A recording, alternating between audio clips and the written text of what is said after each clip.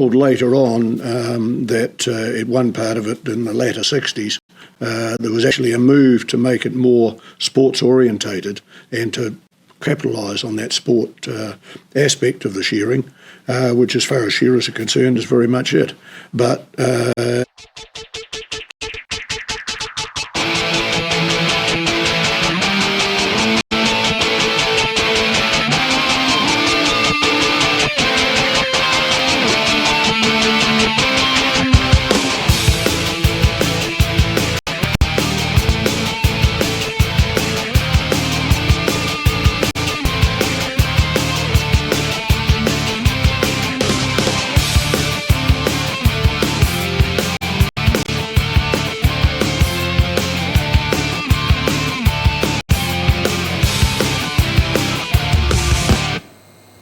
Atamarie to all the early birds, or good morning from Masterton, New Zealand, as we start to just think about and then very shortly engage in the very last day, the last day of the 2020 Golden Shears 60th anniversary.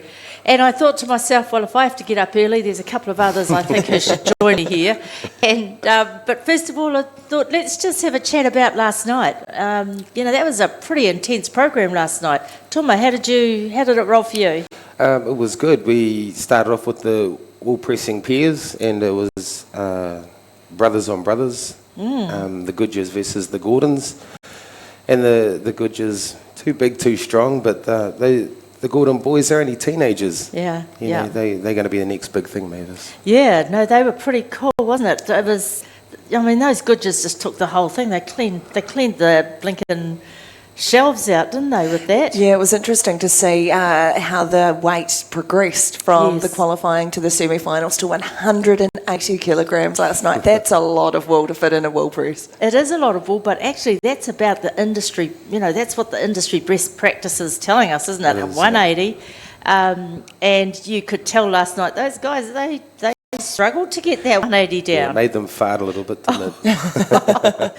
It was a bit tough, Tom. I think that's what you meant, yes, and you're quite right.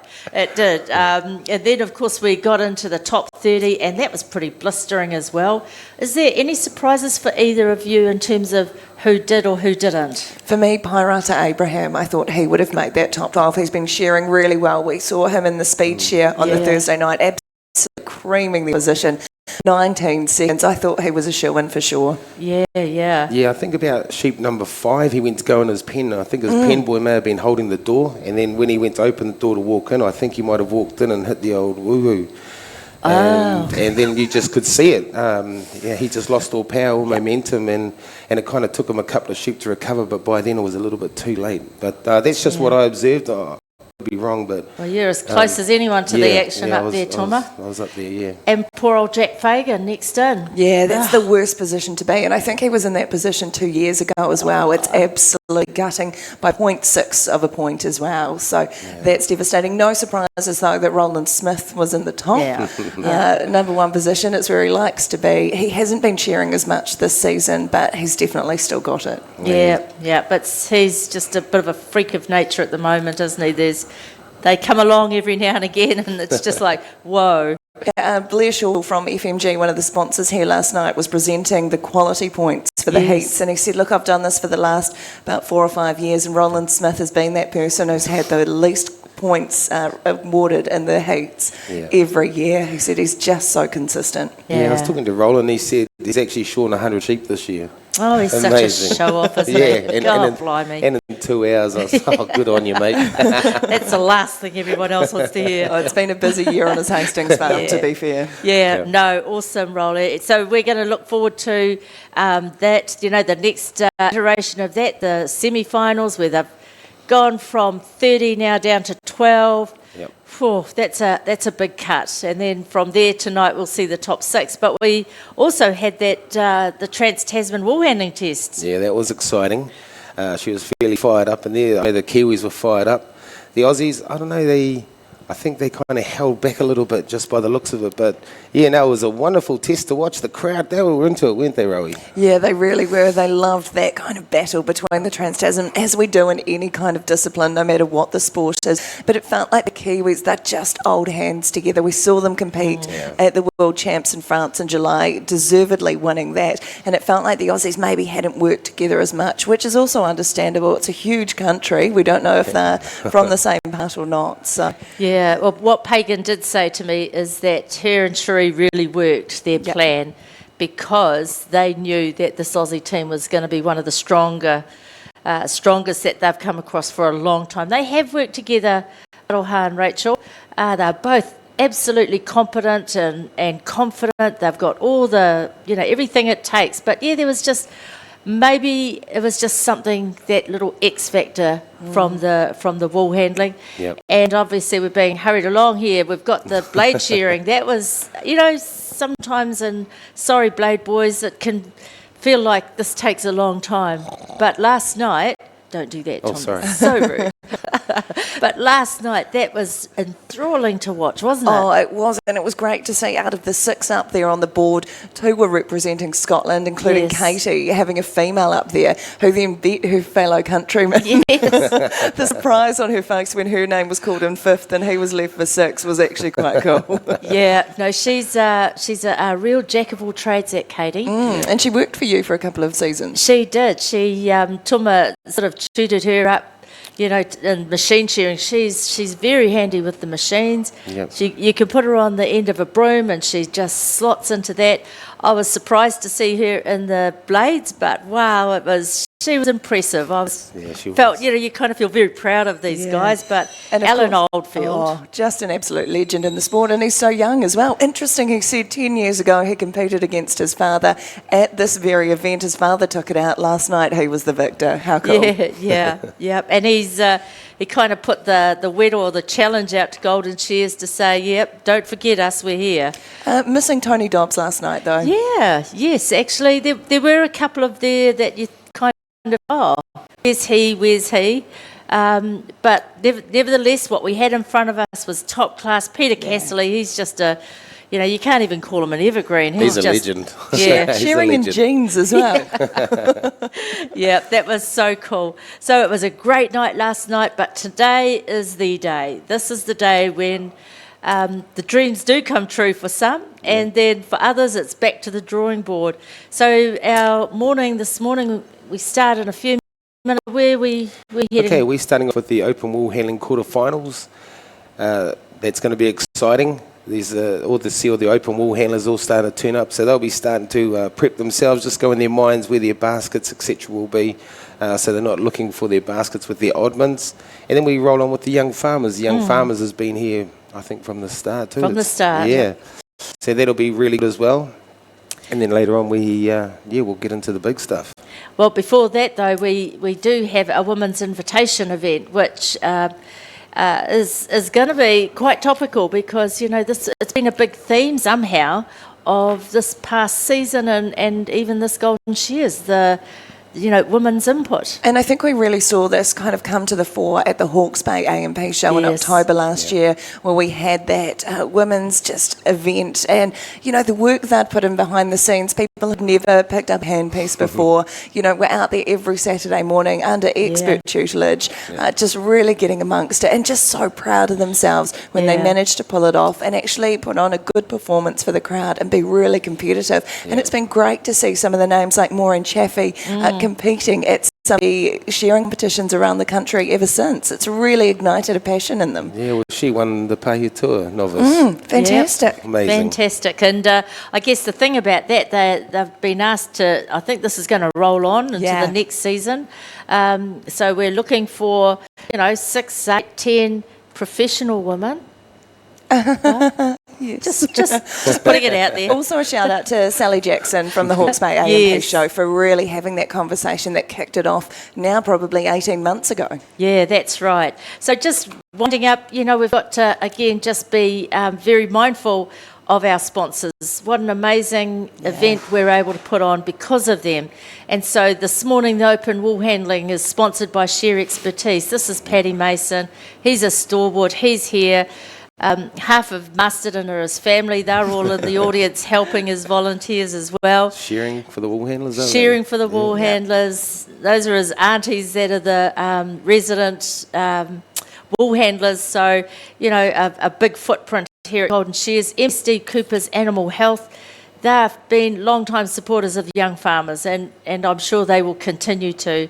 And then another shearing contractor, local, Abraham Shearing, have stepped up to support the women shearing. So to Kushla and Pairata, again, another family related to the Masons.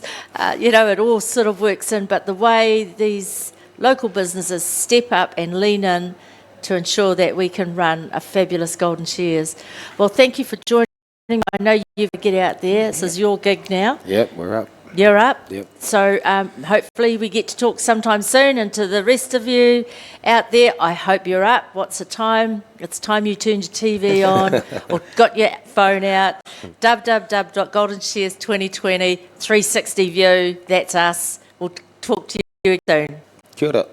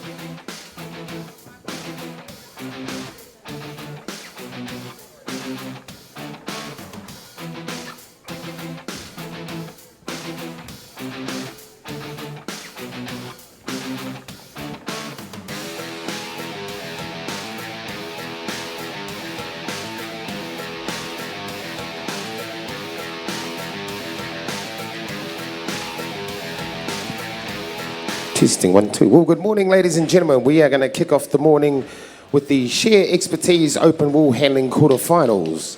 The sheep are supplied by white spurs. Each competitor will be handling 4 long wool fleeces. That's okay. This morning with me, co-commentating with me, is Rowena Duncan. Welcome, Rowena. Thanks, Tuma. Fantastic to be here. What a brilliant event. The 60th annual Golden Shears. Really looking forward to the Woolhandling tonight. We saw where it was at with that Trans-Tasman test last night. Fantastic effort from both the Aussies and the Kiwis, with Shearing and Pagan taking out that test. They'll be really fired up heading into this morning's quarterfinals. Yes, you did right. We're just filling up the pens with sheep. We're going to be a couple of minutes away. So last night we had the Trans-Tasman, and no surprises, New Zealand won that. It's good to see Laura Bradley, our novice woolhandling champion, here this morning. I think she's found a new lease on life with the wool handling. She's just loving the feel of the wool in her fingers. So the first heat up, we have Sarah Higgins from Blenheim. Sarah Higgins is one of the world record holders when we had 4 young ladies shear over 2,000.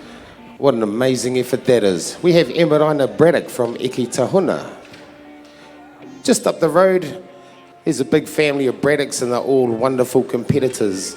Oh, we'd like to thank our judges for being here. Some of them look like they had a few gin and tonics last night, but they'll be all right. Here's Rachel Hutchinson. She was part of the Australian team last night. They performed very, very well. I know that when we do the return test over in Australia, she may be a different story. And we have Candy Hiddy, table number 4. I'll just announce Heat 2, Pagan Cambodia, Chelsea Collier, Monica Potai from Waihappy. Heat 3, Logan Kamura, Cherie Alabaster, Sam Gordon, Marianne Beatty.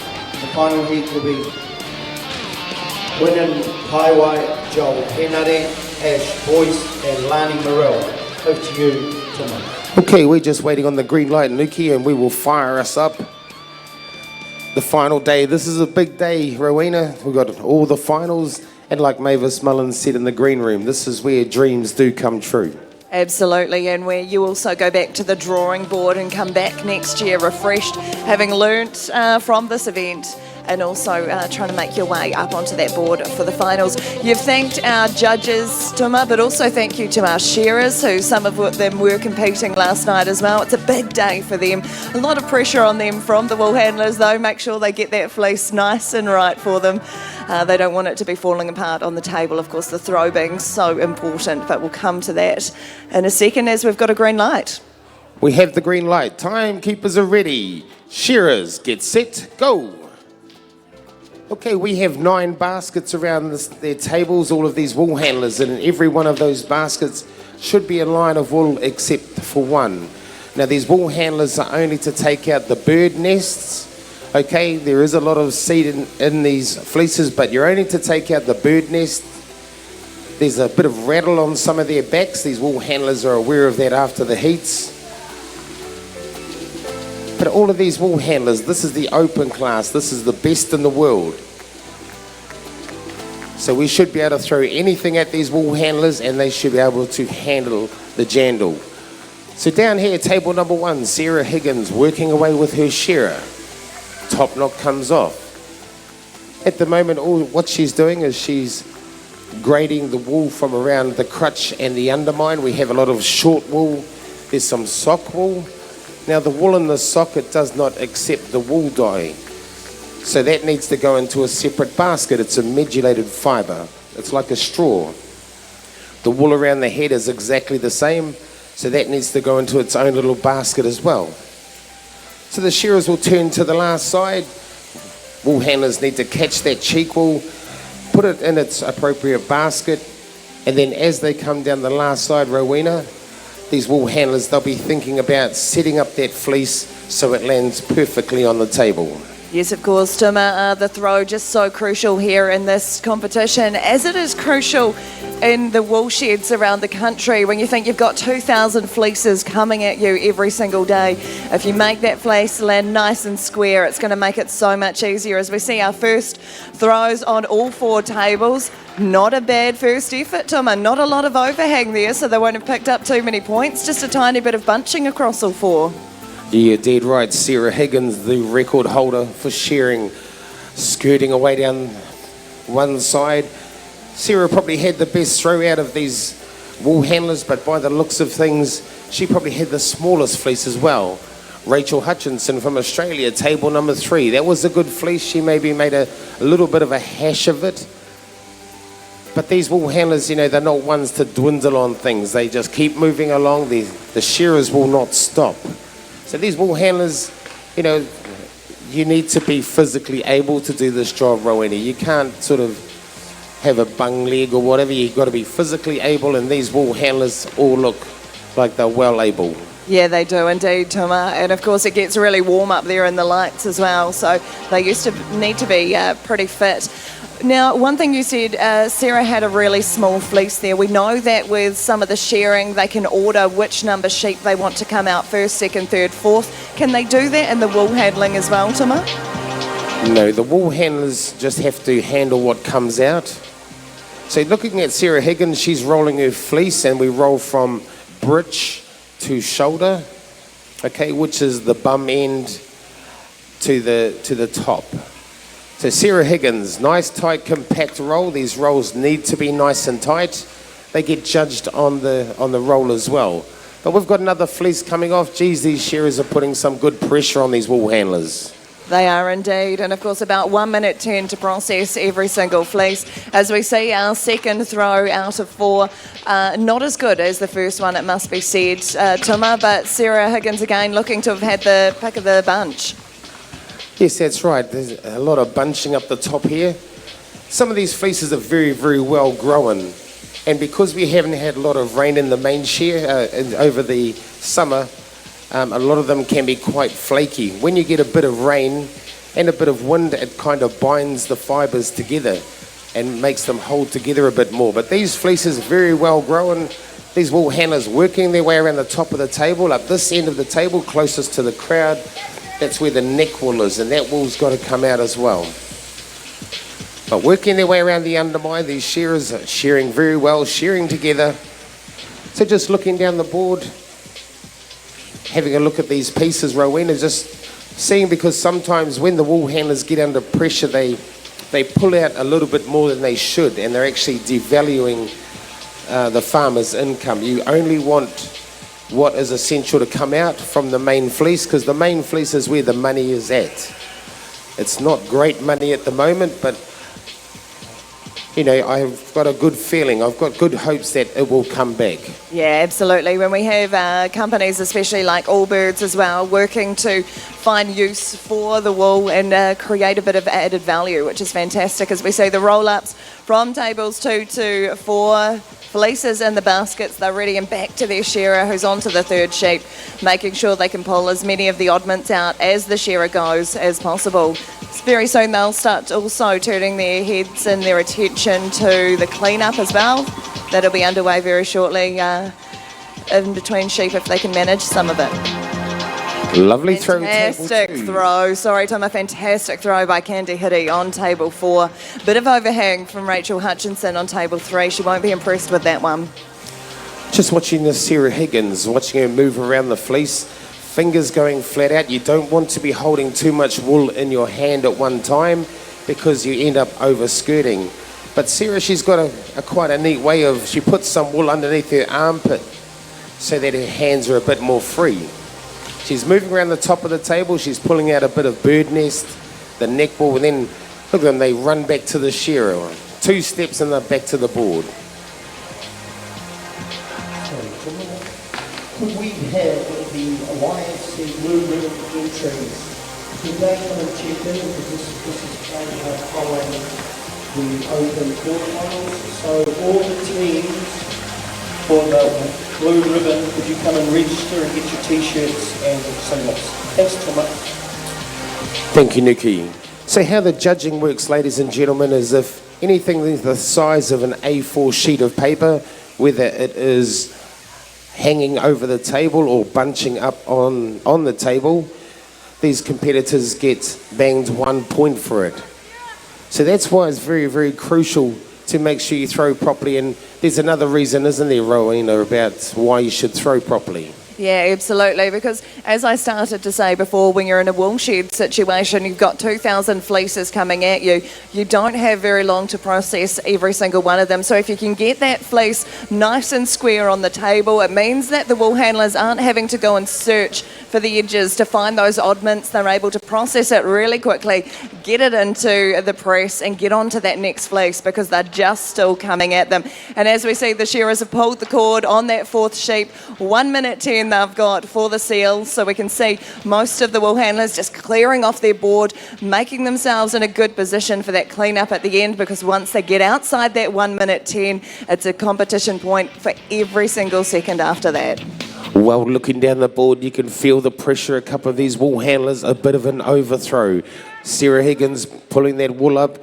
1 minute 10 seconds, and this Australian, is she angry about last night and really taking it to the Kiwis? Yeah, channeling that anger at coming second last night, not taking out the title. She is absolutely flying.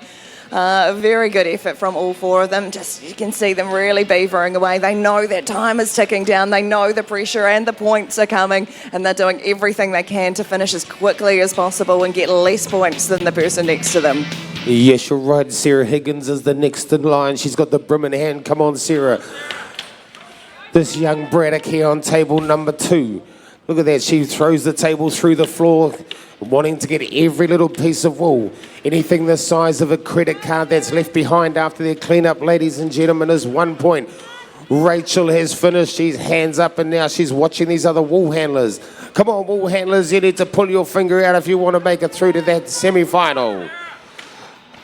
Andy Hurry just quickly getting everything off the table. Of course, that counts as well. It's not just what's left on the floor. Maybe going to fluff it up. Nope, just throw it into the basket. And there, all four competitors have finished. What a fantastic quarterfinal. Okay, we're just going to wait for these judges to judge before the next heat goes up, Nikki. Thank you, Tuma. If you can wait till all the walls are away before you head up on the stage, we'll just wait for everybody to be finished, I think. Tuma. So the next heat will be Hagen Kalodia, Chelsea Collier, Monica Potai and Funi Waihapi. And just another call for the blue ribbon entries. Could they please check in as that is following this quarterfinal.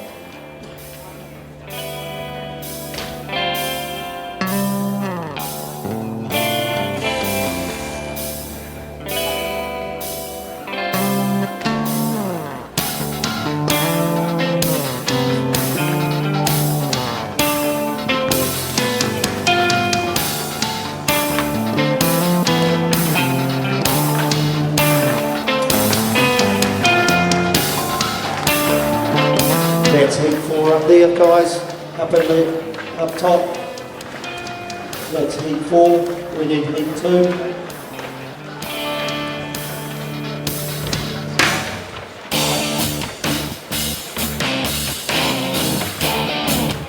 Are you guys up here? That's heat 4, we need heat 2. Hagen Kanolia, Chelsea Collier, Monica Potai and Trudy Waihapi.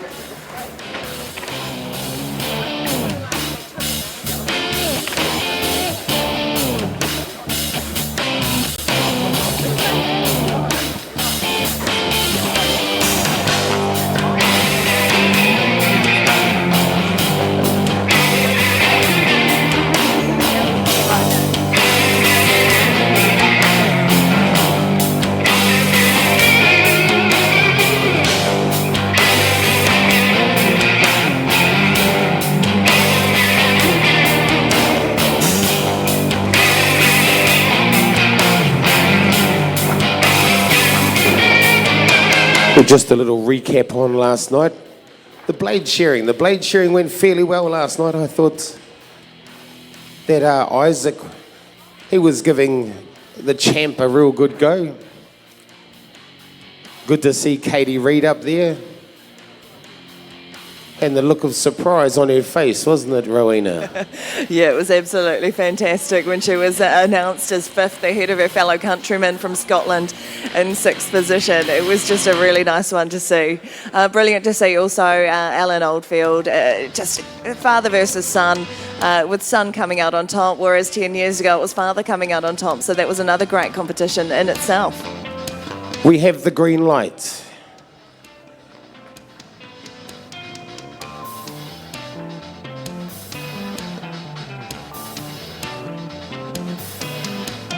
Timekeepers are ready. Shearers, get set, go. Okay, table number one, we have Pagan Claudia Alexandra. One of our team members last night that proudly got the red ribbon. Part of the team that won at the World Champs over in Les Durats in France. And also winner of the overall award at the Māori Sports Award here in Cherie. So that's a wonderful, wonderful achievement. This young lady here, she can do anything. She's sure, I think, in the senior class as well, and she had one of the fastest times. So awesome to see that from Pagan. One heck of a competitor. And Chelsea Collier from Gore down in the deep south. She's on table number two. Pretty sure Chelsea was a finalist here last year in the open class, and she'll be wanting to repeat that. Monica Portai, one of our co-commentators, she was down in the pressing arena helping Gerald for the last couple of days. Another wonderful competitor, she's a mentor to a lot of young wool handlers coming through. So that's Monica Portai on table number three, and on table number four we have Funi Waihape from Alexandra. Last time I saw Funi was right up north, and they were up there doing some work up there. So up past North Auckland was where I seen this young lady at the Mangawhai Speed Shear. So they get around these competitors, but we're about to have the first fleece hit the table, Rowena. Yes, we are indeed. And also just on that, Tom, nice to see all bottom of the south in this quarterfinal. They've come a long way, these four ladies. Funi Waihape, the first to get the fleece on the table. Little bit of bunching at the top, a little bit of overhang at the bottom, but overall not a bad effort as we see the other three hit the table. I think Monica Portai with the best throw so far. But all of them, again, not too many points they've picked up. That'll give them a lot of confidence heading into the next four fleeces. Yes, you're dead right. It does give you a boost of confidence when you do throw that first fleece right. It means that all the oddmans are on the outside. You don't need to go looking for them, as you were saying a little bit earlier on. We've got Pagan. She skirted one side. She skirted the neck. Back to the shearer she goes. All of these wool handlers, they would have dissected who the champ is, and that is the Joel Henare. So they would have, really studied the way that he does things, and they would have taken what they want from how he rolls and put it into theirs to make it work for them. So these wool handlers all working away, go around behind their shearer, making sure that the shearer has a nice clean work area. Chelsea Collier, the little blue-eyed lass from down in Gore, working away on the table. First piece is coming out. Monica Portai, very, very focused lady. Look at her, the intensity on her face. She's working away well. And Funi's quite a relaxed wool handler. She doesn't look like she's over flustered. You see some of these wool handlers, they run around like a chicken with its head cut off. And then you'll get these others, they're a bit more of a cruiser. So here we go, Chelsea Collier, she's rolled up. Pagan Korodia rolled up as well. They're ready for fleece number two. Let's see how they go. Interesting to see a lot of the wool handlers employing that bang of the table, Tuma. If they made a noise like that in the shearing shed, they'd not be taken too kindly to by the shearers. But it's something we're seeing a lot more in the modern competition in this wool handling, is that bang of the table rather than picking out the oddments that are left behind. Yes, you're dead right. If they did that in the wool sheds, they'd be getting a bit of a growling, I tell you. So here we go, Pagan. Fingers working away profusely. Her little sister Lani here got her phone out. They might be live. Working away well. This Pagan, she is one heck of a competitor. I don't think she's anywhere near reached her max limits yet. I think there's still plenty left to go in the tank. So Chelsea, working away with her shearer into the undermine, she'll be focusing on getting that sock wool out and the short wool from around the tail. Now, sometimes around the tail there can be a few dags, maybe a little bit of stain. So they need to go in their own little bins as well, their own little processing faults.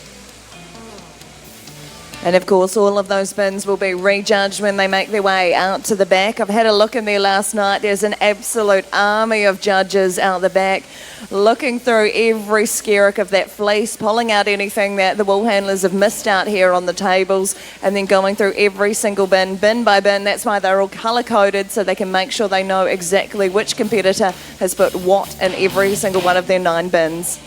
Yes, you're dead right, Rowena. We call that the dungeon. So we have all the good-looking judges out here and all the not-so-good out in the dungeon. But we have all the ones who can dance out in the dungeon. That's one of the requirements. If you go out there, they've got the music cranking, you've got a boogie. I love it. Okay, here we go. These wool handlers throw... Ooh, they've really upped the tempo, these South Island girls. They have indeed, Toma. They'll all be pleased with these throws. As we see Monica Porte with her third throw as well. Not a bad one. Yesterday we saw a lot of overhang, especially from those front shoulders. We saw some fleeces even touching the ground. Today they've definitely stepped it up. We're not seeing as much of that. Yes, you're dead right. You'll see Chelsea Collier. She's flicking the fleece as she moves around it. She's shaking out any second cuts that may be in that fleece wool. And that's what the judges out the back, that's what they're looking for.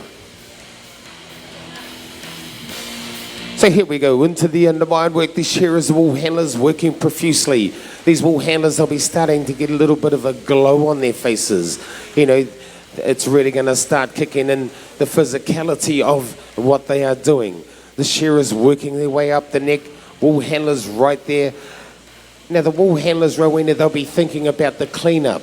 They will indeed, yeah, making sure that once their fourth fleece hits the table and they've got it all rolled up, that they're not going to take a lot of time to get everything into their baskets and get that broom up at the end. Every second counts in the cleanup once the seal commences. I was just thinking it was about this time that Joel Hennard here, he'd grab his broom and start sweeping under the table. Yep.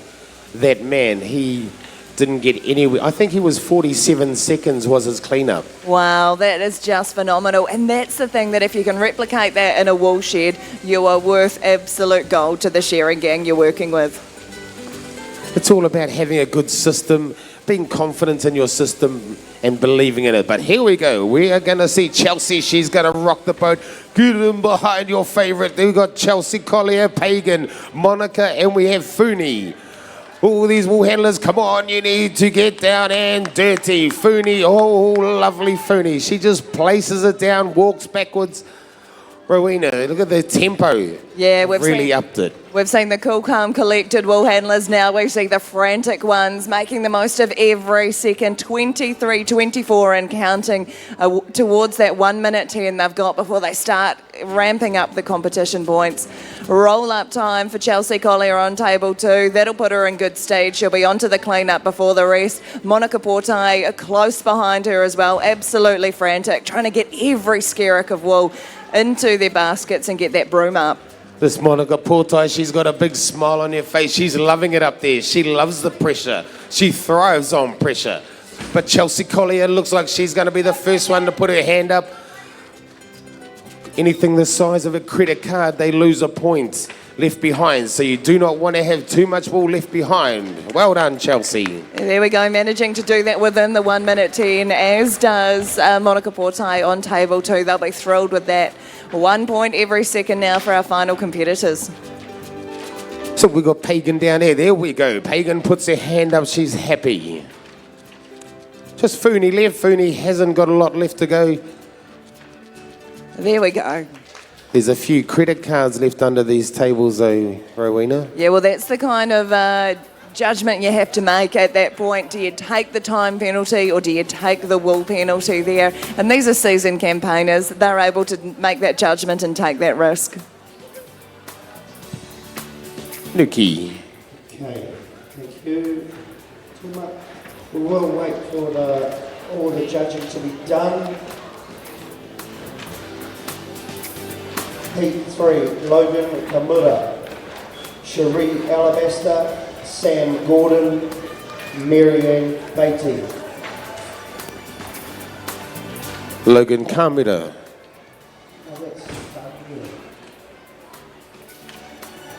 Logan, Cherie on 2, Sam and Marianne down the end. And Heat 4 will be with them, Highlight, Joel, Henare, Ash, Boyce, and Melanie Marielle.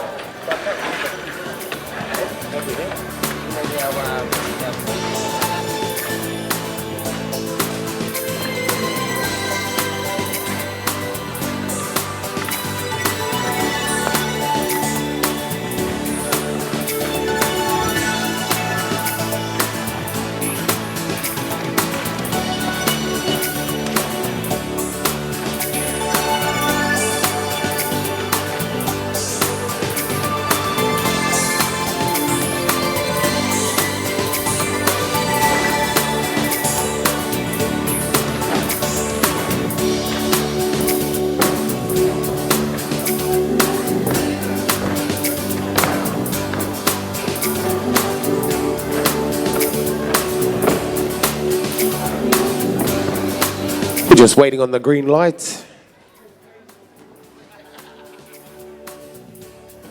And of course, Tuma, every competitor has a different setup with their table, with their baskets, making sure everything is aligned to their plan and how they've practiced it. Yes, you're dead right. Some are left-handed, some are right-handed, some are ambidextrous, is that the word? Absolutely, yep, and they're the ones you want as well. Makes it nice and easy. If anything goes wrong, they don't have to realign themselves. We have the green light. Timekeepers ready. Shearers, get set, go. I think this bird nest thing has got these wool handlers a little bit worried. Yeah, indeed. And of course, it's really challenging conditions out there. It doesn't take anyone to be able to work that out. We are in a drought down here. It's been a sustained one now. So, I mean, full credit to White Spurs, the farm, who's managed to provide all of these sheep to make them a nice and even line of long wool in these conditions that have been wanting to get that off long before now, but they've managed to keep it on for this competition. But as you say, yeah, really challenging for our wool handlers. It's not potentially what they're used to. Yes, you're right. These wool handlers working away. This young guy on table number 1, he was the second qualifier. And the reason that he was second qualifier, because his outback points were better, was because of his time. So that's something that he would have thought about, Rowena, you know, when he had a look at the points, because the points always tell a story. Yeah, they do indeed. And as we have touched on so many times, it's coming in with a plan, not panicking when something doesn't go the way you want to, sticking to that plan. They've worked out, they've made that judgment call if they're going for time or quality points, or if they're trying to do a mixture of both, and they stick to their plan up here. They don't just rock up and kind of wing it. Yes, you're dead right. Shear Expertise are the sponsors of this event, Paddy Mason and his crew. And we've also got Paddy in the pens. If you guys can just give Paddy and his boys a bit of a round of applause. Way to go, guys. Thank you very much. They share about 1,000 sheep for these wool handlers over these 4 days. Huge effort for these guys. So Logan Kamada, he's got the fleece, squeezing it up. Cherie turns as well. Ooh, little wee bit of overhang, but a beautiful throw. Cherie. Ooh, lovely throw down there too, Rowena. Yeah, Marianne Beatty, just a little bit of bunching and just a little bit of overhang from Sam Gordon. They'll be very impressed with these first throws. As we've seen right throughout this quarterfinal this morning, they are quite consistently good, and I think that's why they've made the top 16 here this morning. The top 16, and we're going down to the 8. Whoa, that is a big drop. Watching Logan Kamada flicking the fleece, getting all those second cuts out of the main line. Look at this guy. He is very, very fluent. I'd say he'd be one of the ones that's watched the Joel Henare. Probably videoed him, watch him slow motion down, watches every single move, which way he holds his tongue, what way he wiggles his bum. You know, these are all the things that these wool handlers do. It's like assessing, you know, people doing other, you know, rugby and that. You know, they go through, they watch the other rugby team, see where their weaknesses are, see where their strengths are, and that's how these wool handlers do the same thing. Cherie Alabaster here on too, that's part of the New Zealand team. Cherie, you are a true gladiator, my girl. She doesn't even work in the sheds, does she, Rowena? No, indeed. She's a teacher from Taihape, and she'll be sure to school those sheep if they start kicking her shearer up there. But fantastic to see her still so involved in the sport here, and just such a world-class athlete. She truly is. On table 3, we've got Sam Gordon from the Gordon family here in Masterton. Again, a very well-known name in shearing and wool handling. And also Marianne Beatty on table number 4. You were talking about Logan following on from Joel Henare, watching what he does. Well, Marianne has competed alongside Joel in the teams here at the Golden Shears many times and around the world at different competitions. Here we go with our second throw from the 2 end tables. It's a really good one from Marianne Beatty. Sam Gordon, a little bit of bunching there and a tiny bit of overhang, but all in all, not too many points picked up. Yes, it's all about the points, ladies and gentlemen. The lower the points, the better. If you've just come in and you have no idea what's going on, go to page 20 in the program and it will give you a breakdown on how the point system works. Logan Kamura, a little bit bigger fleece, that one, but here, look at him. His eyes are roving, looking for anything that may be in there. There may be some rattle. There may even be a bit of pen stain. You know, that's what these wool handlers are doing. They're having to make snap decisions on the spot.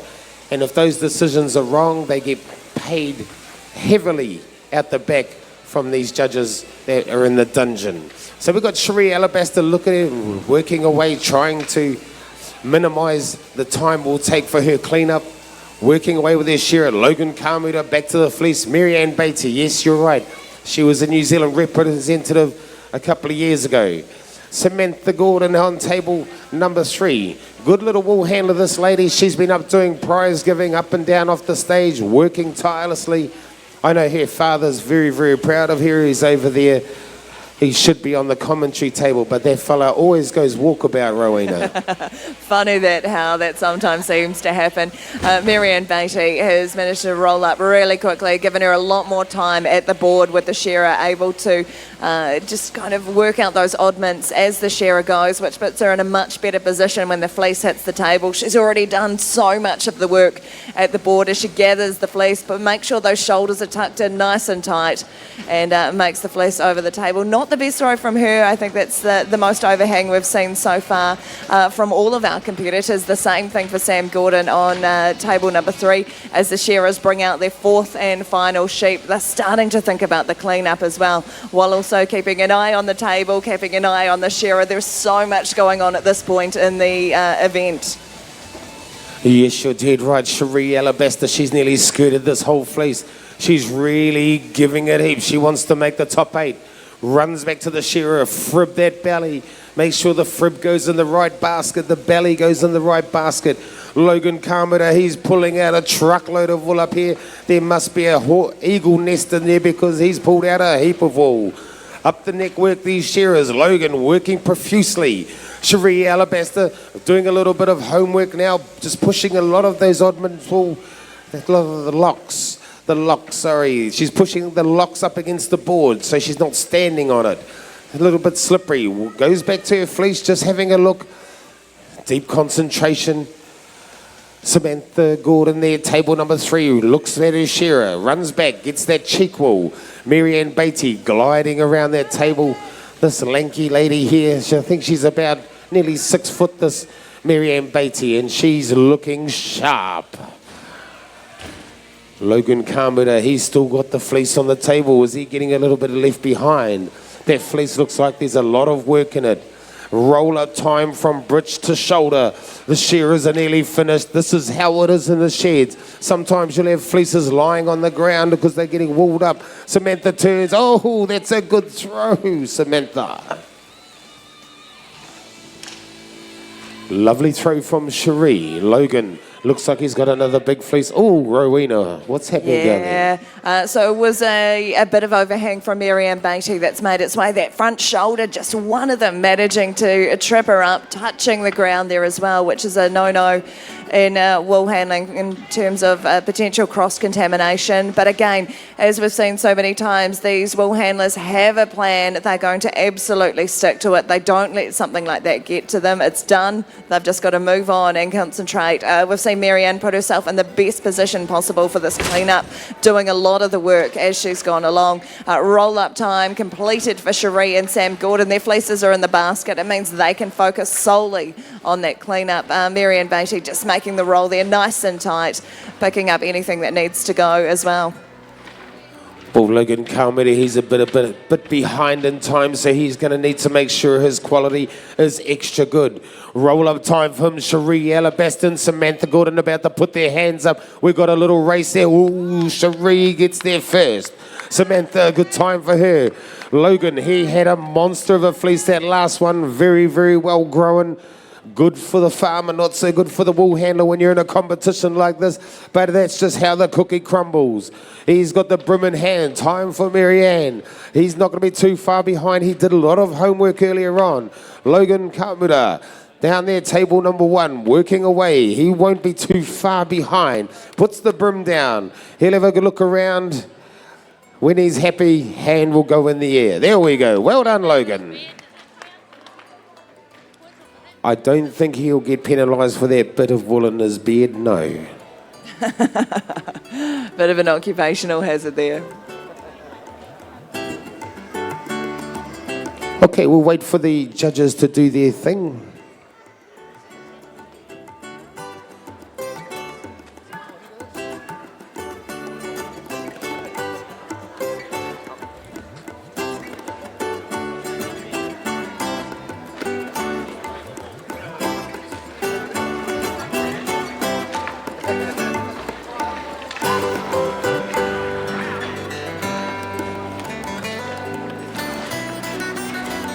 So following on from this event, we will have the MSD Cooper's Animal Health New Zealand Young Farmers teams.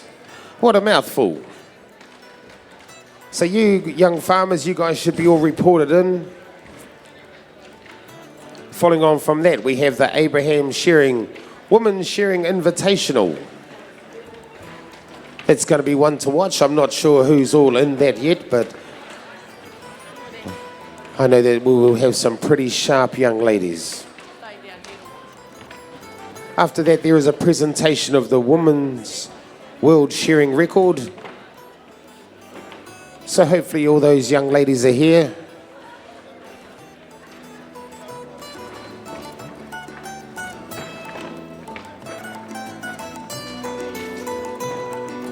Lovely to see Gwinan Pawa here this morning.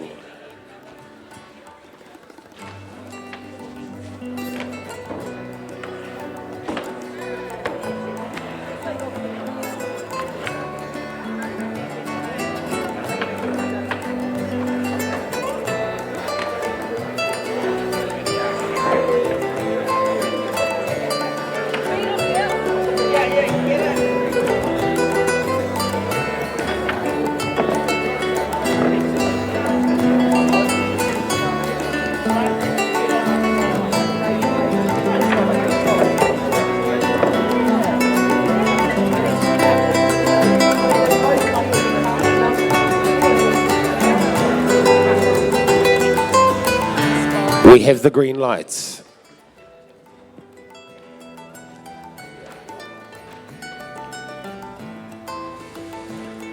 Timekeepers are ready. Off the stage, mother. Shearers, get set, go. So table number 1, we have Gwinan Pawa, hails from Wales. Her daughter Tessney was shearing earlier on in the week. I didn't know Tessney was shearing, and it was wonderful to see the little cousin up there having a good old blast up. Table number 2, this man needs no introduction, does he, Rowena? No, indeed. Joel Henare, absolute legend in the sport, master wool handler, world champion as well, and just a fantastic sight to see him still competing. He tried to retire, but like so many, the bug is still there, so he managed to make a comeback and has been doing well this season, Tuma. Is that one of those right moments when you try to retire? I think it must have been. He just loves it so much, and he's been such a big part of the sport for so long as well, and mentored so many of the young wool handlers coming through along the way. Well, I mean, he's only young. You know, I think retiring, I think he was wanting to spend a bit more time with his children. I think that's the only excuse we would have accepted, as you say. Still young, still had a long future in the sport, but maybe, yeah, the kids do need you at home. And that's the thing with this sport. There is so much time away, refining your skill and then competing as well, which is a whole different skill from being in the wool shed as well. So it does take the toll on family time. Yes, you're dead right. It is one of those things, it can be a bit of a double-edged sword at times, but, you know, you can't help the animal inside you, and if you have to go, you have to go. So here we go. We're about to set up these fleeces. Looks like Joel's got quite a big fleece there. Ash Boyce from good old Danny Vegas turns around. Oh my goodness. Yeah. Lani Morel. Lovely throws down here on tables 1 and 2. How's it down there on 4? Yeah, not a bad throw from Lani as well. Just a wee bit of overhang on this side, but definitely not the overhang that we saw from Ash Boyce. Just getting unstuck.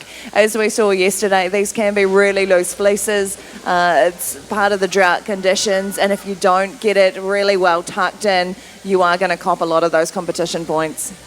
Yes, you did right. The drought conditions, you know, the sun has killed all the grass, killed all the weeds. The sheep walk through the weeds, get stuck in the wool, and it ends up in the processing faults in the wool store. But you do not want it in the fleece. It needs to be in the oddmans. I'm just thinking the last time I saw Gwenanne was on the live stream for the shearing records. She was the wool handler for Matt Smith when he set his shearing record over in the UK. So that's the capabilities of this young lady here on table number 1. Joel Henare, concentration, working away, small steps, fingertips just working away. We got a young lady here filming him. She'll be ready to analyse that later on and work it into the way that she works. The shearers are turning to the last side. Ash Boyce, roll up time for him. Lani Morel, that's Pagan Claudia's little sister. Roll up for her. Down to the flank work, these shearers, all the pressure's on. Gwenanne reaches around, cleans the table, gives it a big old bang, Rowena. Let's see what these wool handlers do with this fleece. Yeah, we start to see the pressure ramp up a wee bit now. They've gotten into their work. Third sheep just being brought out onto the board with our second throw for our shearers. Better one from Ash Boyce. Just still a bit of overhang at the end, but not all along the side like we saw in the first fleece.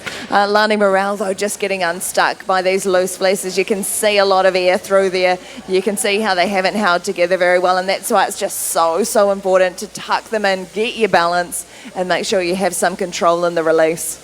Well, I think Ash Boyce needs to stay out of the gym because he doesn't know his own power anymore. He's just throwing these fleeces everywhere. Here we go, Joel Henare, a bit looser fleece. That one I noticed that he didn't really throw it, Rowena. He just placed it on and then pull it back.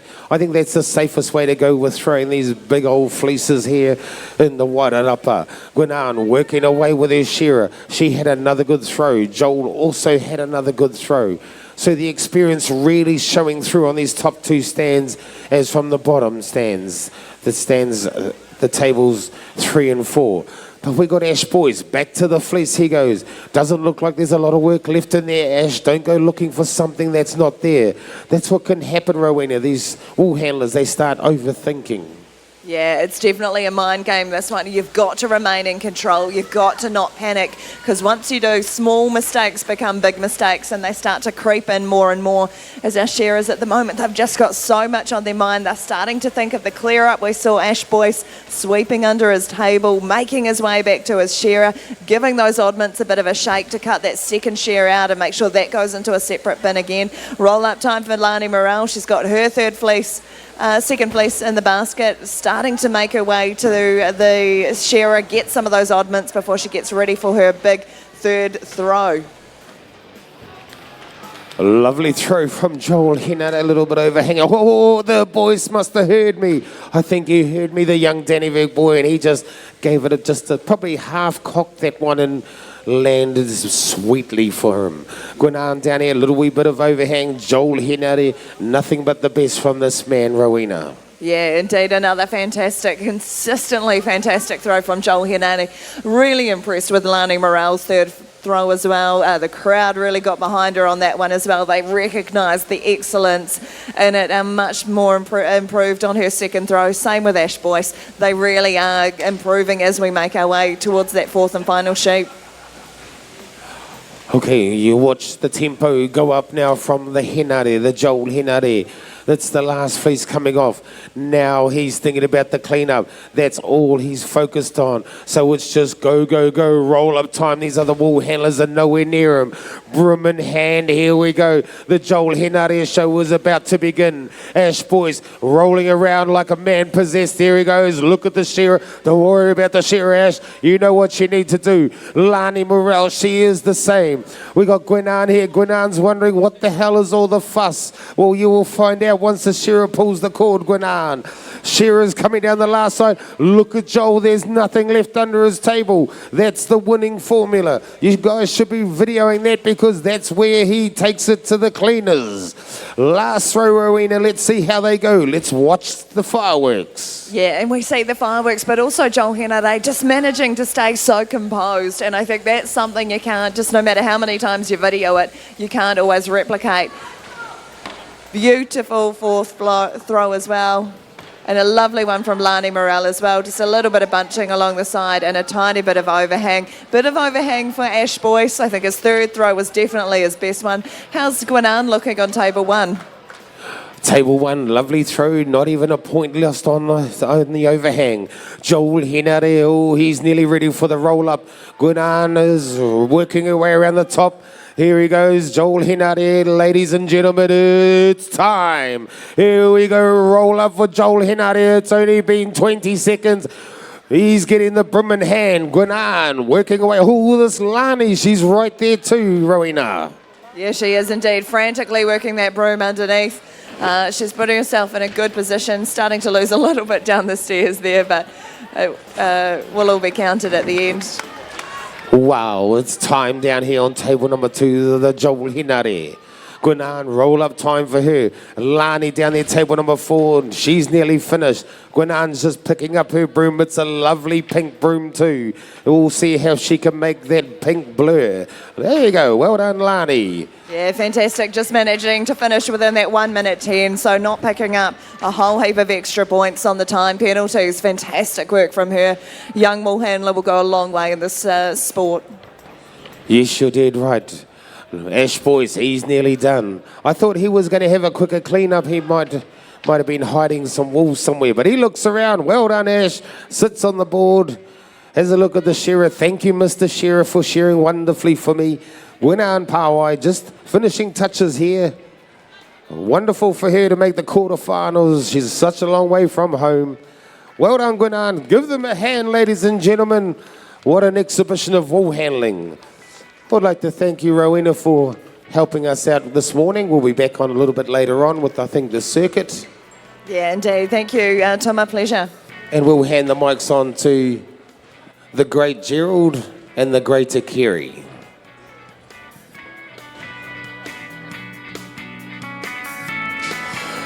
Yeah, thanks very much, Tuma. Thank you, Rowena. Brilliant stuff, and thanks to all those quarterfinalists in the wool handling. So, yeah, super stuff. Actually, really good view from up here when you don't have to think about anything else. You can sit here and actually, watch it undivided attention, and yeah, that's a super skill when you watch it.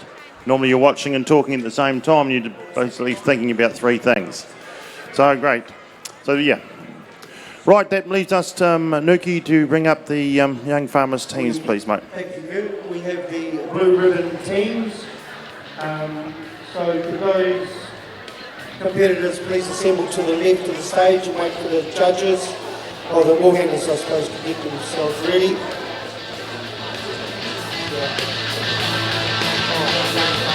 Sorry, it's the young farmers teams.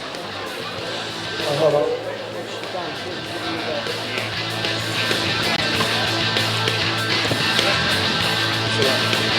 Okay.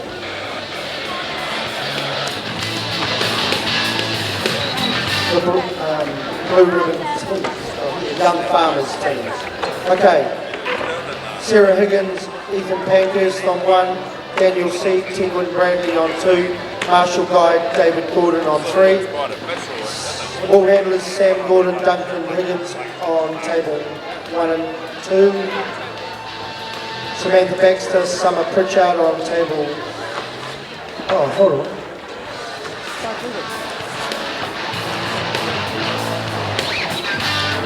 Can we have Joe Hopkirk, please? Oh, we've just got to sort this out. Ronnie.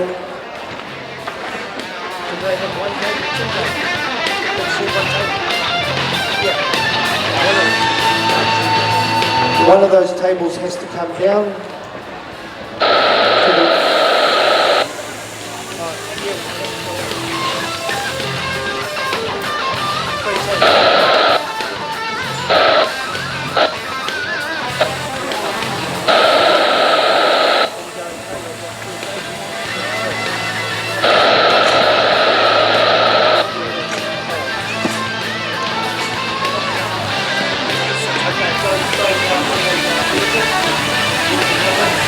Straight out to dry up here. Yeah, that's important. We have to have it. No, it stays here. If anything goes wrong, push back and it comes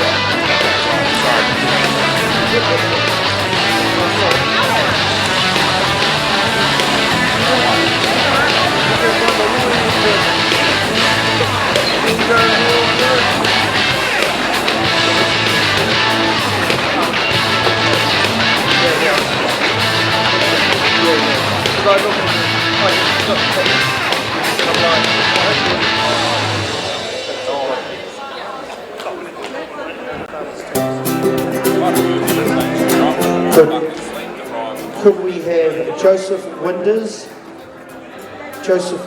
from the Blue Ribbon Individual event, please come and check in. Joseph Winders, if anybody seen it, thanks. You'd like to go out there. Oh, there he is there. Just go and ask him what's happening with that. Just say it's coming on. No, I don't know. Too much others.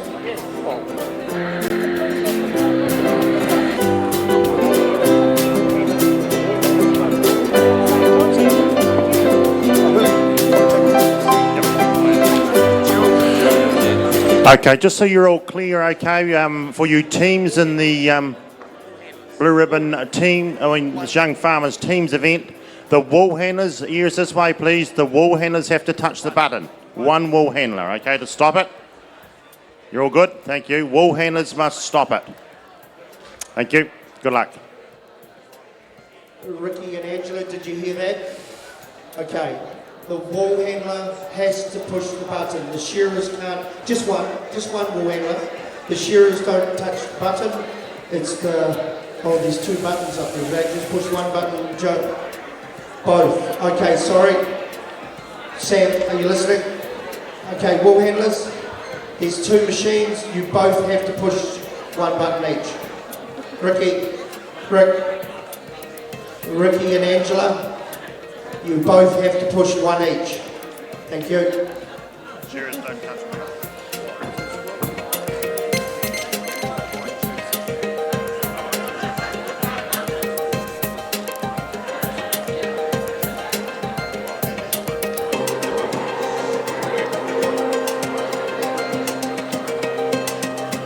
Rightio, we've got the green light.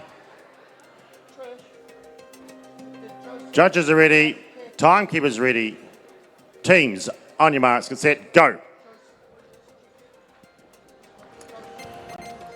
All right, here we go. The second event of the program here this morning on Saturday. MSD Cooper's sponsored event, Animal Health and the New Zealand Young Farmers teams. So thank you very much to Cooper's and all their veterinary products that they supply to the rural part of New Zealand for farm livestock as well as pets and the likes, domestic stuff. So it's absolutely brilliant, and we appreciate your long-serving commitment to helping to run the Golden Shears.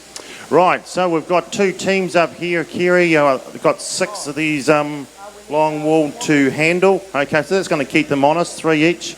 No benefit, of course, the shearers, taking it easy. They'll probably stagger themselves, I suppose. But in general, they want to get those wool off. We want to get it on the table. So it's going to be very much like a sheared atmosphere, isn't it? A sheared style.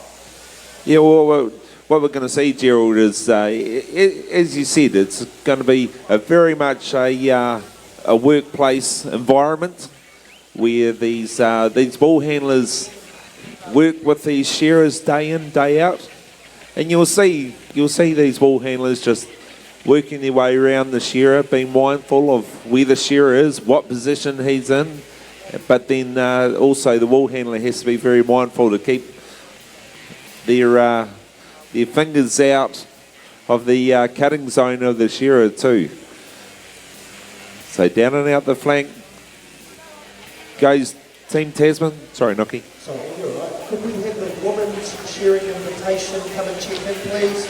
Emily Walsh, Laura Bradley, Sarah Higgins, Pagan Canonia, Emily Takapa and Catherine Maludi, please.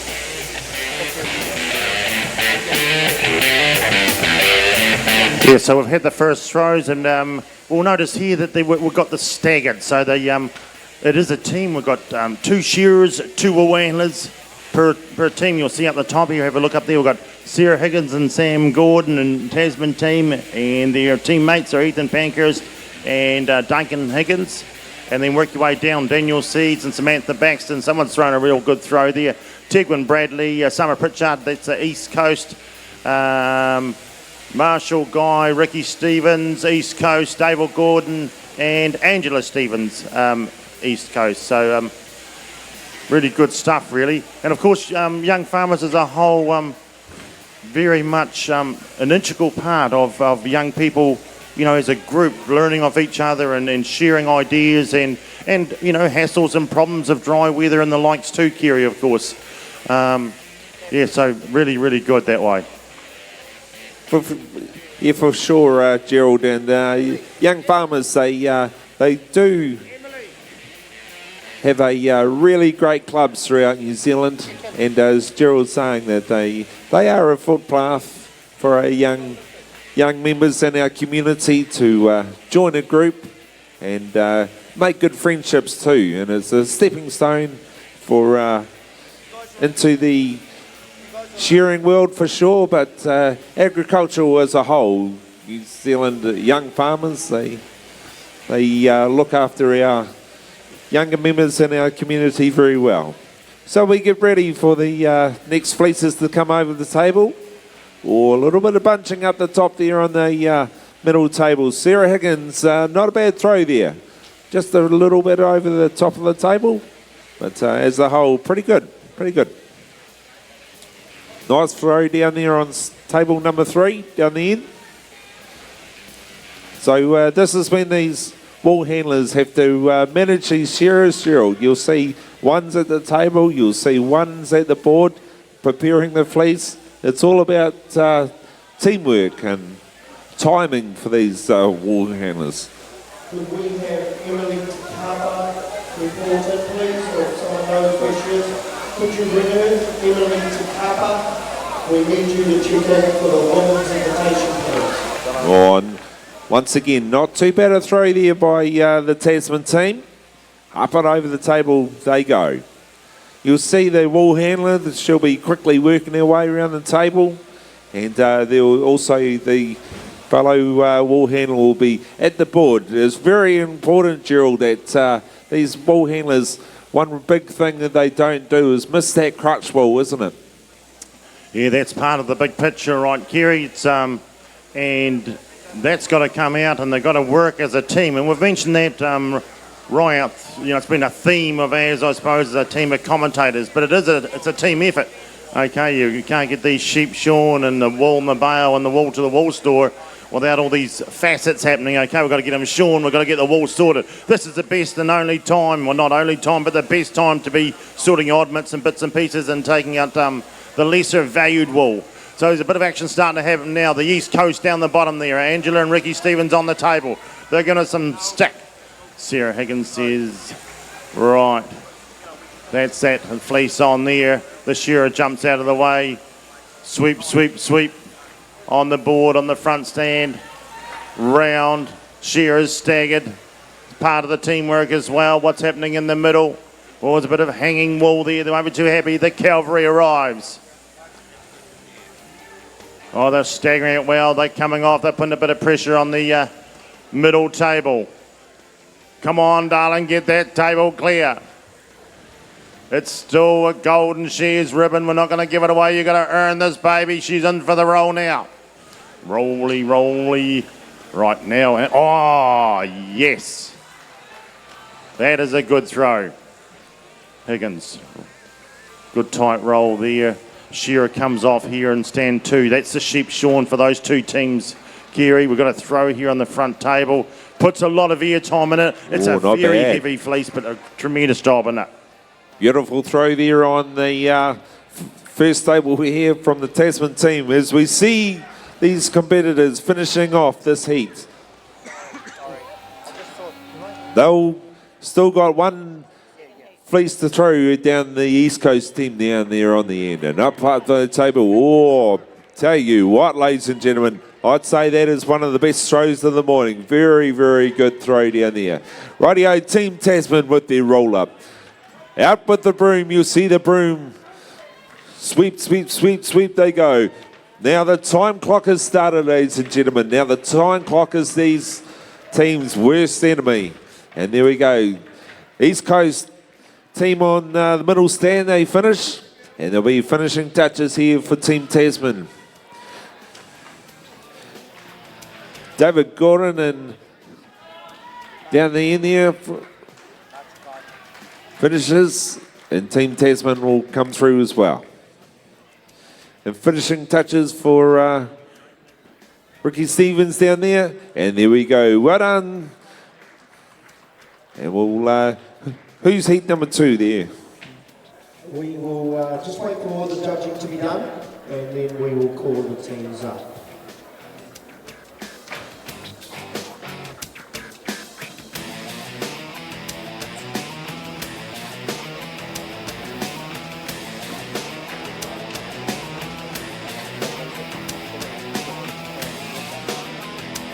Looks like we're all ready to go. We've got 2 in this heat, 2 teams. Jimmy Samuels, Floyd Neal on 1, Cam Hicks, Ruka Braddock on tables 3 and 4, stands 3 and 4. Catherine Maludi, Dennis St. George, Denise St. George on 1, table 1, Anna Braddock and Marika Braddock on table 2, please.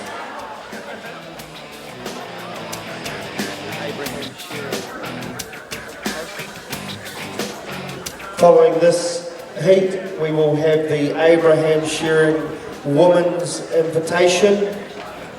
We need Emily Takapa to check in, please. Emily Takapa, you are on the Abraham Shearing Women's Invitation straight after this. Thank you.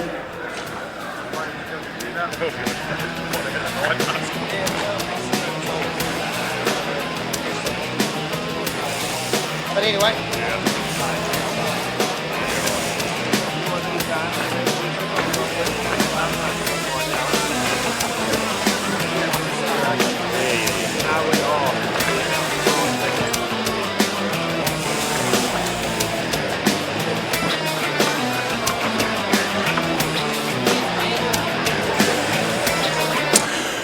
There's 2 heats of this. This is the last and final heat. And yeah, once again, thank you to you, MSD Cooper's Animal Health. And thank you to all these teams. Okay, it's so good to see these young farmers. Okay, they've got to go to certain amount of young farmers meetings and the likes where, as we discussed, they get together and have little farm visits and see, you know, innovation and what's working, what's not, all the tough times. Because farming, it's you know, it's a tough job. It's probably not quite as romantic as it once was. And we got the green light of, yeah, so you can discuss all those things and it's the improvements, but like coming to a shearing show, really. You share ideas, problem shared, problem halved.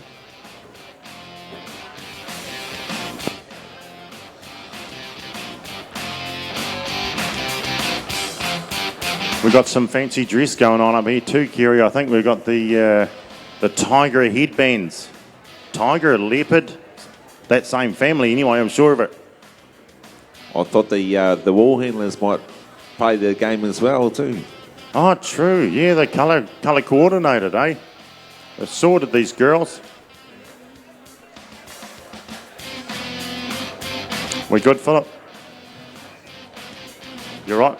Okay, timekeepers are ready. Judges ready. On your marks, get set, go. The old caller timekeepers normally gets the all the competitors to their toes. It's the old favourite for the commentators. Right, you want to take us through these teams, Kerry, eh, and where they're from? On stands number 1, we've got Jimmy Samuels and Catherine Mulledy from the South Waikato, Flairdown. Denise St George, Cam Hicks and Anna Braddock. And Ruki Braddock and Marika Braddock as well. And Team Wairarapa. So here we go. Once again, this is the second heat of the MSD Coopers Animal Health Young Farmers Team competition, ladies and gentlemen. Heat number 2 we are on. Up and around the shoulders these shearers go. These wool handlers have their little baskets set up, and as you'll see, these shearers, these wool handlers will work with the shearers. There's some crutch wool to come out. There's some top knot to take out, and of course there'll be first pieces, second pieces, and some floor sweepings as well. So down and over the brisket they go. Team Wairarapa, first one's into the pen. You'll see these shearers, they'll be a little bit stagnated. So, and the reason they do this is so the girls don't have 2 fleeces come off at once. They're able to have 1 fleece on the table, deal with that fleece, take those little pieces and all those second grade fibres out of that fleece. And you'll see Team Wairarapa did that very well too. That first fleece was just wound up, and then the second one come over the table too. And it was a very good throw from the Team Wairarapa.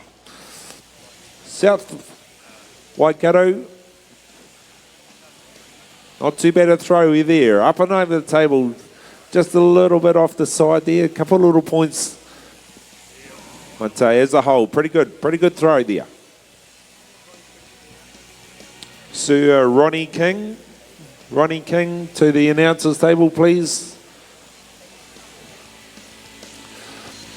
Right, she's all go down here. So Catherine Maluli clears the table in her cool, calm style. And they're colour-coded. The boys have got the leopard headbands on as Jimmy smiles and says, come on, you get those leopard pants around the place. Let's get it, some action. Done job, thank you. And we've got wool flying down there, Kerry. We've got a lot of paperwork flying around here, and that's nothing unusual. It's just we don't expect anything less from a World Premier Shearing and Woolhandling Championship. There's a lot of pieces of the cog that need to be put together very accurately. So we've got a whole lot of us on the coalface, and you've got a whole lot of management in behind that, and the so-called the helicopter view of making sure things tick away and just keeping everyone, the ducks lined up, as if to say. Right, this is not about ducks and duck shooting down in Southland. This is about shearing sheep in Masterton. So the table is clear for the Wairarapa team. So there we go. Make some noise if you want, folks. Round the wool handler goes, getting those little wedgy bits. The shearers have dived in for another one. Once again, they've got the staggered thing going on, so they've had a bit of a debrief at some stage. Now that both wool handlers are onto it. Round they flick. Their shearers are Cam Hicks and Rookie Braddock. And they've had you mentioned these names, and you've been mentioning them from press to wool handling to shearing to teams. Some of these competitors have had I'll hand it over to you, Nuki, but Kerry, a big few days, haven't they? We have the top 8 out of the quarterfinals of the Open Woolhandling.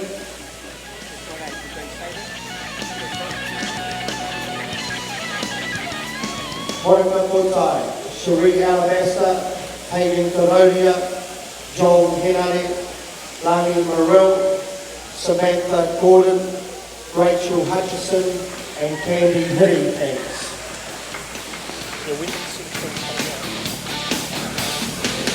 So we see South Waikato roll up for that freeze time.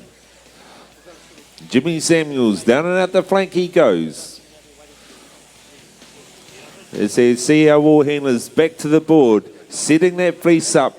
This is very, very important, ladies and gentlemen. The setup of this fleece. Well, let's have a look on table one. How are we going to go? Oh, not too bad, not too bad. A bit of a challenging fleece, that one, actually, to be fair.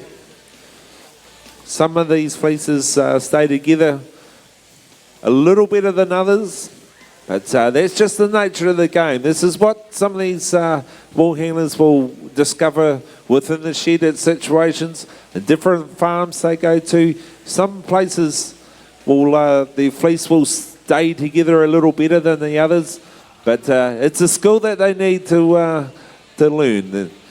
You can't always have the best of it. And down in stable number 2, not too bad throw, a little bit of punching on the top there, Gerald, but as a whole, pretty good. Yeah, it's been great skills on show here the last few days by Jolly there has, and it starts before here, as you just mentioned, Kerry. White Spurs have been involved in supplying these full wool and really dry conditions, and they've had to work really hard to keep everything right, and their presentation has been second to none. And I know the wool handlers, the shearers, anyone that's been involved here would have really appreciated the hard work that has been going in, not just for the last couple of days to get this in all lined up. It's been going on for weeks to months. So here we go. Get back to what's happening right here. We've got Jimmy Samuels doing the finishing touches on the last side. The Wairarapa team, well, they've even got much to go, folks. Anyone here from Wairarapa? The girls are hard at work there, one on each side. That's going to cut it down a wee bit. Throw that there. The other ones are back to the board now. Bit of a tidy up, the big sweeper. Got the big broom so they can lean right over that. Whole board has to be nice and clean. Now they're onto the floor. One's on the broom, one's on the sweeper. Come on, South Waikato. Oh, a little bit of panic there and give it a bit of muscle. Bit much porridge, only a tablespoonful though, all the same. Just a wee bit on the corner. Plenty of the oddments that she's got to get out of there, still sitting up in high view. Catherine Maluli's working around the far side. Onto the broom goes the Wairarapa team. They're having a very busy time, a lot of these names. Look at them go, they're both just about ready. The table wasn't clear. We've got to have that right. That's wrap-up time for the Wairarapa team. South Waikato, they've got the leopard headbands and the leopard tights on, and they need to be rattling their dags now. Get that broom working. Make it talk, as they will say. Use the broom, the shake of the table will make some noise. They've got time to have a yarn to their mates sitting in the front row. No time for that. Get to work, darling. Okay, it's like my staff when I see them on the cell phone. This is important, don't answer it. Do that tonight, please. You're at the Golden Shears, no time for talking to the front row. It's shakedown time. Oh, jolly, she says. You've got yourself distracted. Your heart's in two places as well as your mind. Get back up on the board. There we go. Bit of a light-hearted moment of the Golden Shears, and that's okay. They're all dressed up for the occasion. Give them a round of applause, ladies and gentlemen. Thank you, appreciate it. Oh, that's very good. On a serious side, of course, young farmers, very, very important part of farming in general through New Zealand. We've got young farmers, we've got farmers, of course, and a lot of them are farmers. And, of course, we've got rural women. So those are three of the big sort of aspects in the rural communities. And then there's discussion groups and all sorts of things, sort of folded in there as well.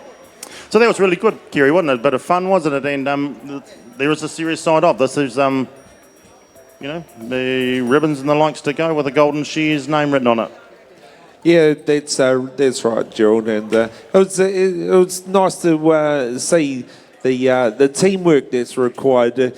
So far in the competition, we've seen the individual events really, to be fair, by obviously the team pressing. But what we just seen was pretty much a general day in the wool shed. And as I was just saying, obviously these competitors, it really is teamwork in the wool shed, and it's all about the team. As we wait for the start of the Women Invitation, proudly sponsored by Abraham Shearing, and we thank you for their sponsorship. As we just await to start, I'll hand it over to you, Gerald. Abraham Shearing Invitation, ladies, assemble to the left of the stage, please. Once we've got the six, we've got to get the judges up. No. Shears, judges. Hey? In the final, Shears first, eh? Yes, Shears up.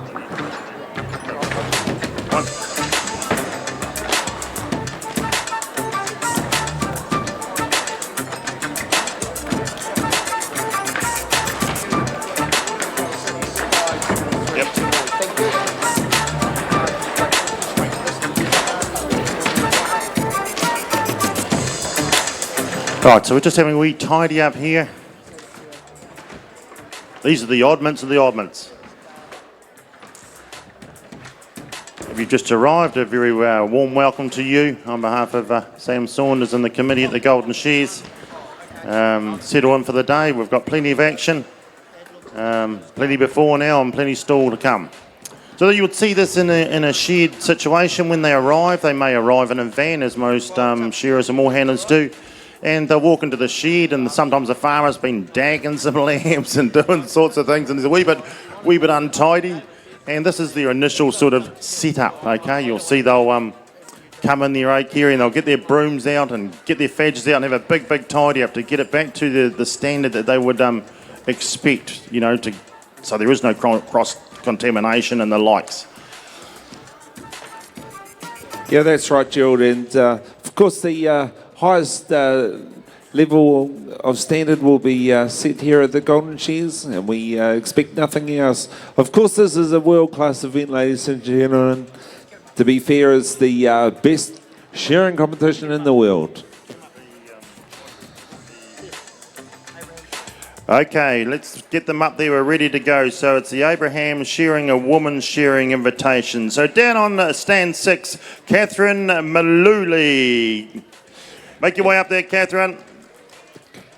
And on stand number 5, ladies and gentlemen, Emily Tikapa. Stand 4, Pagan Kararia. And stand 3, ladies and gentlemen, Sarah Higgins. On 2, Laura Bradley. And on stand number 1, Emily Welch.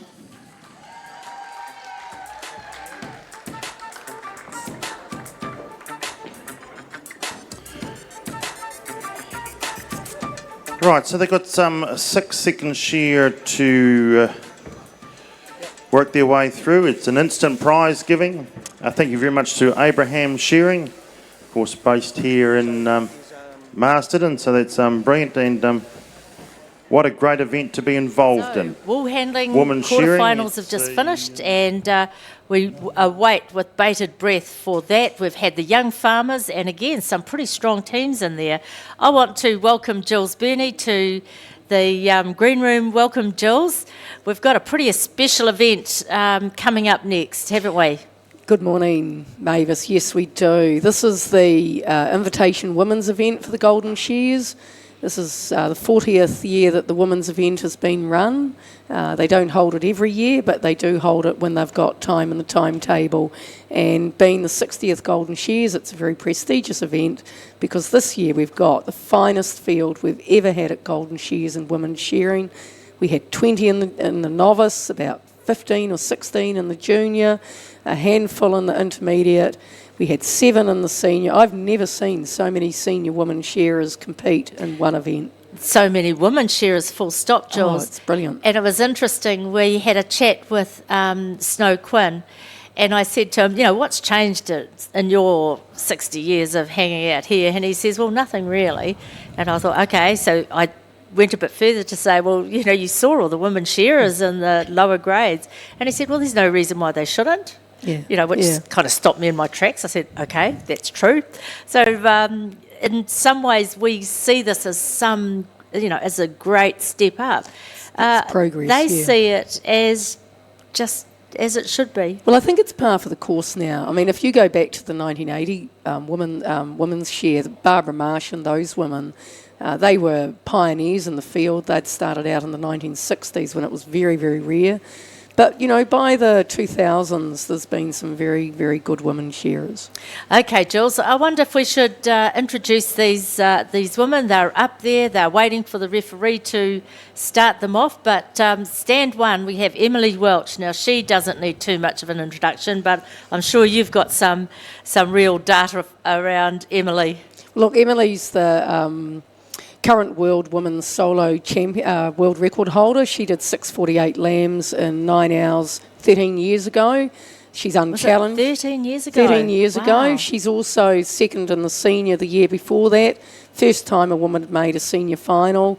So she's an exceptionally good shearer. She's semi-retired, contracting, and she has a very busy family. Yeah. She was one of the stars of She Shears, the movie that came out 18 months ago. Yep. And then we have Laura Bradley from Woodville, who's a young shearer from your stable. She is, and we've come through the ranks not just with Laura, but with her mum and dad. Wayne Bradley, he was a pretty fine shearer in his day. Her mum, Helen, and I'm just trying to remember what her surname was, but an amazing Welsh girl with so much energy, and you can see that in these kids, Tegwyn and Laura And Laura's got a really bright future. She's done very well, very high up in the senior. She'll be shearing later today as well. Yeah. Behind her is Sarah Higgins from Blenheim. Sarah's just one of the 4 women that just did the world record a month or so ago. And she stepped up. She's won a senior event. She's done a couple of good events. And she's placed well over the last year at Waimate as well. Yeah, so Jules, let's just go to the screen so that we can get in sync with what the visuals are. So we're now looking at Sarah Higgins from Blenheim. She's not mucking around on that stage, is she? No, Sarah's on the long blow already on her first sheep. They're shearing 5 sheep, I understand, 6 sheep. And it's really good that she's got in and she's going to drive a really good competition here. I think that having Sarah's experience will come through. She's recently done a pre-shears shearing school just to get her quality up, and I think she's a very, very competent, very confident shearer. Great job. And her and Pagan Karuria are going in together on this event. Next sheep in, and they're on the belly. They'll just lead up. So here we are now with Pagan. Pagan's won this event before. She's not a full-time shearer, but she's got a wealth of experience, and she made the senior final at the World Championships 3 years ago, so she's no slug when it comes to shearing with speed and quality. No, and Jules, just to go along the bottom, if you see the dials down there, it's an interesting innovation, and you know some people are looking at it and not understanding it. Some they don't even see it, but really what it is obviously green is good, red is not that great. But we're on Pagan at the moment. It shows that she's getting through her second sheet. In terms of her time, she's about on par with the average of the others. In terms of her board, she's right at the top end. She's doing a lot better than the others.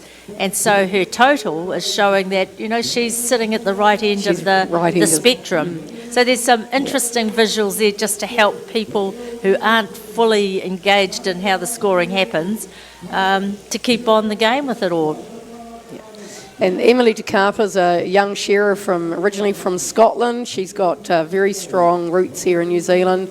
Her father, Joe De Carper, was an open finalist many, many decades ago. And she shears around the world, so she's quite a character. She's really quite competent at clean shearing and smaller numbers. She's only just gone up into the senior and she's holding her own there. She's just a wee bit behind the other two girls, but she's coming along quite well.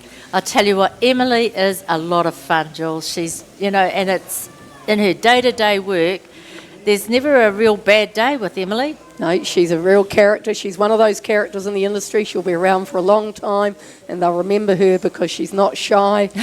She enjoys a good time, and she puts a lot of work in. She's actually the secretary of the Scottish Shearers Association, so she's putting something back into the industry already, and she's only been around maybe 4 or 5 years. Yeah, real global traveller, global traveller. And now here we go to Catherine. Catherine hasn't been around for a little bit, has she? No, Catherine's gone back to the family farm beginning of last year. She put a handpiece down for a while. She's not full-time shearing. She still does a bit of shearing, and she's been involved in the competition in Woolhandling, the triathlon, and she's also been involved in the Young Farmers today, which is really good actually to see her step up. Catherine was one of the stars of She Shears, and she's won a few senior shows a couple of years ago. She did very, very well here and overseas. She was a very good intermediate shearer in her time. She's no slug either. And she's changing a handpiece. She's obviously not so happy with that cut. And she's so Jules, getting just it down. talk to people about that when you say not happy with the cut. What do you mean? Well, she's obviously decided that comb was not cutting. It might not have been entering into the wool right. It might have just held her back a bit, and you can feel that through the handpiece that the comb is not going through the wool easily. And so most shearers, when the cut goes off, the two pieces of steel are worn.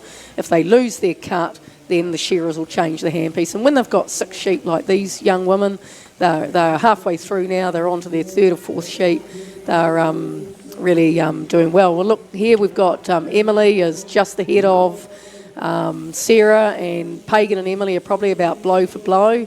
And Jules, here's some more graphics. That just gives a bit of a snapshot of where they're all sitting, and this is without the outside points. So this is just time and board points, and we can see that Catherine, although her time is, she's right up there with the time. Look at her quality points. Yeah, she's absolutely a very clean shearer. It's very good to be able to. So over 3 sheep, it looks like she's only got about 2 second cuts, and that's pretty good data really in terms of quality, because as they shear, the quality is really important. The judges are watching them for mistakes or faults as they shear, and those judges that are walking down the board are counting each of those individual mistakes. So Emily's got a bit of a struggler there. She's just having a bit of problem holding the sheep, but she's away now, and she'd be the most experienced shearer up there on the board, wouldn't she, Jules? Yes, she is. Yeah, I mean, for she's been around probably for about 17 or 18 years now. She started her career after she finished her university degree, and she went straight into shearing full time. She hadn't been shearing that long, maybe about 4 or 5 years when she did the world record. So she's probably nearly 20 years actually, and of course, her family's been involved with shearing, her father and seen Phil here. And she's had Fiona Nettleton was the first woman to win a Golden Shears title in 1988. She grew up, young Emily grew up idolising Fiona Nettleton and you know, the women shearers that were young, that were my generation. Yeah. And it looks like Emily's got a bit of a struggler there, so she's just having a wee bit of a struggle on that one, and it's not helping her there. No, so if you look up on the board above the shearers, you can see, you know, you can start to also, again, just get an indication of how everyone's sitting relative to each other. What you do have to remember is what isn't there are the outside points. So we've got judges on the board here who are judging the number of times they second cut the wool, Jules, or make a mistake in that manner.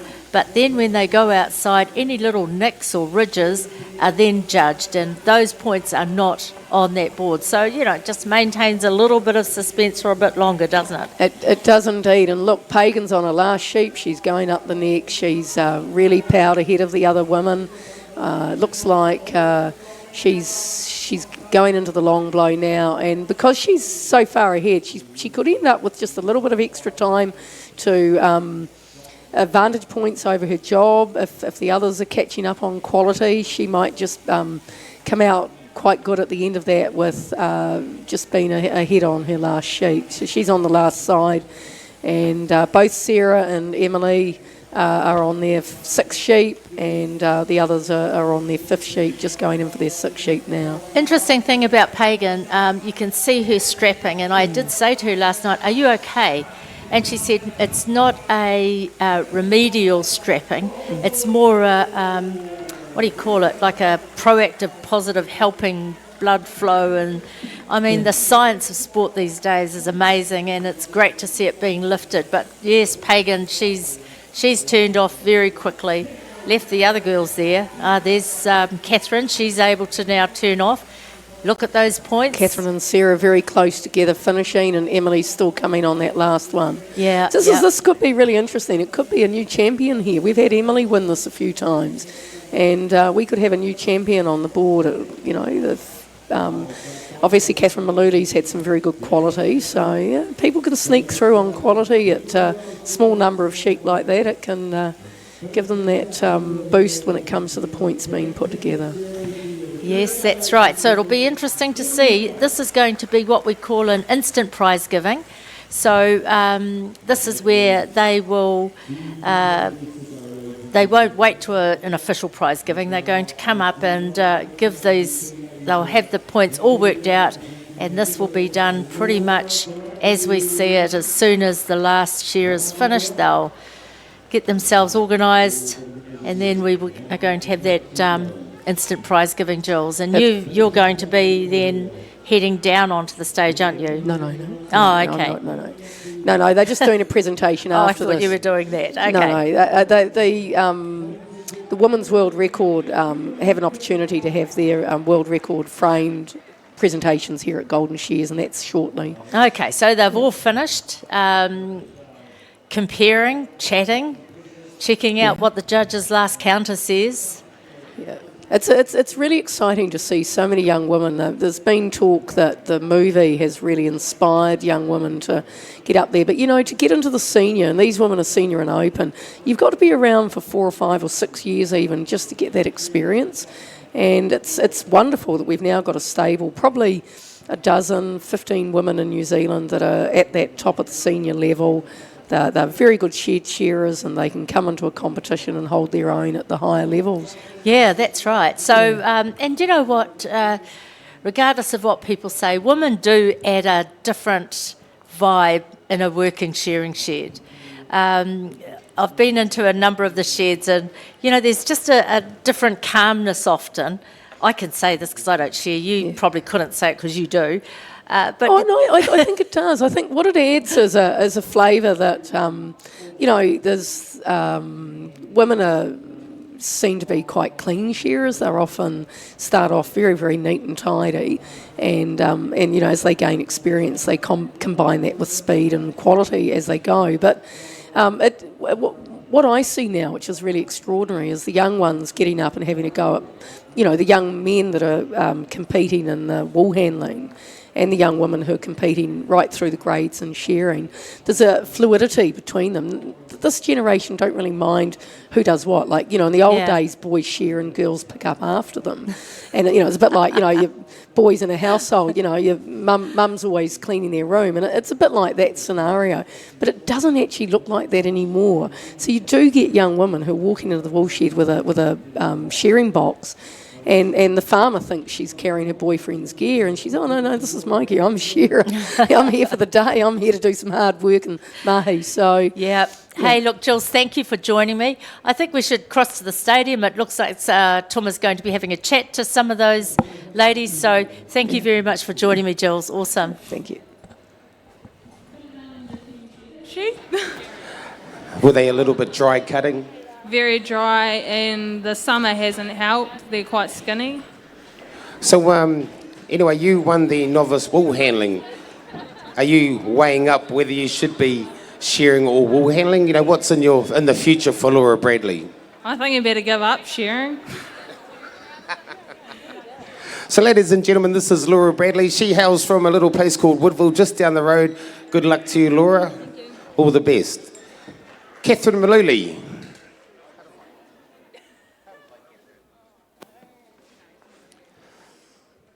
How was it down there hiding on the end stand? Oh, good.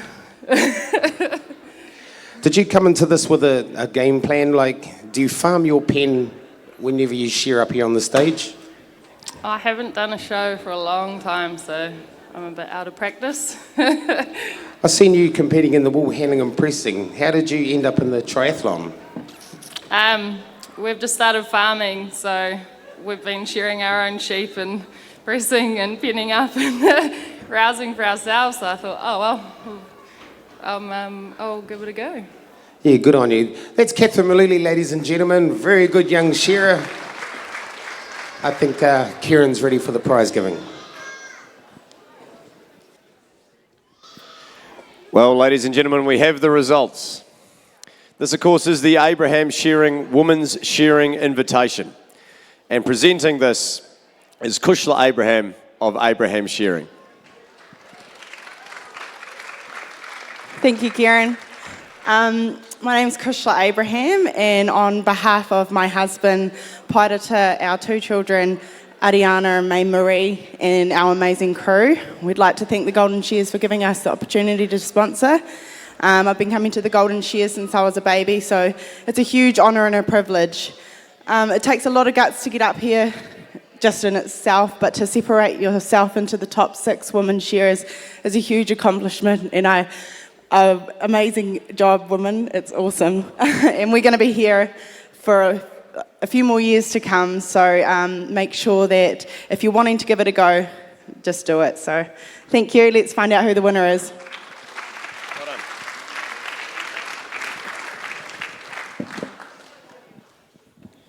The winner of the Abraham Shearing Women's Shearing Invitation receives $250. The winner's penalty points were 35.3. Second place, 37. The winner, Sarah Higgins.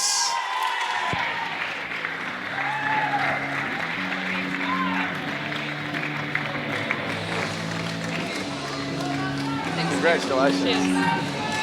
Well done, Sarah. You can hear from the crowd how excited they are about this. You've come to the Golden Shears in the 60th year and you've taken this out. Congratulations. Thanks, Kieran. It was definitely one of my goals, so I'm pretty happy. Thanks to the girls for putting up a good shear. It was good fun. And to the sponsors and everyone who organises Golden Shears, my family and my fiancé Ben for travelling to support me. Thanks. Well done, Sarah. You deserve it. Second place and $160, Pagan Karoria.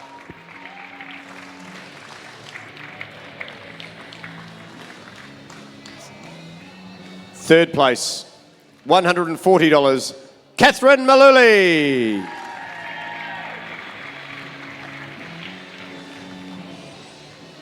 Fourth place, Emily Welsh.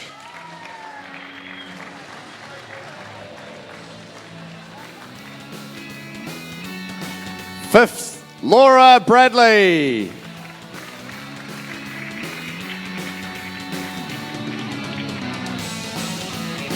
And put your hands together for Emily Te Kapa.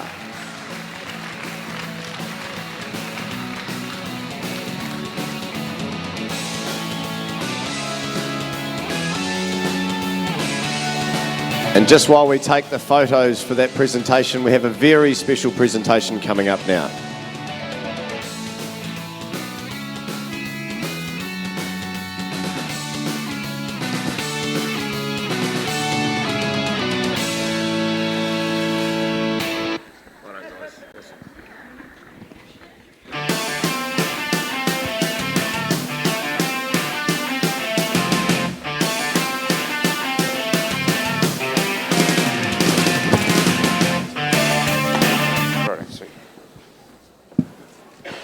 Morning all. On the 23rd of January 2020, 4 women set a 4-stand 9-hour strong wool record. They did it at Wairarapa Station in Turangi. The shearers were Sarah Higgins, Natalia Ringiafa, Amy Silcock and Megan Whitehead. They were outstanding. They should hold their heads high the way they shore the sheep, their attitude towards it. As the day went on, they got stronger and stronger and cleaner. It was a real honour to be a judge that day. The judges for the day were Martin David from the UK, he was the convener, Paul Harris, Robert McLaren, Ian Buchanan, Neil Fagan, myself, Ronnie King. The event organiser was Jules Angus Burney, and the farm manager Colin Gates had to be congratulated. Him and his staff presented 2,400 beautiful Romney lambs for these girls to do the record on. The sheep had to have an average of 0.9 to be eligible for the record. They surpassed us with 1.7 kilos of wool, so well within the wool weight. They were big, beautiful Romney lambs.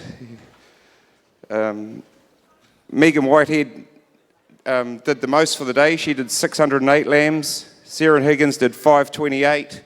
Amy Silcock did 423, Natalia Ringafa did 507, for a combined total of 2,066 lambs, averaging 10.6 for a rating, which is an extremely good rating. So the thing that stood out to me the most about this record is this girls' attitude and how they got stronger as the day went on, proving that they really put a lot of time into this record, got fit enough, and gave it their best. So congratulations, girls.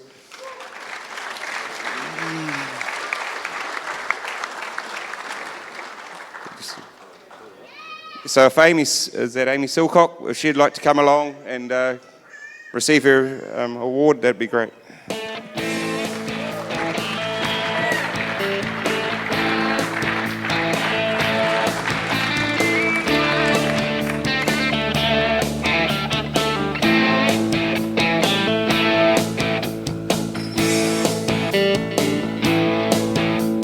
Would Sarah Higgins like to come along, please?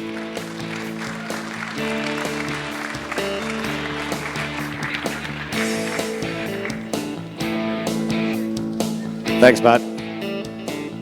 Congratulations. You know, this is something that caught the imagination of any shearing fan across the country. To do this with your peers when women's shearing is going from strength to strength, you really have helped build the profile of this sport. So you must be very proud. Yeah, definitely. It was a pretty awesome day, Amy? I think all of us surpassed most of our expectations for the day, and it was really cool to reach our goal of 2,000 and lay down a solid challenge for the next group of women coming through. That's all we want to see, eh? We want to see more girls coming through and having a go at it. So don't be shy, go hard. Everything Sarah said. Well, look, you really are doing exactly what you want. You're setting an example for the next generation coming through. So how about another round of applause for our world record holders? Well done. Thank you, ladies and gentlemen. That concludes this presentation. We'll hand you back now to the commentators. Thanks very much, Kieran. Right, that leads us on to the blue ribbon individual, okay? So the sponsor there is MSD, Cooper's Animal Health. So thank you once again to you guys. Have been sponsored with the teams as well as the individual. Now, there's Somebody has mistakenly picked up a black briefcase and a grey backpack from in the little room underneath the Sidecton sign. So if you've accidentally picked this up, if you could please drop it off to the commentator's desk. Okay, that's a black briefcase and a grey backpack. It belongs to one of the shearers that's been shearing for the wool handlers. Good work, thanks, Tuma. Let's get that back. That'd be very, very good. Appreciate that. Right, so yeah, there's 2 heats of this, and it is going to be a straight final. So once you've shorn and everything, guys, just remember it is a final, so treat it as that, a 2-heat final, and there is an instant prize giving after it. So don't go too far away. I just want you just hanging around here, please, around the commentary box within reason, so we can have an instant prize giving. Judges on the board, please.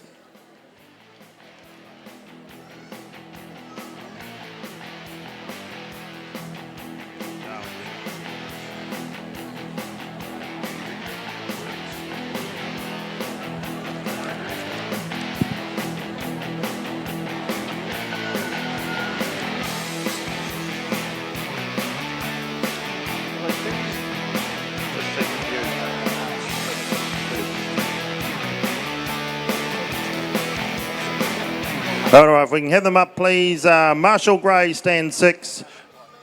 Sorry, Marshall Guy, that is, and Daniel Seed, Duncan Higgins, Cam Hicks, Tegwin Bradley, and Ethan Pankhurst on the front stand. Thank you.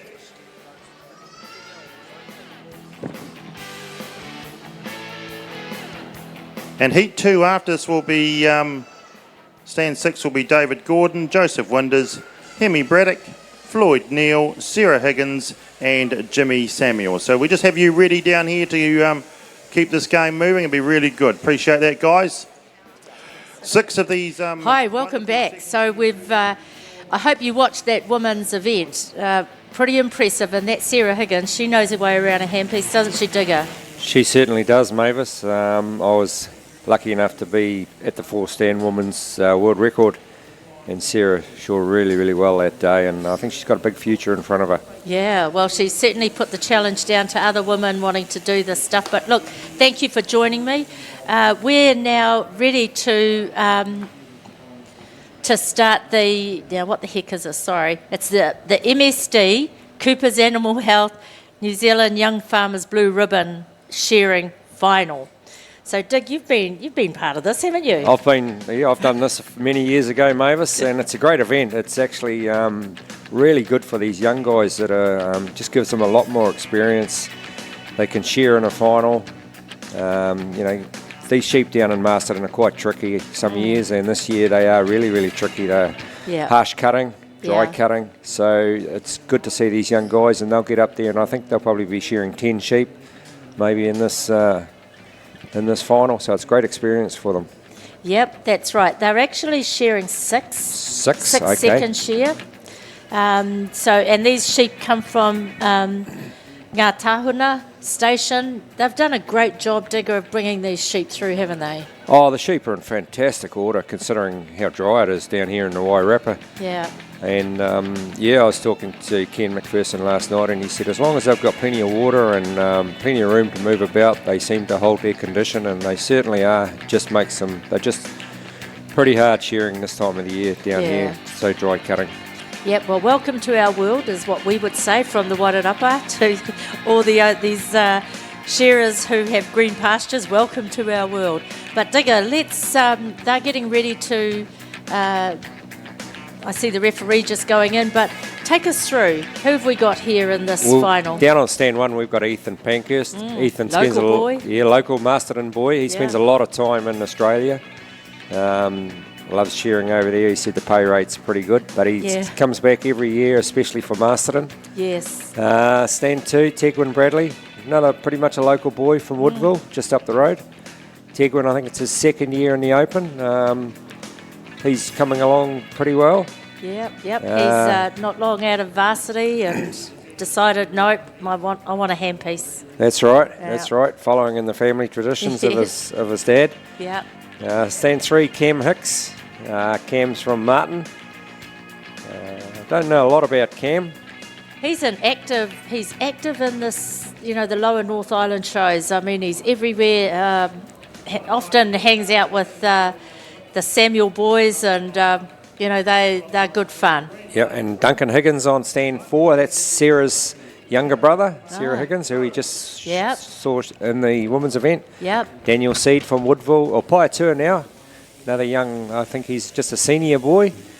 And Marshall Guy from Kaio, way up north on stand 6. Nice to see the guys back in the frame a bit. They kind of all moved out for a little bit, didn't they?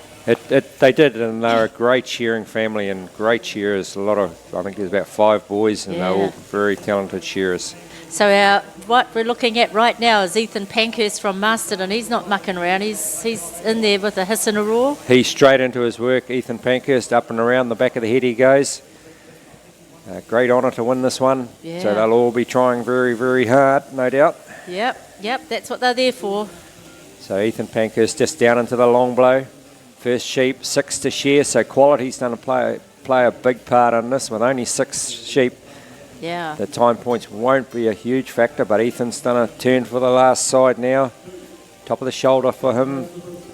Hey Digger, while you're doing that, look along the bottom. So this is sort of a new innovation, and what this is showing, that in the red-green shows the average of what the whole board is. Where the dial is where Ethan's sitting. So he's about right in time. He's right on the pace. Yep, he's right on the pace. His board is he's average. Probably just under the average for the Yep. board, so he's doing really well there. Yep.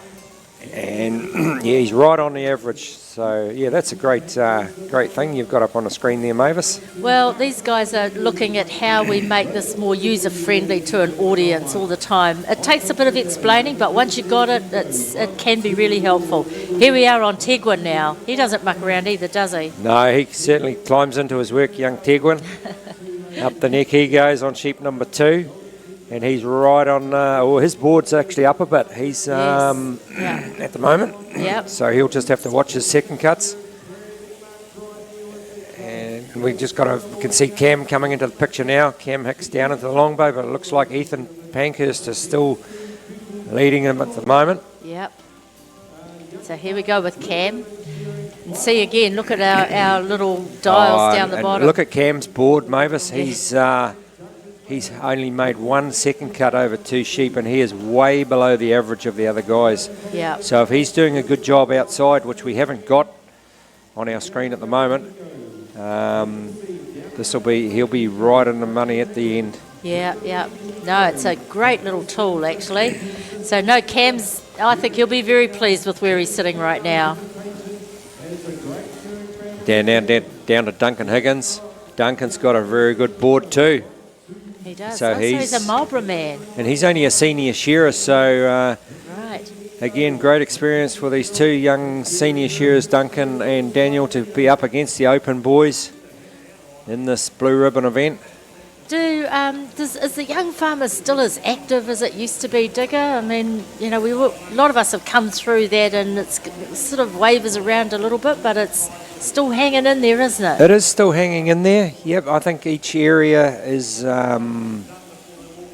varies a little bit. Yeah. But I know down this way it's very strong in the Wairarapa. Oh, it serves a great purpose. It's a great forum. We've actually been seeing the regional nationals have been held at the moment. Yep. And we've got a local boy from Tikawiti who's going to represent Waikato Bay of Plenty. Mitchell Hoare. And I think Mitchell might have even shorn down at the Golden Shears in the novice. And now he's gone shepherding. Yep. So he's representing our area at the Nationals coming up in June or July. Cool. Oh, Daniel's done well. He's put that sheep out pretty quickly.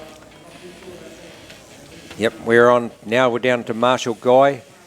I'd say Marshall would be my pick to win this, him or Ethan. Yeah. Now, the most experienced, I think, in just terms of name recognition for me anyway. They certainly are, Mavis. They probably the 2 name shearers in that final, but names don't always mean too much. No. But he's Marshall's board's actually just a little bit high, so he's going to have to rely on pace and quality out the back. And he certainly is. He's leading the field, Marshall. He's coming down the last side, just under the front leg. And the closest one to him is Ethan Pankhurst, who's just at the top of the shoulder now. Yeah, yeah.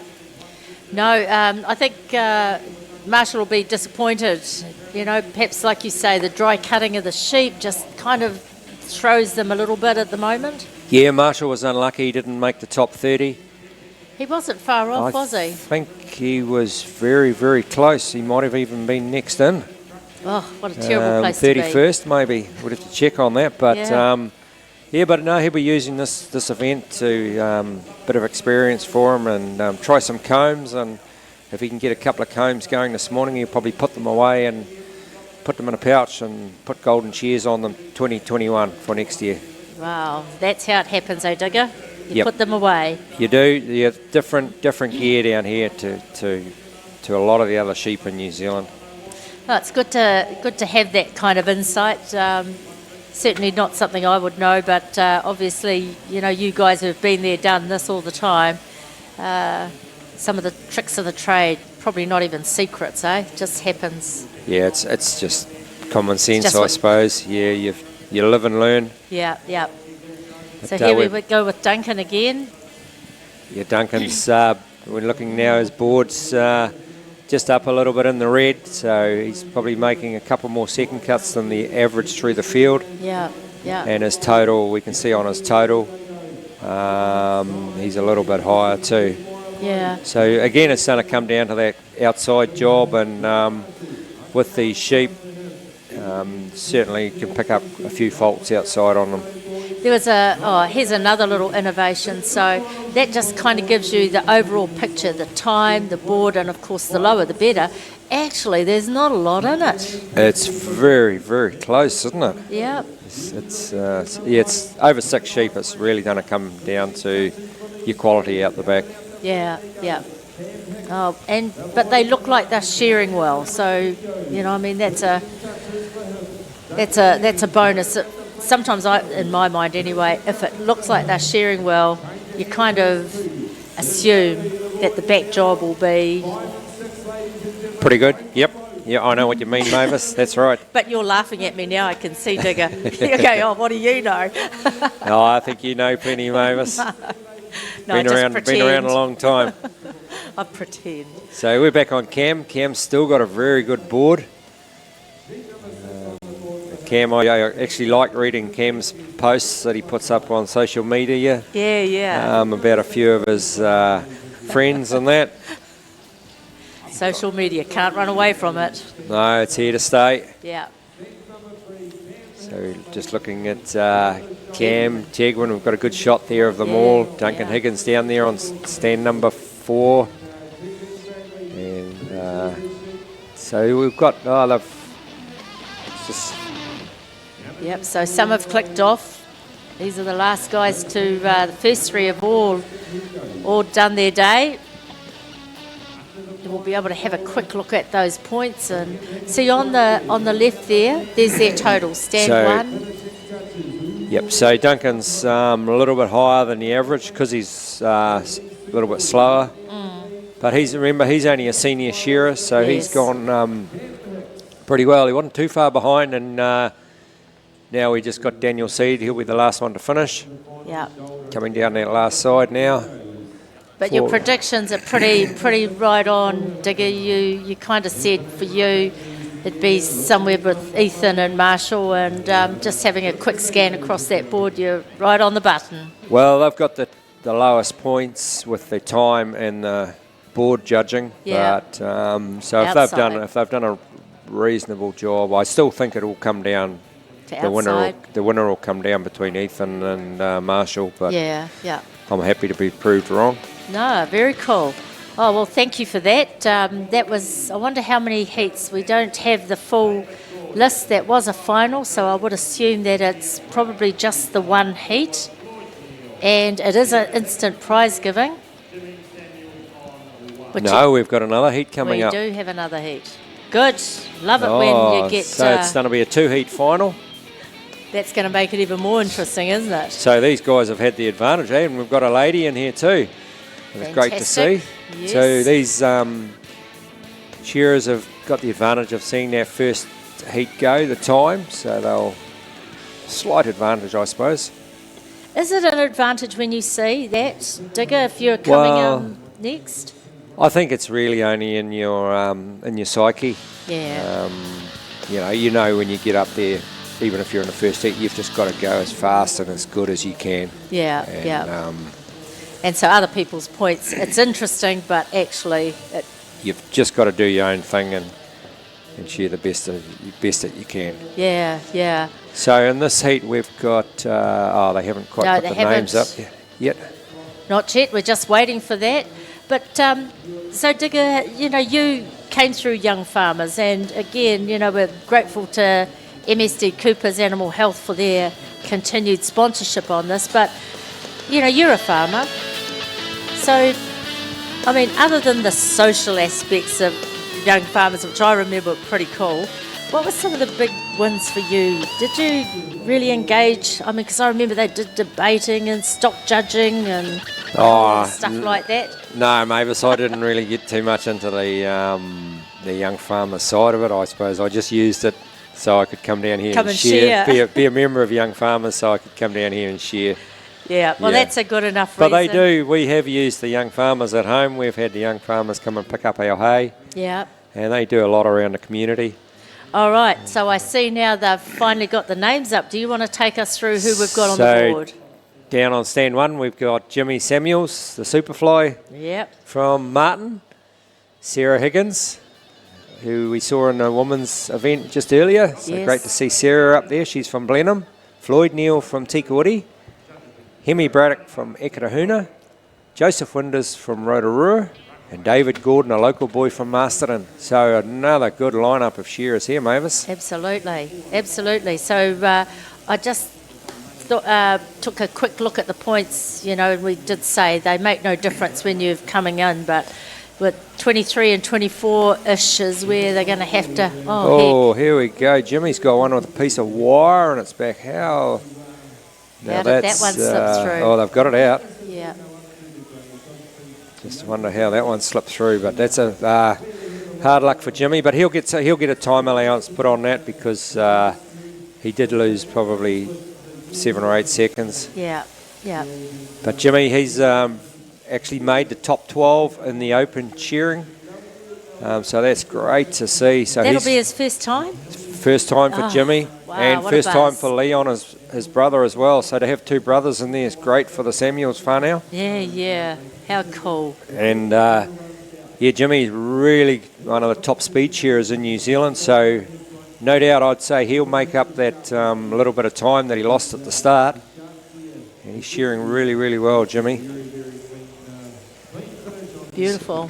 So he's right down. He hasn't made a second cut yet. They haven't put he's right on the time. He's caught right up, Jimmy. Yeah. In fact, he's jumped in. He's almost led the field a little bit. He has, after that bad start he got with a little bit of wire in the wool of that first sheep. And now we're just looking at Sarah. Sarah Shaw, 532, I think it was, for her world record the other day up in Turangi at near Lake Taupo. Yeah. Fantastic day, and it was her first 9-hour day. Oh, really? It was for her that day, so that was a real eye-opener, but she shore really, really well, and she's contracting down around the Blenheim area. So she's got a bit of busy lifestyle. She's got a beautiful shearing sheep there, and up around the back of the head she goes. And she's, look at her board, Mavis. She's very, very low. Well, she's had, mind you, these, they're a little bit toey, these little girls, aren't they? They are. Remember, Sarah's only a senior shearer, so she'll probably struggle with the pace a little bit. You can see Jimmy just getting a good lead on her there. Yes. But great to see her in there. Oh, she'll be rapt to be there. I mean, it's pretty prestigious to get through to this YFC Blue Ribbon. It is, and now we're looking at Floyd Neal. Floyd's from Tikawiti originally, but spending a lot of time over in Western Australia. Oh, is that where he is now? Yep, and he's only been back a couple of days. And he said he's just struggling a little bit to get around the crossbreds at the moment, and I think we can see that just with his board being a little bit higher. Just not quite getting on the skin with these crossbreds. Yeah, they take a bit of time just to get your mind shift when you're going from that especially those wrinklies, those finals, back into these crossies, isn't it? Oh, it certainly does. Yeah, different sheep altogether, chalk and cheese. Yeah, yeah. But, you know, you see the top guys, they adjust accordingly. Guys like Nathan Stratford, Johnny Kirkpatrick, Yeah. they can just go from sheep to sheep. And we'll see that later on when we do the PGG licence. Now we're Hemi Braddock, a local boy from Ekatahuna. I got big raps on this boy. I've did a day shearing with him in the shed, and he's got a big motor on him, and I think he's got a big future if he sticks at it and just keeps working away and just tries to get a bit of advice off everyone. Well, he's hungry enough and he's young enough, and he comes from a family that, you know, there's the Braddocks, they are full on into it. The girls are all into their wool handling. They're all highly competitive. Don't know what it might be around in their family when they're having a game of touch or something, but you know, you think it might no turn prisoners. into a couple of tackles? No prisoners, no prisoners. Joseph Winders now, he's boy from Rotorua, but I think Joseph is actually from Southland originally, part of the famous Winders clan from down there, the Swede-eating Winders family. Yes, because I thought Rotorua, there's not too much left around Rotorua to share, I wouldn't have thought. No, I think Jeff Dorset does a lot of contracting around there, and I think that's who Joseph might be working for. Ah, cool. Over Haven't there. seen Jeff for a little while. But Joseph, I think he's only a senior shearer too, so again, he'll probably, and you can just see he's getting a little bit behind Yes. Hemi there. Yeah. But great to see these seniors, great experience for them, and you know they'll probably be in the Open next year. Yeah, no, every opportunity on that stage, Digger, just adds to it, doesn't it? Just gives you that little bit more confidence. Yep. And down there on stand 6, we've got David Gordon, a local boy from Masterton, and he's another one I've got big raps on. He's really come of age this year, first season in the Open. He's made a few finals, and he is shearing very, very well. And he's just got that little bit of advantage that he's shearing in the Wairarapa all the time. Yeah. So he knows the sheep, he can get his gear right. Another strong family, shearing family, the Gordon family. There's, you'd know how many there are, Mavis. There's girls and boys, and they're all shearing and wool handling and pressing. And, you know, we just about need a stadium on their own for that Gordon family. Well, they're related to everyone else in the stadium from Wairarapa as well, but, you know, they're a great role model family, tight and you know, mahi. They work, they love the value of work, and they appreciate that they're good people. As, you know, most of the farming community, the primary sector is, you know, they're full of people who are looking after each other, which is always a nice thing. Too right, and now we're down back on Jimmy. Jimmy's got a good board. Look at that board. He is very, very low, well below the average. And look at his total. He's certainly having a great shear. Yeah, this is his last sheep too, Digger. Last sheep. So I think David Gordon's leading it. He's down on stand 6. David Gordon's in the long blow just as Jimmy comes up around the back of the head. So it's going to come down to the quality. But there's David down there on stand 6. For boys, first year in the Open, he's certainly he's going really, really well, got the pace. He's got those long arms too, that big reach. Yeah, young, powerful boy. He'd make a good rugby player. There goes David. He wouldn't look out of place in the Wairarapa bush. Rugby team, I don't think, Mavis. Or even the Hurricanes, really. Wow. Development, why not? Yeah. There goes Jimmy. Jimmy's finished. Jimmy's got very, very good points. So it's nothing in it between David and they're both on 23.1. Yeah. So whoever between those two's got the cleanest out the back will be dangerous. Yep. Hemi Braddock. Oh, so there's a little bit of a visual on. So that's a little bit more up and down than the first heat, Mavis. I think so. There was a lot more flatter, wasn't it, that first heat? That's right. This one's just a little bit more up and down. A few mountain peaks there. Sarah's finished, and we're just waiting for Joseph Winders, the boy from Rotorua. Long blow time for him.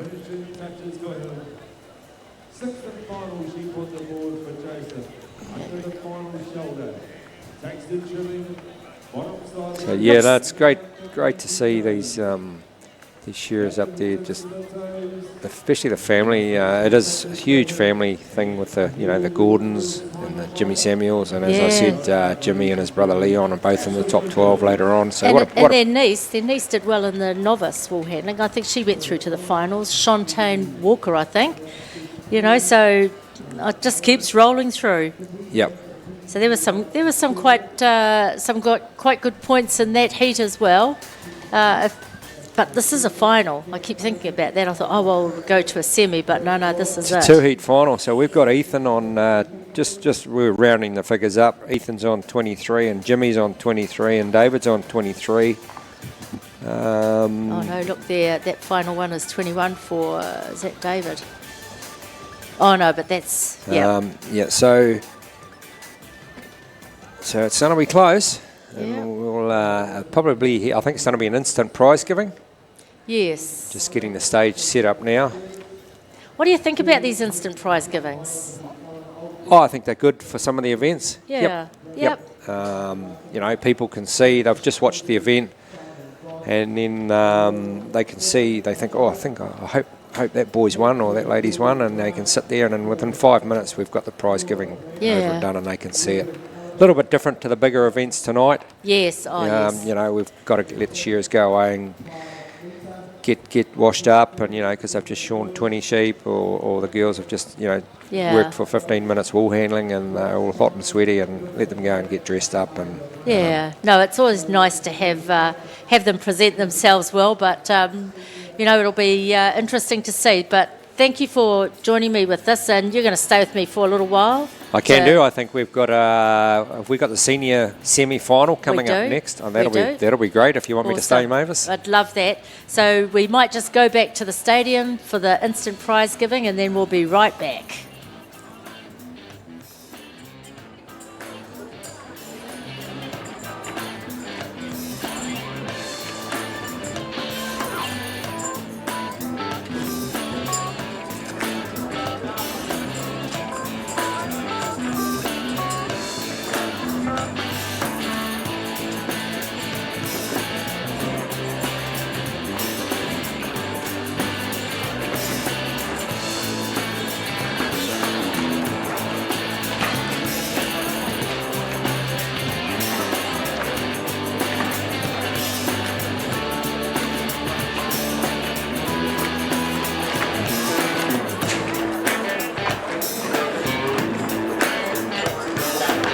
Kieran. I'm up with the gourds, mate. I'm up with the gourds. Oh, let's see. This is things is wrong.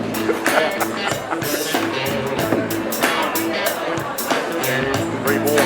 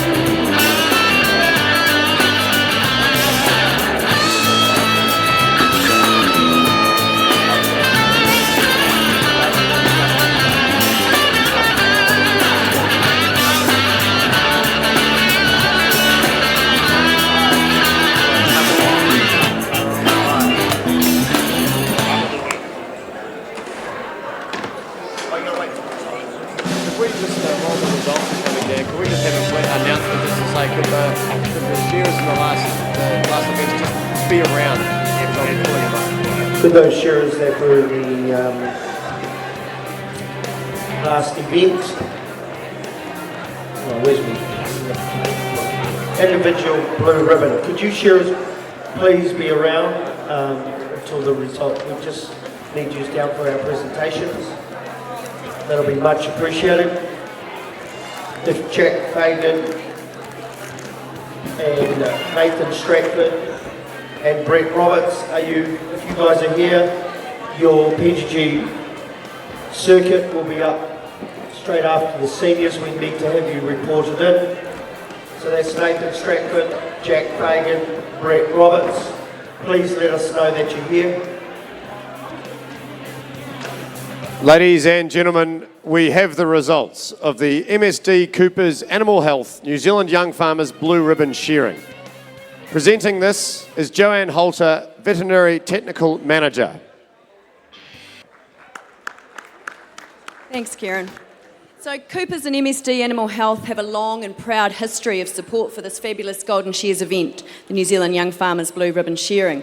So some of you may be aware, MSD Animal Health produces a large range of vaccines, antibiotics and drenches and ectoparasiticides based at our manufacturing plant that we have over in Upper Hutt.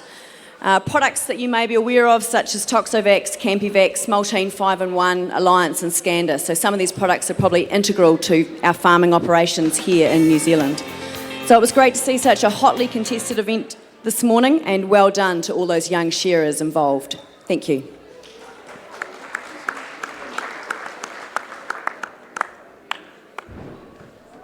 First place in the MSD Coopers Animal Health New Zealand Young Farmers Blue Ribbon Shearing receives $350 plus the Joe Saver Cup. First place is Jimmy Samuels.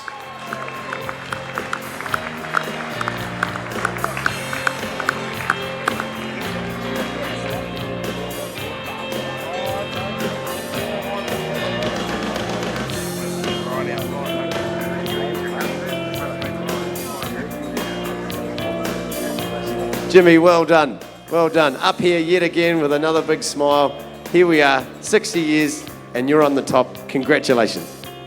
Cheers for that, Kieran. Appreciate that. I don't usually get up here as a winner, so it's only the third time I've been in this event, and absolutely love it. I'd like to say thanks to Ashley Greer and the South Wairarapa Young Farmers Club. She sort of helped us set this up, and to all the other competitors, thank you guys very much, and of course our sponsors, thank you.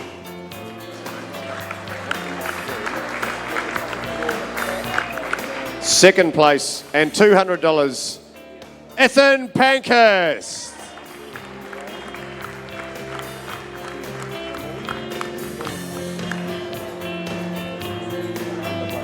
Third place, $150, David Gordon.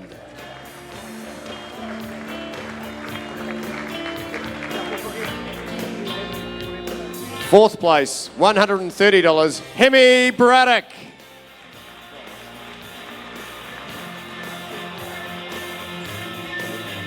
Fifth place, Sarah Higgins.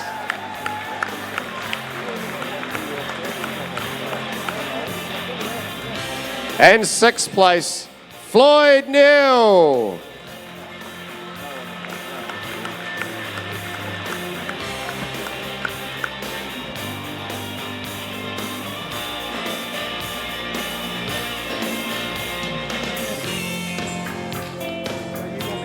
And just while the photos are being taken, the next presentation is for the teams event. So could those competitors that took part in the teams event please make their way down the end here. It's going to be quite tight, but we would like you up on the board.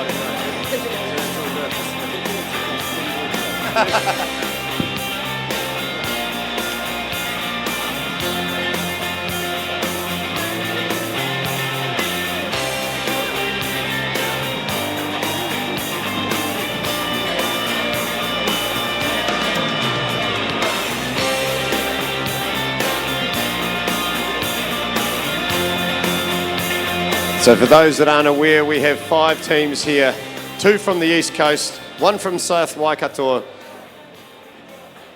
1 from Wairarapa, 1 from Tasman. All over the country competing for this.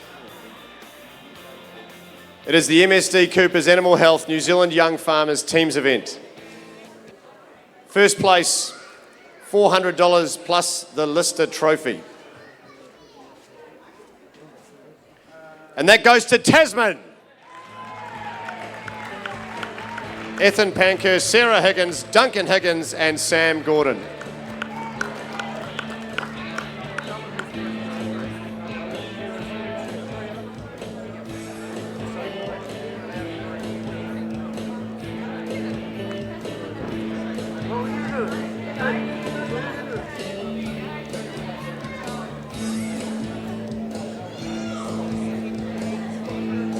Well, you're the closest, so you get to speak.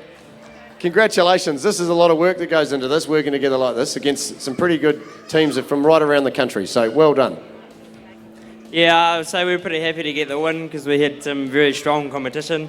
I'd like to say a big thanks to Sarah because she usually organises our team, and thanks to my family and everyone else and all the other competitors that take their time to enter. Thank you. Thank you.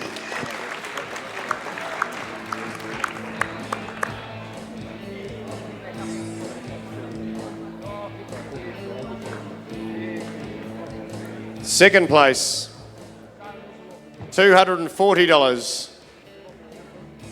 East Coast number 2, Marshall Guy, Ricky Stevens, David Gordon and Angela Stevens.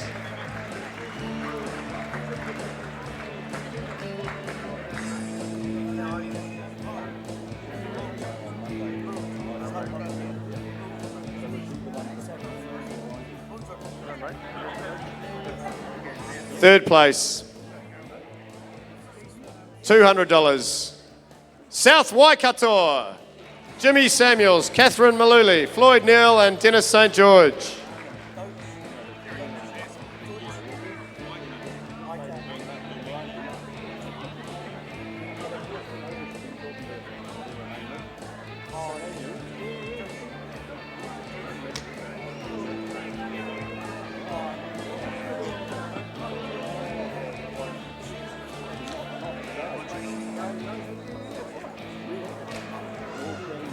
We also have prizes for 4th and 5th, $100 for 4th and $50 for 5th. 4th place goes to East Coast 1, that's Daniel Seed, Samantha Baxter, Tagwin Bradley and Summer Pritchard. And 5th place, Wairarapa, Cameron Hicks, Anna Braddock, Ruka Braddock and Marika Braddock.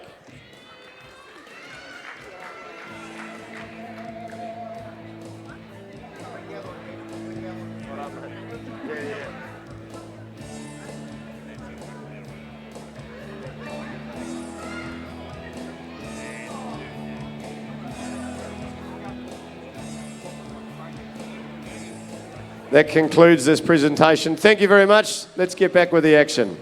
Yep. We just got to clear that.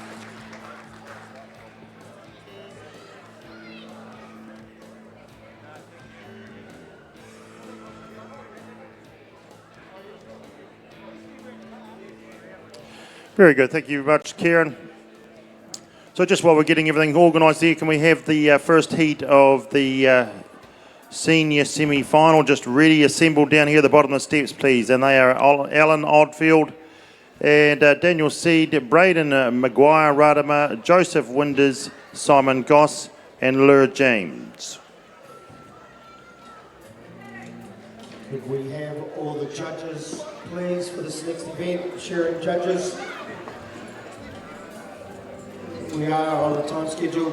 Shearing judges, please. That's what's happened. So like, then all the judges don't come. And everybody gets into us. You've got a big job. I might stay with the fresh thing, I think. It's too hectic at this table.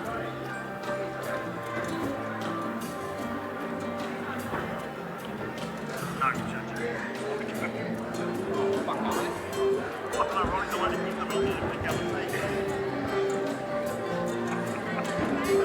Let's say, what points maybe on the early clearing?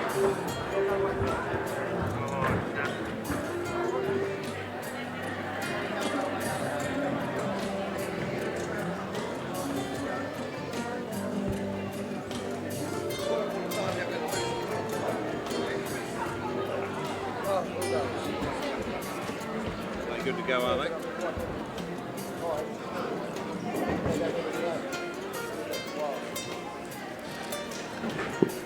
Okay, as we just wait for a start, the senior shearing semi-final, ladies and gentlemen, we have 18 competitors. We are looking for our top 6 in this PRK-sponsored senior shearing. Could we have the judges on the board, please, so we can get these competitors up?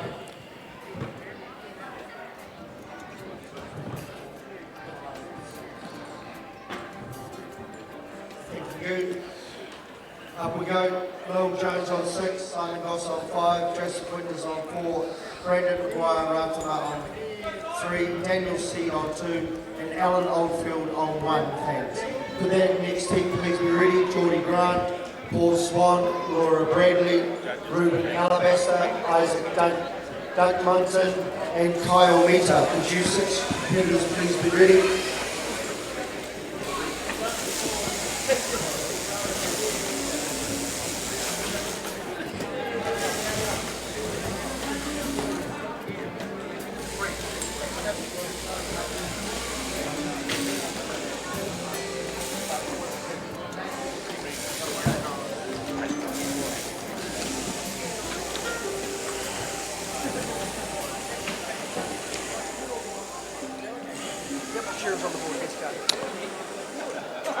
Rightio, we just have the shearers on the board.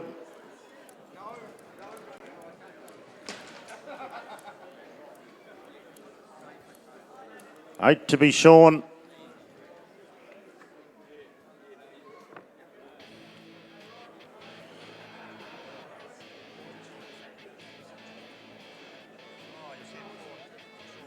Jack Fagan, you around, mate?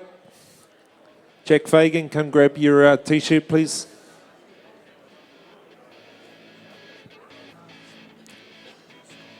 Rightio, as we just wait to start, we have got the green light down the back. We're just waiting for our shearers to take the board. As we have the ref in the pen at the current moment. Hey, back again. Lucky enough to have retained the services of Digger Balm, one of our living legends. Yeah. How's that, Dick? Oh, thanks, Mavis. Privileged to be back up here and asked to stay for a little bit longer. No, great. I haven't got too much to do for the rest of the day, so I'm happy to come up and... Great. So, look, we're just about ready to start the senior semi-finals. So, senior shearing semi-finals sponsored by Powerco. Sheep. Okay, shears the board, please. Ngā Station. Just be mindful. Really pleased. Thank you for all of that support. Digger, do you want to whip us through everyone before we get going? Yep, on stand 1 we've got Alan Oldfield, the world champion blade shearer, and he's turned his hand to shearing with the machines. Stand 2, Daniel Seed from Paiatua. 3 is Brandon Wairarapa from the deep south down in Winton. Joseph Winters, boy from Rotorua, who we just saw shear in the young farmers. Simon Goss from Mangamahu's on 5, and Claire Jones, the Welshman, is on stand 6. Okay, so now they're away, Digger, and this is the first of a couple of heats in the semi-final, and this is always a hotly contested one. The seniors, they're just the real goers, aren't they? Oh, these are the up-and-coming guys that we're going to see in the Open. We will see some of them in the Open grade next year, but they've got 18 in the semi-final, and it's going to be cut down to 6 for the final, so it's a really, really hard cut. And these guys are in the first semi-final, so there's still 2 more to come. So just letting them settle into their work, and then we'll get some graphics up and see how they're going. But one of the hot favourites is Simon Goss, and he's shearing in this first heat down on stand 5. He's been winning most of the shows around the North Island, and I think he went down to the South Island and did pretty well down there at Gore and Balclutha. He qualified into this as well, didn't he? So, and of course, big whakapapa there. He's the brother of Sarah. Now, Sarah Hedawini, I think, is her married name, but Sarah Goss. That's right, yes, the captain of the New Zealand Sevens team. Yeah. And I think we're fortunate Sarah's coming down today, and hopefully she's going to see her brother in the final. Yeah, how cool. Yeah, and Simon's mum, she's a top wool handler, or she doesn't quite do as much now as she used to, but Ronnie was a really, really good wool handler in her day. Yeah, master wool handler actually. Is she? Recognised master. Okay. Yeah. Oh, great. So there's some DNA stuff again, happens in every one of these heats. We can link them all back. Yeah, Even well- this man here, Alan Oldfield. Oh, Alan Oldfield. Isn't it great to see him up there shearing with the machines? World champion blade shearer. He, last year in France, won the blades, individual blades, which to beat those South African blade shearers is a huge effort, Mavis. Oh, and he said that himself last night. He said, you know, it was like climbing the mountain to be able to even compete against those guys. He's young, he's got a big future in front of him with those blades, but look, here he is now on the machines into the semi-final. That's no mean feat either. No, he's one busy boy at the moment, isn't he? Shoring the blades last night and won the blades final. Yeah. And now trying to qualify for that senior final later on this afternoon. Yep, I noticed his board were just a little bit high, but it's still early days, eh? It's still early in the piece. Yeah, he might have just been a little bit nervous, or his first sheep mightn't have quite sat right, and he just came up off the skin a couple of times, so his board was a little bit high. But there we have Daniel Seed, just looking at his graphics. He's right on the pace with the time. His board's very good. He's slightly below average, or right on the average now. And Penn, he's got a good job, Daniel Seed, so he knows that he mightn't quite have the pace, but if he does a really, really good job, it might pull him through. Yeah, no, it's interesting. So they're showing the pen, the outside points at the moment on this. Maybe the semi-finals they do that. Yeah, some of the finals they hold the outside jobs back just to keep us in a little bit of suspense. Yeah. But Brandon Wairarapa, boy from Winton, probably the top senior shearer in the South Island. He's come up through the grades. I think he might have even won the intermediates here last year or the year before. And he'd be one of the favourites to chase Simon Goss along. Cool. So he's got a very good board. He's right on the average with his outside job. So if he's up with the pace, I'm pretty sure we'll see him in the top 6. Now we're on to Joseph Winders, Rotorua boy. Joseph's just looking at his graphics, a little bit high outside, so but he's right on the pace with the time. A little bit of a kicker for Joseph there. Plenty of life in these Wairarapa sheep. Yes, and these are the same sheep that they had. He's just finished in the blue ribbon. So they're the same line. So he's already had a bit of a taste of them. He's just got one there that's just a little bit more active. Oh, no. Yeah, and he's changing his handpiece. He obviously wasn't happy with that comb. Yeah. It's obviously not quite going, and it's just that's why the sheep are kicking. I was going to say that, Digger, when you've got a sheep that's a bit kicky, it could be because your gear's just pulling on them a bit. That's dead right, Mavis. Yep, if your comb's just not running, and the sheep it just feels it, and so it starts fighting, struggling, kicking. Yeah. So here's Simon. Simon, boy from Mangamahu. Simon actually learnt when he was a young fella. He shore with my boy when he was when they were coming up through the grades, and I think they were about 15, 16 years old. And then Simon went and did an apprenticeship. So he's a fully qualified diesel mechanic. And he's just come back in the last 12 months, come back to shearing. And he's having a really, really good season. He's loving it, isn't it? You can tell. Just look at him. He's just got a real flow going on. So we're looking at Simon's graphics, and his pen's a little bit high, but he's got the pace. So he goes in for number 5 now.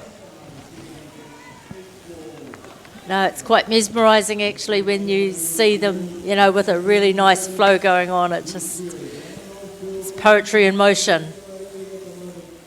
So yeah, Simon's now we're down to Claire Jones, the Welshman. Just hope we're saying Claire's name right for all the people that are watching back home in Wales. Look at his pen, Mavis. He's doing a fantastic job. Tell you what, these Welsh boys, they've just been smashing it here this year at Golden Shears, haven't they? Oh, they've been cleaning up. We had a Quinella in the juniors, didn't we? With Alice and Sam first and second. Yep. And great to see Gwinan heading through to, she got out of the heats in the wool handling. That's not an easy task for the Northern Hemisphere down here at Golden Shears. Oh no, because their sheep are a lot different over there to what we've got in New Zealand, and to make that to qualify out of the heats. Yeah, it's a biggie. It's huge. Yep. It's hard for us when we live here to qualify out of the heats sometimes, Digger. Yes.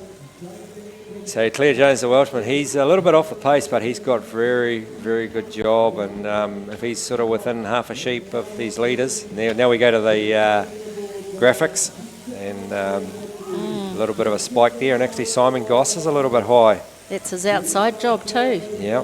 So he'll be hoping that he can pull that back. Yeah, with a couple of good sheep towards the end. Yeah, he's got 8 sheep. He's got 8 sheep to sort of get him through that, so let's hope that happens for him.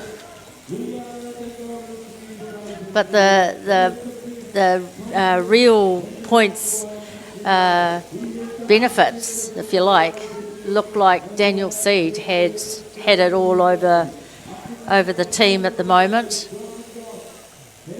Yeah, they're just going back to Simon again. Yeah, and he's got a high job, so it's a little bit worrying. Yeah. But Daniel Seed, look at Daniel's job, 2.8. He's having a great shear. He is. Way below the average on the outside scores, slightly above average on the board, and right on the button as far as time goes. Yeah. Oh, great, those little graphics. And if you look at his total, he is well in the green. He's certainly having a great shear, Daniel Seed, the boy from Plaitua. Yeah, well done, Daniel. Pahiatua will be jumping around. Oh, they'll be going off at Plaitua if Daniel can make their final. Now we've got looking at Alan Oldfield, the blade shearer, and Alan's board's pretty high, probably just different, I suppose, shearing with handpiece to blades. Totally. Because, with the blades, they leave a little bit more wool on, and with the machine, you're not meant to do that. You're meant to take it all off. I guess, too, when the difference between a blade and a machine shearing, you must have to get your eye into that stuff, Because, like you say, you're used to leaving a bit of cover, where with a machine, you've got to be on the skin. Oh, yeah. And with the blade, too, you can shear that sheep anywhere. You can have it back to front. But when you're using the solid dropper and a handpiece, you've got to have that sheep sitting in the right position. Right place, yeah. So I think it's absolutely amazing that he's qualified into the semi-finals and doing so well. Yeah, great credit to him. That's the mark of a real sportsman, though, where you can have that flexibility and adaptability at the last minute, Yep, well, you see people at this, doesn't matter what they turn their hand to, they're great at anything, they can play tennis, cricket, swim, just talented sportsman. Look at Brendan, he's nailing it. He's doing well. He's having a great shear. Look at his pen, he's having a very, very good shear as well. Low board, very, very clean pen out the back by the looks of it, and he's right on the pace. Yeah. Well, from the our little graphics at the bottom, he's probably in this heat. He'd be leading the pack, and it shows. Yep, yeah, he would be one of the favourites to take the senior title out. So, and he's having a great shear. There's some pretty well-known names there, Maguire Ratama. I mean, the Ratamas are shearers well-known, the Maguires as well. Yeah, the Ratamas are a famous King Country name, that one. Yeah. And the Maguires from the Southland. Yeah. So, yeah. Here's Claire. Doing well. Oh, very He's good. applying himself. Look at him. He can work, this Welshman. Very talented shearer. Look at that. Look at his board. 1.8. That's great shearing. Very clean outside. Yeah. Just a little bit behind the pace, but nothing to be too worried about, I wouldn't have thought. No. Ah, geez, that must be frustrating.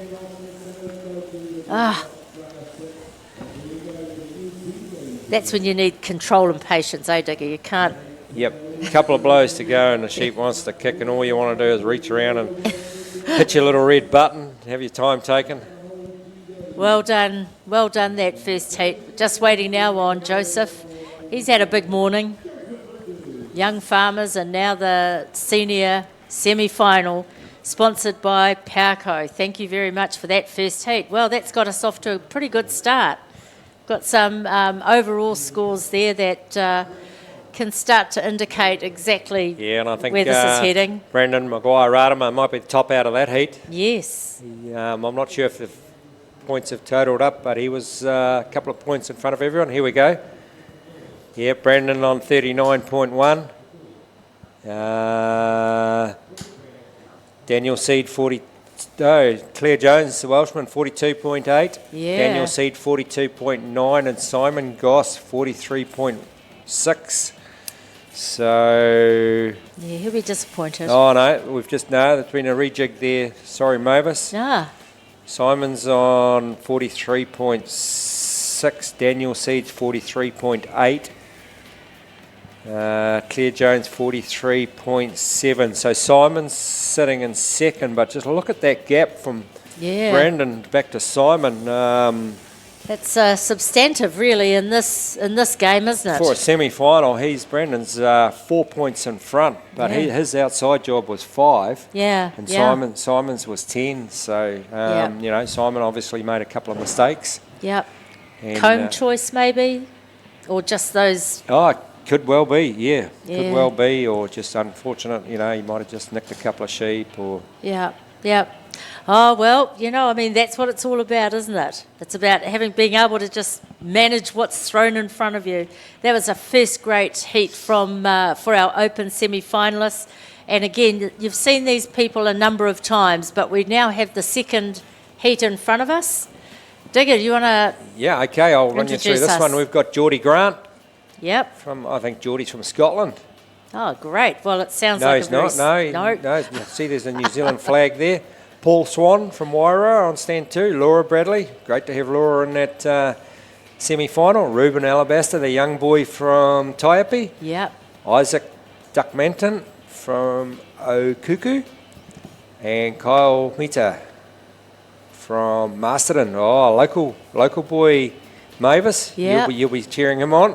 Well, there's a few in here actually. I got to be careful, but I did the East Coast. I spent some time at the East Coast Expo, Agri Expo, up in Wairarapa last week, and of course Paul Swan's young fella won the novice. That's dead right. 14 years old, and now he's old dad, eh? Yeah, isn't it great to see? It's cool. Another family, steeped in tradition. Yeah, and Paul said he's got twin daughters.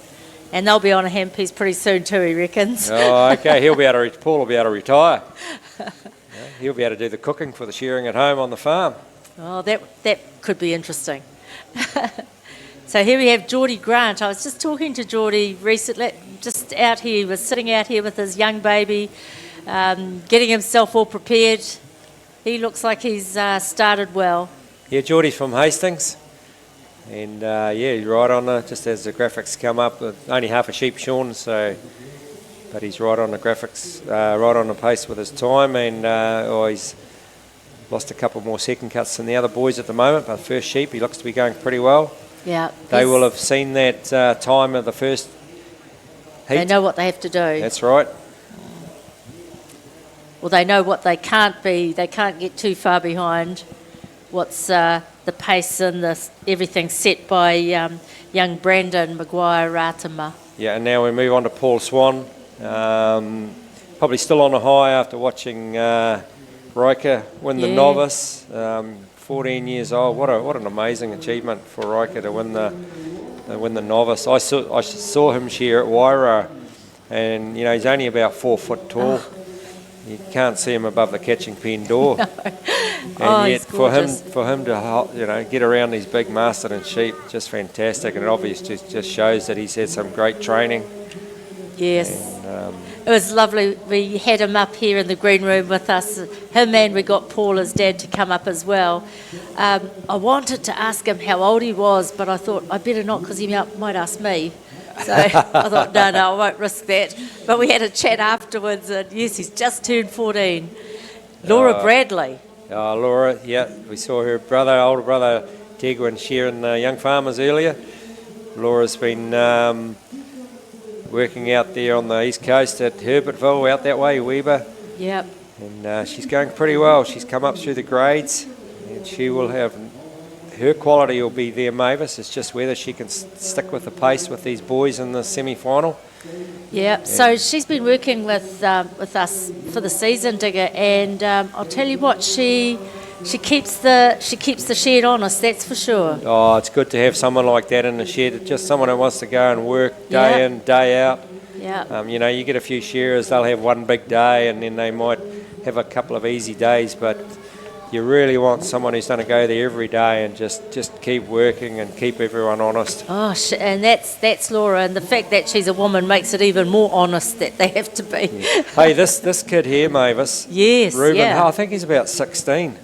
Well, we've seen him since he's been about 12 too, though, haven't we? Come up through the grades. Yeah, he used to be about the same height as Riker and Swan, about 4 foot, but he's actually grown a lot over the last couple of years, young Ruben, and you know, if he has another good year in the seniors next year, he could be in the Open when he's 17. Wow. Well, how awesome would that be for the Alabaster family? They're just they're a big name. That's one of the most famous names in New Zealand, isn't it? You know, you put the Alabasters up there with the Fagans. Yeah. And with the Mullenses, I suppose. Well, now we're pushing it, but thank you anyway. No, you're right though. You know, and his uncle Ray would just be stoked out of this world to see him up here on this stage in these semi-finals. Oh, he'd be so proud of, wouldn't he? Yeah. He's going really well, Ruben. He's had a great season, and you know, and if he doesn't make the final today, it's not the end of the world. He's had a really good season. Now we've got Isaac Duckmanton from Kuku. I don't know too much about Isaac. Mavis? No, I don't either. And you know, to be quite frank, I'm always more interested in the wool handling, although I love watching the shearing. But no, he's someone that I sort of haven't had too much to do with. I'll tell you what, just looking at his graphics, he's having a good shear. Look at how low his board is. Yeah. He's 0.5 after 4 sheep. His outside, he's well below the average, and he's well below the average for the total. So if he makes the final, we might have to go and do a little bit of research on this boy and just find out a little bit about him. And he's got a really nice style. I don't even know where Okuku is. Well, I'm a bit embarrassed. Sorry to plead so my... it's a mainland. It's a mainlander. Oh, okay. Township, not far from Rangiora in Oxford. Okay. Oh, so he's Canterbury down that way. Yeah. Now we've got Kyle Meter from Masterton. Yeah. You might be able to help me out on this boy, Mavis.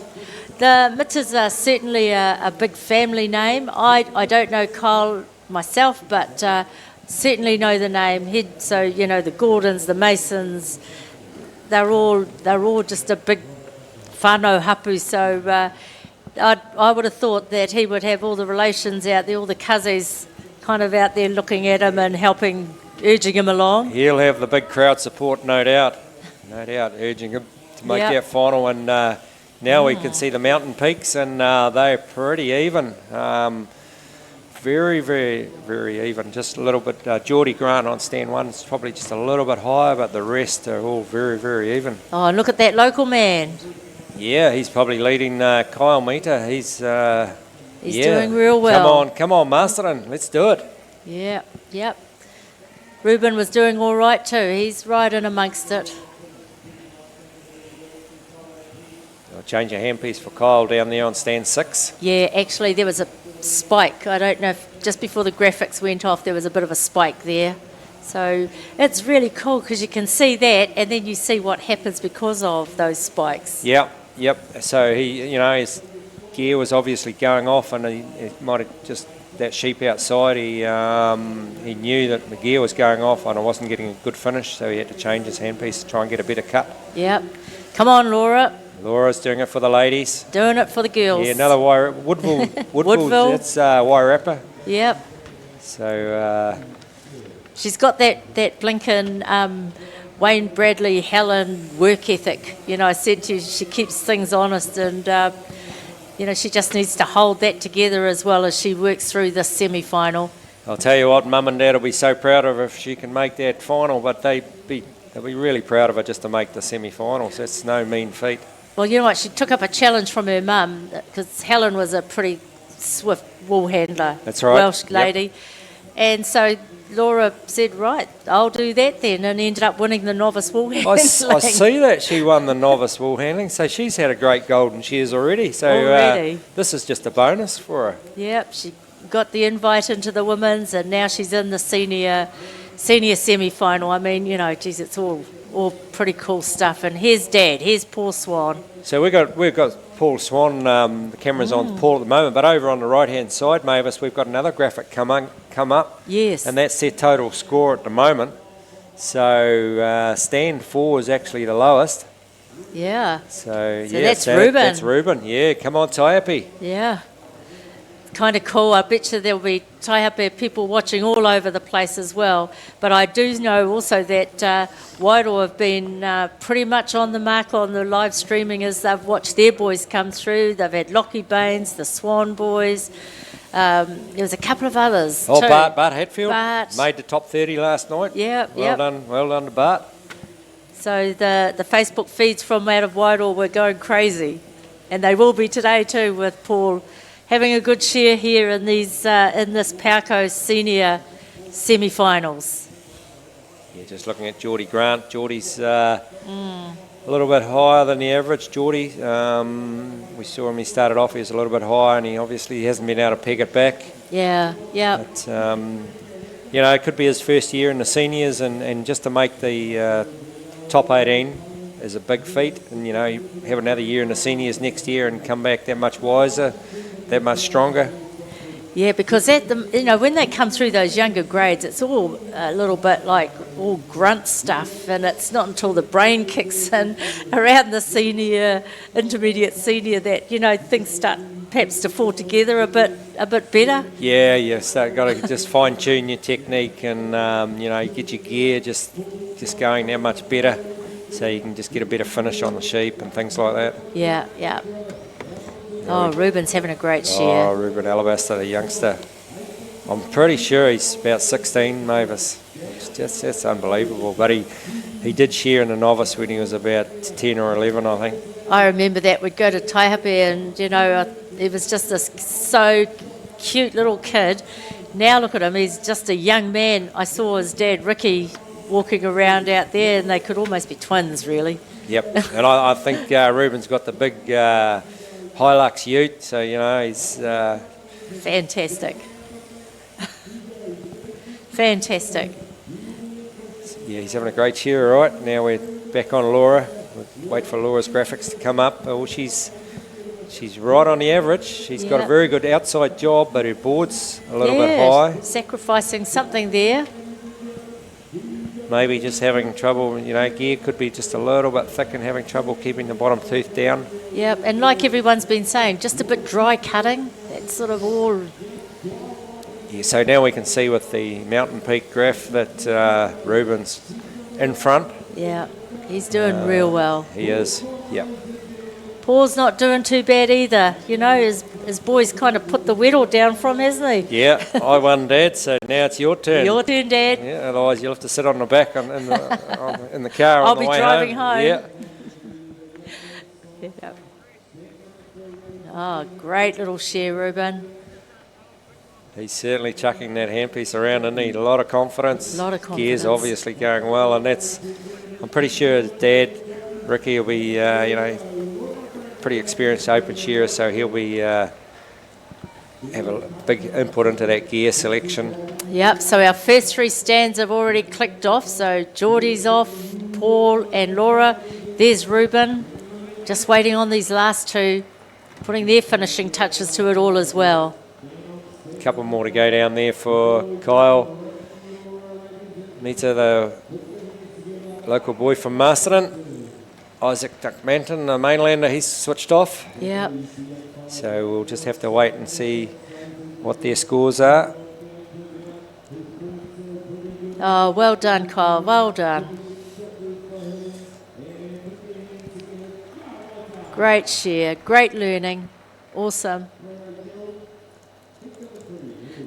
So that's the second heat, and just waiting for some of these scores to come through. So these senior shearers, they had their heats on Thursday. Yeah. So what do you think they did yesterday, Mavis? They had a day off. I would have thought they'd go and find some sheep, yeah, wouldn't they? No, yeah. Probably, oh yeah, they probably could have been a few farmers in the Wairarapa that might have got some sheep shorn on the cheap. Yep. Well, this is the time when you want to do that. Okay, so we've got some totals that have come through already. We know that Geordie Grant has ended up on 44. Paul Swan's had a good shear. He's at, had a great shear. 40.9. Yep. Laura's had a good shear too, 42.9. Yep. So she's looking pretty good. Yep. Isaac, 48.1. It's a little bit high. Kyle's 47. 47 and Ruben 42.1. Okay, so Ruben's out of that heat, top qualified. So there we go. We've got the leaderboard put up now. Brendan Maguire is top. And we might get back to it. No, you've got to be fast or you're last. yeah, oh well, we know. Claire Jones, the Welshman, he was sitting in 6th, so he'll be very nervous watching this, along with Simon Goss. I think Simon was sitting in 5th. Yes, there it is there. So they'll be sitting on the edge of their seats. How many heats? Three heats. So one more heat. One more heat. So we've got another Welshman in this one, Mavis. We've got Gethin Lewis is on stand 1. Yep. Stand 2, Jaden Mainland from Welsford, right up towards Whangarei. Mika Doiki, the Australian. Yep. Ross Thompson from England. Oh, well done, Ross. Ruka Braddock, Ekatahuna, and Tawira Brown from Martinborough. So, wow, we've got 1, 2, 3 internationals in this one. So, great to see these overseas boys coming over and competing at the Golden Shears. It's not just competing, but it's getting out of those heats. You know what I mean? To get out of the heats is like winning, I reckon. Oh, it is. To qualify out of the heats is just, you know, Yeah. that's a mission on its own. Totally a mission on its own.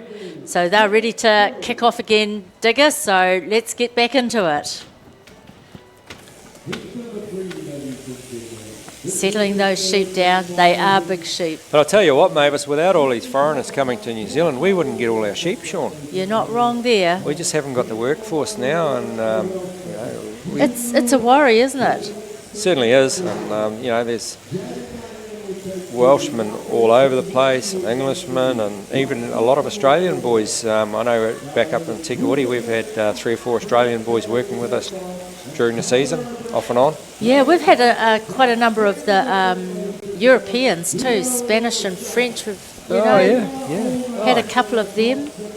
Oh, and you're right, they're such lovely people. I mean, I keep saying to our own local people, you don't have to travel the world's coming to you. So it's always wonderful to host them. And here we have Ethan Lewis. He's shearing well. Been Certainly. really impressed with these Welsh boys, eh? Oh, they do a beautiful job, don't they? There's so many young Welshmen coming through the grades, and great for them. They've realised that if they want to become, you know, really good, they've got to come to New Zealand, and look, they've got the world champion now. He's a Welshman, Richard Jones. Yes. I know Richard been coming to New Zealand for a few years, and had the privilege of shearing with him a few times up in Tikawiti, and extremely good shearer, clean, and this is what all these young Welshmen can aspire to. Yeah, no, they are. They're a pleasure to have. They're a pleasure to have. Jaden Mainland from up Welsford. A long way for him to come down to the Golden Shears, and not a lot of sheep up around in the Northland area now, and I know they're doing it pretty hard with the dry. So hopefully you guys are getting some rain up there soon. Yeah. Yep. I think Jaden's been travelling with, this might be the wrong Jaden, but with Tor Henderson. Probably has, Mavis. Yeah. Yep. So Shearing well. The pair of them, actually. they are. Yep. It's great to see these Northlanders. Been some great shearers come out of Northland over the years. Yep. Ivan Rosnovich. Neat to see Ivan here.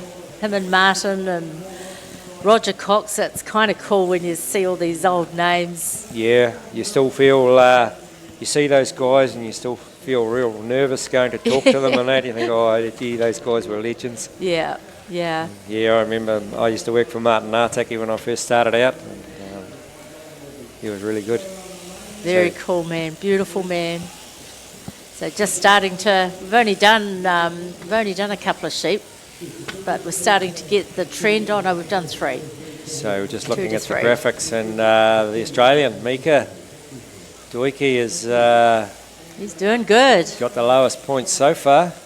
He's doing real good. The Aussies, the Australian test last night was great too. You know, we're starting to find that real competitiveness that sometimes gets a bit lost. You know, when we go there out of water, when they come here, they kind of seem a bit out of water. That gap is narrowing, and to have the Australians coming through in these grades into the semis, and you know, it's just showing.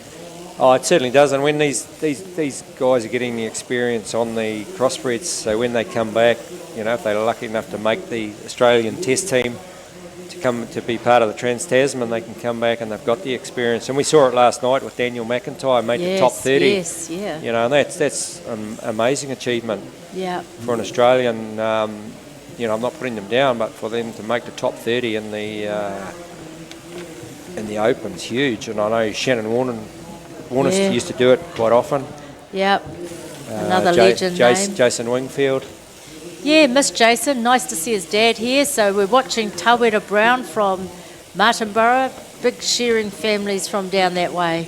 Big shearing families. Yeah, local Wairarapa boy. Yeah. Come on, Tawera. Do it for the locals. I'm sure the Martinborough pub will be, and the Tanui pub will have their TVs going right now, cheering them on as well. So this is young Rooker. Rooker Braddock. Another one of the Braddock stable whānau lot. They have a very strong whakapapa out to Ohonga as well, the big incorporation on the coast. So it's always lovely to catch up with their mum. She's a huge supporter of these kids, drags them everywhere. Yep, and we just got back to our graphics now, and it's still the Australian and also the Englishman, Ross Thompson. They are leading the field at the moment. But they've only shorn, what are we, on sheep number 4, so there's still 4 to go. Yep. Long way to go. When you're up there, Digger, and you're shearing 8, does it feel like 8 or does it feel like 2 or 80? You know, how does it... how would these boys be feeling with it at the moment? Really depends how your gear's going. Like if you shear your first one and your gear's not going too well, the eight can feel like 80. But if everything's going really well, your eight just feels like 4 or 5. Must be a cool feeling when that all comes together like that. Yep. You know it pretty shortly. You know it soon, don't you? Pretty much straight away, yeah. Everything's happening. The sheep are sitting nicely and the gear's cutting well. Yep, yep. You just want to carry on. You don't want to stop. So this is Mika here, Doik, the Australian boy. Have I got the right one? Looks like, yep. Yep. Yeah, Mika, he's quite a hard case guy. He's actually worked with us up in Tikori for a few days. Yeah. He's quite fun to have in the shed. Never a dull moment. Now, who does that remind you of, Digger? Oh, I don't know, Mavis. Not that I ever worked in the shed with you, but your reputation preceded you, you know. Oh, don't believe everything you hear. No, I don't. No, No. you don't want to believe rumours. No, of course not. But he's having a good shear. Look at his board and pen. Yeah, he's doing He's well below the average, isn't he? Yeah.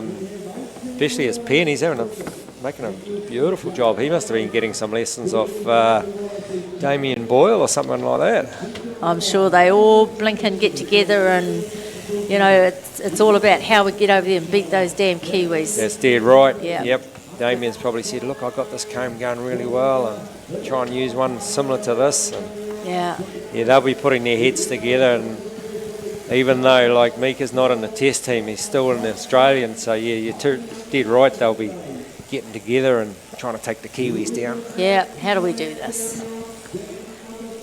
Ross Thompson from England, where's he been shearing, Digger? I don't know, Mavis, no, sorry about that one, I can't help you out, but wherever he's been shearing, they've been teaching him pretty well because look at his pen points. Yeah. 1.8. Wow. Gee, that looks like it's probably the score. Yeah, look at his total indicator. It's sitting right back on the zero almost on the green. Yep. Yeah, and he has got the lowest That's points. right. But now we go to the peaks. Mika's just starting to shoot up a little bit. Yeah. Ross Thompson's having a great shear. Yeah. 1.8 outside. Fantastic. That is fantastic, and hopefully he can take that all the way. So whatever part of England, Larry, he comes from, we'll have to find out, and no doubt there'll be a little pub over there where all the locals will be. What time is it over there? It'll be about opening time, 11 o'clock, eh? Coming up to 11 o'clock, they might be knocking on the door. Well, especially if he gets through to the next level, Digger, I'm sure there'll be many of those English pubs tuned in. Oh no, it'll be 11 o'clock at night over there with Mavis. Yeah, they'll be getting right into it. Yep, Sorry, I had my wires crossed. Yeah, they'll be settling back in and cheering them on. It's a wonder we can't hear the noise from here. Oh, how cool is that? It's just a neat thing to think that, here we are right here, but on the other side of up in the northern hemisphere, we're joined by all these family, friends and interested people as well to share with us.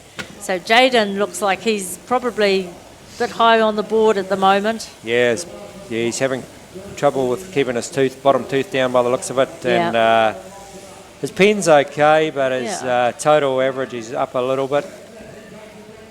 Mind you, happy to be there, I would have Oh, thought. I would say Jaden will be wrapped Stoked to be there. Stoked to make the semi-finals.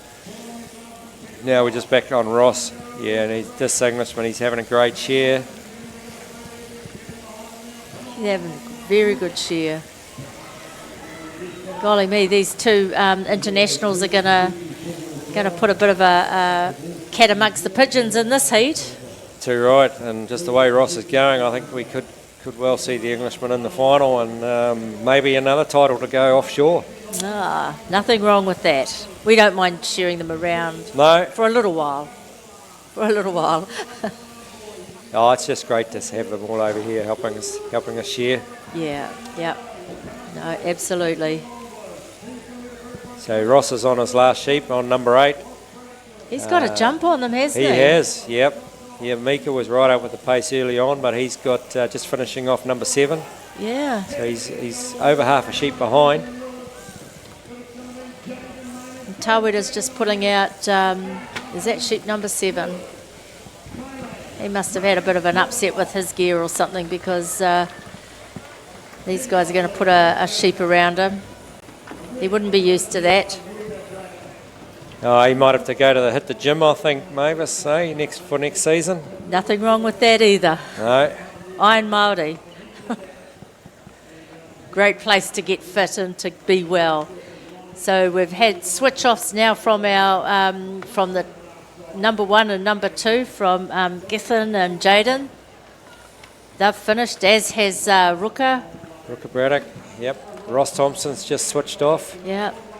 Ross has got pretty low points up there, so...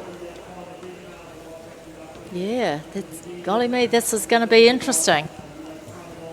Very interesting. Just watching Mika come down the last side, so... His points are just starting to move up a little bit, so I don't think the Australian will make the final. Yeah, again, I think he'd probably just wrap to be there. I would say... Nice job. I would say so, Mavis. Yeah. Great achievement. Yeah. And Tawira. Just grabbing his last one. I don't know if I've seen Tawira in around any of the shows. I haven't done any down this way, but it's just very cool that these guys all come. I love it when I see the locals that are participating because often the locals are the first ones to get too shy. They know too many or too many people they know, so they just get shy. So it's great to see the support that they give. Yeah, too right. Great to see Tawira up there. And you better go back and tell all the boys, well, I made the top 18 in the seniors. Yep, where were you? Yep.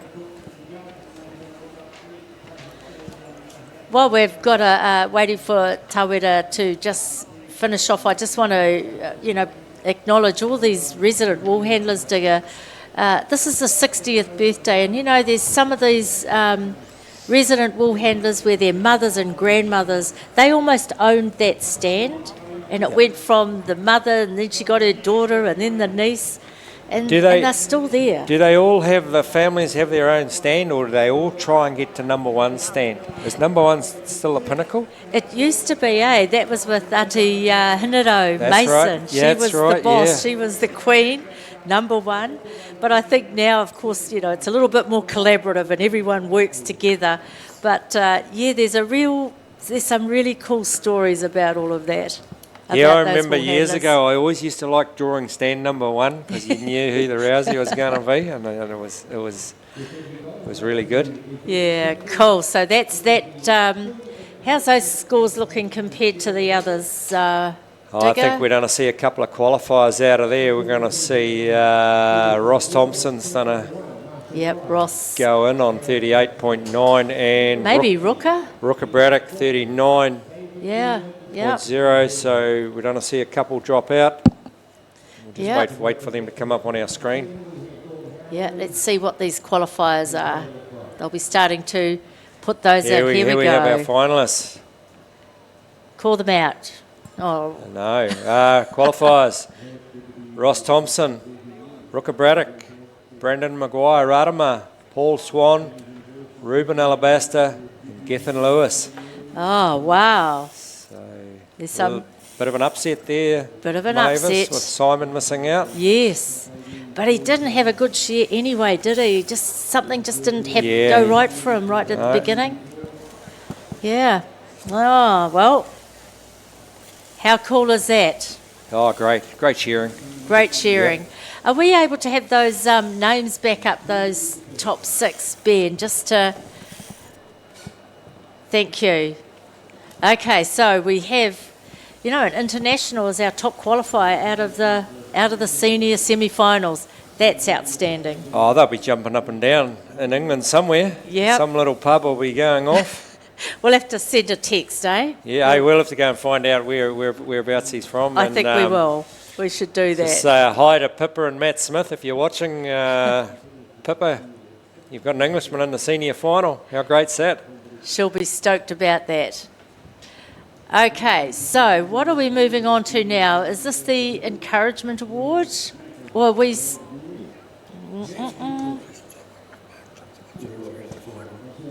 Hey? Why don't we just head back to... Oh, yes, this is the encouragement. This is the invitation.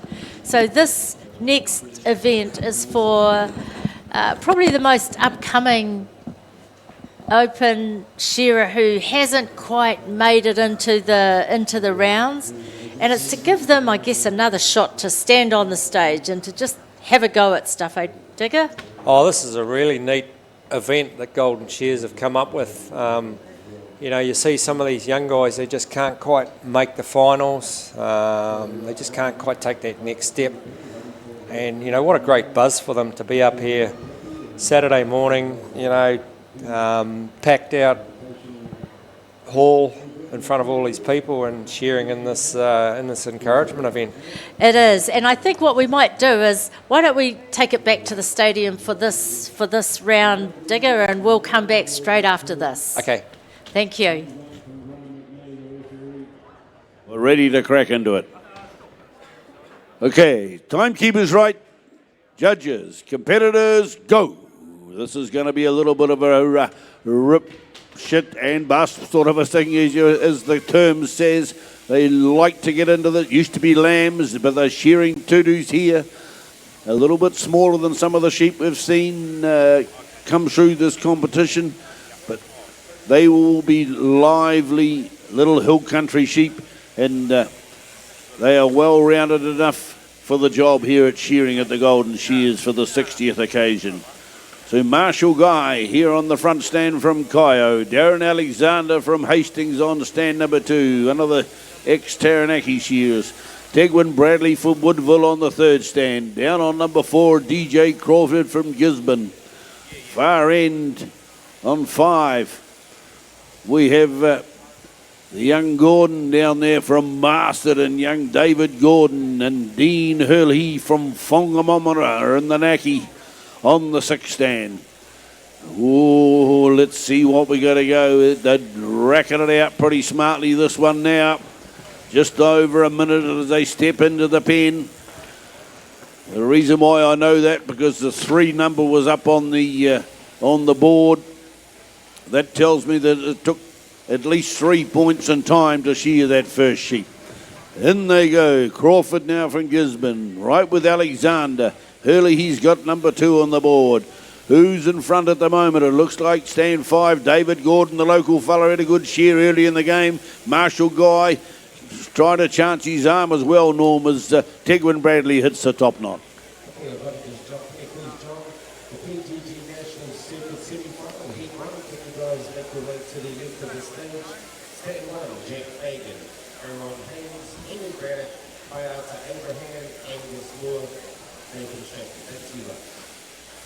Thanks, Thomas. So back up on the board, Marshall Guy down over the last front shoulder. Right there with David Gordon. Here's these young guys shearing out of their skin, gaining more and more experience as they go on in these sort of finals. This is what they're about, John, isn't it? They're just encouragement finals, so give them a wee bit of finals type experience up there. A few more sheep under their belt in front of a big crowd, in front of the judges and against each other, because to be fair, a lot of these guys are going to be the open finalists of the future. So great to get them with a wee bit of experience under their belt. Well, you're dead right and correct. They would have been in 1 or 2 finals throughout their career in the shearing, but of course, when you step up on the open grade, it's really tough. But you're shearing at this pace, you've got to shear at this pace all the time to get through to the last 6 in any event around the country or around the world, because the shearers are getting faster and faster. To be in the open grade once upon a time, you're sure about 360 odd sheep, and then you're up in the open. Now the open class starts at 406, so they've jumped at a big number, and they're quite capable of doing it because the sheep are better shearing, the gear's better, there's more health and fitness goes into the training of these shearers, and a better quality, and the style that they're achieving is an easy flow, easy on the sheep, easy on the shearer stuff. Into the pen there, Marshall Guy up on the front. We've got 3 minutes and 30 gone now, and he's got number 4 on the board, so it's about 1:10. So there's still a little bit of work. They're still having to work hard, these guys, these sheep. As I say, they're just a tad smaller than some of them that have come across the board here in the last few days, but they are full of vigour. And they will not hang around the gate, these sheep. They will be up on the highest knob looking down at you from daylight till dark. And out the last leg comes Alexander. Freshman on the board from Tegan Bradley. Dean Hurley battling away in front of DJ Crawford. And Tegwin Bradley takes the belly of Norm. He's keeping it pretty easy at the moment. They're just cruising along. A couple of sheep left, so they're going to start hitting their straps very shortly. Marshall Guy round onto the last front shoulder on sheep number 4. DJ Crawford just change of steel and hopping in for his 4th sheep. So Marshall Guy from Kyo on stand number 1. Just out ahead of David Gordon now. David just slipped back off the pace a wee bit.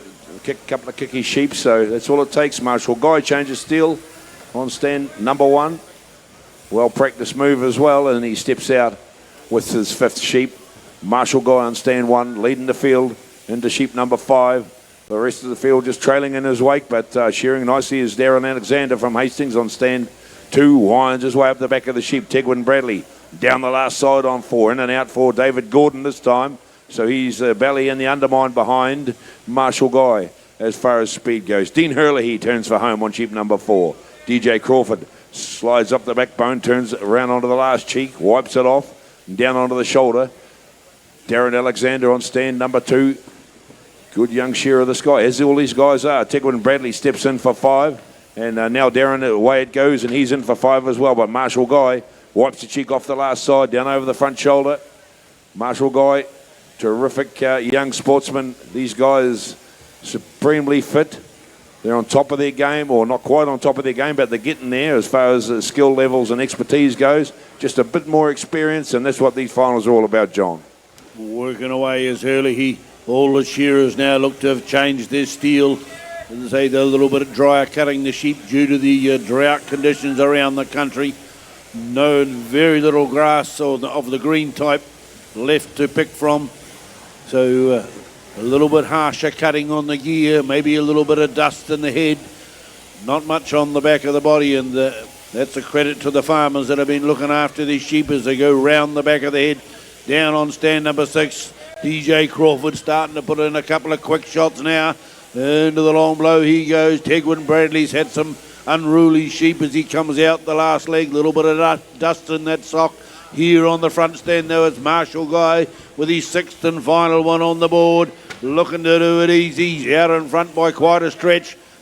He's got away from David Gordon down there, the Masterton lad on stand number 5. Alexander going in now for sheep number 6.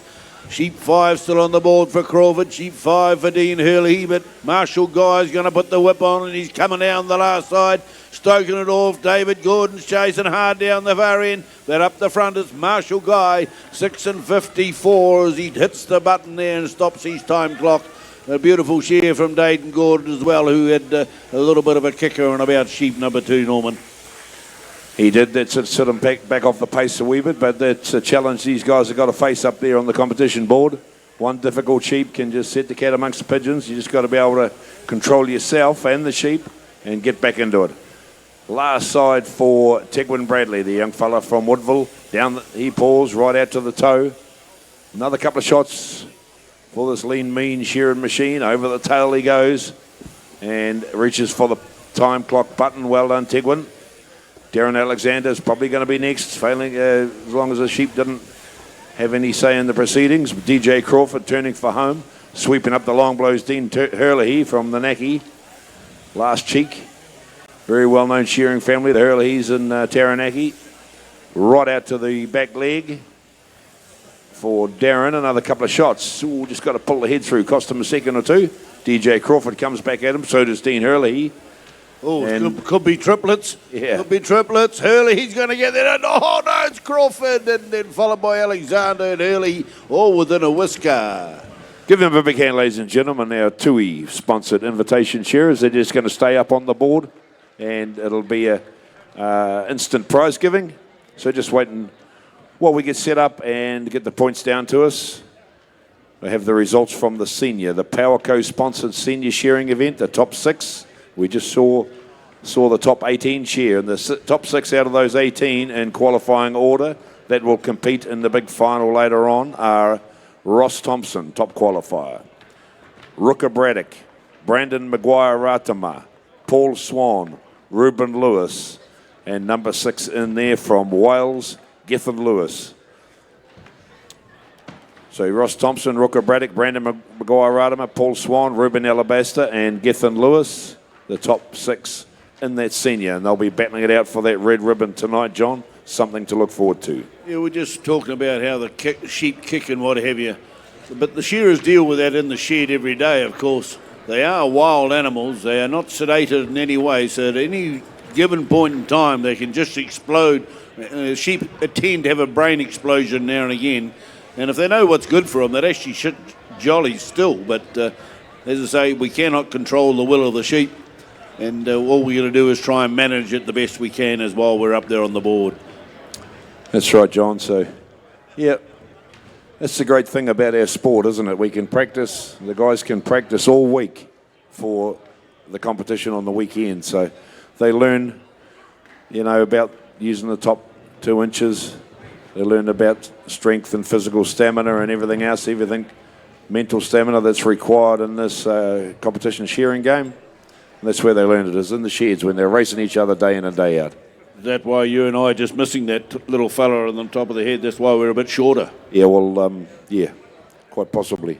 That's why we're sitting up at this table talking about it, and those guys are up there doing it. Yeah, well, that's something we do better. That's right. So Toma Mullins down there with David Gordon by the look of it. Okay, guys, I'm here with David Gordon. David, this is your first year in the Open, and you're making these open. You've made a couple of Open finals. Not many people did that in your first season. Tell me the focus it takes to get there. Oh, just the really luck, really, I suppose. And yeah, got my dad doing my gear, which helps a lot, and yeah, all the family are right behind me, so it's all good. Yeah. So you practice every day. I know you work for Wairarapa. He must have a bit of influence over how you are, getting on.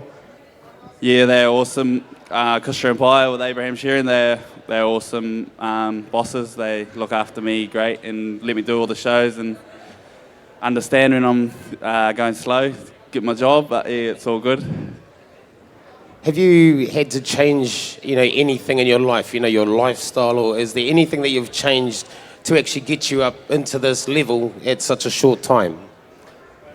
Not really, just a bit of fitness, but not too much. Don't try to go too serious. But yeah, not really. I've sort of lived in the sheds my whole life, so yeah, just sort of the same.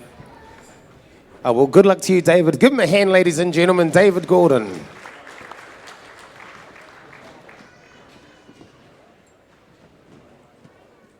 Well, ladies and gentlemen, we have the results for the TUI Encouragement Invitation Shearing, and presenting on behalf of TUI is Sam Saunders, the President of Golden Shears. Hello. Yeah, welcome everybody. I'd just like to thank TUI for the sponsorship. Any show, it takes a lot of organisation and sponsorship to make the job run, and encouragement events are all very good for the industry, as we've seen in the last 2 or 3 days. So thank you, TUI, and congratulations on all the guys in the final. Thank you, Sam. The winner of the TUI Encouragement Invitation Shearing event receives $300. The penalty points for first were 31.8. The penalty points for second were 31.9. First place, Marshall Guy.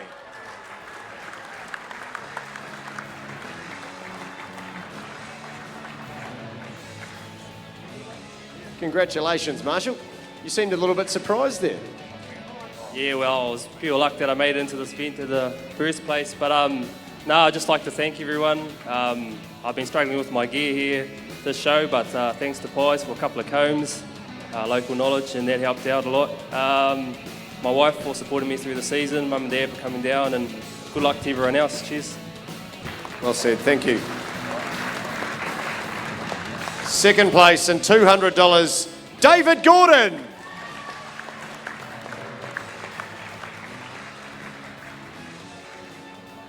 Third place, Darren Alexander.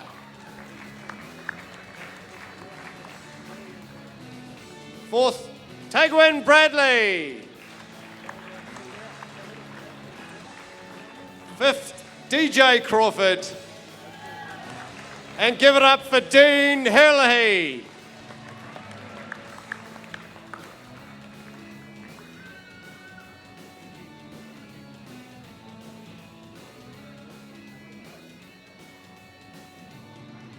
Rightio, that's the instant prize giving done. We've got a pretty special event now. I'll hand you back down to your commentators to lead you through it.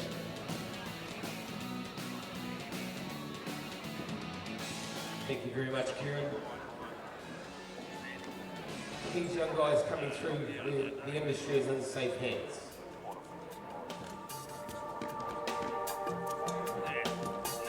Next up is the PGG National Circuit semi-final. Now these shearers will be shearing 3 Marinos and 3 longwalls from second shift. Can we please get heat number 1 to the board? Stand 1, Jack Fagan, Aaron Haynes, Emmy Braddock, Wairarapa Abraham, Angus Moore, Nathan Stratford. Our judges up there too, please. So just while these guys are getting themselves sorted, John, I know you're a fine physical specimen of a man, such as same as myself. You must have slept funny. But outside they got the orange and blue caravan outside, the Global HQ one. If you want or I would encourage you to go out and have a health check out there. They're free, and they do all sorts of different health checks: blood pressure, pulse oxygen, BM, cholesterol, weight, and just let you know how you're tracking. It's a sort of a agricultural sector type health initiative. Free health checks for farmers, shearers, fencing contractors, all that sort of thing. You know that are usually too busy to head into the doctor, like you and I. We're too busy to get into the doctor. So instead of us going to the doctors are coming to us. I think it's a great thing. They were at Waimate, for instance, and there was about 50-odd people went and got a free health check at Waimate, and apparently 32% of those 50 people needed to address a health issue or two. So that's pretty high, and it just shows that, you know, despite how busy and how fit we think we are, there could be a lot of underlying problems going on there. So Dr. Sue's out there in that caravan. So welcome back, and yeah, it's full on again, Digger. They've just finished the Tui invitation, which was a great encouragement award, and now we're getting into the heavy duty stuff, really. So this is the PGG Rights and Wool National Circuit Shearing semi-final. Talk to us a little bit about this, Digger. Oh, this is the big boys again, and this is the multi-breeds event where over the season the boys have shorn at Alexandra, done the Marinos down there, Waimate, they do the long wool crossbreds, Christchurch Corridales or half-breeds, and then Martin, they did the lambs, and then Paeatua on the weekend, the second shear, and we've found the top 12 qualifiers, and they've come here together at Masterton, and we've got a top 12 shootout. Yeah, so top 12 shootout. So, you know, this is quite a complex event. We've got, as Digger said, we've pulled together the Marinos, and we want to just really shout out to Alan Patterson from the South Island, who religiously every year farms these Marinos, especially for the Golden Shears and for New Zealand Shears, for just this type of event, doesn't he? Oh, he does, Mavis does a magnificent job, and yeah, especially farms the sheep and then trucks them up here to Masterton, and you know, many people have told me that you're not a shearer unless you can shear Marinos properly, so we're going to find out who the best shearer in New Zealand is, really. That's pretty... with this event. Pretty much, that's exactly it. And then White Spurs locally provide us with the full wool, and Ngā Tāhuna with the second shear. So, you know, we've got multiple wools, multiple disciplines, and talk to us, Dig, a bit then about the gear. You know, you've got these three totally different kind of wool types. Yeah, well, they're allowed three handpieces up there, so they'll have a comb on for the Marinos, and then they'll have a comb on for the full wool and a comb on for the lambs. And then tonight, the top six, it gets even trickier because you've got to shear some half-breeds as well. So they'll, you know, they've got to get a comb which is done to probably shear the full wool and the half-breeds as well, and then a comb which is done to shear the second shear and the lambs. So it's, yeah, really takes a little bit to work your gear out for these events. Yeah, yeah. So this is kind of like the super triathlon, multi-sporty kind of section of shearing, isn't it? This is the Ironman. This is the Ironman of shearing. So, Digger, this first heat, do you want to just take us through who have we got, who can we look forward to following in this heat? Well, we've got the defending champ on stand 4, Wairarapa Abraham from Masterton. He's actually from Dannyville, but we'll say Masterton. But anyway, he lives here. Jack Fagan's on stand 1, Aaron Haynes on 2, Hemi Braddock 3, Wairarapa's on 4, Angus Moore, he's a former champion, he's on stand 5, and Nathan Stratford from Invercargill. Nathan's a former winner of this event too. Yeah, Nathan can't ever discount him. So we're starting here on stand number 1 with Jack Fagan. So he's done well to come through all the way to the PGG. Has he done this before? He has. He didn't do it last year. He was over in Australia, so he missed some of the qualifying events. But he's been doing it this year, and he's qualified really high up. He got good points at Alex and good points at Paeatua the other day. And he's shorn enough Marinos to be able to get around them pretty well. Yeah. That's the trouble. Like a lot of these boys, they won't have shorn a lot of Merinos, some of them, but Jack's done enough. He's really multi-talented, actually, Jack, with these sheep breeds, isn't he? You know, I mean, he's see him up in Europe, and he whizzes over those as well. Oh, he's shearing all around the world, and probably, I would say, of all the shearers, he's shearing the most breeds of anyone. Yeah, he's been France, Italy, you know, and all around the UK. Yeah. And there's so many different breeds over there, and he's getting the experience, and hopefully it's going to pay off one day. Yeah, I'm sure it will for him. I'm sure it will.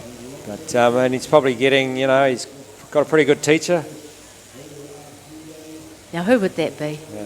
Would that be Sir? It could well be, yep. Yep. Now we move on to Aaron Haynes, Aaron, the boy from Fielding. Aaron's, I think he's done quite a few Merinos as well, worked over in Australia. Very, very clean shearer. And the thing is, you've got to be up with the pace on these Merinos. You don't want to be bogged down. And then when you've still got a Merino and the boys will start hitting their second shear. That'd be pretty demoralising, I'd say. Yeah, well, if you've got a half a Merino left, they're going to shear at least one crossbred. Yeah. So you're going to be even further behind. He's a lovely shearer, Aaron, and he certainly applies himself well. And again, I remember when we were competing in Young Farmers, God, I hate it when people say back in my day, but his dad was also a pretty smart shearer back in those YFC days. Hemi Braddock, another one of the Braddocks. Yeah, great to see young Hemi in there. As I said earlier, yeah, he's a pretty talented shearer, this boy, and got a big future. Great to see him chasing the PGG. You know, you've got to go all around New Zealand, chase the shows to gain enough points to qualify. Yeah, and we just saw his brother Ruka step up into the senior finals later on. Yeah, so the old pub out at Ekatahuna, if there's still a little pub out there, it'll be going off this afternoon. Oh, there's a big community at Ekatahuna, a big community, and Pairata. Yeah, the defending champ, Wairarapa, he surprised a lot of people last year. He won this event, so he'll be desperately trying to defend his title. You can just see him going up the neck there, working up there, trying to keep out of the wrinkles. Yeah. He's done well, Pairata, and of course married to Kushla of the Gordon family. I mean, it's a bit of a dynasty kind of, isn't it? Yeah, and contracting down here in Masterton and around the Wairarapa, and got his father-in-law Nookie helping out as well. And Pairata said Nookie's been doing a lot of gear for the boys, and great to see. Yeah, and, very cool. Looking after all the young boys. Yep. Angus Moore. It's lovely to see him back up here because I haven't seen him for a few years here, I don't think. No, Angus has had a little bit of a break from the competitions. He's settling down in Blenheim. He's contracting down there and got a family, and great to see him back up here. He's very, very good Merino shearer, and actually very good shearer on all sorts of sheep. Yeah, he's just a really nice guy too, and Rātapu, his wife, is here, and their tribe of beautiful children. Really cool to have them back up here. Yeah, I was when I came in yesterday, Mavis, they was lined up at the doorway behind them, and I said to Angus, I said, there's going to be no room for anyone else to sit down after you take your family in there. No, they're very proud, beautiful parents, and Nathan Stratford, he doesn't need too much of an introduction at all, really, does he? No, he would be the, he's the multi-task shearer in New Zealand. He can shear all breeds. Does really, really well at Alexander every year. Waimate, Christchurch. He's been around a long time, Nathan, hasn't he? He has. And I actually got a fright yesterday when someone told me his age. But I won't say how old you are, Nathan. You're not as old as me, but to see you at your age up there just doing what you're doing is absolutely amazing. And again, many times in this hall, I recall sitting next to his mum and dad as they'd be there taking all the scores, and they were the biggest fan club. He certainly had all the support he needed coming through the ranks. So he deserves his place in here, absolutely. Yeah, he's great, and great with the younger shearers too, Nathan. He's got, if anyone wants any advice on gear or anything, he's the guy that really help you out. Oh, it's good to know those things. It's good to know, because for some of these young people coming through, you know, who possibly don't have a big support system around them, it's nice to know that they can go to some of the, you know, anyone. Who can I talk to? Who can Yeah, help? well, it's pretty much all the open shearers. You know, they'll pass on their knowledge. It's don't be afraid to go and ask them. I know when I was just a young kid, you know, you were really intimidated, and you used to look up the likes of Jack Dowd, Ricky Pivac, Martin Nartaki, and those guys, and you know, and they were only too happy to offer you some advice. Yeah, yeah. Oh, well, I didn't always listen, but you know, I tried to take a little bit of it on board. Yeah, well, I guess that's the thing. You ask for the advice, you get it, and you might take some and might not take other bits.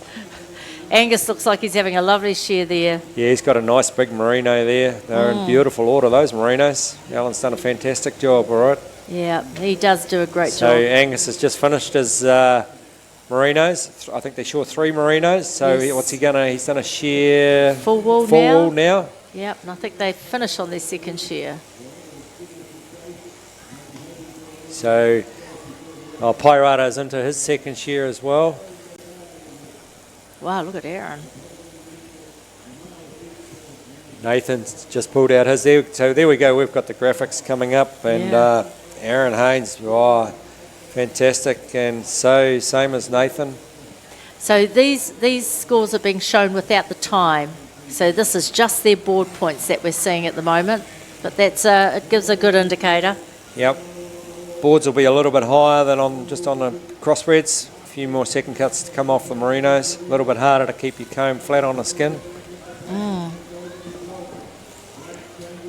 What's your preference, Digger? What do you like best? Full wool, second shear, lambs? What's your preference?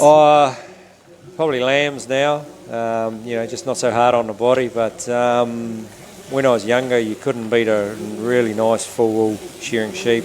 Yeah. I used to go down south and work for the likes of Peter Lyons and Stephen Dodds, and just used to love the full wool. Oh, Nathan's having a good time with that.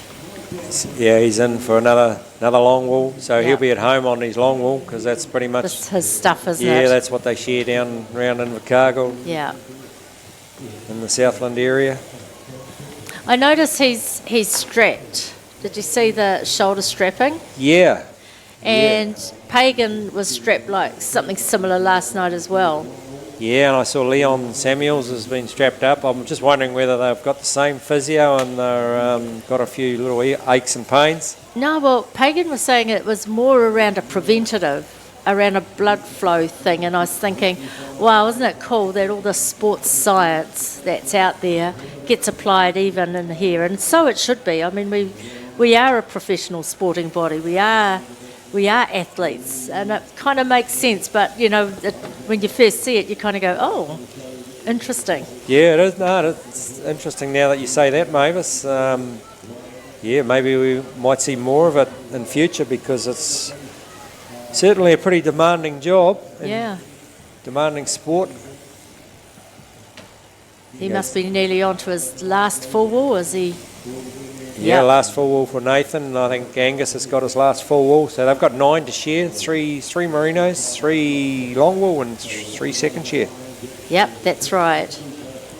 So they're all on to their 6th now, so they'll all be heading into their last full wool. So we've got the graphics coming up for the time and board, and just looking at Wairarapa, he is right on the average with everything. Yep. Yeah, well, in this game you've got to be a little bit better than the average, don't you, really? Well, you do, yep. Yep. So it's going to come down to the outside jobs. Yes. Especially with the merinos, you can just lose so many faults, so many points outside. Yep. Yeah, they look round and just a little bit niggly, these girls. Young Aaron Haynes there, I think he did 700 on ewes on lambs, sorry, earlier in the year. Yeah. Unofficial personal best. Yeah, just a PB. Yeah. Great to see. Oh, just crazy where these numbers are going. But, if anyone can do that stuff, I mean, look at the physique of Aaron. He's kind of really, you think about the snow quins and that, the tall, long reach. You used to be like that, did you? Oh, not quite as well built as Aaron, I don't think. I think Aaron's got a pretty good gym program going there. Yeah, what do they say? He's got muscles on muscles. That's right. But now they're all top fit sportsmen. Yeah. At the top of their game. Jack Fagan down there on stand 1. His board's just a little bit high. Probably the Marinos maybe let him down just a little bit. So yeah, he'll be hoping that he's done a good job on them and he's getting into his full wall. This will be a little bit more at home for him. Yeah, yeah.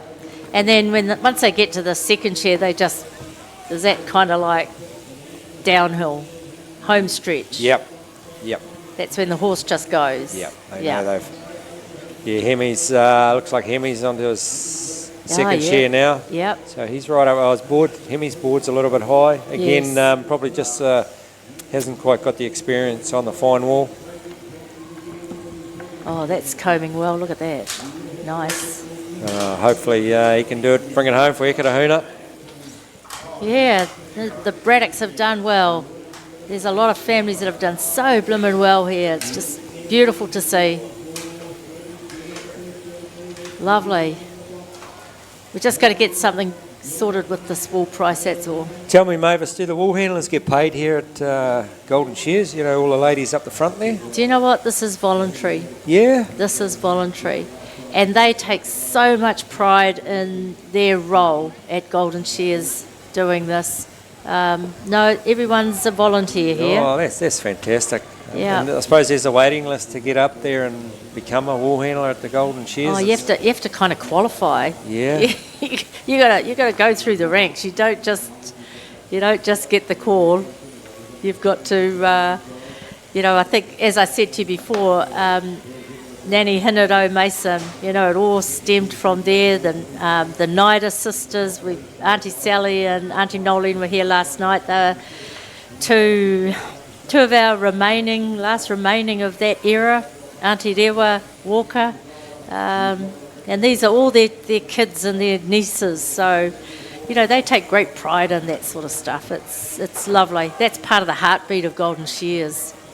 But look at Nathan, look at his board. Oh, he'll be happy. He's having a fantastic shear. He's right on the pace with his time. His board is very, very low. Yeah, look at those totals. So between him and Aaron Haynes, they're probably feeling reasonably comfortable as long as their outside job's up to spec, eh? Yeah, you'd have to think that those two will be two for the final. Yeah. There goes Nathan, he's just switched off. Yeah, so he's on 20 faults without the outside being in. So, yeah, it's...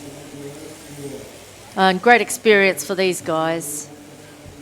Awesome Hemi, they work hard, eh? They got big tickers. They got big hearts.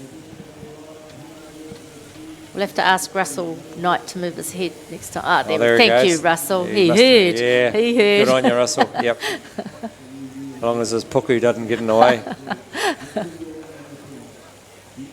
They do a great job, these judges. Them too, they're all volunteers. All volunteers, yep. Yeah. But it, be the pinnacle of your judging career to judge down at Masterton. Oh, these big shows, there's just something magical about it all. Great honour to come down and be a judge, and they can be out the back during the breaks and tell a few stories, and yeah. There's Alan Precious there. Yeah. Alan's been around for a long, long time. Yes, he's a kind of an assist for Ronnie King, who is the chief referee. He's kind of his number 2 man who works with him and helps him out. It's a big responsibility. It's a big job. Yep, there's a few things happen and they've got to make a ruling on it. Yeah. And, it's great to have the experience of Alan there, passing it on to Ronnie. That's right. So that's the first heat. The first heat. So I wonder if they'll give us some points for that, or... I think they'll keep them secret. Keep them secret. Well, we didn't get the pair, and no. hang on, maybe I'm jumping the gun a bit. We've got Well, I'll pick Nathan and Aaron to qualify out of that first round. Nathan and Aaron. Yep. Yeah, and I'll sit on the fence for the rest of them. Oh. 'Cause there's some Now, pretty how good- fair is that? Oh, geez, come Some on. pretty good shearers coming up in that second heat, Mavis. I All know right. Johnny Kirkpatrick. Holding Troy, your cards close. Let's just wait. Troy Piper. Yeah. Troy's been shearing well. He has really, really well. Yeah. So what we'll do now is we might just head to the stadium and just let these guys prepare, and then we'll come back for the start of the next heat, Digger. Okay. Cool. Thank you.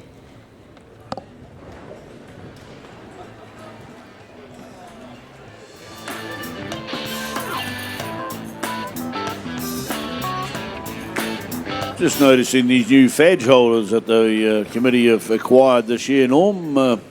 What happened to our sponsor? I just can't remember his name, but they are working extremely well. You notice how they just fold away and lie down like that, ready to be resurrected again when we need them as for the change of wool. So that's a brilliant idea, and we must find that bit of paper. Working really well. They are something, I just can't remember what they're called now. Someone will tell us. We had it here before, but pretty clever stuff, all right. So Troy Piper, ooh, big name from the South Island and a fantastic multi-breed shearer. We know how good this guy is on Marinos. We know how good he is on crossbreds as well. He'll be one to watch, I think. Johnny Kay, always a threat. Doesn't matter what you're shearing. If he's got a handpiece in his hand, John, he's a major threat. Young Brett Roberts from Matoda, well, he's in his sort of second or third season of doing really well, and he's just getting better and better every season, so he's a strong contender. And through from Pleasant Point. All right, so we're back. They're just about ready to kick off, Digger. But before they do, take us through as you do. Yeah, the second heat, or the second semi-final for the PGG National Circuit. Troy Piper on one from North Canterbury. Winton originally, but Amberley. Amberley, so people in Amberley will be watching. Johnny Kirkpatrick from Napier. Captain of the Enterprise. Yeah, he's former, I think he's won this a couple of times, Johnny. Yeah.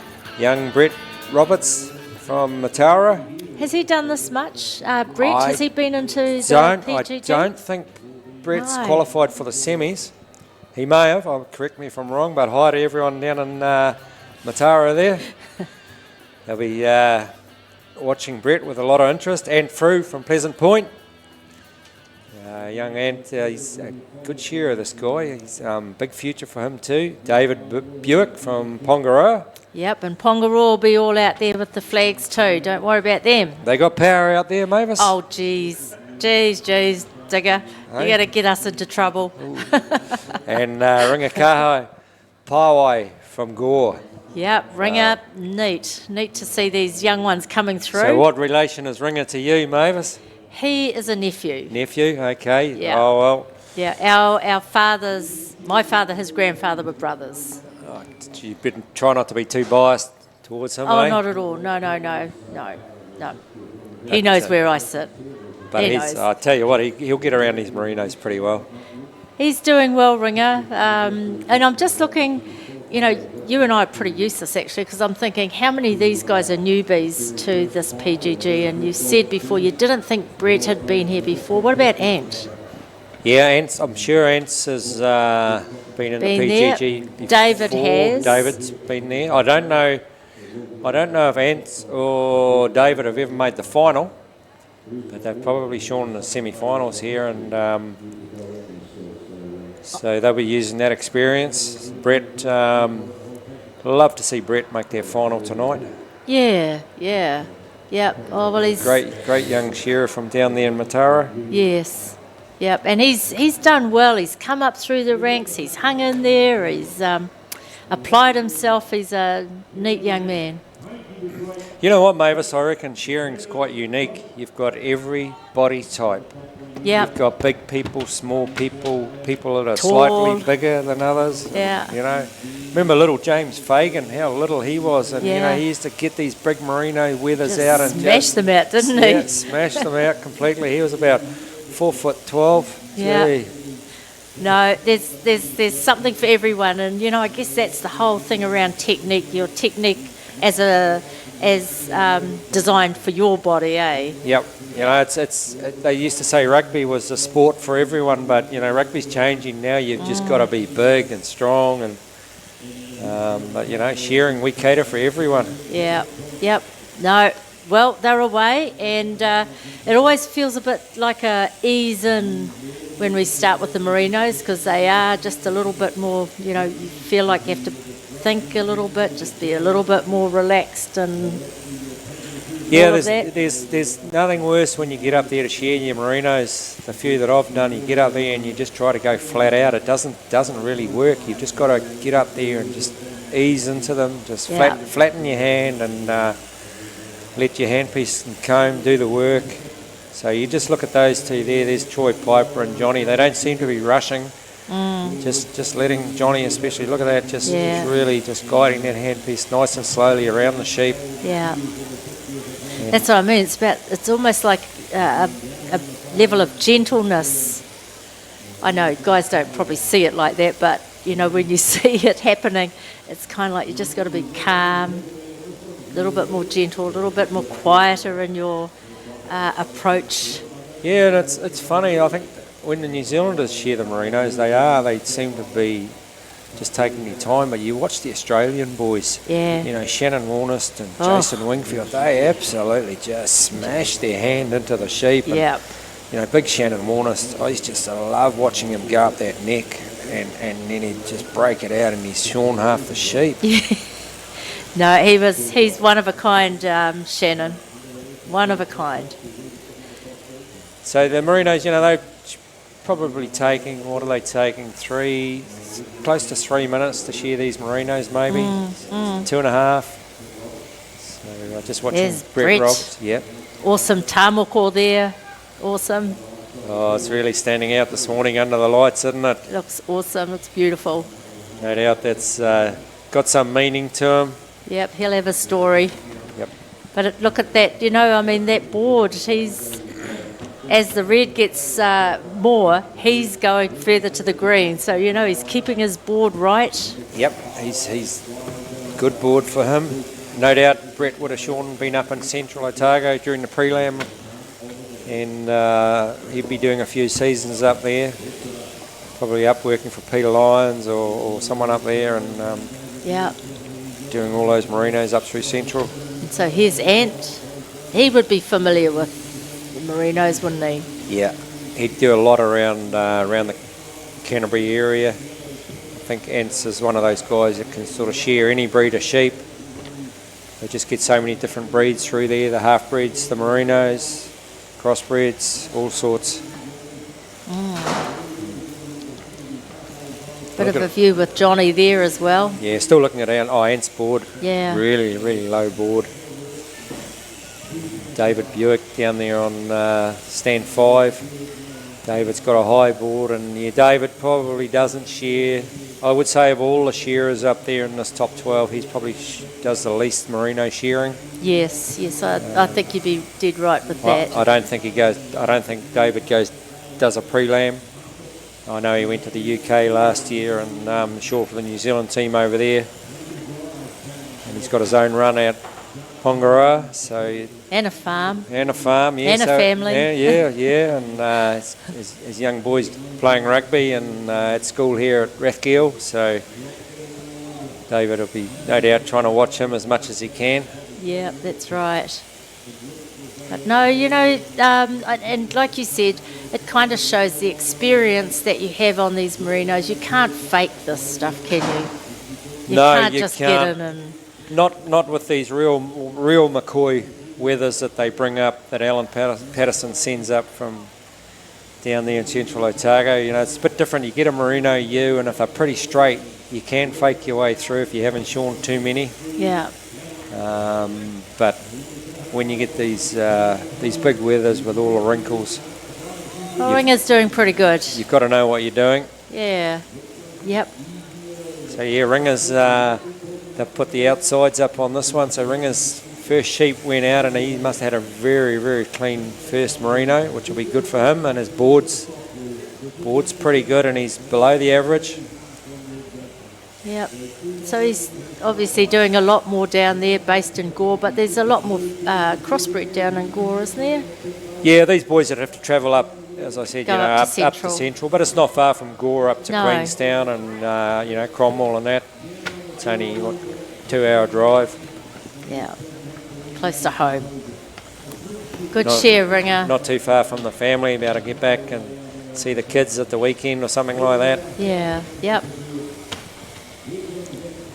Brett Roberts, one of my favourites, Brett, good young fella. I just like the way, real positive attitude, and he just chucks the handpiece in. Really good at the speed shears. Brett's coming up to the Rural Games next Sunday, so Cool. So Rural Games Sunday, Palmerston North. that's right. Yep, they're having a speed shear there, and I've been lucky enough to get an invite. So Oh, still got it, eh, Digger? Still got it. I'll try and keep these young fellas honest. That's the one. But, you know, the likes of Brett and Jack Fagan and Jimmy Samuels, oh, they take some beating. Yep.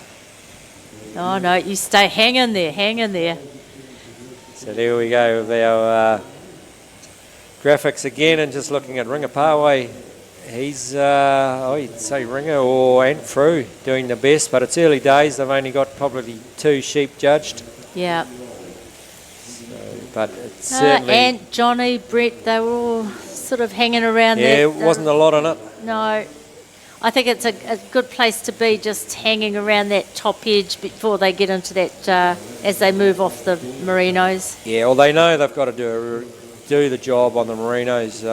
You can just lose so many points on them out the back. You know, like a crossbred, you normally range from a 3 to a sort of a 10 with a crossbred. But you know, with a Merino, you can go anywhere from a 15 up to 100. So it's just a bigger range because there's so much more wool and so many more faults to leave on. Yeah. So the Merinos are softer skin. They're softer in the skin. So does that mean you have to have a lighter hand when you're shearing them, or not really, or?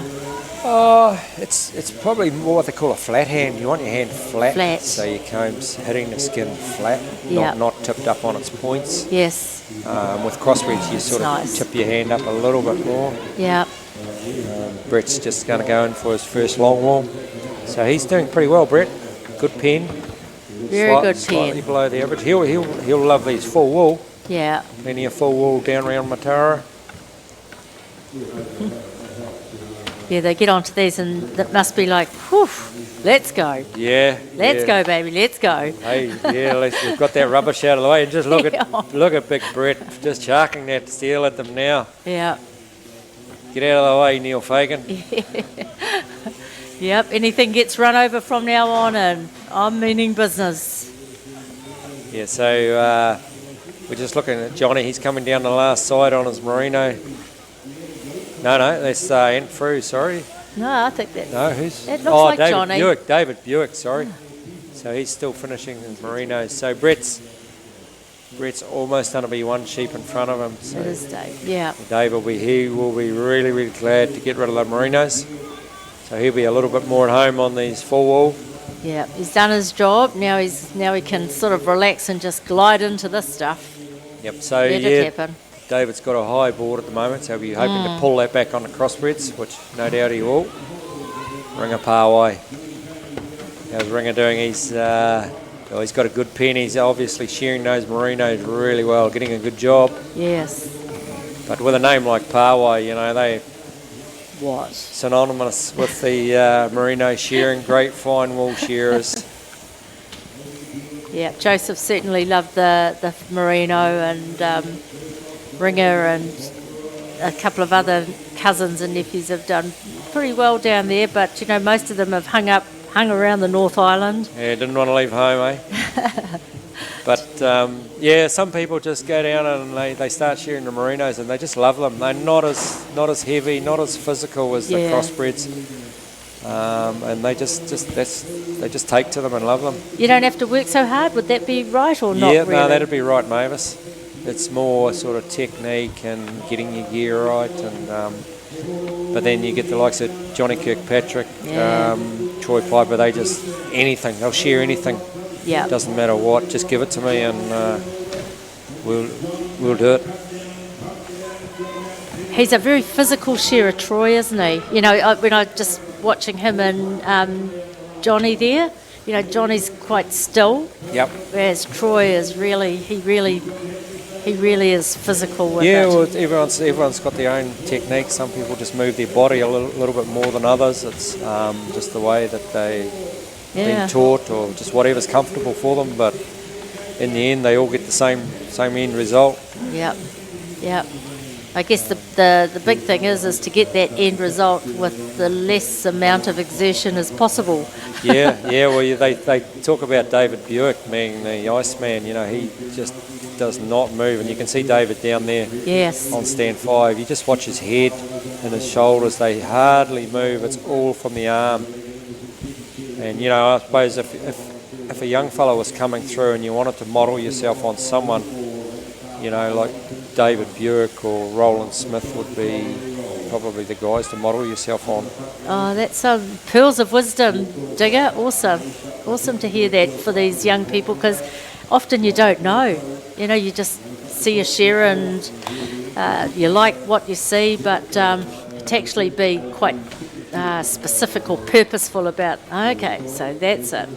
That's a good way to think about it and look at it. There's some good advice. Yeah, back on Johnny Kirkpatrick now. He's got his second shear out, so Johnny, this will be Johnny's favourite type of sheep out of the. Although Johnny would really like the full wool. He's shorn a lot of full wool sheep, and I've shorn with him in the shed on some full wool, and he can really get around them quick. But probably at the moment he'd be really at home on his second shear. Yeah. No doubt Rayleen's down there somewhere screaming out, "Come on, Johnny, get your A and the G." Oh, I think she's got the babies. Oh, she's on a babysitting today? I don't know. I saw her yesterday outside with the babies, so just what good grandmas do. Yep. Good nans. Yeah, well, Ricky and Angela have been pretty busy. Yeah. You know, with the wool handling and Ricky unpressing, and I think they were both in the pressing. And that was quite funny because they worked in the pairs together, Ricky and Angela, and Ricky said to me they missed out on making the final, and it was his fault because he didn't put enough wool in the wool press, and Angela told him to put more in, and he said, no, we've got enough in there. It's enough. And hey, they missed out, and if he'd put another armful of wool in, they would have made their final. Oh, well, Ricky, you know, you got to listen to the other half sometimes. Well, here's Troy. Look at that pen. Wow. You'd be happy with that. Doing a great job outside. Oh, is he? Not bad on Fantastic. the board. Look at his total. He must be one of the leaders in this. Here we go to the Troy's clearly leading this this heat. Yes. Troy, Brett Roberts, Ant Frew, and then back to Johnny. Some of those young fellas. So you got David and Ringer just up a little bit. So that can all change on the second shear.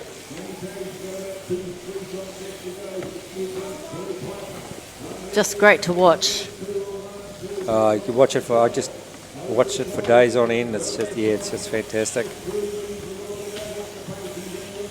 Troy Piper is having a great shear. Look at that pen, 6.9. You have to have the cleanest pen outside.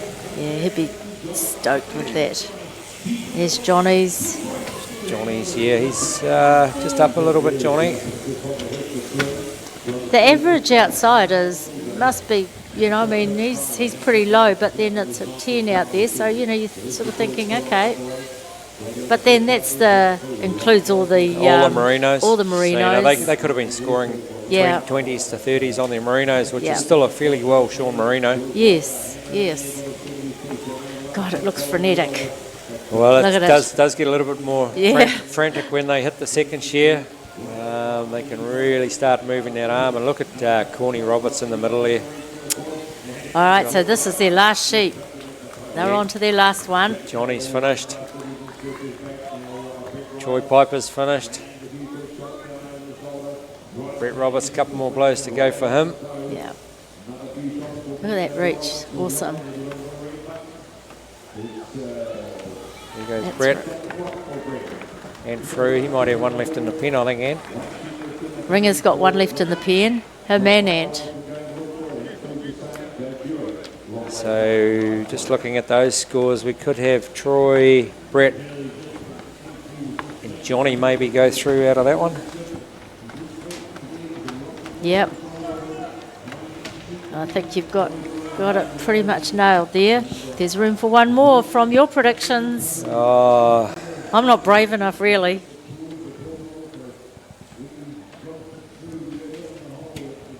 I'll have to sit on the fence for that one, I think.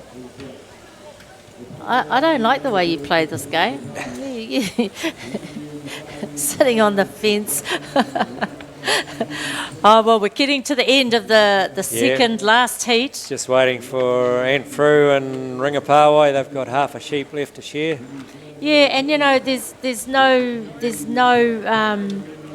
shame in being last off in this company, is there, Digger? Oh no, sometimes it's just the Marinos. You know, you get one that's not quite as good a shearing as the others, and you just get bogged down, and you can just lose quite a bit of time on it. Yeah.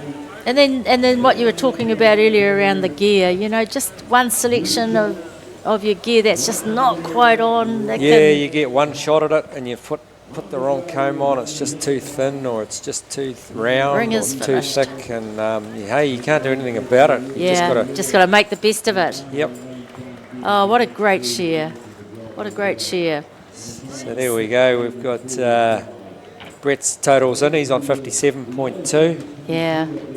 So I'd say Brett will be in the final. Definitely. David Buick 65.2. Unfortunately, that might be a little bit high, David, and all the family out at Pongaroa. But David's got he's got the top 12 coming up later on in the open shearing. And he was qualified a little bit low last night, so... Yeah, not like him, because he's normally at that top end too. He was down in about 10th or 11th place. Yeah. So maybe just a kicker. We got Johnny on 60.1 and Antfru 61.7, so we'll just have to wait till they put up the... Yeah, I don't give us the recall top. Give us the the top. They might put it up in a minute. We can have a look at it. So those girls be busy keeping all that fine wool separate, Mavis, because they won't want to mix it up with the crossbred wool, will they? No, heck no. And, you know, there's a lot of attention, and you don't see it, but the number of different baskets and fadges and fadges, so you just pull this one out and it's all ready for the next one. You know, there's a lot of thought that goes into everything that happens here. Nothing happens by accident. And do they have a boss? Is there a boss? They do have a boss. Yeah, they've got a GM. Okay. They've got a GM. You don't? General manager. Is a it? general manager. Missy Paku okay. is the general manager, and I had to talk to some of the girls about something. And they said, "Oh, well, I better just go and talk." Oh, yep. Get the hierarchy right. Okay. You don't want to muck around with them, but they, like I say, the crew that moves all the wool and the boys out the back, the pressers, the truckies, the penmen, there's just amazing group of volunteers that, you know, do this because they love it. It's fun. I think to myself, gosh, we've got to get a real life sometime, but I keep coming back. Yeah, well, it's the same as me, Mavis. I don't know how many years I've been coming down, but it's just like an annual holiday.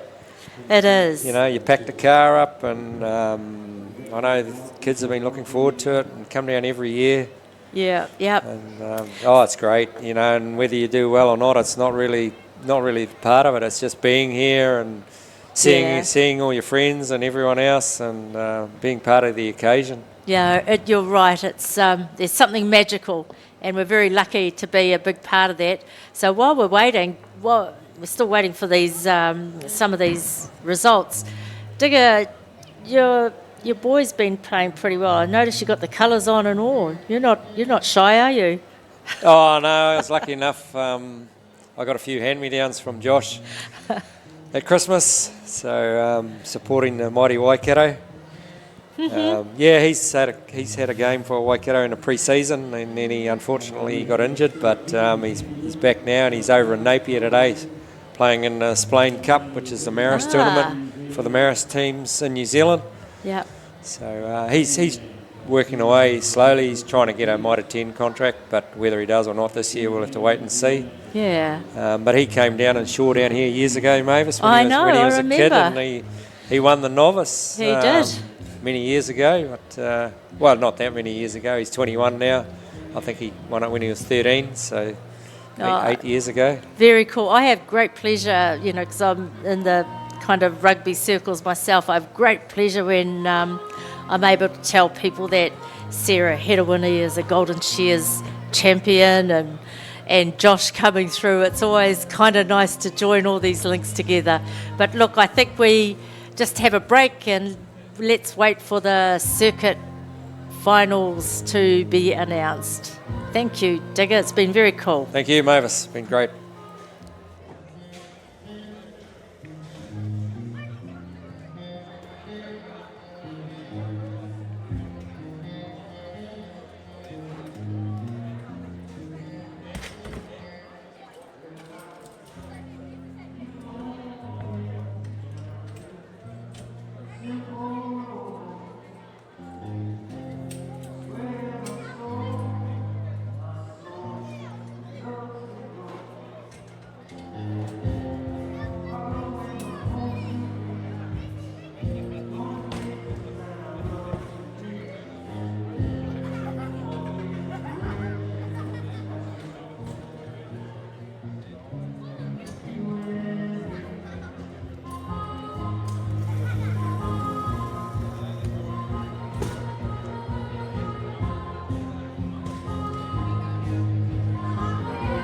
It's one of the most fiercely competitive markets in New Zealand. And that's why we at Bailey's continue to work to rise above the competition. We pride ourselves on being better, on doing our best to build on our hard-earned reputation every day. Since 1999, we've had a dedicated team of country experts whose skills and know-how have made us leaders in the field. We represent every sector of the rural landscape, from large-scale farms, stations, forestry, vineyards and specialty rural properties to lifestyle blocks and homes in the country. And we treat every single one with our legendary professionalism and integrity, whatever the scale. No one knows this market quite like us. We go above and beyond, time after time, day after day, year after year, to achieve the best possible results for our clients. That's why we're the nation's #1 rural real estate brand. Bailey's Country. We're altogether better.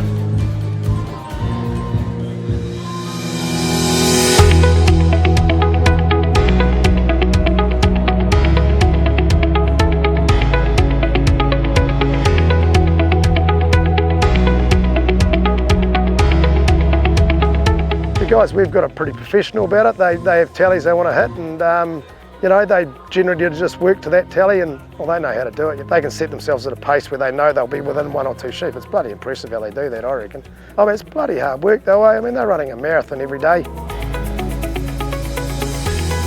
My main message to farmers would be good toilets, good facilities, maintenance, keeping the maintenance up for everybody.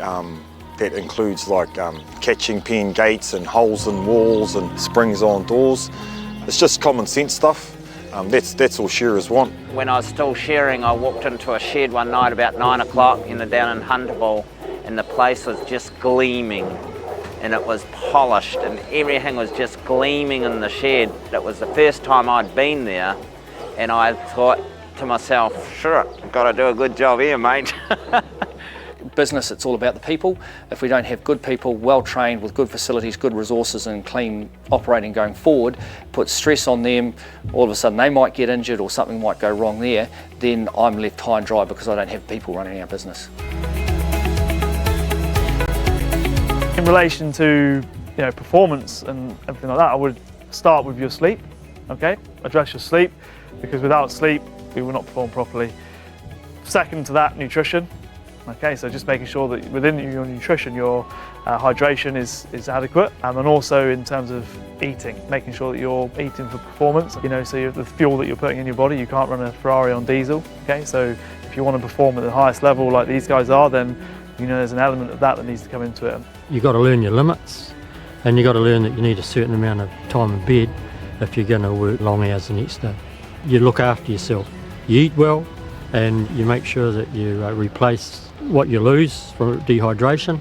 You've got to rehydrate well. My message about training and fitness is take a little bit more time to care for your body. You know, just do a simple few exercises a day. You know, it's going to take 5 minutes out of your day to do a little bit of strength work, 5 minutes at the end of your day to do some stretching out, and the benefits you'll reap from it will be years and years down the road. When we're striving to do well in the industry and we're trying to make money and perhaps make a name for ourselves, we lose that sensitivity to our bodies. We lose that awareness to when we're actually in trouble physically. It's time to go and see a chiropractor, time to get some physio, maybe look at our techniques and the way that we're operating, because if people are working well and they're making money and they can feel the growth in their skill set, then they'll look after themselves. It creates a very positive atmosphere and environment for everyone to work, and they want to be there.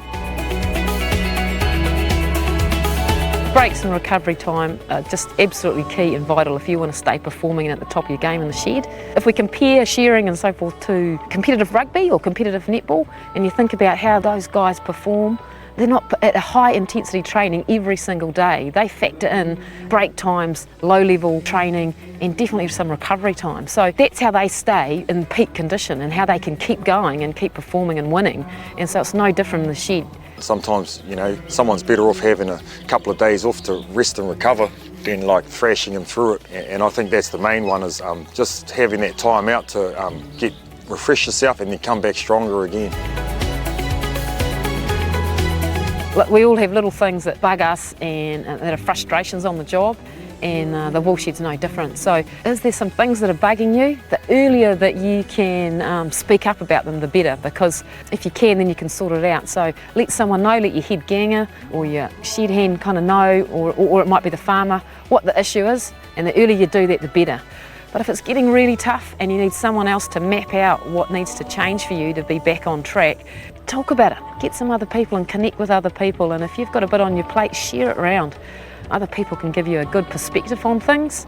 People in our industry, if you look back 30 or 40 years ago, we were sort of taught to be hard and push through pain, but it's also being aware of when your body's in trouble and looking after yourself both physically and mentally. Yeah, looking after your staff is really important. It's probably your number one factor. If you look after your staff, they'll look after you. Finding it very difficult to get young people into the industry these days. So while they're here, we have to show them that we value them. And part of that is being about changing some of the attitudes of the way we did things 20, 30, 40, 50 years ago. In the end, you know, it is all about the people. We can't operate without having people, and I think the ability to have respect for your contractors, for the people that are working on your property and for your property creates a great outcome for everybody.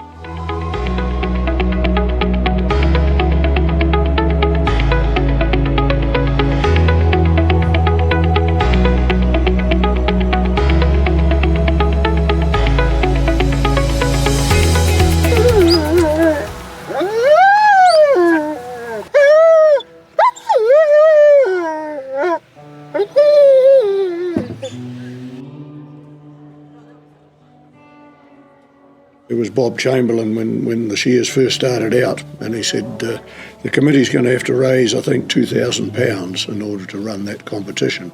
And that's what I understood they were requiring in those days. And that was a big sum of money back in 1960. But the team went out and got it in those days, which obviously Laurie was involved, Edwin O'Hara's father, Roy, amongst others. And once they raised that money, then they could start the competition. I think the other thing in those days too, which hasn't possibly been highlighted, but bringing the competition, which up until then there had been woolhandling, or shearing competitions around the country, but they'd probably always been run in wool sheds. Now what this was bringing a shearing competition and building a specific board and putting it in a stadium in Masterton so that you could have 2,000 spectators. Now that was a new concept, to actually put shearing in a sports stadium. Well, I was told later on that at one part of it in the latter 60s, there was actually a move to make it more sports orientated and to capitalise on that sport aspect of the shearing, which as far as shearers are concerned is very much it. But from a farming point of view, it was something that was felt would actually glamorise shearing perhaps a little too much and take away from the actual basic fact that we need a sheep shorn cleanly and the wool to come off nicely without any animal health problems, which just capitalising as a sport might not have happened so well. Of recent time, I think it has been accepted as a sport in a minor way, and certainly we've had one or two celebrities now. The likes of David Fagan is probably the one that springs to mind for everybody, and he actually took it to a new level as far as sporting goes. That Young Farmers Committee actually had an awful lot to do with the shears moving on to another stage. They'd grown up helping at Golden Shears, and they moved on from that helping stage to actually take the senior executive positions in Golden Shears, and they brought new life into the shearing, into the competition. And the young farmers, as has been highlighted, you had an art competition, you had a make and model competition, you had a Miss Golden Shears competition, and it involved the townspeople probably more again within the Golden Shears itself. And in those days when it was a four-day competition and 650 shearers all up, you started the shearing on the Wednesday. Wednesday night was a young farmers night, and the young farmers took over that whole night, and they ran the Wednesday night totally. And in many ways, they possibly ran it better than the Golden Shears Committee did on Saturday night, because time tended to get away sometimes. Financially wise, it was Les Field and myself. The sponsorship was a most important part of Golden Shears, and always was. But the days of having three major sponsors suddenly started to fall by the wayside, and we had to get a sponsorship for every event at Golden Shears. And I know, working with Les Field through the early 90s, and by the time we'd got into the mid-90s, every competition within Golden Shears had an individual sponsor, and that boosted our sponsorship base, because without that, the job would have folded. In those early 90s, if we made $300, we thought we were doing well. And I remember coming to the 96 World Championships, and we'd just been breaking even or making a few $100s. That year, there was a sum of $70,000 in cash dropped in at the Secretary's office on Monday morning after Golden Shears. We'd never seen that money before. And our Secretary at the time was quite shocked too, because the Armour Guard people just dropped it off, and here she had $70,000 worth of cash sitting on her desk and no security. So it was quite a concerning time. We upped our game in that regard after that. The first Golden Shears I went to was when I left school and was probably about 16. And to get a ticket on the Saturday night, and I'd got in reasonably early, but I was at the back row of the show. I had help with tipping up earlier in the week, but and that's where a lot of us did start out, was tipping up sheep out the back. And that's something that possibly hasn't been highlighted, is the fact that tipping up out the back was on gravel in those first few years, just in the dust at the back of the stadium. It progressed from that to be under a marquee, and when I started tipping up sheep, we were doing it under the marquee. And then I think it was into the 80s when Golden Shears Committee raised the money to put the building to put the roof at the back of the stadium and have that area concreted. So we actually had a decent area to tip up the sheep and good pens. Before that, it was quite a major job. And now that the part of it's been streamlined again, that the sheep are tipped up as soon as they come down and judged individually straight away. And that through Kevin Applin and his expertise in actually building things. Kevin's done a great job there, and that has streamlined the outside judging at Golden Shears.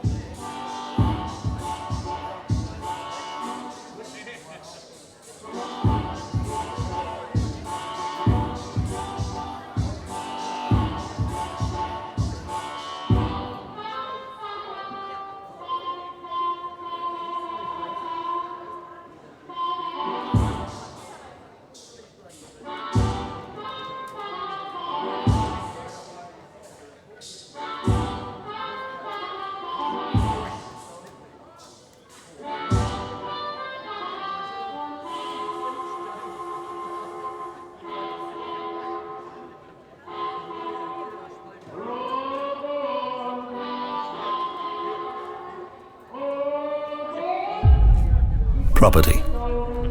It's one of the most fiercely competitive markets in New Zealand. And that's why we at Bailey's continue to work to rise above the competition. We pride ourselves on being better, on doing our best to build on our hard-earned reputation every day. Since 1999, we've had a dedicated team of country experts whose skills and know-how have made us leaders in the field. We represent every sector of the rural landscape, from large-scale farms, stations, forestry, vineyards and specialty rural properties to lifestyle blocks and homes in the country.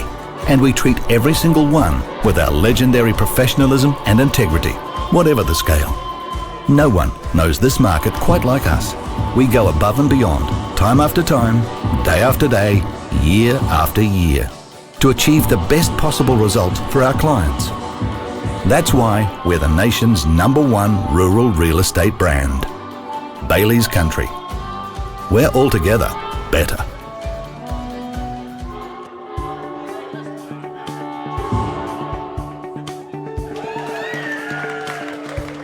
I'm here with Alan from Trust House at the Grill, Solway Park, one of the many venues owned by Trust House.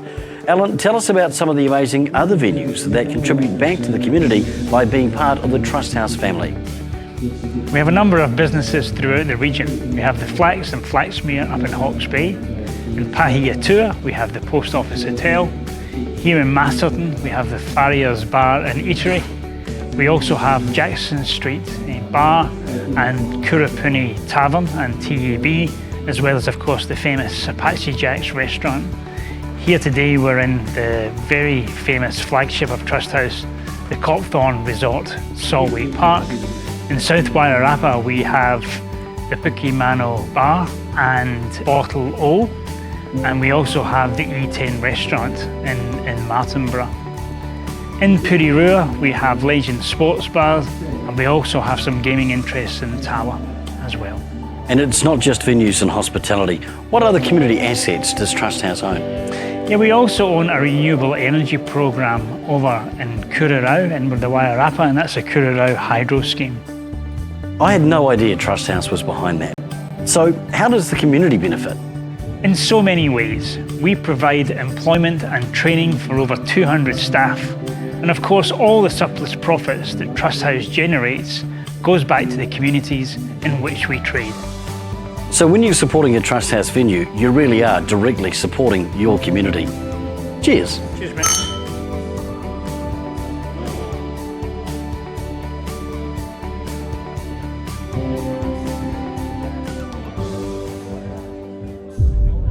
Property. It's one of the most fiercely competitive markets in New Zealand. And that's why we at Bailey's continue to work to rise above the competition. We pride ourselves on being better, on doing our best to build on our hard-earned reputation every day. Since 1999, we've had a dedicated team of country experts whose skills and know-how have made us leaders in the field. We represent every sector of the rural landscape, from large-scale farms, stations, forestry, vineyards and specialty rural properties to lifestyle blocks and homes in the country. And we treat every single one with our legendary professionalism and integrity, whatever the scale. No one knows this market quite like us. We go above and beyond, time after time, day after day, year after year, to achieve the best possible result for our clients. That's why we're the nation's #1 rural real estate brand. Bailey's Country. We're altogether better.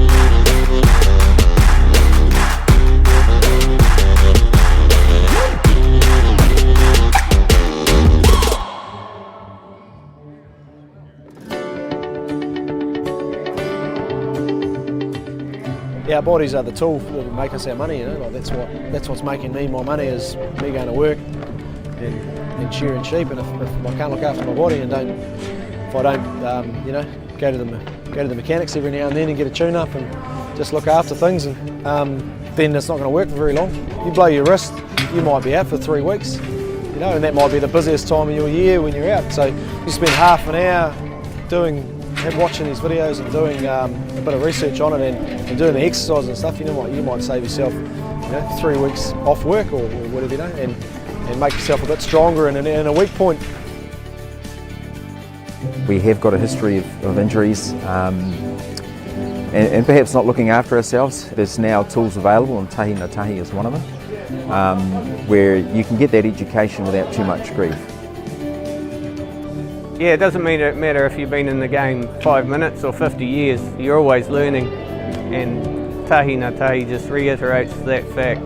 The tahi na tahi program, one of the great things about it is we get a little paranoid about maybe being in a group, and so I mean you can go online in your own time and sit through it and take what you want out of it or what you may need.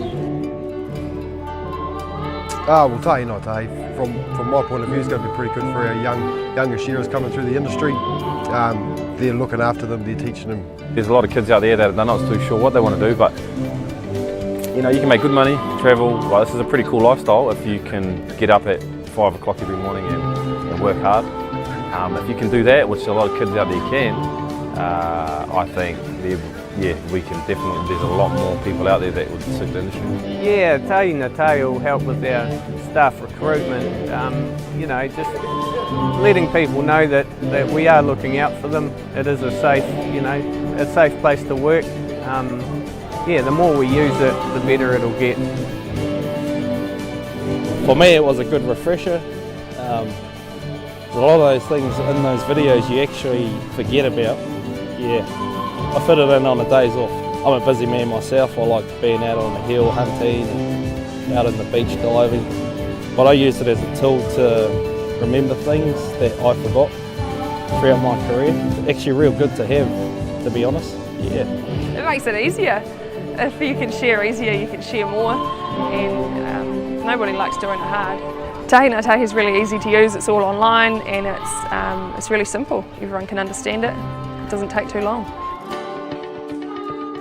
I think it'll benefit rural communities by lifting the standard of work in the wool shed in terms of injury prevention, because there's a lot of anxiety and a lot of frustration when people get injured. So if you can remove all that and people can just get on with the job, which is what we all want to do, without having to get people to fill in and all that sort of thing. So I think it'll really lift productivity in the workplace in the rural communities. Get on board with Tahi na Tahi, sign up, it's as easy as knowing your name and your email address. Shout out to Tahi Ngā Tahi, thank yous for what you guys are doing. Get on Tahi na Tahi and check it out. Head over to www.tahinatahi.co.nz and sign up for your free health and safety certificate.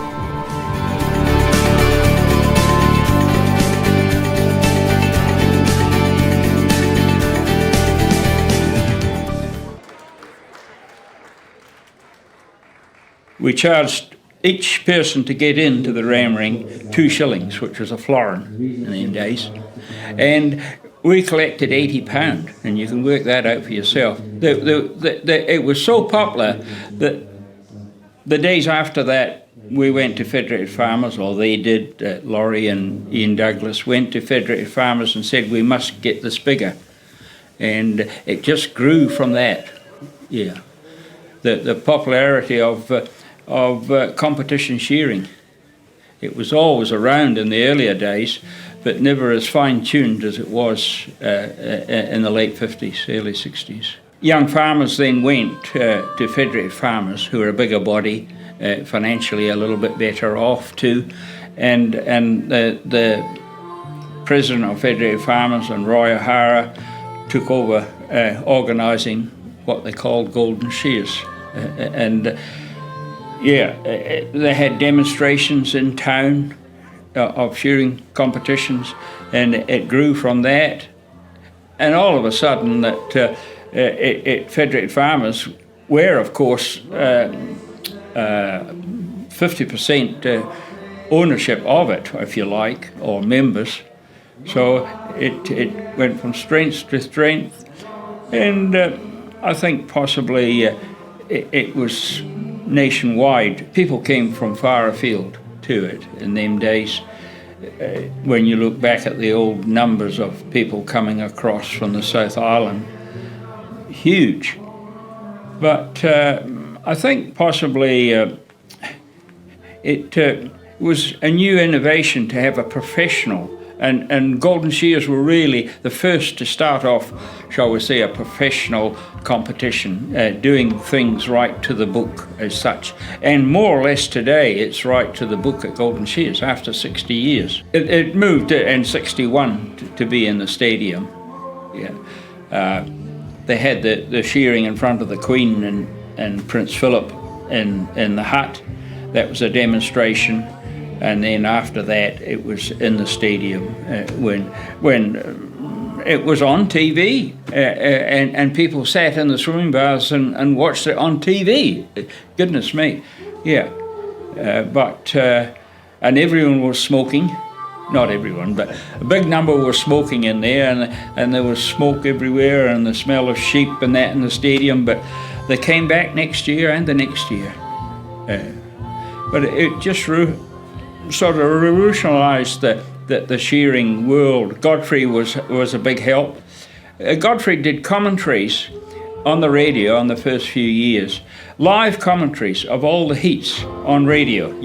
When you were out in the farm or wherever, you turned into 2ZB as it was, or 2XB, and I think in them days, you turned on to the radio, and you would say he was up to heat such and such, and he mentioned the ones in that heat, which it was great, really. The volunteers there put in, and they built, with the help of Reg Shoki, built the shearing board, and it was much bigger, the stadium, because we judged the sheep outside then, so there was more seating. I think the figures of 2,100 seating at the stadium in them days, whereas today it's a lot less. But the sheep was something that was provided voluntary by everyone, and it was a voluntary service. Many outfits in the town volunteered their services But in them days, there was 60 million sheep, 70 million. There's half that today. So there's half the competitors. I had a bit to do with quite a few things. And the sheep that were supplied by a farmer were prepared days or weeks before. They cleaned the crutch out and selected them, and they were kept separate. And this farmer had 2 lots of sheep, ones that weren't prepared, and some shearing gang went out there to shear some sheep that were sent out there and actually shore the sheep that were supposed to come into Golden Shears, which caused a bit of a kerfuffle, but never mind, it all worked out in the end. There was a stage there where the door came open in a wool shed and the sheep got out and it was pouring with rain and the sheep got wet outside. The show still went on, and I can recall when we had 4 inches of rain, we couldn't get sheep in from the Wongahu, Malcolm Brown's farm, and the river had come up, they couldn't get the trucks in there. We knew that night at 6 o'clock, John Ramson was the sheep officer, and we rang around, and Massey Riverside had 600 sheep for shearers to practice on, trade shearers. So I rang Smith, the manager, and at 6 at night, and said, any chance of using those sheep? We had to prepare them. So we crutched them at 5 in the morning, and at 8 in the morning they were being shorn in the stadium. And it was pouring with rain. That's when we had 6 or 7 inches of rain. So the show carried on, even if the numbers were dropped back a little bit. And it's all about people packing in to help one another. There has been characters there at the shearing. There has been characters, and I suppose tend to go back when they had bets on, and they had half a bottle of whiskey in the changing room, and they drank that before they got up there to see who was going to be first off, as such. They're much more stringent today, but in them days, it was, well, okay. People were getting up in bare feet, and today we've got the appropriate dress and what have you. Yeah. Someone came into the stadium and said there's a sheep on the roundabout.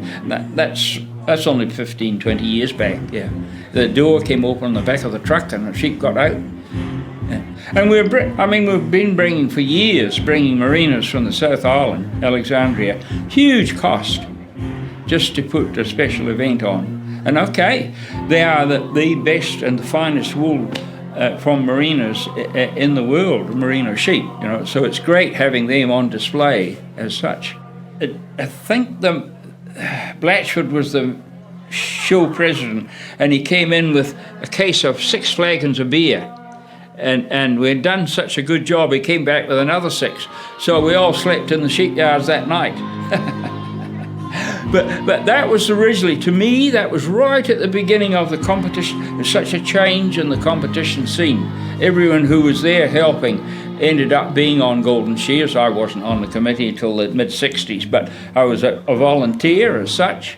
And I've been around now, and I've been in New Zealand for 67 years. And when you get back to the UK, they'll see you're a colonial, aren't you? Yeah. They were allowed alcohol if you had a keg of beer or whatever there for lunchtime, and they filled themselves up on a bit of a beer, and then they're expected to get back on the shearing board and judge at the competition. It doesn't happen today. It's more stringent today, which is good.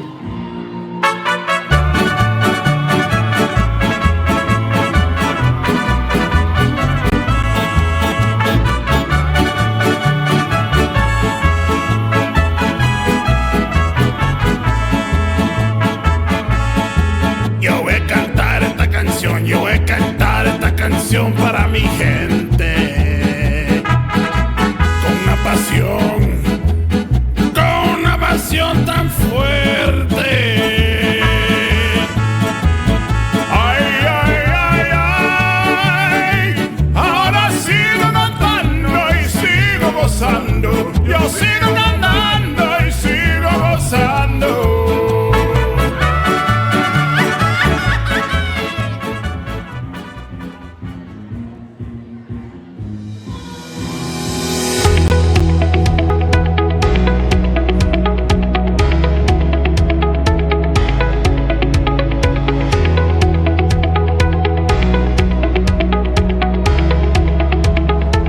guys we've got it pretty professional about it. They have tallies they want to hit, and you know, they generally just work to that tally, and well, they know how to do it. If they can set themselves at a pace where they know they'll be within 1 or 2 sheep, it's bloody impressive how they do that, I reckon.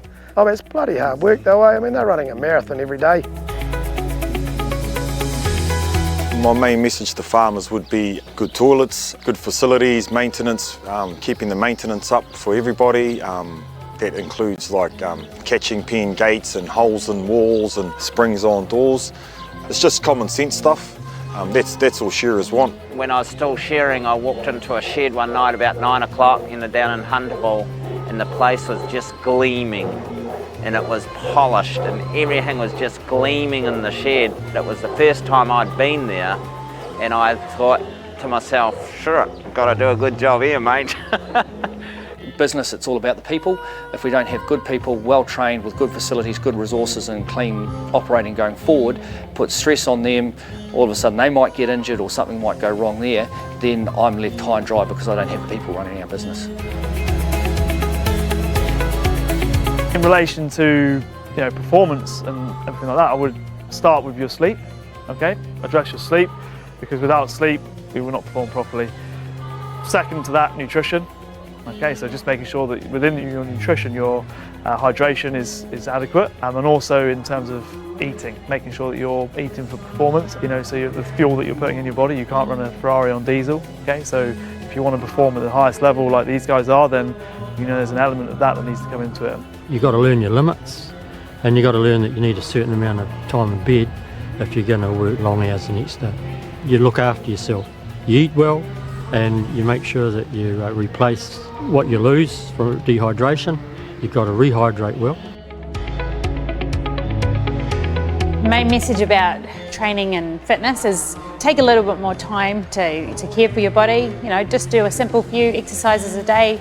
It's going to take 5 minutes out of your day to do a little bit of strength work, 5 minutes at the end of your day to do some stretching out, and the benefits you'll reap from it will be years and years down the road. When we're striving to do well in the industry and we're trying to make money and perhaps make a name for ourselves, we lose that sensitivity to our bodies. We lose that awareness to when we're actually in trouble physically. It's time to go and see a chiropractor, time to get some physio, maybe look at our techniques and the way that we're operating, because if people are working well and they're making money and they can feel the growth in their skill set, then they'll look after themselves. It creates a very positive atmosphere and environment for everyone to work, and they want to be there. Breaks and recovery time are just absolutely key and vital if you want to stay performing at the top of your game in the shed. If we compare shearing and so forth to competitive rugby or competitive netball, and you think about how those guys perform, they're not at a high intensity training every single day. They factor in break times, low level training, and definitely some recovery time. So that's how they stay in peak condition and how they can keep going and keep performing and winning. And so it's no different in the shed. Sometimes, someone's better off having a couple of days off to rest and recover than like thrashing them through it. And I think that's the main one, is just having that time out to refresh yourself and then come back stronger again. Look, we all have little things that bug us and that are frustrations on the job, and the wool shed's no different. So is there some things that are bugging you? The earlier that you can speak up about them, the better, because if you can, then you can sort it out. So let someone know, let your head ganger or your shed hand kind of know, or it might be the farmer, what the issue is, and the earlier you do that, the better. But if it's getting really tough and you need someone else to map out what needs to change for you to be back on track, talk about it. Get some other people and connect with other people, and if you've got a bit on your plate, share it around. Other people can give you a good perspective on things. People in our industry, if you look back 30 or 40 years ago, we were sort of taught to be hard and push through pain, but it's also being aware of when your body's in trouble and looking after yourself both physically and mentally.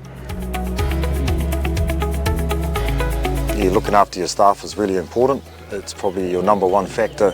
If you look after your staff, they'll look after you. Finding it very difficult to get young people into the industry these days. So while they're here, we have to show them that we value them, And part of that is being about changing some of the attitudes of the way we did things 20, 30, 40, 50 years ago. In the end, you know, it is all about the people. We can't operate without having people, and I think the ability to have respect for your contractors, for the people that are working on your property and for your property creates a great outcome for everybody.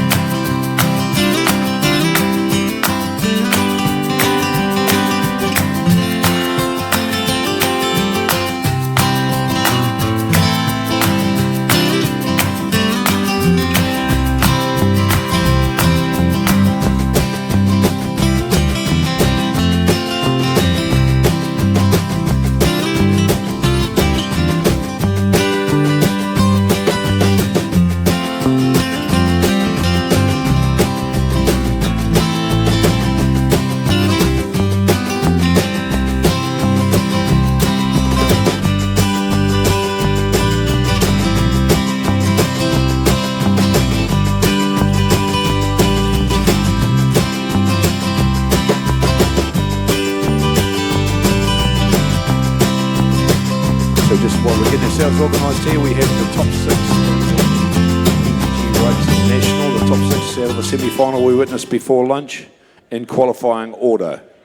They are Nathan Stratford, Angus Moore, Brett Roberts, Troy Piper, Aaron Haynes and Pairata Abraham. So well under those six competitors, they will compete in that big PGG Wrightson National final later on this evening. So right now is the North Island Woolhandling Circuit final.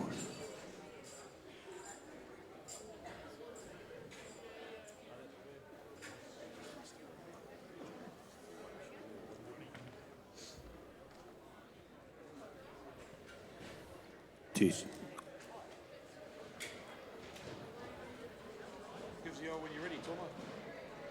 Gives the nod when you're ready. Gives the nod when you're ready. Ready now. Okay, ladies and gentlemen, let's introduce you to our competitors in this North Island Woolhandling Circuit final. Down on table number 4. Put your hands together, ladies and gentlemen, for Nio Hansen. Well done, Nio. Big final for this young girl. On table number 3 will be Cherie Alabasta. Table number 2, another top young competitor, Marino Braddock. And the ever-present Kieran Herbert here on the table number 1. So we're going to go through to Tuma Mullins and Rowena Duncombe for their expert commentary on this one. Looking forward to this big final.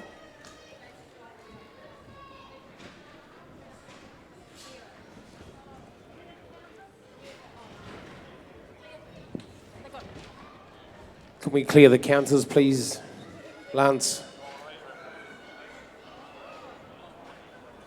Okay, so to qualify for this, ladies and gentlemen, you had to do 4 long wall shows and 4 second shear.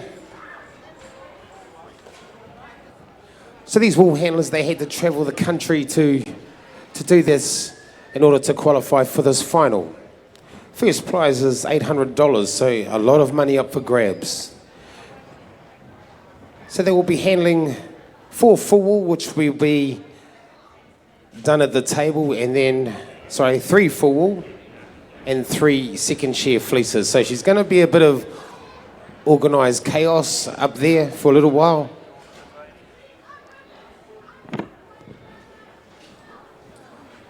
We're just waiting for the green light up the back, and that will be given once the counters have been zeroed.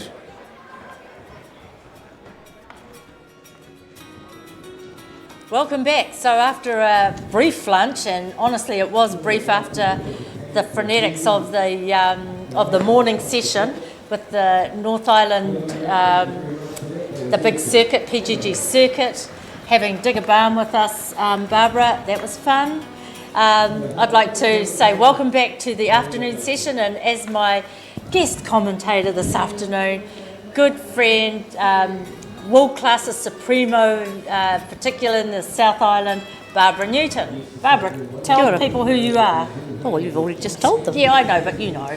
Yeah, well, I thoroughly enjoy coming up to these competitions, and I've judged here a couple of 3 times, and yeah, I'm looking forward to this North Island. I haven't seen Nio or Marino competing at all so far, but we've got a couple of master wool handlers there, and Kieran and Cherie, and Cherie's looking pretty sharp, especially after that test last night. Wasn't that fantastic? Amazing, wasn't it? Yeah, it was one of the better tests. They looked pretty much on a par, but I saw the points. Yeah, bit of a surprise there. That's right. So we're about to begin on the Te Papa Station or partnership sponsored North Island wool handling circuit. This is a final. These competitors have competed at up to 17 competitions around the North Island, and these are the final 4. Kieran Herbert, no surprise there. Barbara, you know, ex-world representative. She's been around a fair bit, done it all. Is she a master yet? I think she might be. She might be. Yeah, she's pretty sharp. Yep. She always gives it 100%, does that, Karen? You can see that fire in her eyes. Same as Cherie. She gets pretty fired up. Yep. And it's kind of, they've got that get out of my road look, Yeah, don't get in my way. I've got something to do. And the other 2, a little bit less experienced, but yeah, you never know what's going to happen. Somebody could just come out of the woodwork here.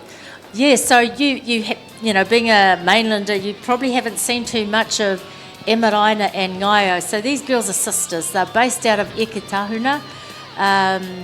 Local girls, they've competed strongly through the competitions, come up through that novice, junior, senior.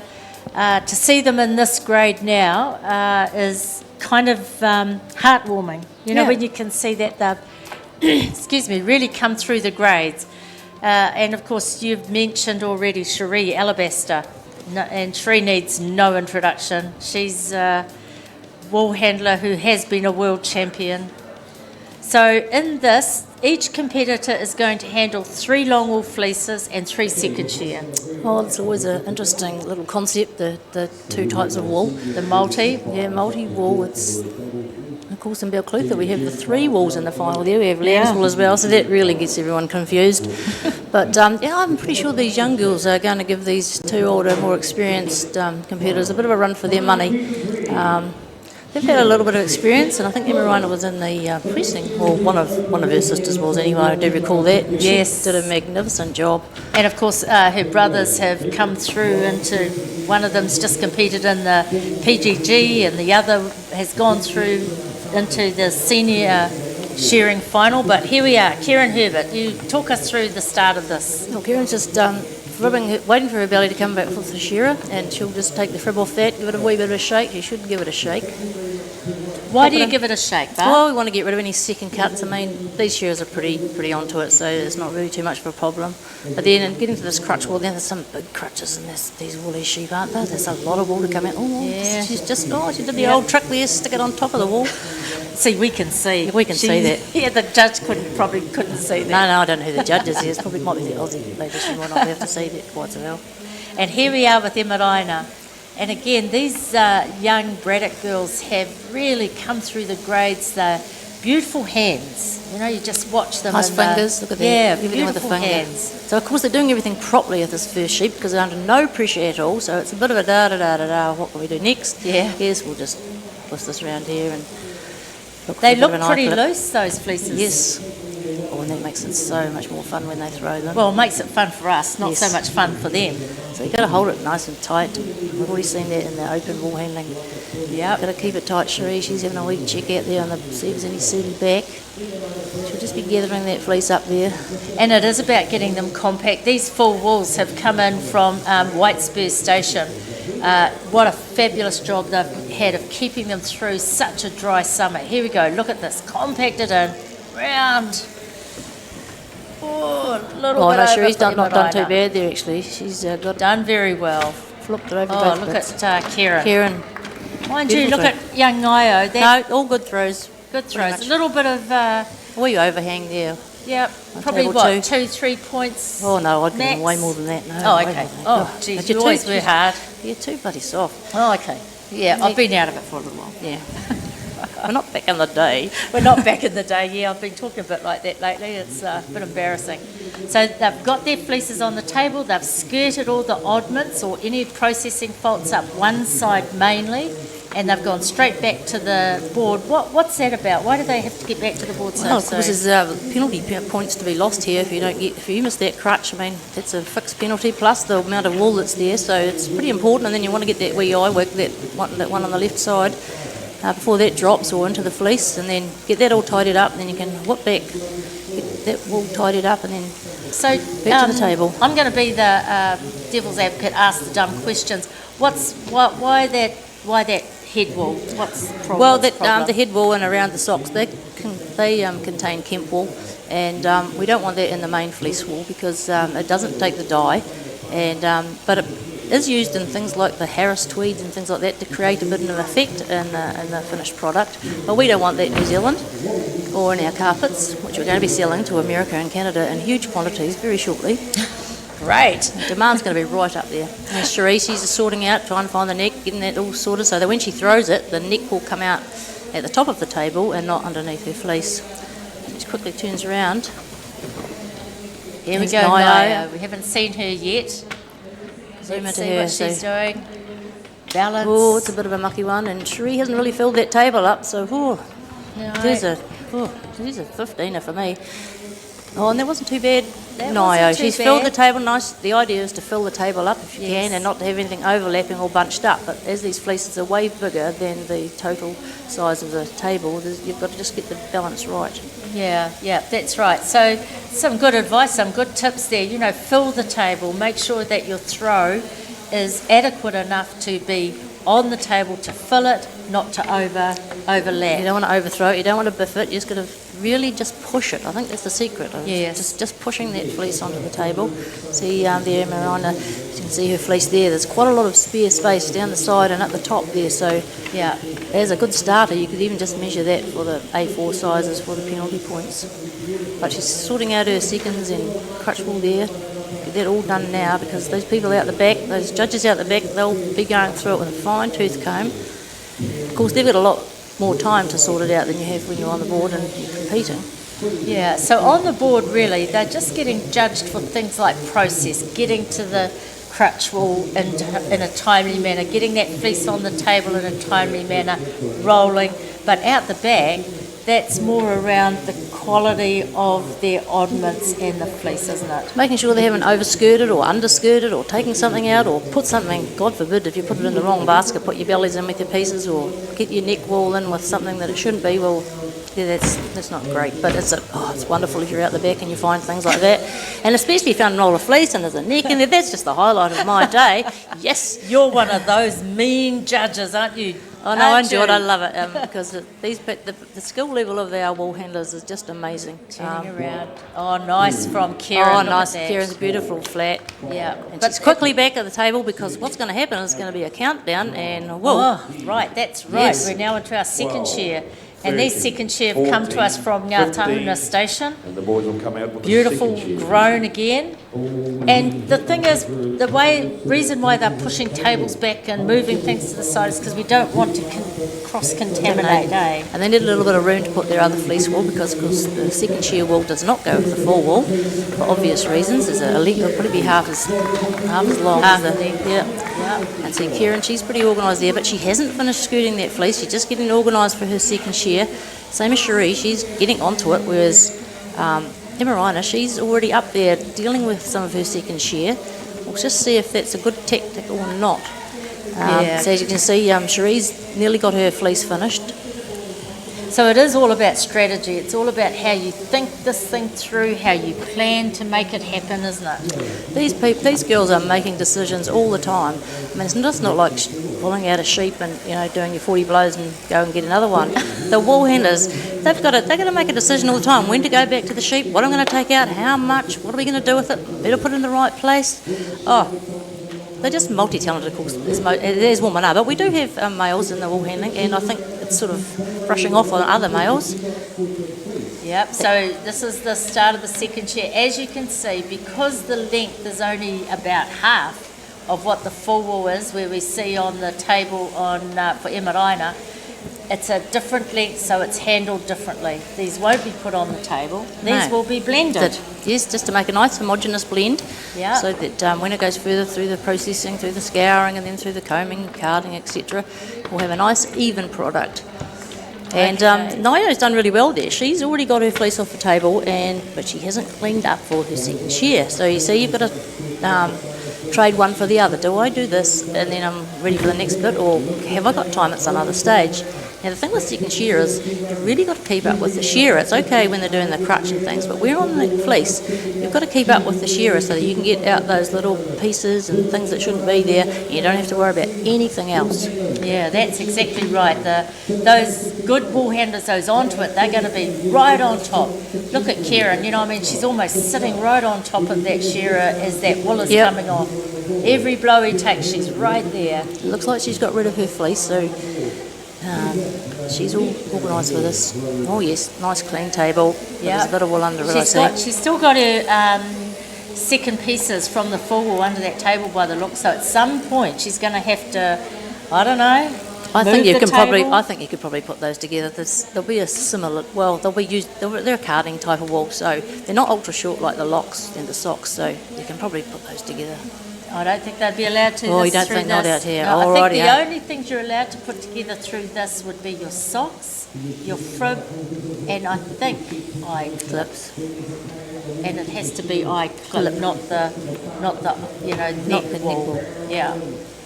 But I don't know how they'd go with the. And you're right though, from a commercial point of view, the length and colour, you know, if you just classify it that way, maybe could have gone together. But look at Cherie, what a beautiful cleanup. She's snapped it up there now. She's really into the blend. No, he's got one more sheep to go. But she's just checking her pile there because of course you don't get marked for your blend until the finish. So she can just have a wee check there, and then all she has to do at the end is whip her up and give her a bit of a hurry up. They've gotten really tight on the blends. I judged at Taihape this year, and you know, if those blends, if it's not all the way around and underneath with the, you know, whole fleece blended into whole fleece, these judges, they're pretty blinking tight on it. Oh yeah. See that bit of wool there, Barbara, left where the feet are, that's penalty? Well, it's not contaminating anything at present. No, see, she just whipped that out there. So, no. As long as she didn't whip it out and onto the floor, she'll be fine. Yeah, no, she's got it. Well done, Nio. Sometimes there's so much going on, it's hard to think, what am I supposed to do with that now? But they're used to it. They do it every day, and that's the thing, is you've got to practice these things in your workplace as well as the competition. If you do it when you're working, then when it comes to the competition, it's only you've got to worry about it. Yeah. But it is. Right. I mean, it's easier said than put into practice. I mean, hello, this is coming from someone who's never been a wool handler, let alone be a competitor. But I know what you've got to do. Yeah, that's right.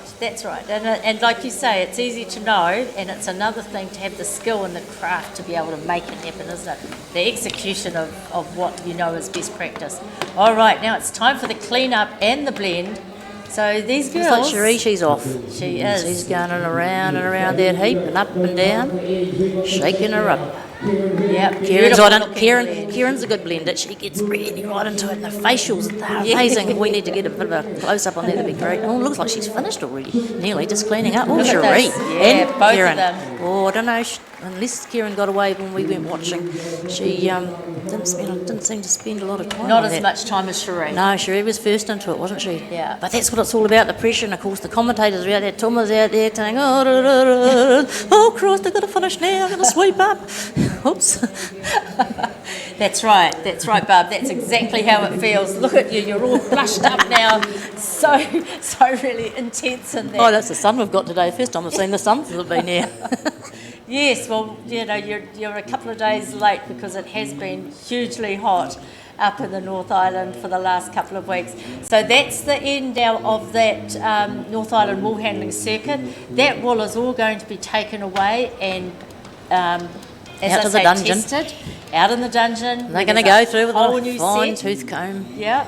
And I guess while we're here, just to acknowledge all these judges, you know, this is a whole group of volunteers given up a whole week to come and to participate. And the interesting thing is, you know, it's actually a privilege and an honour to be here. I mean, we've had haven't we? And it's bloody hard work, I tell you. When you have a day here, especially on those heats after the open wool handling, you can't wait to get back to the motel, stick your feet in the pool and pull out a cup of tea. I don't remember the cup of tea, but you're a coffee person then. No. Yeah.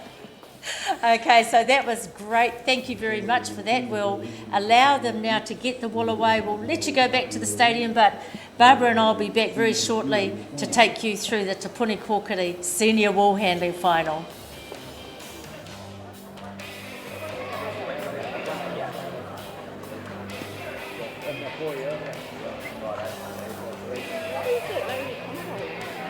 Rowena Duncan.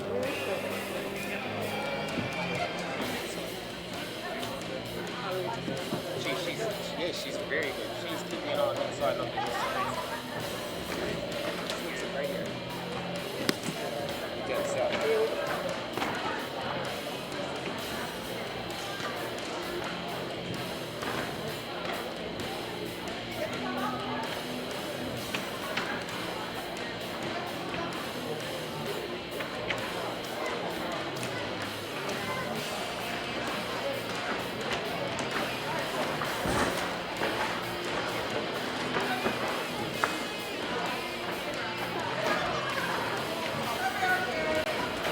We're going to get our senior wool handlers up and set themselves up. Then we'll ask them to come to the left of the stage and we'll get the guys to bring them on.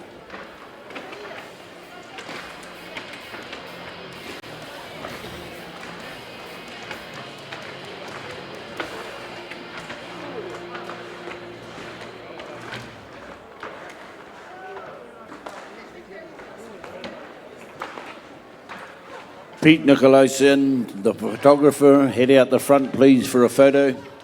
Where are you, Pete? All the shearing judges to race out the front, that's the grey shirts. You get your best smiles on, you're going to be trying to smash a camera out there.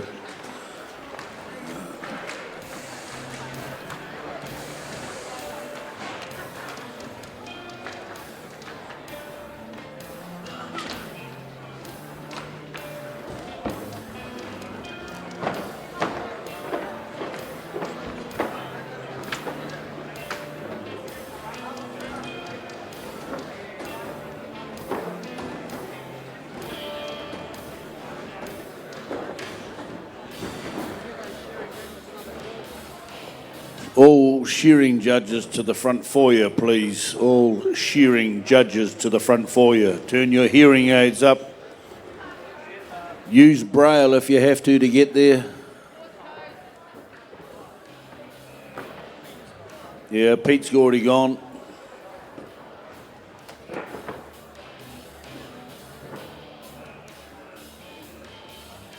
We're just going to record the partners in crime there as they go and get their photos taken for the hang on the wall to say they've been at the 60th celebrations.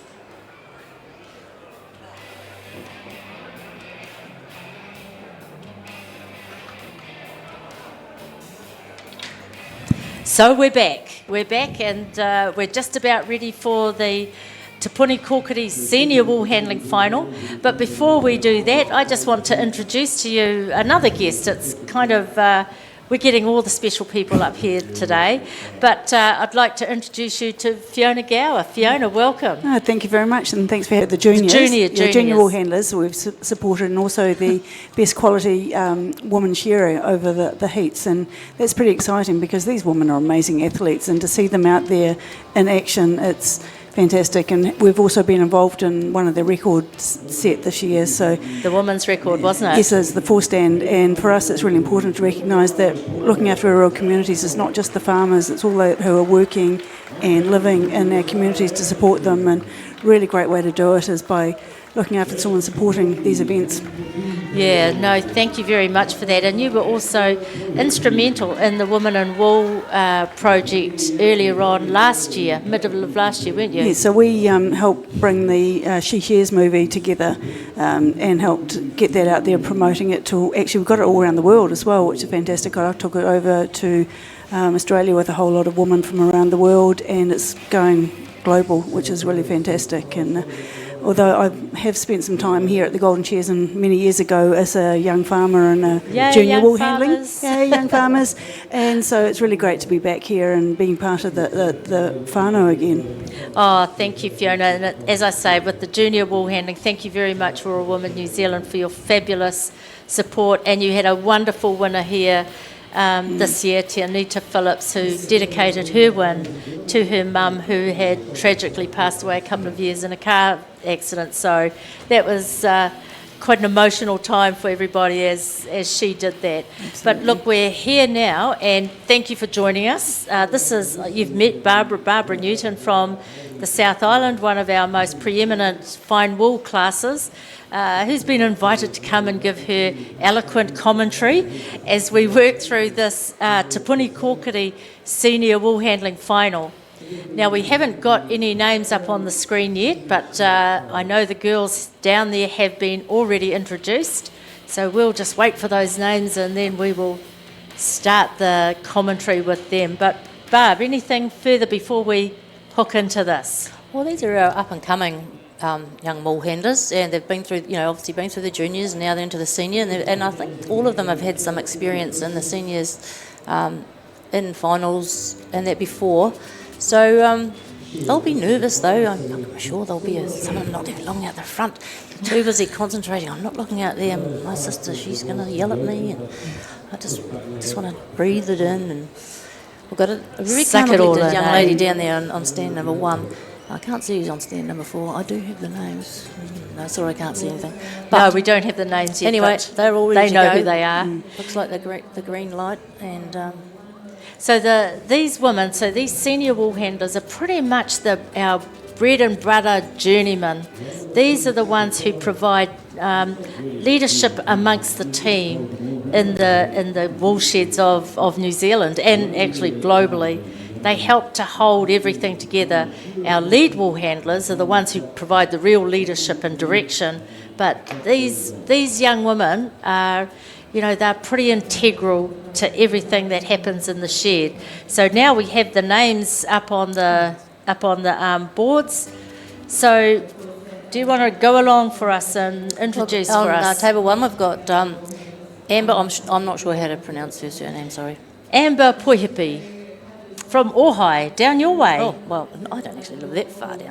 That's a coal mining area. That's have a lot of the mainland. And some awesome shearers and wool handlers come from that area. Yes. Jasmine Tapuki from Martinborough, local girl. I watched her in her heats and she was just amazing. She just seemed to have it all there. Lashara Anderson from Invercargill. And then lastly, down the end, another local girl, Muriwai Paul from Masterton. So, a good mix we've got going on here. Southland, Wairarapa. Yep, Southland, Wairarapa and Southland. That's right, Southland. 2 each. Sorry, yes. I thought you played rugby. It's been a big day. So we're starting, what you'll see in front of the screen for Fiona in particular is what we're commentating to. This is what's going out into the World Wide Web.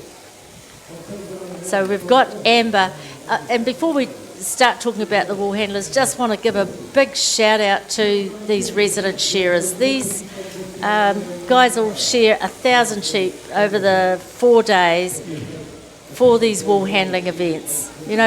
No one's getting paid here. Everyone does this for the love of it. And on that first stand, you've got Amber, who's already now been through that crutch wool. Barbara, talk us through where we're going. She's sorting that out, shaking out those seconds, getting the locks out now, putting that little bit of eye wig out, the little bit with the Kempi fibre, keeping it poured nice and clean. She's already done her bellies, just waiting. As we said before, the first sheep that's always cruisy, that's the one that's always best prepared.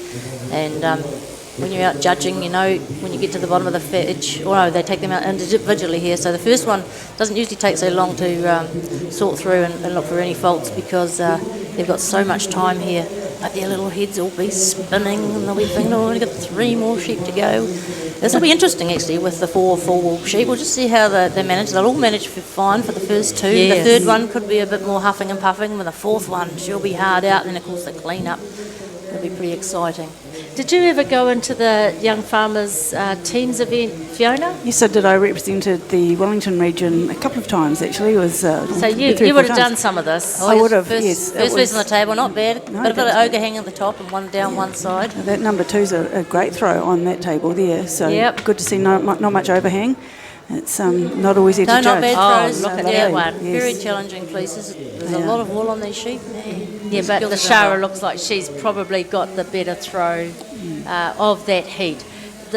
What I'll do is when it comes up again along the bottom, we've got some little dials, and the red and green kind of give you the average over all of that heat, and then the dial tells you where they are. Now, obviously, sheep, well, she's right in amongst it. In terms of her board points, she's better than average.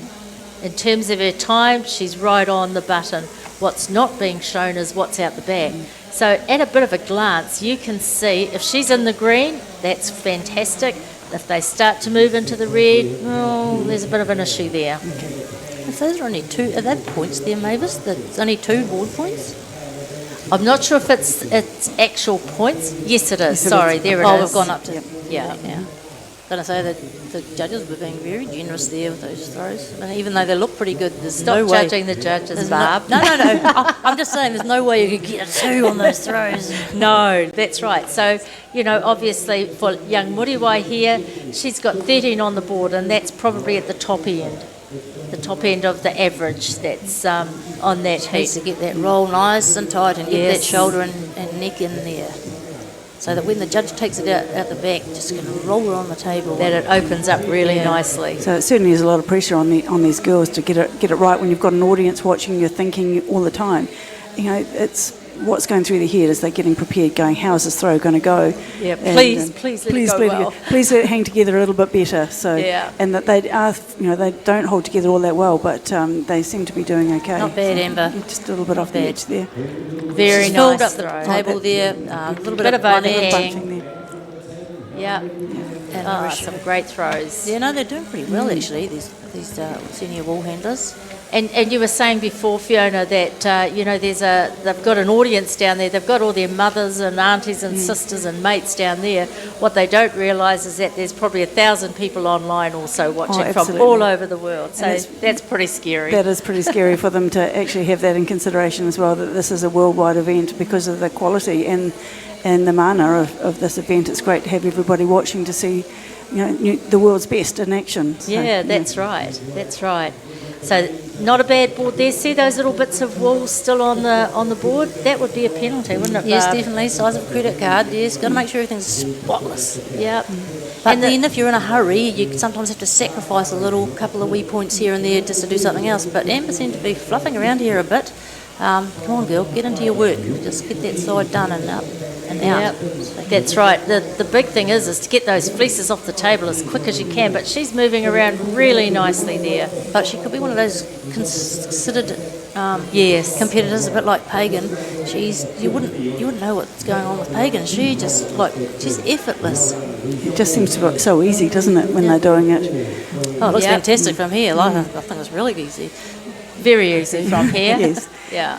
Oh, yes, they're getting a bit of tucking in here. It's quite interesting. A lot of audience out there, they've never really been to a show before, understand it, and they're wondering, how do they win? What are the points for? And it's been really great talking to people that have never been before and, the finer details of how it works, and they're getting a much better appreciation of the whole process and how important it is. So therefore, we're really lucky to have the services and the skills of Toby and Ben from Noise Productions, who are hearing all of this. They're not shearers either. They would probably make a terrible mess.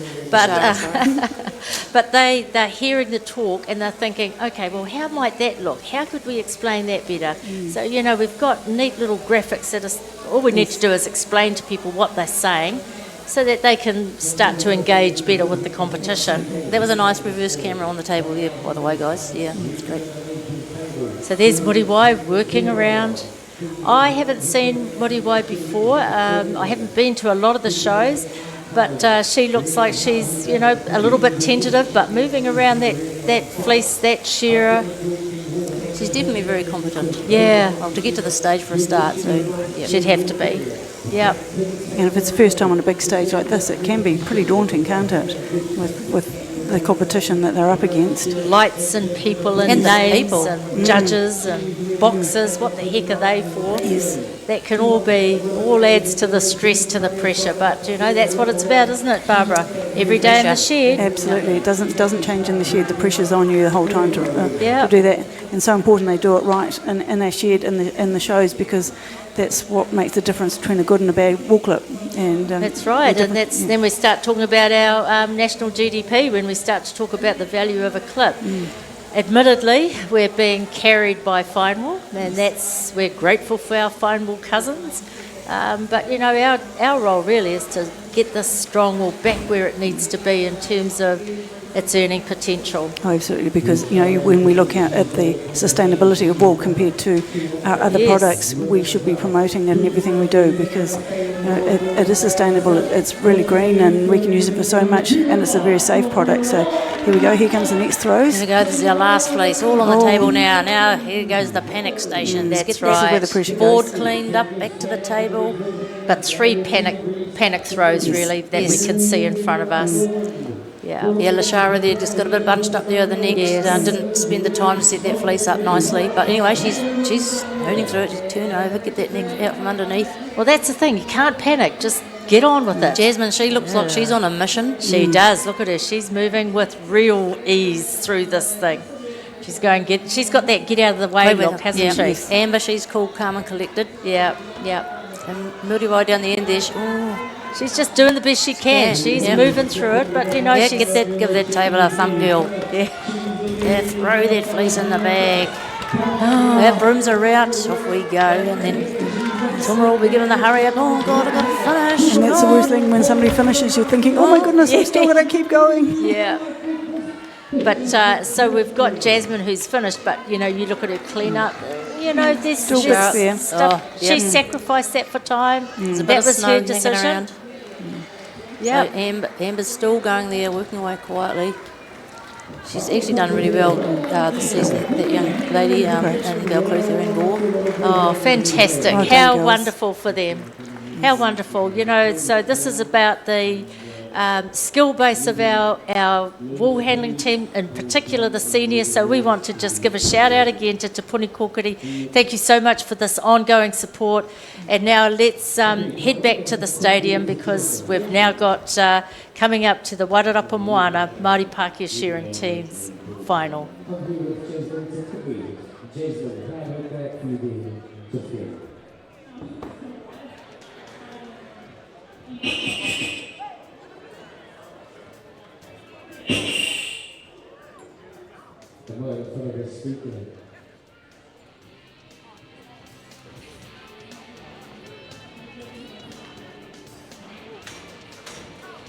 When we started cleaning up after that cream sheet, when we slipped on the we thought that was the final moment to the cleanup.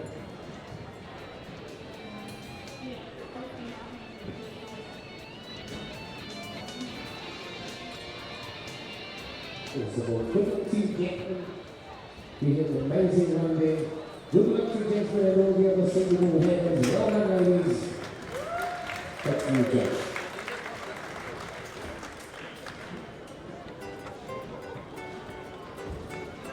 So you make sure that Ruben out of back will pull from the get this in it, so it'll be called for the senior final.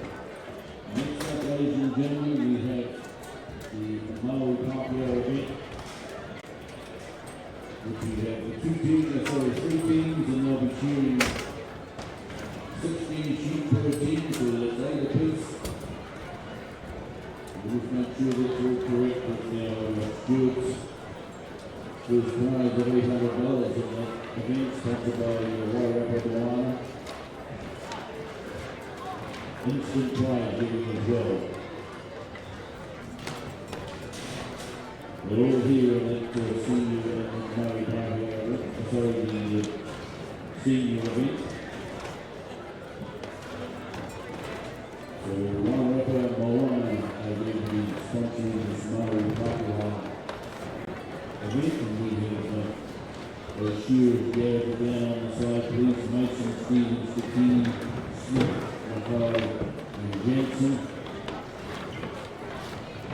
the other down to the left of the stage, please.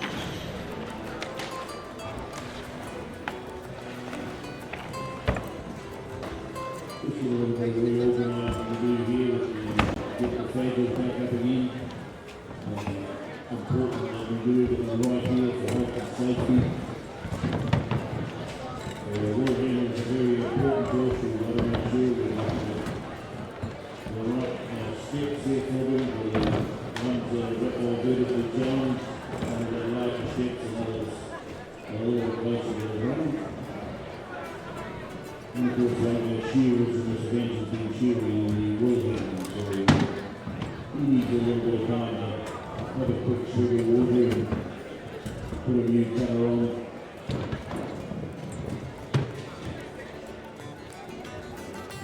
And you'll see the screen above the stands there is showing you Anthony Mason and Alex Smith.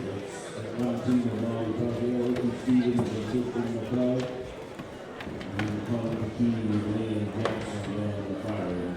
Shearing is a team, ladies and gentlemen. 800 snappers up there.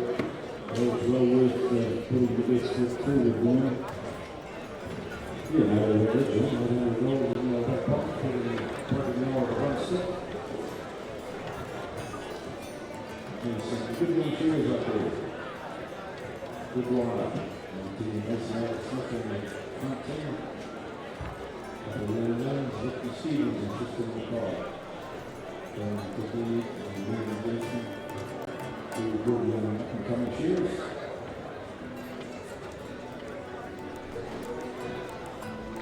We have the Blade Challenge, please, the Blade Shear Challenge.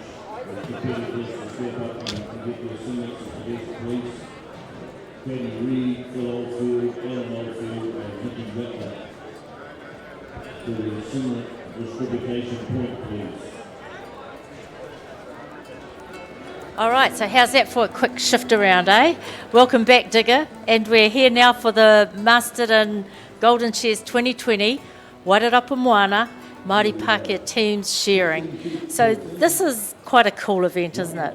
Oh, this is a unique event where we combine a Maori shearer with a Pākehā shearer. You know, it's what happens in the shed every day. We all work together. Yeah, and it's just bringing two cultures together. And it's really good. That's right, it is. But you know what I often smile about, Digger? Sometimes the Pākehās look more Māori and the Māoris look more Pākehā. You know? I mean, Yeah. we're becoming a little bit homogenised here. Yeah, sometimes. Yeah, it's hard to pick who's in which team. But no, we've got three good teams up there. We do, and just want to acknowledge the sponsors here. Wairarapa Moana, they came in a few years ago, a large Māori incorporation that has its roots in the Wairarapa, but farms in the Mangakino area district. And they are amazing farmers. They're shareholders in the milk company up there, Miraka. So a great success story, but they're now introducing, and maybe we can ask you to do that for us, Digger, the teams as they come onto the stage. Yeah, shearers are coming onto the board. So up on stand 5 and 6, we've got Conan Tikeni from Tamaranui. He's representing the Maoris. And Liam Jansen on stand 6. He's the Pākehā. Yep. Stand 3, we've got Ricky Stevens from Napier, the Maori shearer, and Tristan Mackay from Wairarapa. He's representing the Pākehās. And down on 1 and 2, Martini Mason, local boy from Masterton in the Maori team, and Alex Smith from Rakaia is the Pākehā. So there's 3 teams. They'll share 8 sheep each. That's right. And this event was used to, back in the days of like Martin Artaki, Eddie Reddy. I remember those guys used to team up and they'd win it. I think you could pick your teams back in those days. Now it's an invitation event in Golden Shears. Pick the teams, and it's to give these younger guys a little bit more exposure. and it's a great event. But at the same time, it's bringing the cultures together and all working together. That's right, and it's really cool to see, some of those who were in those early days. Martin and Tia, they're here. Lovely to see them. Ivan Rosendich and Lynn, seen them here. I mean, if we start mentioning names, I'm going to get myself into big fat trouble, but those are a couple that was just so lovely to see them. Roger Cox and Snow Quinn, and the list goes on. Yeah, where do you stop? Where do you stop? You probably missed someone out, Mavis. Totally. You'll get in trouble. You have to buy them a beer later on. I'll go straight home. But no, it's a great event, and I guess what happened, it went into recess, this competition, because people thought, oh heck, it's not good, we have this Māori Pākehā. And I remember, I think it was Dean Ball and you guys kind of said, gee, why, we don't have that political correctness here, let's just call it like it is. Yeah. And so it was reinstated. Yep. No, it's great, and we've got the Maori rugby team and that, and I think it's still great to keep the uniqueness of it. Yeah, let's celebrate it. We're one and all, and we're New Zealand. Yep. Aotearoa. Absolutely. So it's going to be interesting to see. And as Digger said, this is now an invitation event, because what Golden Shears, what we started to see was all the same big names popping up all the time in these events. And rather than sort of fatigue the competitor and the crowd, actually, it was seen as, let's give some of the guys just on the edge. Let's just give those guys just missing out the opportunity to grow themselves. So this is what we're stuck with. Take Ricky Stevens, for example. First year up in the Open, had a pretty good year. Seasons coming up through the grades, had a good year last year in the seniors.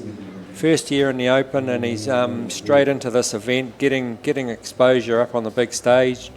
And he's done a shear 8 sheep this afternoon.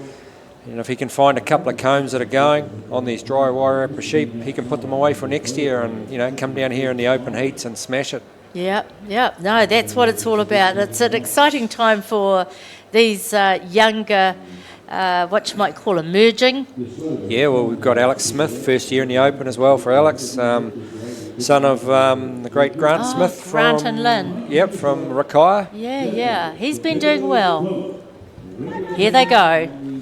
These guys won't be mucking around because they're young and into it, eh? Young and fit. Mavis, what are you trying to say? Oh, you're not having a subtle dig at me, are you? No. Of course not. No, they're there. They're full of it. They're just wanting to get in and show what they can do. Yep. So here's Martinet.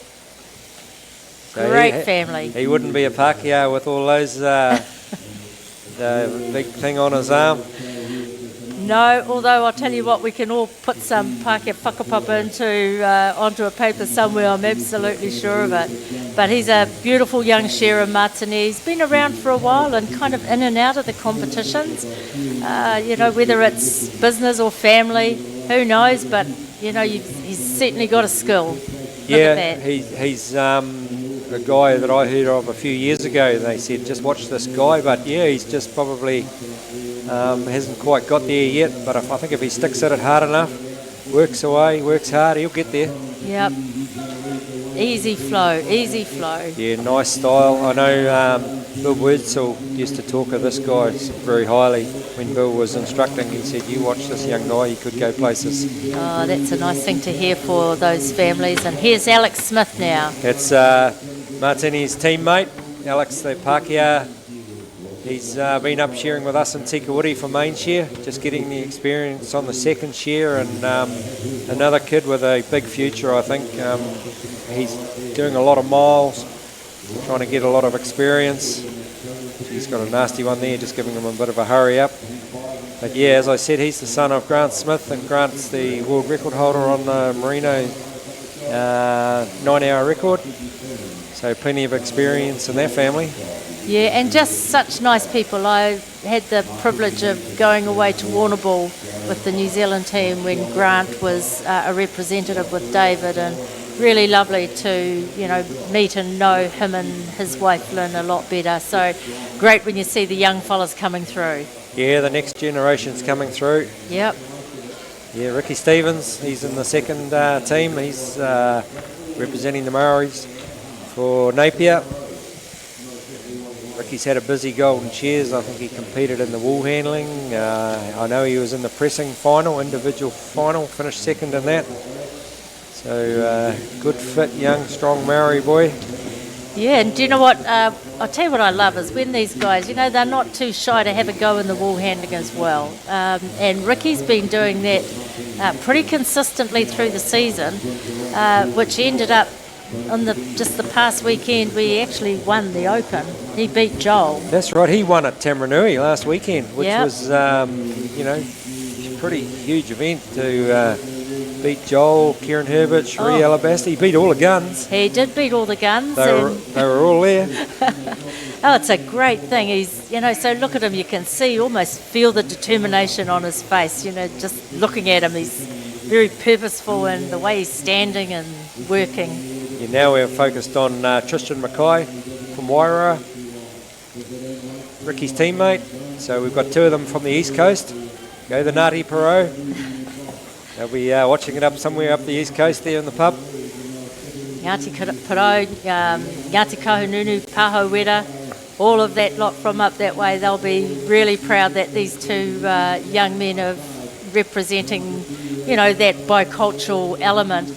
And, you know, Wairoa have done damn well in these shears. Oh, they're going to be the new shearing capital of the world. Oh, gee, is that coming from you? Wow. Oh, we used to think in the King Country we had all the gun shearers and the gun roustabouts and wool handlers, presses, but I'll tell you what, there's a fair few coming out of Wairarapa, and it started with young Riker Swan winning the novice. It has, and, you know, even before that, gee, they've just been on their game. Conan Tekene.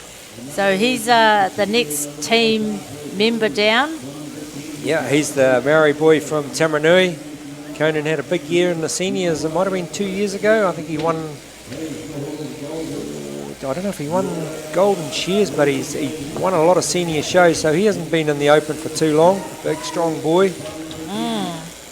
No, and, you know, another place where there's a lot of good shearers that come out of Tamaranui. Tamaranui, a lot of sheep around Tamaranui. Yep. Nice sheep. It's one area, you know, in New Zealand, there are not too many dairy conversions that have gone in on the Tamaranui Hills. No. No, and Liam Jensen, and Liam's from Stratford.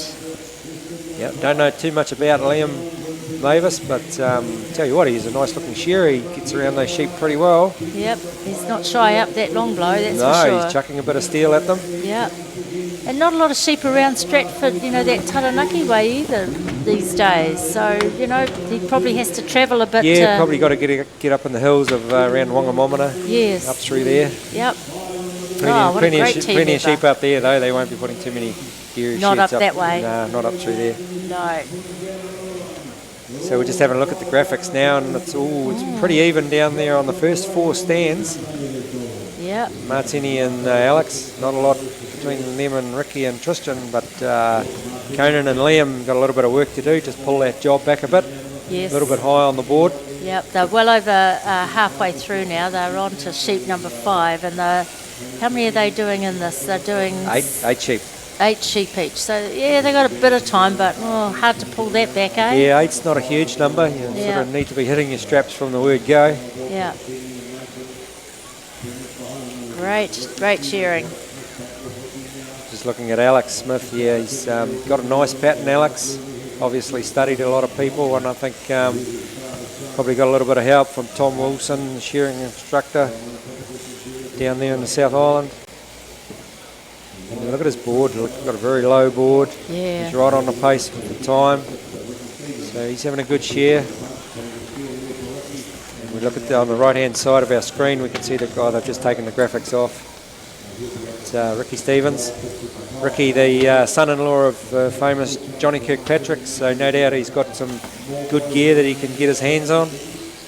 Yeah, he's, you know, he's just really picked this up from day one, hasn't he? You know, once he sort of became involved with the Kirkpatricks, you know, he used to help down here with the points. I remember when him and Angela first got together, and then slowly but surely the handpiece gets a bit of a tickle up, and now look at him. Yeah, well, he was wool handling when I first met him And then he sort of did a bit of pressing, then he started shearing. I remember Ricky shearing in the novice, and that's probably only 4 or 5 years ago, and look at him now, he's up in the open, and great to see. Yeah, he looks fabulous too. So Tristan's there, look at his board.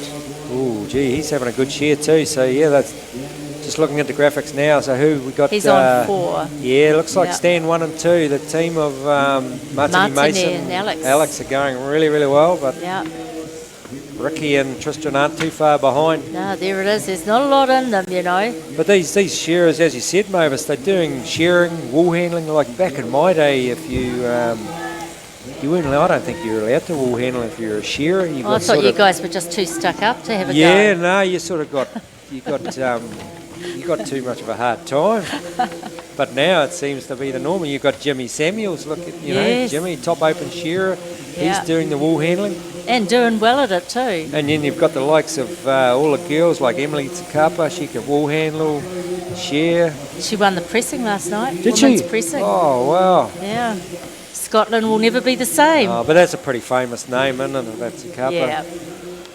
Sure is. Oh, just so many names that, entrenched in the shearing history. Yeah. I was saying last night too, Emily's just so much fun. She's just fun to be around. She's got just great energy.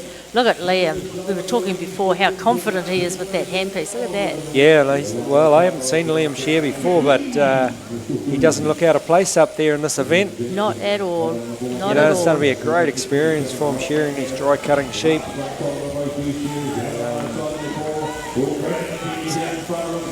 No, he's not far. He's in terms of what we see, the graphics tell us different stories, obviously, but, when you look down the board, no one looks out of place in there at all. Oh, no, they're shearing really, really well. Some of these guys wouldn't be out of place in the open semi-final by the looks of it. Yeah. No, I think you're right. You're right. You're dead right there. And, hopefully next year we'll see a couple of these young boys come through and make the top 30, make the top 12. But I certainly think, guys like Ricky and Alex and Martini. Yeah, so Martinez, he's finished in Conan, so, the time is starting to amp up on them. Yep, Tristan's just got a little bit further behind. He's just gone in for his last one. Okay. Ricky Stevens, he's on the last side of his number 8.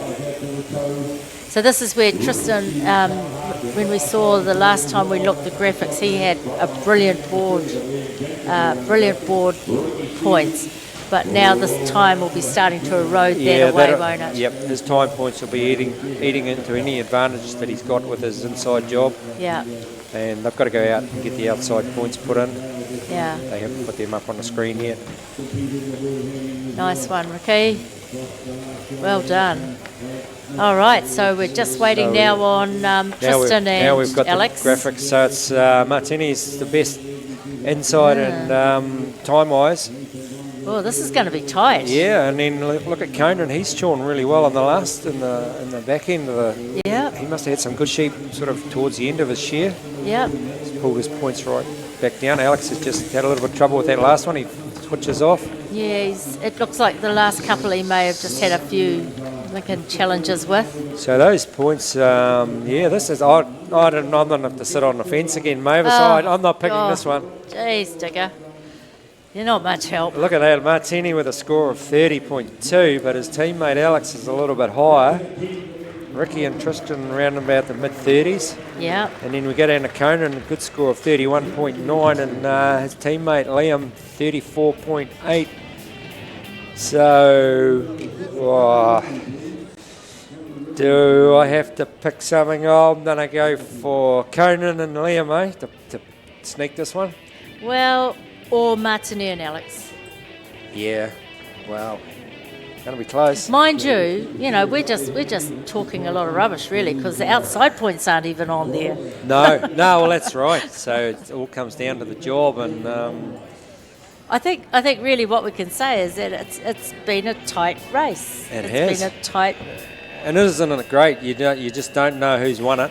Yeah. Until they put those points in from outside, and we don't have an instant prize giving coming up here, and hopefully we can get the result to the people pretty soon.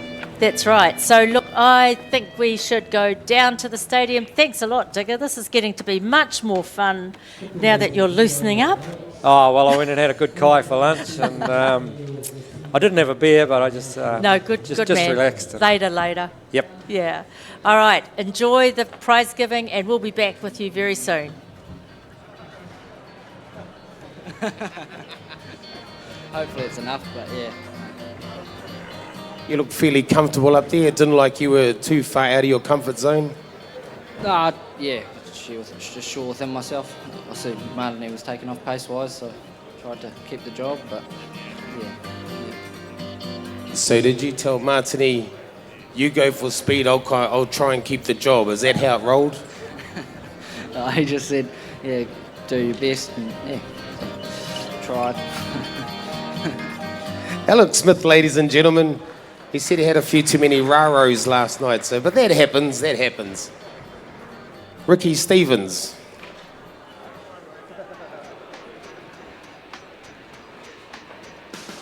Ricky Stevens, you've been a real busy boy the last 4 days. How do you do it? Bloody tired, Tuma. It's not easy getting out there and doing what everyone does in this industry, so it's a credit to everyone for competing this week. It's bloody awesome to see everyone here. So you've competed in all the events. You've made finals. You know, how do you train for things like this? Got 2 kids that keep me on my feet, so there's a start. You just practice in the sheds, try to do your best, and just keep pushing yourself as well out of the sheds. So yeah, try to keep fit. Tell us about Taumaranui last weekend. Must have been a fluke. It was bloody awesome just to be on that stage with those guys. It was bloody awesome to get a win too, so I was bloody stoked. Yeah, cheers. So this is not the end of your wool handling career by any chance, is it? No, definitely not. Someone's got to push my wife, so yeah. I'll keep competing. That's Ricky Stevens, ladies and gentlemen. He's been in the triathlon, wool handling, hell of a competitor.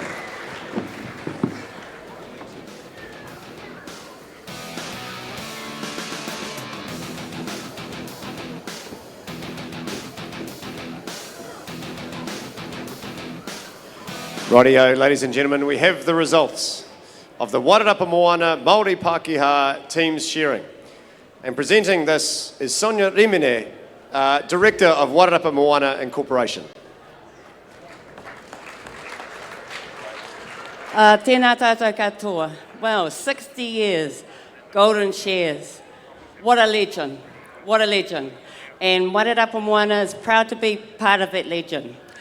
Very quickly to the organisers, to the volunteers, to front and backstage, to the sponsors, to the competitors, who I understand this has been the highest uptake entries this year. Tēnei te mihi kia koutou. We keep coming back because it's about our whānau. At the whānau, your leaders nationally and internationally in this industry. Nō reira ki te tīma Māori me te Pākehā, congratulations, tēnā tātou katoa, kia ora.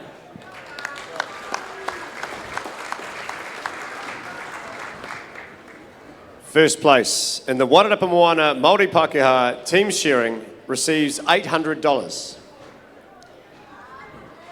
And it goes to Martin Mason and Alex Smith.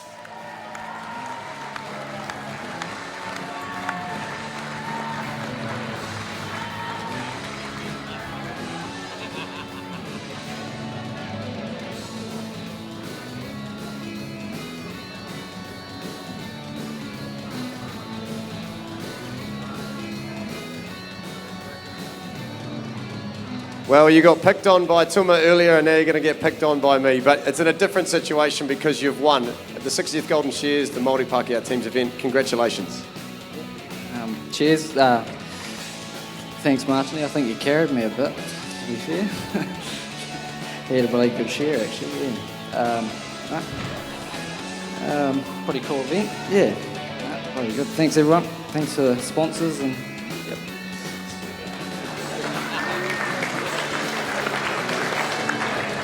There you go. Not too many beers after all, eh? Well done.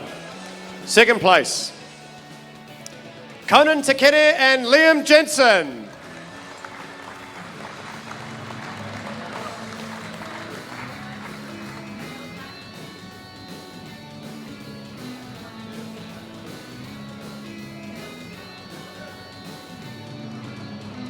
And third place, put your hands together for Ricky Stevens and Tristan Mackay.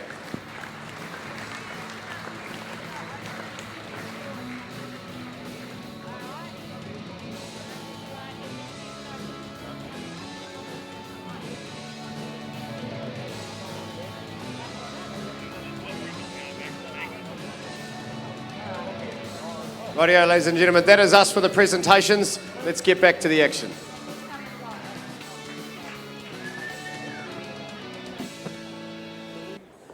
A lovely event, of course, as I say, with it. Two people in this country are one when they come to the shearing shed, I can tell you. And it's good to see that its tradition still goes on, not only here at the Golden Shears, but also in the workplace on a daily basis. Next up, we have the Powerco Senior Shearing Final. And these sheep are kindly supplied by White Spur, who once again have put a lot of sheep up before us at the 60th competition. Each competitor to shear 12 second shear sheep with a $1,200 carrot at the start. Could we have those shearers please to the left-hand side of the stage? Braddock, Lewis, Alabaster, Swan, Wairarapa and Thompson. There's a bit of congestion down here. People at the entry to the shearing board, would you please make sure if you're not there in official capacity, will you stand somewhere else?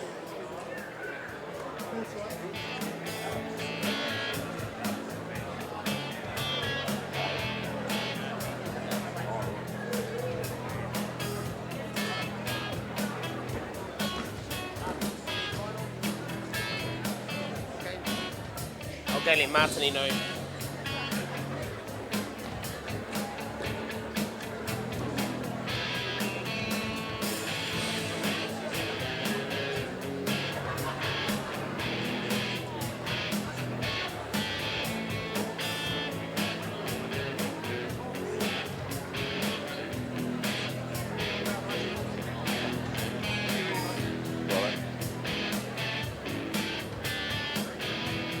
Ready to go.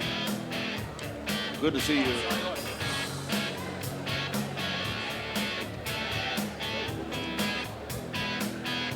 Ladies and gentlemen, we have our 6 victims down here below the stage. They're not victims at all. They are highly powerful, fit athletes. And could we welcome up onto the board, please, Ross Thompson from England. Stand number 5 from the deep south, Brandon Maguire Ratama. For Wairarapa, Paul Swan on the 4 stand. On number 3, ladies and gentlemen, Ruben Alabaster from Taihape. Gethin Lewis from the Welshman on the 2. And on stand number 1 from Ikitahuna, Ruka Braddock. Oh boy, they look pretty sharp. Muscly and fit. All muscle and sinew, these guys. To get into this senior competition, you have to shear less than 405 in an 8-hour day. That is a marathon amount of kilos that you drag across the board. Welcome back. And here we are at, this is kind of a bit of a, we're really heading into the sharp end of things, aren't we, Digger? This is the finals of the Powerco Senior Shearing. And these are the ones that, these are going to be the ones pushing you fellas around very, very shortly. That's right, we're getting into the business end of it, all right. You know, we're Saturday afternoon, we haven't got too many more events this afternoon, and then the big finals tonight. But yeah, these senior shearers, this is their pinnacle. They've got today and then a couple more shows this season, and then next year most of these guys, I would say, would be in the open. Yeah, so Digger, they've taken their stands. They're just working with the referee now to sort out any problems. Do you want to just give us a rundown of who's who on the board? Yeah, on stand 1 we've got Rooker Braddock. Rooker's from Ekatahuna, so we'll claim him as a local today. Wairarapa boy. On stand 2, Gethin Lewis from Wales. Ryder, isn't it? Ryder in Wales. It's near Boothwells, where they have the Royal Welsh Show. Stand 3, young Ruben Alabaster, Taiapi boy, famous Shearing family up there. Paul Swan on stand 4. He'll be famous as the father of the winner of the novice. Shearing. Well, just imagine if Paul wins today. Wow, how cool. Wouldn't that be a double? Fabulous. Yeah, that'd be fantastic. He's probably still on a high and Yep. just using that to get himself through. Stand 5, I'd say this guy would have to be the favourite now that Simon Goss has been eliminated. Brandon Maguire-Radama from Winton. Very good shearer, has come up through the grades, and I think he's had some success in the junior and intermediate grades at Golden Shears. So, and then on stand 6, another foreigner, Ross Thompson. Ross was a top qualifier into the final. So, you know, could be his day too. That's right, from Devon. Yeah, down in a place called Dawlish. I think Dawlish. so. There'll be a few little pubs down in Devon and Dawlish. Yep. So Shout out to Hugh Condren for filling us in some of the gaps, Hugh. Thank you very much for that. Yeah, and a big hello to all my friends over in Wales. Good to see a Welshman in there. And an Englishman. Yeah, yep. That's Gethin Lewis. So they're on their way, Digger. Yep. Now it's begun. The party's begun. 12 sheep, I think, Mavis, is That's it? it, 12 sheep. Oh, that's a big number on these dry cutting Wairarapa sheep. I hope they've got the right gear on. Rooker Braddock. Well, Rooker probably got the hometown advantage. She's just up the road, so he'll be knowing what these sheep are like, but he's got a little bit of a niggly one there to start off. Plenty of life in these sheep. Hybrid vigour. Yeah, that's right. Good for these hills. Yep. You wonder where they get their life from, because there's not too much out in the paddocks at the moment, not too much green matter out there to eat. No, so they're good converters anyway. They certainly are. Converting not a lot to something. So there we go, and just pretty even start by them all there. Just look at Rooker Braddock smashing that wool off down that last side. Famous, as you said earlier, the Braddock family, really well known through the Wairarapa. Great shearing family. Rooker's got a very good board to start off. Had a nice clean sheep to start off on. 1 second cut on that first one. Now the Welshman, Gethin Lewis. These sheep certainly a lot different to what the Welsh people shear in their home country. Mavis, a lot more wool around the legs and heads. I've seen many a Welshman come over to New Zealand and really struggle for their first couple of months shearing. Just not used to so much wool around the sheep's body, but they're certainly adjusting now, and you know, and they're all making these finals. And what we saw a junior Welshman win the junior event. First and second. Yeah, amazing. Yeah, great. But you know, from a New Zealand point of view, these sheep would be open sheep. You know, there's not a lot on the heads. They're reasonably open for the points, but you know, it's even more so in the UK, isn't it? Yeah, completely different sheep over there. Just you know, a lot of them haven't got any wool on the bellies. You're just shearing really the body and nothing around the heads. Here's our young guy. Oh, this is our young gun. Young Ruben, he's probably should still be at school. Hope the truant officer's not down and around in Masterton today. But you know, this kid's got a big future. And when he first started out, I thought he was going to be too small, but he had a little bit of a growth spurt because he used to be really, really tiny. And I think he's obviously been doing some gym work. He's bulked up a bit. And, yeah, great shearing family, the Alabasters, famous. As you said, his Uncle Ray. Yep. Famous, one of the famous names to come out of Masterton from the Golden Shears. And then, of course, his, I guess it'd be his cousin Cherie. You know, they won the Trans-Tasman last night. That's no mean feat. And, of course, Cherie's been a world representative of New Zealand to World Championships, I think, for the last 3 worlds. So, yeah, they're multi-talented, multifaceted, and just very crafted, skilled. Yeah, steeped in history, our family. Ruby's got a little bit of a struggler there. But, that's just the sheep of this year. They're just, unless your gear's really, really going well, they'll let you know about it. Yep. And his board's just up a little bit above the average, and he's right on the pace though. Again, another one is probably, they're just rapt to be there. They all want to win. Everyone wants to win, but just rapt to be on the boards. And here's the dad of the moment, Paul Swan. Yep. He'll be just on a high at the moment, and he's probably been getting a little bit of a hard time from Riker, saying, look, Dad, I won the novice, now you've got to win the seniors, otherwise you'll have to walk home. Riker's too cute and young to say that to his dad yet, I think. You give him a year or two.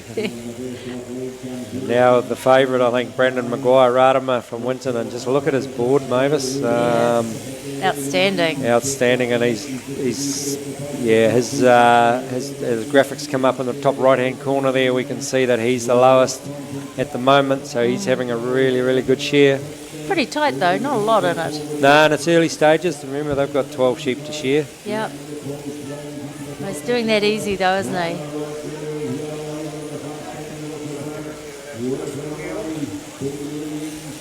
No, that's all good. And now very cool. Ross Thompson, the Englishman. Ross top qualified into the final. And he's got a good board. And he's not far away. He's actually he's right up. Look at those points have changed around now. Oh, they have. There's nothing in it. It's absolutely nothing in it at all. Although I think Ross will he'll be a bit disappointed if he saw that board, because he had outstanding board points before. Yeah, well, he might just be settling into it a little bit. First one might have just wriggled around a bit and just a few nerves. But they'll be jumping up and down over there in England, down in Devon. Oh, very cool, very cool. Be a big night down in Darlish if he can pull this one off, Mavis. Yep. Oh, look, you're right. There's just nothing in it, really. Oh, that's a flat. That's all just flat, isn't it? Dead flat there. Yeah. This is a real competition. But this shearing 12 sheep for these senior shearers, a lot of them will get through to sort of 7 or 8 and be feeling good, and then it's just that last 4 or 5, gears starting to go off, and they've sort of new territory for them. They've never shorn 12 in a competition before, and shearing 12 of these dry cutting Masterton sheep is a bit like shearing 15 normal sheep in a final. So they're going into sort of unknown territory. Yep. So we'll really see the experience and the pace. See who's just got their gear going the best towards the end. Yeah, and I guess who's got the sticker, who's got the real ticker to just hang hard. Yeah, and who's the fittest, who's been doing that little bit of extra gym work. Yeah. Back when I started Mavis a long time ago, not many guys went to the gym, but now all these top guys are cross training. Yeah. They've all got fitness programs. They're watching what they eat. It's just been taken to a new dimension. Yeah, pretty cool, isn't it, really? Oh, it is. It's fantastic to see, and these young guys are making a really good career out of it. Yeah, yeah.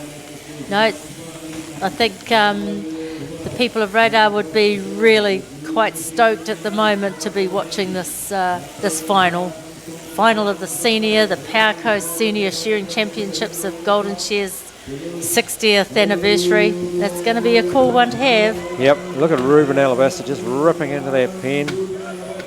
16 years of age. I just can't believe that he's shearing in a senior final at that age. Yeah. How heavy do you think he'd be? Digger? Would he be 60 kilos? Yeah, what about that sheep? If that. So he'd be about 60 kgs, you think? Yeah, and that sheep would be close to 60 kgs, I think. Yeah, so power weight ratio, he's right there with it. He's right on it, yeah.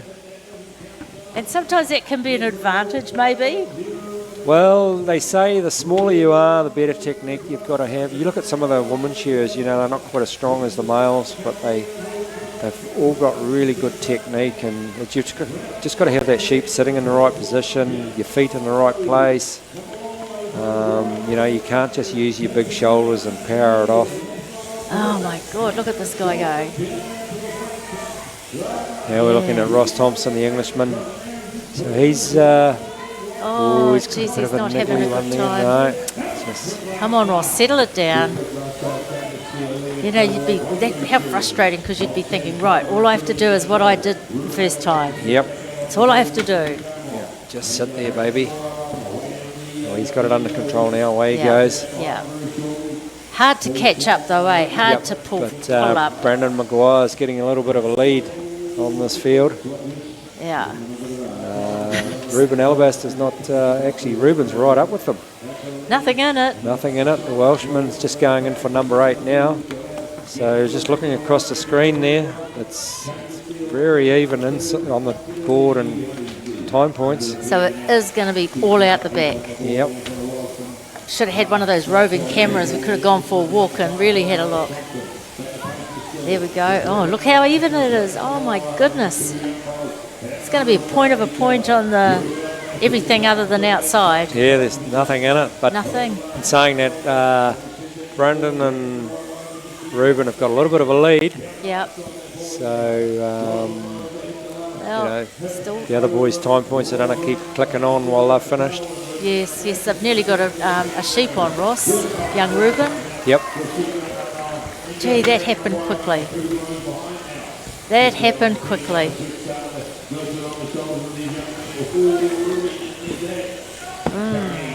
Paul Swan, he's not too far behind either. He's in for number 9. He's not too far away.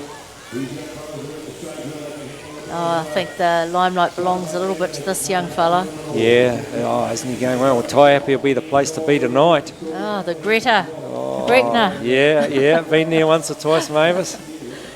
They used to hold the biggest speed shears. They did. They had some good speed shears back in the day. Yeah. You All know, paying and off. He's not that big a boy, Ruben, so he's got to have the real technique, and just look at those sheep giving him a little bit of a hard time, but He's holding it. he's getting it. He's getting it together. Just hope he's holding his job. Yeah. His board's just up a little bit above the average. Yeah.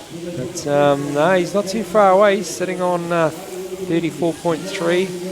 Brandon's on 33.9, so there's nothing in it. Not even half a point. He's right on the pace. There we go. Back to our graphics across the top. Yeah, she's going to be a tight one. Yep. This is awesome. Oh, I'll have to sit on the fence again. You're going to have to put your foot down sooner or later. Ah, look at that. So this is where it's going to start to hurt. Going Yep. in for number 10. Couple left in the pen. Gear's probably gone off a bit. Nothing in it. Paul Swan is right there. Are we going to see a Quinella? I don't think no one would be unhappy if that happened. I wonder where little Riker is. He'll be yelling out for Dad. Come on, Dad. Do it. And then the other son, of course, Keith, he didn't quite get through, but he still got out of the heat, so they'll be a happy carload. Oh, look at Brendan, look at his board points. So he's obviously leading the way there. Yeah, his 1.7. board is very low. Yeah. So he's on 10 as well, you know, so he's not far. He's right up at the pace. There's 3 of them there, neck and neck, pretty much. Brendan's just coming over the last shoulder. Paul Swan's right with them. Ruben's a couple of blows behind. Gethin, the Welshman, he's not far away. He's turned for the last side. But it's Paul Swan and Ruben we're looking at the moment. So Paul's going to go in for number 11. Yeah. He had to pull his pants up as he went into the pen. You haven't got time to do that, Paul. Well, the alternative wouldn't be much fun either, though, Digger. No. Just looking at Rooker Braddock down there. He's having a little bit of trouble. He's a little bit off the pace, Rooker. Oh, this is a big step up for him too. You know, he's one of the younger set of the Braddocks. So, yeah, this is a big step up for them, for all of them, I guess. Just looking at Paul, his board's a little bit higher. Yeah. So and then we've got the points up on the right-hand side of the screen there. So it's still Brendan Maguire slightly in front. Not a lot on it though. It's just going to come down to out the back, which it so often does. Yeah, yeah. This has been a stunning final with these guys. Look at them. There's not a lot in it on Brilliant there. final. We've got Maguire, Paul Swan, and Ruben Alabaster pretty much blow for blow. Yeah. There's a little bit of space being created now, though. In those graphics. Yeah, and we've got to remember that Ross is one sheet behind. Yeah. Gethin's right there. There's 4 of them. Yep. 4 of them on their last sheep, and I've just taken the belly off. This is a fantastic final. Who's going to be the first one off? Paul Swan first to the top notch. Oh, these young fellas, they will have never worked so hard. They'll be starting to hurt. They'll be giving it everything they've got. Oh, it's Paul Swan. Longbow time for him. Gethin Lewis, the Welshman. They'll be jumping up and down on rider. Come on, Welshman. Gethin turns, but it's Paul Swan. I think Paul Swan's going to win the race. Oh, I think he might do. Gee, he didn't. Once he turned, he was almost straight down onto that shoulder. He didn't get a very good start either, but he's come back. Has he what? Oh, what a Way fantastic to go, shear. Wow. Like you say, they'll be hurting. They'll be hurting now. Looking for oxygen. Nah, look at them. They're young fellas. They look like that they could do a few more. Stunning, outstanding effort, guys.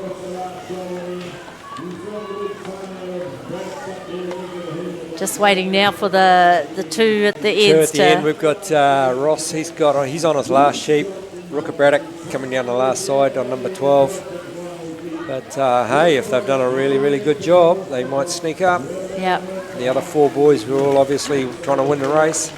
Oh, your man Brendan looks like he's kept the job right, though, Digger. Looks like he's kept the job right. Yeah, I'm going to go with the Deep South. I think Brandon looked to have a pretty controlled shear. He had a really good board. Yeah. He is the lowest up there. He's on 46.0.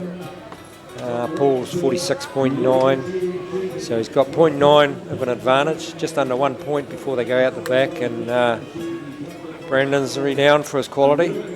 Yeah, so Paul Swan has won the Whitehall Show. He's won that, I think, this last season. Brandon, he's got a blinking mouthful of wins to his name. Waimate, Ashburton, Pleasant Point and Lumsden. And Gethin's won counties this year. Rooker won Taumaranui. Yeah. That's pretty cool. And of course, Ruben won Rotorua. So, they've all had a little bit of a taste, and now they can go out and rest their weary bones and catch their breath. That was a great final, So now we're going to be crossing to a prize giving. Digger, thanks again. It's been great. I can see now we've got a couple of interviews to come up. We've got our young boys, so we'll just cut out to the stadium while we reset with the Māori Pākehā winners. Thank you. Cheers, Mavis.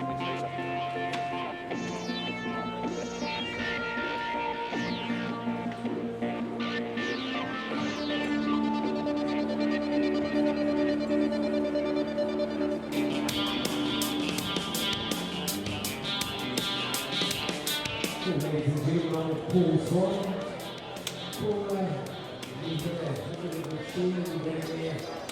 What was that for your one before you start?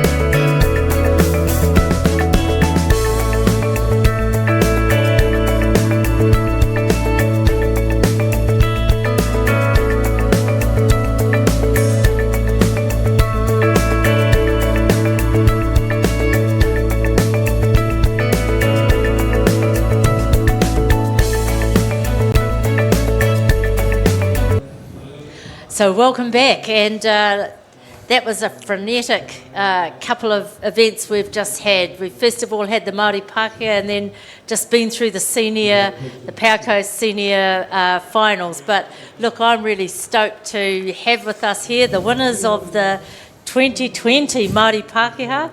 I keep saying, sometimes it feels a bit wrong saying that, but it's the right thing to say because it is what it is, eh guys? Yeah. So look, I'd like you to introduce yourselves, a little bit about who you are and how that all felt. You go first, Martini. Oh, hi, I'm Martini Mason. I'm from Masterton. Been shearing for a few years since I was a little kid. Love it. Love it. Perfect. Alex, and you. Welcome to Masterton. Yeah. I'm from down south, Rakaia. I've been shearing for 5 or 6 years now, full time. Yep. So actually, I'm going to butt in. I know this is about you guys, but both of these young athletes have parents who are well known in shearing circles. Martinez's father, Paddy, just amazing in the Masterton area, and of course Grant Smith. He's been a world competitor, a record holder, the whole shebang. So you two guys have got some shoes to fill, and you're filling them, aren't you? Well, trying to.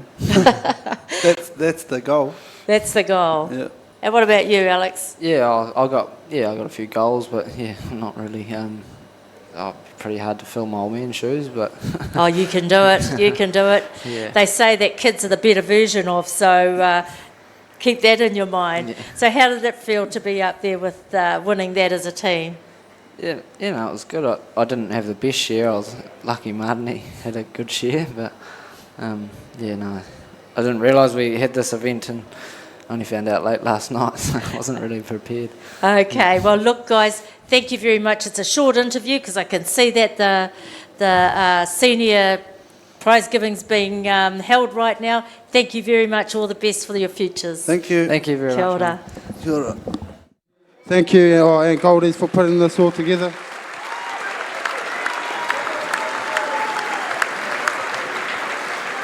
Well, he thought he was a bit rough out the back, but he's also won the J.H. Bryant Memorial Tankard for the senior shearer with the best quality points in the final.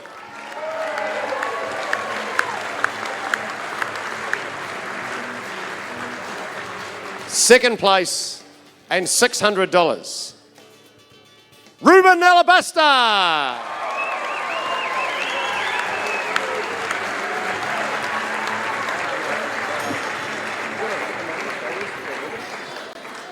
Third place, $400. All the way from Wales, Gathan Lewis.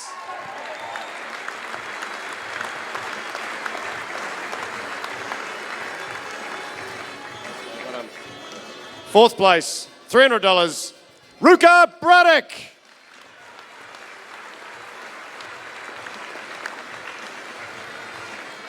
Fifth place, Paul Swan.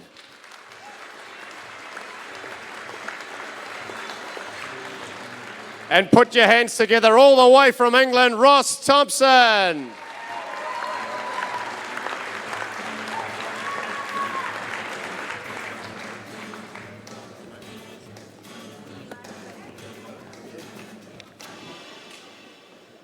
Well done to all our senior shearers, potentially future Golden Shears Open champions. Well done to everyone. That's the end of the presentation.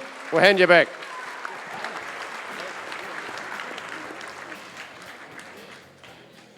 Well, next on the card, ladies and gentlemen, is the Johnson Brothers Blade Challenge. We actually have one more thing while the gentlemen are still here. We've got one more to announce. That is the John Midwinter Memorial Shield for the best quality points in the senior semi-final. With 6.125 penalty points, Ross Thompson.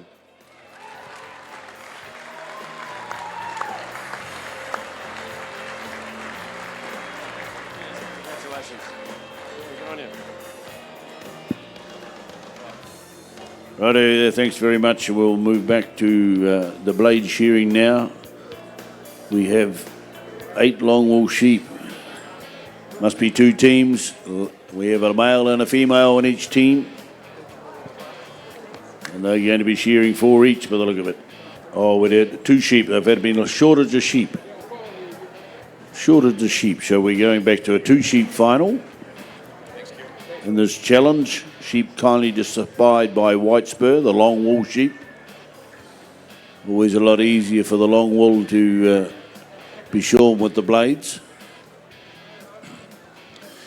Richard Wardell and Tom Wilson up there just taking the droppers off. We don't need them for the blades, of course. And a big thanks to Lister Shearing for their support here at the Golden Shears once again. Well done, guys.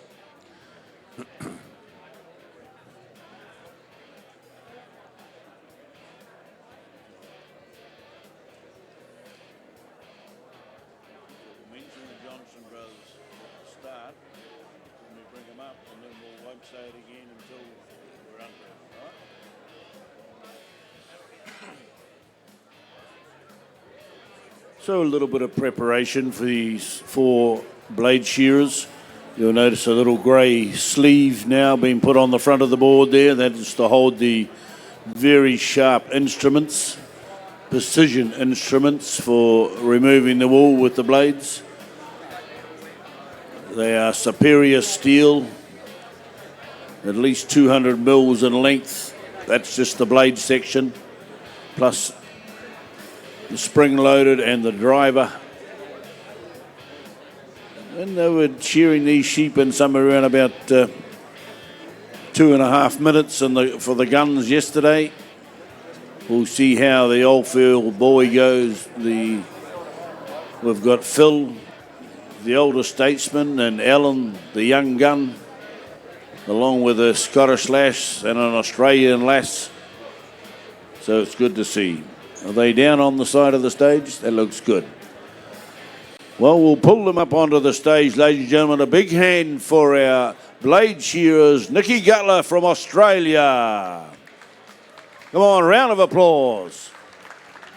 Alan Oldfield on stand number 4 from Geraldine here in New Zealand. Well done, Alan. The father of Alan Oldfield, Phil Oldfield from Geraldine on the 3.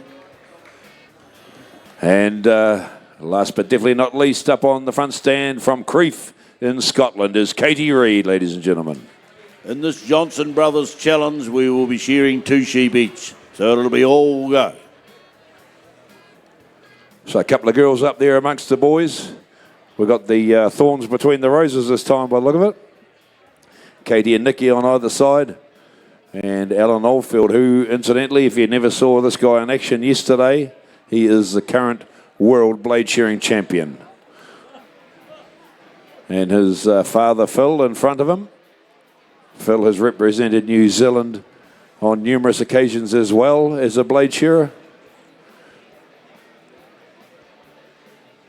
So Alan down there just trying to chat up the opposition.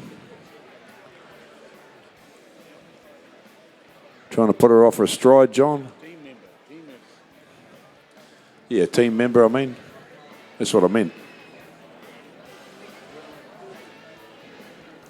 So the 2 Oldfields in the middle, the 2 girls either side. So, Katie. woohoo, here we are with the champion of the Powerco Senior Shearing Championships, Golden Shears 2020. That's you, Brandon. Yeah, I'm pretty stoked, Mavis. It's a great feeling. Thought I was a bit rough out the back, but yeah, obviously done the job right, so yeah. That's you're putting everything into your one sentence. That's fabulous. Gee, so tell me, how did it feel up there? Because actually watching, it looked so even. Yeah, it was quite a bit nerve-wracking. It was a bit of a good race going on. I thought I was actually quite a bit behind, but yeah, I was right on the pace, so it was quite good. Yeah, but you've had a great season, haven't you? You've won, and I had the list in front of me before, but you've won about 4 shows this season, or you've cleaned up the South Island, I think. Yeah, won a few down south. Didn't have the best season, but yeah, this makes up for it. It does make up for it. So, did you know many of your, your other finalists? Have you worked with many of them before that you're sure with? I've never worked with any of them. I met Ross at the, went out for a look at the elite shearing training out at the old pre-shears shed, so that was quite good. Yeah. I just know most of them from the shows, really. Yeah. Oh, well done. Well, Ross did well, didn't he? I mean, unfortunately, it didn't quite work out for him in the final, but fortunately for you, but not unfortunately for him. No, it was quite good there. So, what's next for you, Brendan? Where to from here? I mean, senior champion of Golden Shears at its 60th birthday. That's pretty special, you know. Yeah, it's quite cool. I'm pretty wrapped still. No, I'm not too sure yet. Probably just go back to work, and I'll probably have to move up to Open with the big boys now. So probably just have to go back and train a bit more at work, and yeah. Well, it was interesting. I had Digger Balm co-commentating with me on here, and you know, there was a lot of really cool tips that he was kind of giving out at the same time, and he was saying things like, you know, the open shearers they're always prepared to help. They're always, you know, they're prepared to share their knowledge. He said it's just about being brave enough to approach them, because he said in his day he was always too shy. Yeah, well, that's it. I usually just go up to Nathan Stratford, but with going to that elite shearing training, him and Aaron Haynes have gave me a bit of tips and with gear and all that sort of stuff. So yeah, it was quite good. Yep. So you've got a whole sector out there just ready and willing to help you to do whatever you need. All you have to do is ask. So don't forget that, eh? Yeah. No, that's it. Hey, Brendan, is there anyone you want to give a shout out to mention on here? Oh, just all my family down south. My partner, Lashara Anderson, she made the senior final, so hopefully... Bit of a power couple, eh? See how she goes. Yeah, just, I don't know. But lost for words, really. Oh, well, thank you for coming and sharing a bit of time. I know it's pretty tough when you've just had a big final like that. So, but all the best for you, and yes, for Lashara. How fantastic. You two, you know, you're at the start of your dreams, and just go out there and make it all happen. Yeah, awesome. Thank you very much, All the best. And of course, that'll help keep them alive in the real tough conditions. That's right, John. And I got to say, it's absolutely fantastic to have you here, John McBride, with your first-hand knowledge of the history of New Zealand shearing. You've just run us through back in the early 1900s when you were a young man, and you were telling us about your experiences with getting the sheep in on horseback and shearing on blades and stone pens and all that sort of thing. Fantastic to have you here, John, and to be able to share all that knowledge with us of you and your young man back in the early part of the century. So up on the stage... You got me. Up on the stage, Katie Reid chopping around across the side of the rib cage on her first sheep.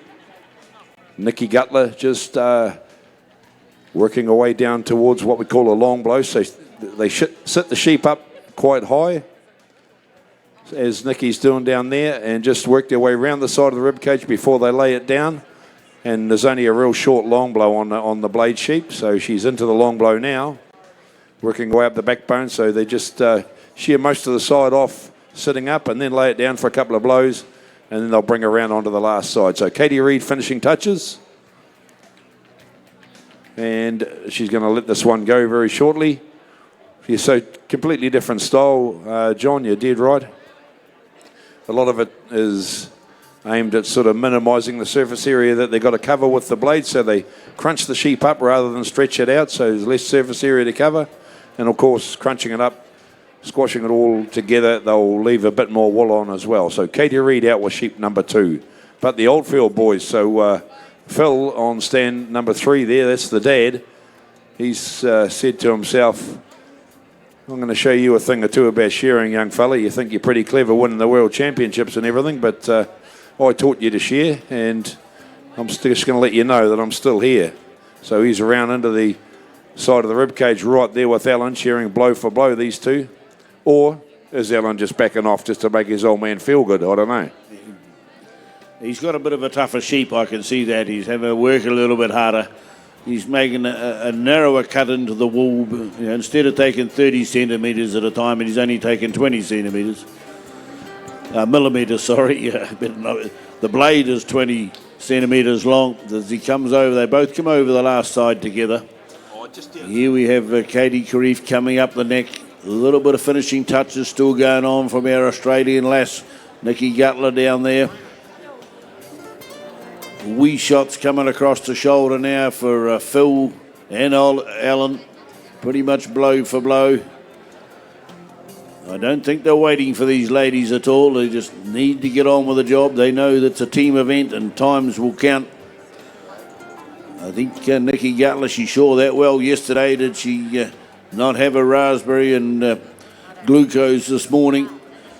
She's a little bit behind the 8 ball, but she's trying to darn us now. Maybe sheep number 2 might be a little bit kinder to her and be a little bit more open in the wool. She works across that last leg. You can see the pattern. There's only 2 or 3 strokes up that backbone that are parallel with the sheep. All the rest are vertical. And there we go. Out the last leg for her. Out the last leg for Phil and Alan. On the middle there. Not a very nice shot you can see for these blade shearers, but they're ready just to flip the sheep forward, flip it away from their blades when it goes down the porthole. See how he withdraws his blade, hits the time button, safety first, doesn't want to have the sheep flicking about and kicking him while he's still holding on to his blades. And likewise, Phil will do the same. And what time was that? 7 minutes odd for Alan to get the fluff off, and Phil's completed the task as well. In goes Nikki Gutler for this one. The bellies are off it, so she's going to start on the first off leg. A little bit of time to make up, but Katie Reid, she's already in the long blow on this one. And I'm sure Katie won't be waiting for it. It's a long time bent over, ladies and gentlemen. Just 2 sheep and already 7 minutes of elapsed plus. So it's going to hurt by the time they get through the job. Sam Saunders, please, can you come up to the announcer's desk, Sam Saunders? So just the 2 girls left on the stage, and I've got to say it's a lot more pleasant than seeing the boys shearing, that's for sure. So way into the last cheek for Katie Reid. Just the last side to come off for her, the Scottish lass on stand number 2. And Nikki Gutler from Australia down there working away into the first hind leg. A bit of a slower sheep that first one she had, so as you can imagine with the blades, if they're a bit tricky, it can take you a hell of a lot longer than it normally would. Takes long enough anyway with the blades. So the blade shearers, they get paid accordingly. They get a little bit more than the machine shearers per sheep because it's slower, they do less. Just to make up for the speed.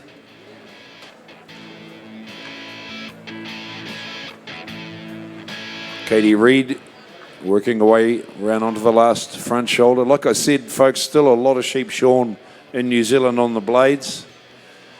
And Ellen Oldfield up there, one of the younger blade shearers around. Sort of, she was a big industry a few years ago. The cover comb dealt to a little bit of it, stole quite a few shears off the blade boys over the years, but and blade shearers' numbers dwindled a little bit. So it's a bit harder for the farmers to get a good blade crew in when they wanted them because there was less of them around. So that drove some of them to the cover comb as well. The cover comb, of course, is what we call the winter comb, with less teeth than a normal shearing comb and a rider on the back, which leaves a bit more wool on, but not as much as the blades. So just a wee bit of extra insurance for winter shearing. Katie Reid right out onto the last leg. Another couple of blows and she'll be reaching for the time clock button behind her. And she'll be able to let that one go out to the judges. No secrets in a blade shed, is there? Eh? Because there's no machine noise. You cannot whisper in the ear and get away with it. That's dead right. No secrets in the shed, but you know what they say, what happens in the blade gangs stays there. So there's probably some secrets that we haven't heard about. Katie Reid over the tail. Give her a hand, folks. All the way from Crieff in Scotland. Well done, Katie. And she's a pretty handy machine shearer as well, that girl. I've seen her go, mate. She knows how to throw it around, and that's for sure. There's steel on A little bit of a worry now, of course, there's no more cricket on the radio, so it's going to be a hell of a time in the shearing sheds. How many people listen to cricket at a shearing shed, Norman? Not me. Oh, you need the beat going to keep the rhythm. Do AC/DC play cricket? I don't know. They probably knock a few things out, mainly light bulbs and what have you. As we go on up the long blow there for Nikki Gutler, the time clock's still on her. The pain will be starting to set in now. And she drives that blade right up, that big 200mm blade. There's a leather strapping on that spring end of the blades there. And that's what they call a driver. It helps them hold on and force the blade forward through the matted wool. You try and cut wool with a knife, you don't have much success. You need to have another blade on the other side, so you cut it together. About 30 mils at a time, she'll be laying those blades into that wool, so that is a lot. Where a machine shearer gets off over 100 mils a time, 30 mils, it counts for a lot of squeezes of those hands. Power on the wrist, skill of keeping the sheep nice and quiet. And you'll notice these sheep have been very docile. They are not drugged in any way. As they come across the shoulder now, working away. She won't let the men get in and help her out. She says, I've got this mastered. It's easier than shearing some of those big, kicky, wrinkly Marinos in Australia. As we come across the last shoulder, still quite a number of shots to go in because she's going to go round from the backbone down towards the middle of the stomach, shearing the rib cage. So it's probably that sheep that's probably, what is there, maybe 15 or 20 shots across that rib cage before she gets down into the last leg. So there's a bit of time to go yet, and she's working hard at it. The back's starting to scream a little bit. 12 minutes, 13 minutes, she's been bent over. The judge can maybe see 1 or 2 second cuts floating up. They're watching very diligently. Of course, most of these shearing judges up here are machine shearing judges, but a second cut is a second cut. It doesn't matter which side you see it on. Out the last leg. Not too many blows left now, though, ladies and gentlemen, because she would have done a big undermine. And that's going up over the working end of the sheep, opposite to the mouth. Out the last leg she swings. Woolhandler's getting ready to pull the fleece.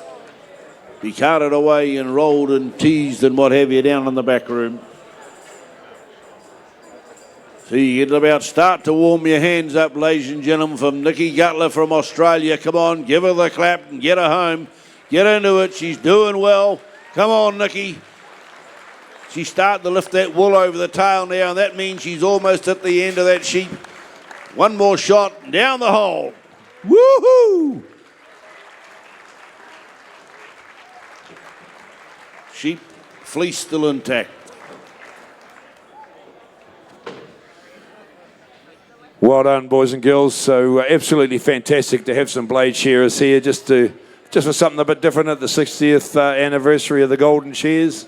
The blade shearers, of course, they're a relevant part of the shearing community in the central part of the South Island. But well done. Could we have Wayne Johnson and Nigel Shorter, please? Wayne Johnson and Nigel Shorter here to our microphone area. One there. Ready for the presentations.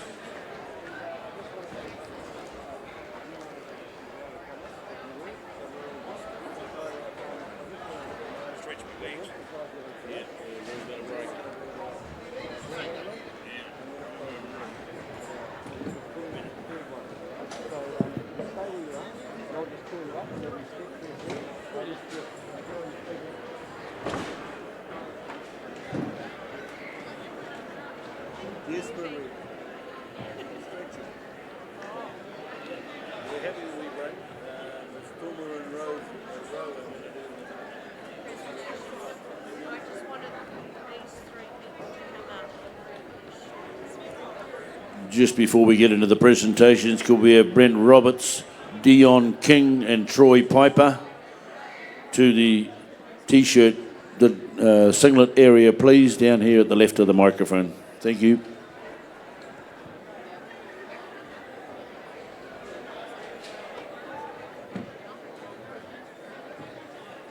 Wayne Johnson, also please, down to the announcer's desk. Wayne Johnson.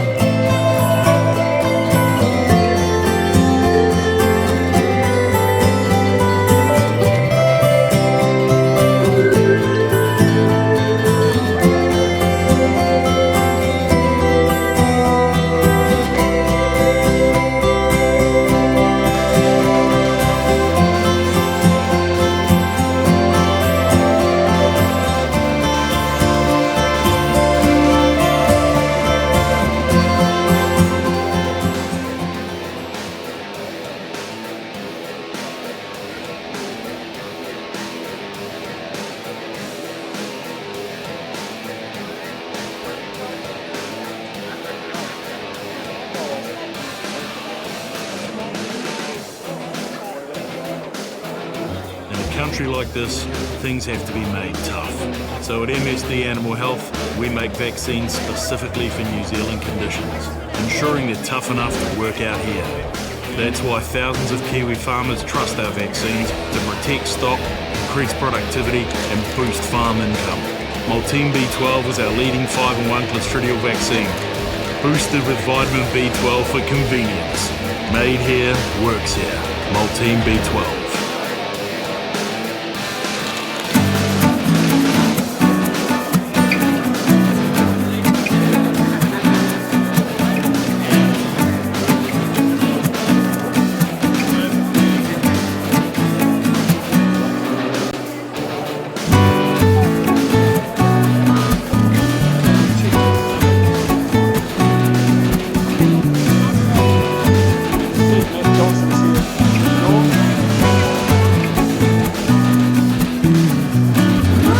Piper and Dion King. Troy and Dion, can you please come and check in for the open semis and receive your singlets? Ladies and gentlemen, it is now time to present the prizes for the Johnson Brothers Blade Challenge. We were looking for Wayne Johnson. If there's anybody else here from Johnson Brothers that wish to speak as this presentation, you are most welcome to come up to the board. After this presentation, we also have 3 others for events that finished previously.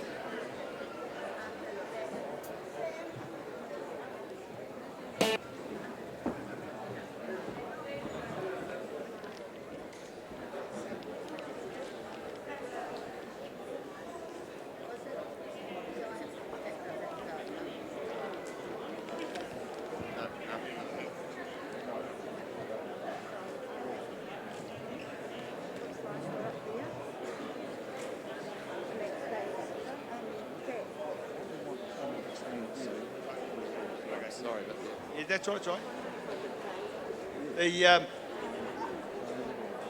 It's great to see such a good crowd coming today. I hope everybody's been enjoying their their visit to the Golden Shears, and I know we're World Wide Web, and people from all around the world are watching it. And this camera in front of us here, you get a 360 degrees filming, if anyone doesn't know, right around the stadium, and anyone around the world can do that. I think the technology and spreading the word of shearing and wool handling, I think it's it's getting to great great stages, and I think it's only going to get better. If you want to keep going, I'll follow it. Yeah, you can do. Go for it. Yep.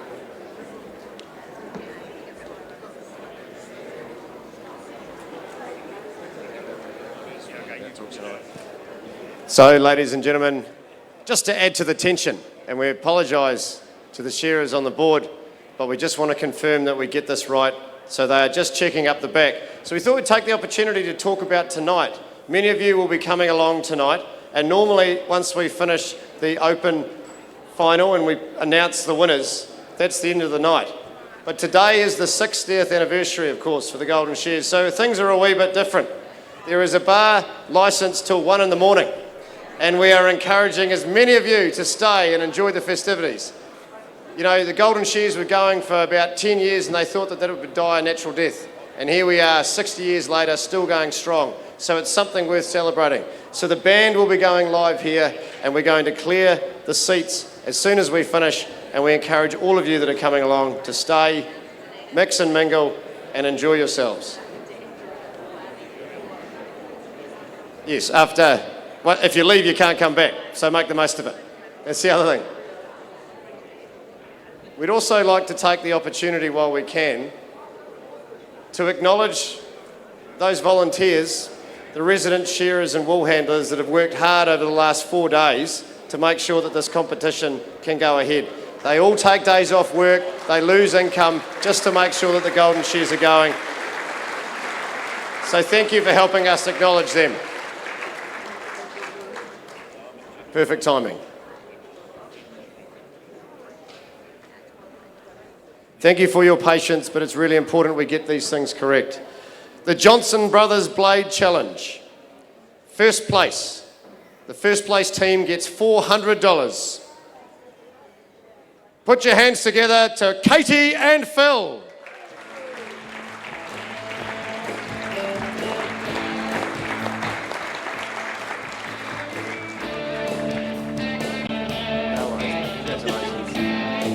Congratulations. I know, but she walked away, so you're stuck with me now. I'm sorry. I don't know how you've still got such a strong grip. You've been doing blade shearing.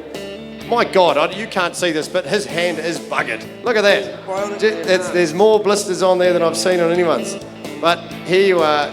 You're coming. I know how much it means to be able to do your trade at the Golden Shears itself. So here we are. Once again, you're on the podium as part of the winning team. Congratulations. Thanks very much, and thanks very much to the Golden Shears for inviting us up here on this occasion. I remember back in the 50th I was here, I won an event there, blade shearing. I was so overcome by the occasion I was unable to make a speech, so I'd like to thank them sincerely for inviting us up. It's a real honour to be here. This is the event in the world I feel for shearing, and it is a real honour to be here. Thank you to the sponsors and to all the volunteers that helped. Thank you very much, and my team member. Phil. And second place, $300. Put your hands together, Nikki and Alan.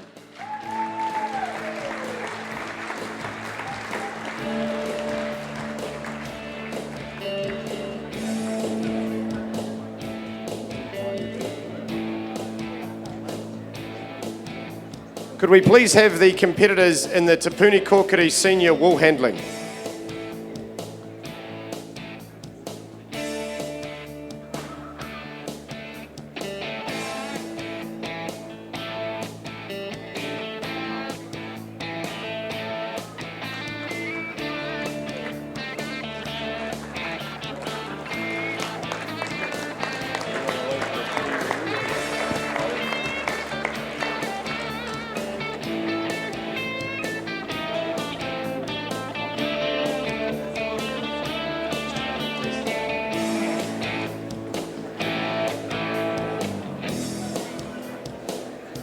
presenting the awards for the Te Puni Kōkiri Senior Wool Handling is Tito Maida Tito, Senior Advisor at Te Puni Kōkiri.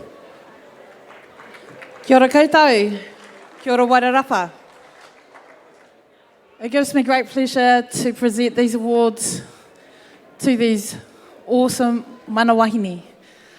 On behalf of TPK, I'd also like to thank White Spurs for the sheep as well, the many volunteers, to the many whānau who come to support, and for those who organised this event. 60 years. Wow. And Māori have dominated. I'm just going to say it and put it out there. Kia ora.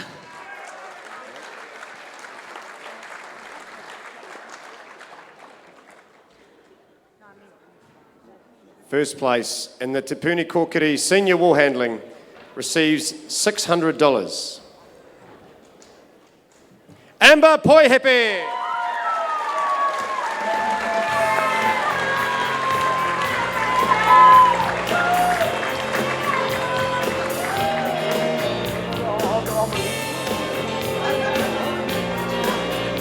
Congratulations. You seem quite surprised at this. Oh, I'm not too surprised now. No, you're pretty surprised, pretty grateful, eh? Well, look, you heard the chair in the crowd. Obviously, you've got a lot of support here. Coming to the Golden Shears, you've taken out the senior final now. You can now compete for that open grade next year. Oh, I don't know about that. I don't know about that. I'll do another season in the seniors, I think. Congratulations. Anything else you want to say to your mates? Yeah, I want to say thank you to all my mates who have supported me through the shows since I started.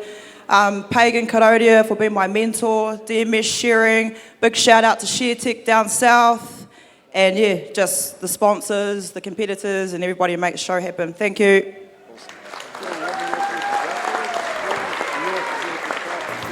Second place and $300, Jasmine Tepuke.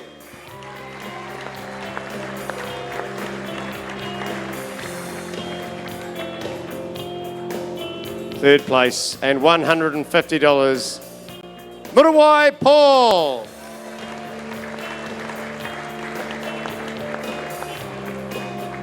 And put your hands together all the way from Invercargill, Lashara Anderson.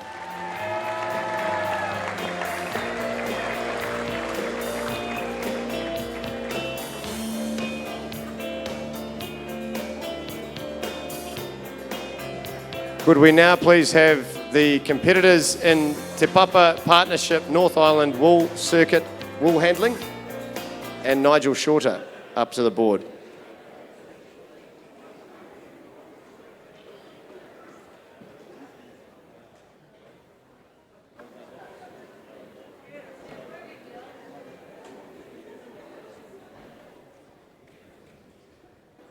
Presenting the award on behalf of Te Papa Partnership North Island Wool Circuit Wool Handling is Nigel Shorter, a partner. Thanks, Kieran. Hello, everyone. We're a new sponsor of this event, and we're really proud to be part of the Golden Shears on their 60th anniversary. And we just want to say congratulations to all the finalists, and a big shout out to all those volunteers that make this event happen. Thank you.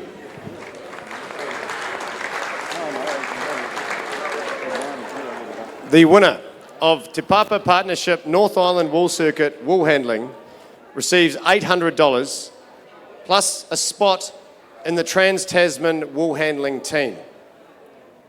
First place penalty points 114. Second place 124. First place, Karen Herbert.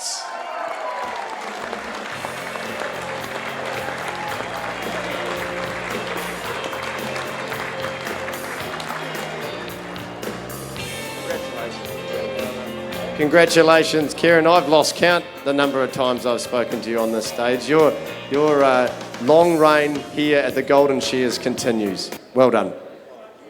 Thank you. Been a while since I've been able to take the circuit out.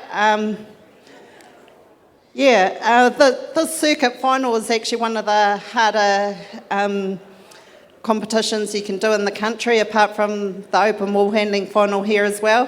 I'd like to thank everyone involved with the circuit, the organisation, Golden Shears for holding the event, our sponsor for the event, and also like to thank everyone who supported me over the years, and my 3 biggest fans from home, down in the back seats there.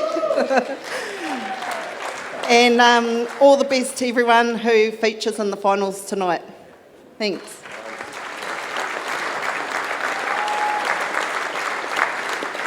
Second place and $400. Cherie Alabaster.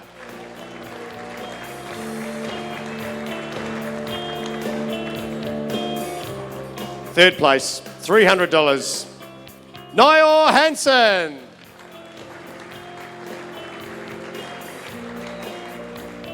And fourth place, $200, Emarina Bladdock.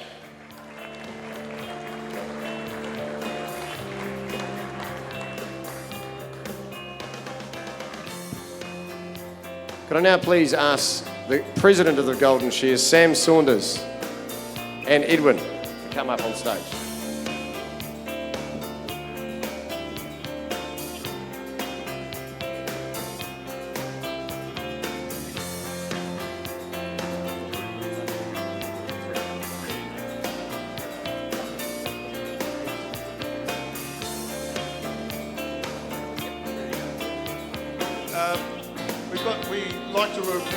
We like to reward our loyal workers around the shears, and we have a system of 10 years, 25 and 50 years, as you probably all gathered. And I brought Edwin up here. He's going to present the badges to these volunteers. Edwin's been around here for the whole time, and he knows what the story is with the shears right from the very start, because his father was involved and Edward was involved very early on. So are they the 10 years? These are the 3 10 years. So I'd like to invite Dorothy Munn, Angela Cahoon and Grace Riddell, please.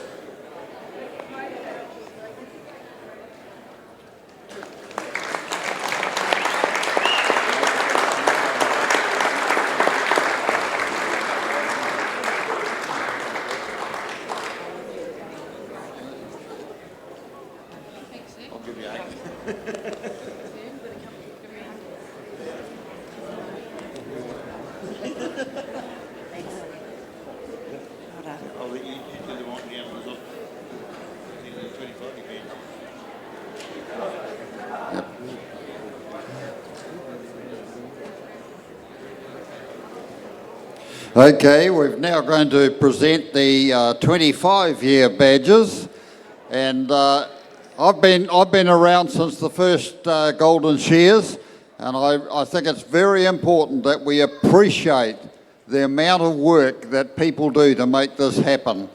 And if you actually add them up, there's well over 200 people that give up their time to serve on the Golden Shears and make it work. So I've got Bill H, Bruce Casely, Bill Hutchinson, okay, John Hooker, Trish Stevens, Stephen Simonic, Greg Herrick. Yep, there's been a few changes here while they get it sorted out. John Jolly, Sam Saunders, how about that? Tracy Stringer, Missy Riddell, Lynn Paku, Kevin Applin, Reba Walker, Bo Paku, Mavis Mullins, and Phil Morrison, and Brian Anderson.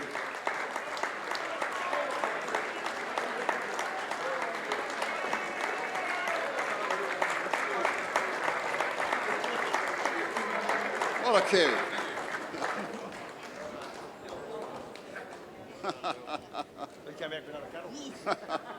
There'll be none of that, thank you. Yeah.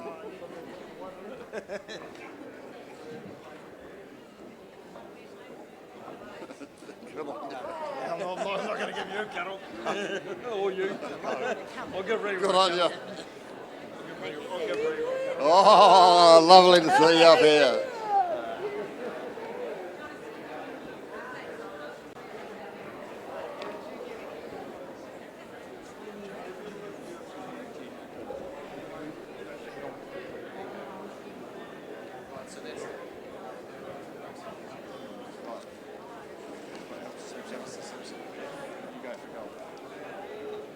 Oh, sorry. You go down. I'll just announce it. Right, thank you very much for your patience in that. It does take a wee while when you've got so many people, but like I said earlier, we rely on our volunteers and it's important for the Golden Shears to acknowledge them. We have one more award to present as part of this presentation. That is the Alistair Simpson Trophy, recognising a particular effort from a Golden Shears member to this event. And the President, Sam Saunders, will be presenting this. Well, Alistair was a judge and had a lot to do with the shows around the country. And after his passing, his family presented us with this prize to present to people that have helped in shearing competitions all around the country. And it's quite an honoured thing to have. And this year, I would actually like Mavis to come up and accept it on behalf of her and Cairo.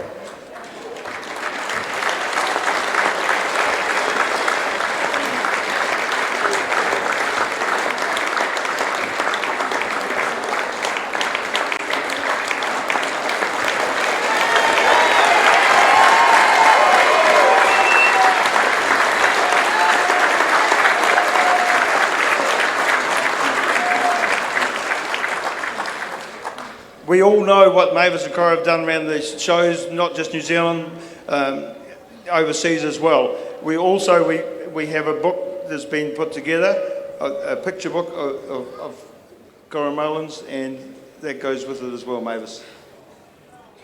You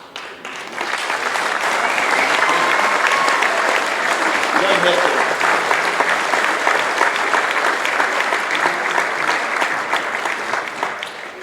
Look, can I just say thank you very much for this. By geez, you guys do some black magic around the back, don't you? On behalf of our family, you know, this is where we want to be, whether Koro's here or not. This is where his heart always was, and it's where our hearts will always be. So thank you very much, Golden Shears. Thank you.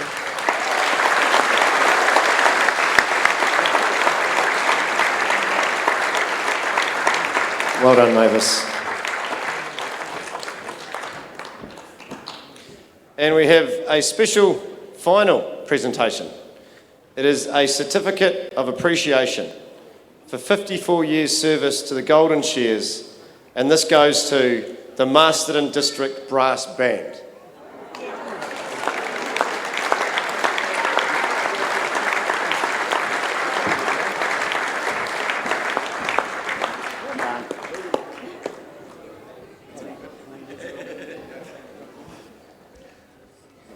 The band's been coming here for 54 years, and I think that's worth as much recognition as our 25-year badges. And thank you, team, for doing it. A lot of people at the Shears here don't see you because you're here on a Friday night, you're putting it up, work till late at night, and then gone again on Sunday. And we couldn't run without the help of the likes of you and others that help us put all the show together. So thank you very much.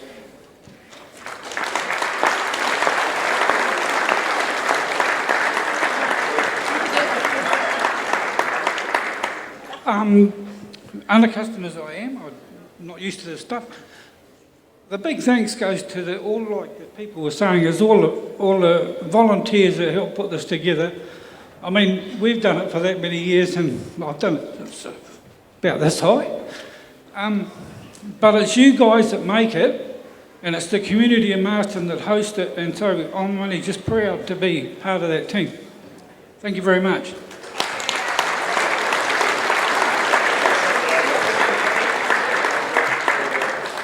There wouldn't be many international sporting events that are considered the highest accolade in the sport, that are entirely dependent on the support of volunteers. So thank you all very much.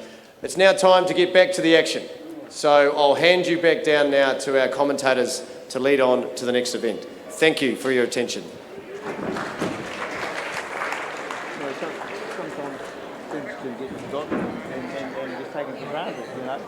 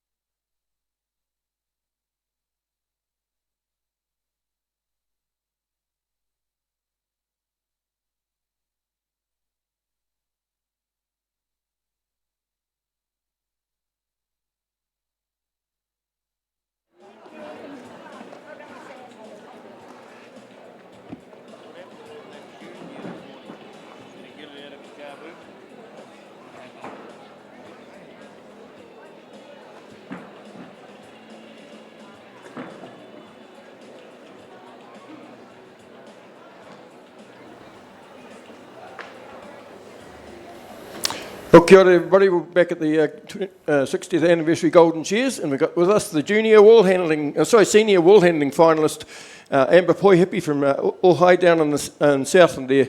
I said junior because actually Amber started off the season, first event of the season was in junior, and then she more or less self-promoted up to senior class. So Amber, tell us a bit about why you did that first of all. We're doing pretty well. I had a really good season in the juniors when I first went up. I managed to make all the finals, won one of them, and by the time we got a placing at the Alexandra show, we just thought, oh, well, it was our time to move up, I think. So, yeah. And our mentor encouraged us to move up too. She said we'd probably do a bit better in the seniors. Okay, and it sort of recognises a bit of a ultimate goal of obviously competing in the Open, but you reckon you're ready for that yet? Or? Not yet. Maybe another season in the seniors, and then I'll be ready to go up to the Opens. Yeah. It's a bit daunting. Have you got someone in the Open that you really aspire to be? Yeah, Pagan Karodia and Joel Henare. They're two really of my biggest idols, probably in the Opens. Yeah, exactly, you couldn't get better than that. Now, tell us a bit about where you've been working. I work down south for Shear Tech, Ray Tafada and Matt Watson. Been working there since November last year, and yeah, had a real awesome solid main shear down there. It's been great. Yeah. Okay, tell us about this one. You've just recently had your first win in senior. Take it from there, and you're actually coming here to win this. Down at Gore? Yeah. Yeah, because I didn't really make it anywhere at Winton and Lumsden. I came fifth at both those shows, and so I jumped in the Gore show and managed to win that show. I was really happy with that. Boosted my confidence a lot, and it helped me a lot for the Golden Shears to be prepared for that too. So yeah. Yeah. And going into this, were you confident going up before the presentation? I was pretty confident. I was confident through my semis as well. I'm not usually like that. I'm usually just have no confidence at all. But I went up there just focused and I felt really, really confident through my finals. And I didn't know if I was going to win or not, but yeah, I felt pretty confident. Yeah. And what's left now? Are you going to go to Te Kuiti or is it a bit far from home? Yep. Booked our flights yesterday. Actually, we're off to Te Kuiti in 3 weeks. So yeah, that'll be awesome. I haven't done that show before. I haven't done a second shear show before, so it'll be interesting to see how I go. Oh, well, and got any plans to go overseas, or have you worked already overseas? Yeah, I lived over in Aussie for about 6 years. I've worked over there. I've worked over in America, classing wool. But yeah, no, probably just go back and do a quick stint in Aussie, and that's about it, just to fill some time in. Yeah. Okay, well, congratulations, well done, and we'll certainly see you up here again sometime in the future, I think. We're about ready to cut, I think, soon to the Open Woolhandling semi-finals, I believe, so. Yep, no, thank you. Thank you heaps. Brilliant, mate.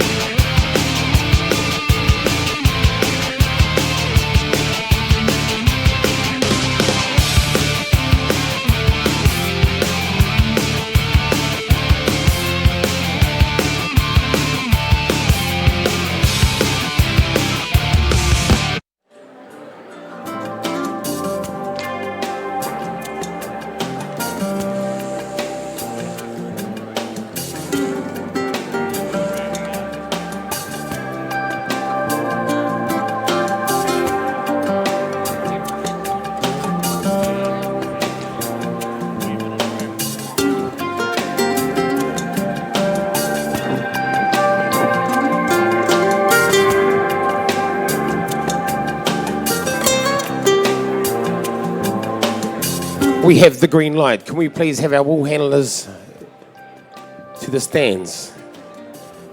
And judges. Nannies first. Nannies first. You don't have to fight over who goes up.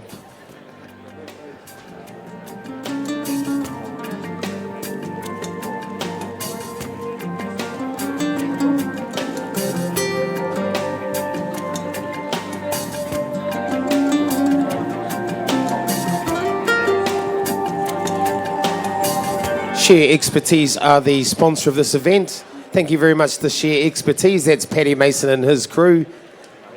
Paddy Mason and his crew also do the shearing, and he handpicks his shearers. We only want the best. Can we have our shearers to the board? We have the green light. I'd like to welcome my co-commentator,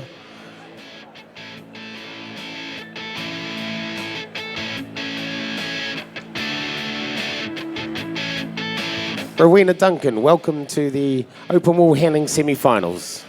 Thanks, Tim. Absolute pleasure to be here. Looking forward to this. We've seen our competitors handle 4 fleeces, 4 long wool fleeces in the heats, in the quarterfinals. They're now up to 5 long wool fleeces, and this the semi-final in the Shear Expertise Open Wool Handling. All of the sheep kindly supplied by White Spurs, local farmers here, and as we've mentioned so often throughout this weekend, it's been extremely challenging conditions for the farmers recently, what with the ongoing drought. So full credit to White Spurs for producing us a very even line of long wool sheep here.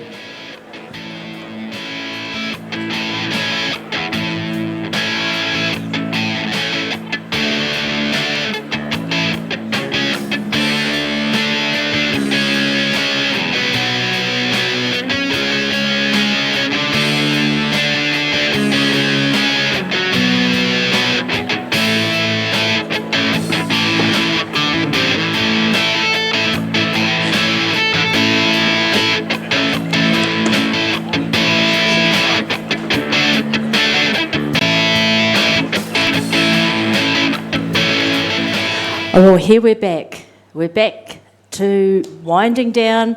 We're getting to the, as Digger has said earlier, we're getting to the real business end of things, and that's no different than the next event that we have in front of us, the Shear Expertise Wool Handling semi-final. And I'm really pleased and privileged to have a co-conspirator with me at the moment, Philip Morrison. Philip, you've been in everything in wool handling. You a competitor, a judge, an examiner. You tell the people. Wasn't as competitive as you, Mavis, but it was mainly through young farmers that my association with the wool handling took place, and we were a pretty good team together, weren't we? We were a massive team. You know, East Coast ruled in young farmers back in our day. Well, the big thing was to beat the Wairarapa teams. That's yeah, that's right. That's right. So, Philip, we've got the Open. So we are really getting into it. The Shear Expertise Open Wool Handling semi-final. Shear Expertise, Paddy Mason.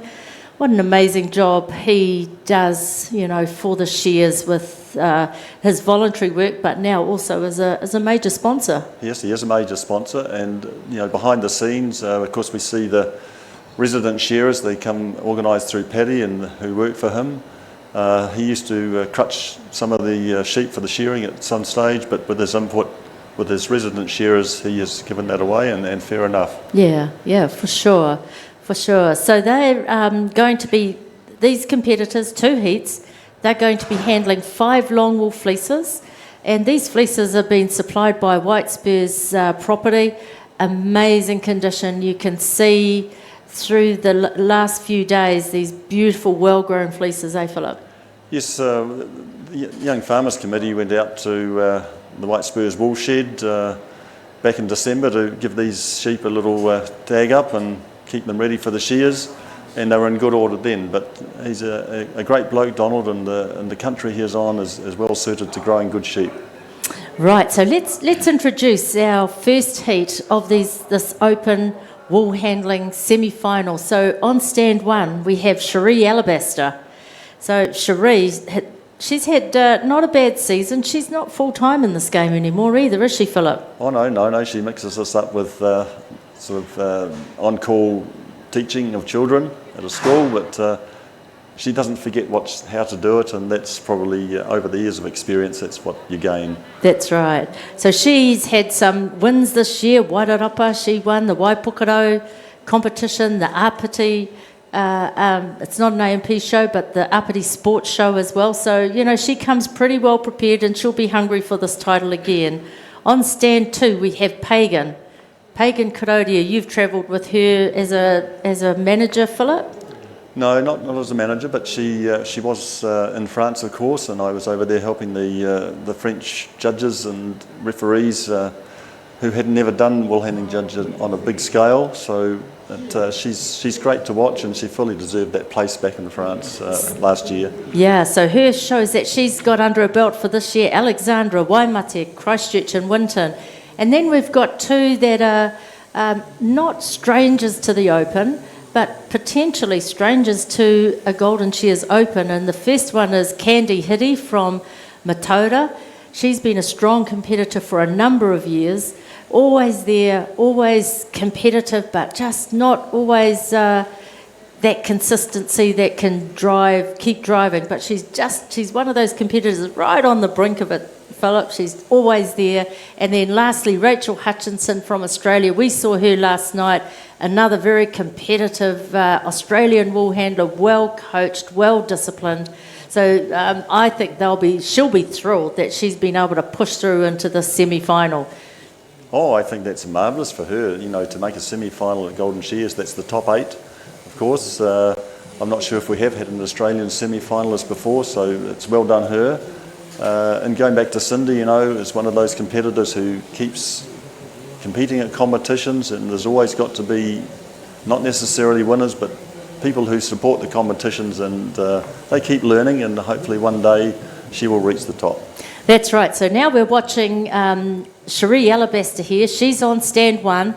Everyone's got their first fleece out. Look at them busy preparing. It's a big job to prepare that fleece. The more prep work you do now, the better you throw potentially, isn't it, Philip? Absolutely, and you can see the sort of on edge, and that's good. That's not nerves necessarily, but going back to my days as wool handling, it's a lot of it's in the mind. I'd say 75% of it is just how you've thought out what you're going to do and where you're going to put things. Yes, look at this in slow mo. These are those throws. Not bad from Cindy. A little bit of hangover.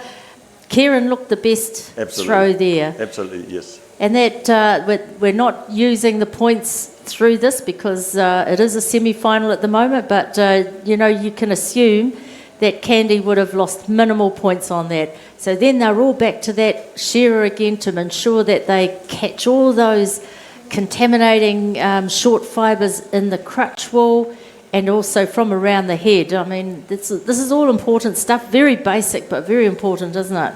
Well, it really is trying to improve the A-line, and that's wool handling is all about that, but it is also a competition, so it means sorting all lines out, separating them, and we certainly don't want any of the finer B-wools or dirty wools that contaminate the A-line. So here you see them rolling up, and of course that's so important to put in their little flexible tub there to be taken away for judging, but good rolls are much easier to judge out the back than something that's sort of pushed together.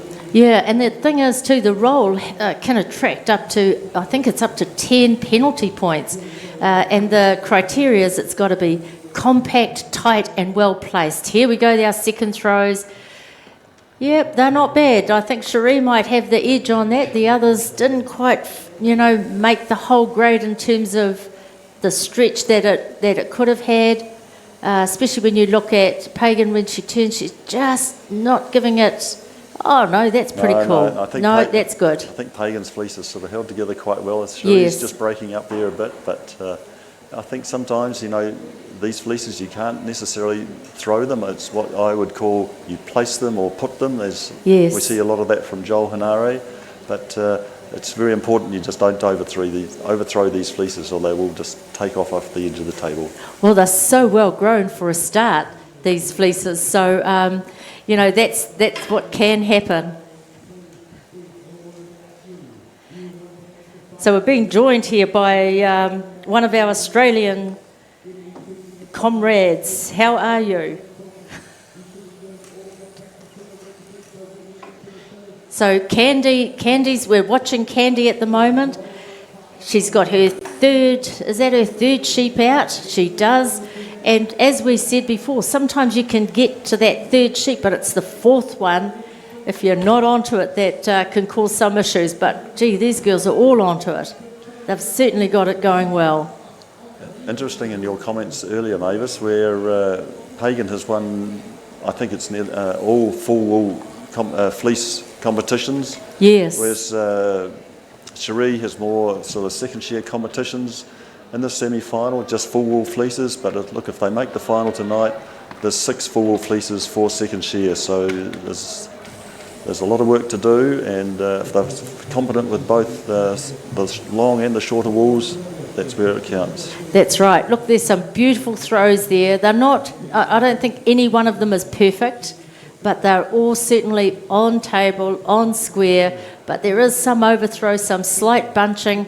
But, the judges will be taking huge notice of that and making sure that the penalties are applied appropriately. Here's Candy Hiddy. If we look at the little dials down the bottom, Philip, it's quite an interesting snapshot of what's happening. So here's Rachel. She's on sheep number 4.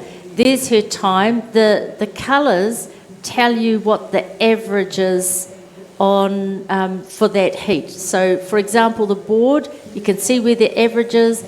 Her board points at the moment are probably just, a little bit too much in terms of where everybody else sits. So, if for the people out there watching, they can have a quick look at that and just see where the red, green is and where the arrow is, because that dial is applied to, for example, in this situation, to Rachel. So, she's got a bit of work to do to catch up. But look at her, she's down under the table at the moment. She's making sure she gives herself every opportunity. And I see the dial for the board just dropped back a little bit there. Ah, good. So a few more points, I think that means lost. Oh, okay. So if the green goes right round to the right, it means good. That's right, yes. But another great throws. Look at them. You'd be proud of those. So we've just got a bit of a slow-mo here. This is a repeat. Just watching that, you get a really great view of, look at Therese holding it, held it up, just adjusted that back end. Same with Pagan. A little bit on the overthrow. Yes. They're not easy fleeces, these. They're doing it well. Certainly not. And I think Cindy's fleeces have been the loosest of all, and they've all 3 of them so far, or 4, have sort of just a little bit of a break in the way they've laid on the table. Yes. That's not always any reflection of anything the wool handler has necessarily done. Sometimes these fleeces are like that, although sometimes when wool handlers go to turn those fleeces, they could be just a little bit rough with them, and that could, provide the break. But look at the way Cherie's working around that fleece. She's not going to waste any time running right around the table. She's going to bring it to her. Yes, you see her working down, looking at the screen, the nearest side of the table. That's where her basket is for her first pieces. Yes. So there's no sort of skirting on the far side of the table and having to find the basket on the opposite side. No, that's right. That's good workmanship. Very smart. This is about strategy. Now, when you're at this level, you've got to be thinking, every second and adjusting, flexing. It's just, there's no one road. That's right. Every fleece is different.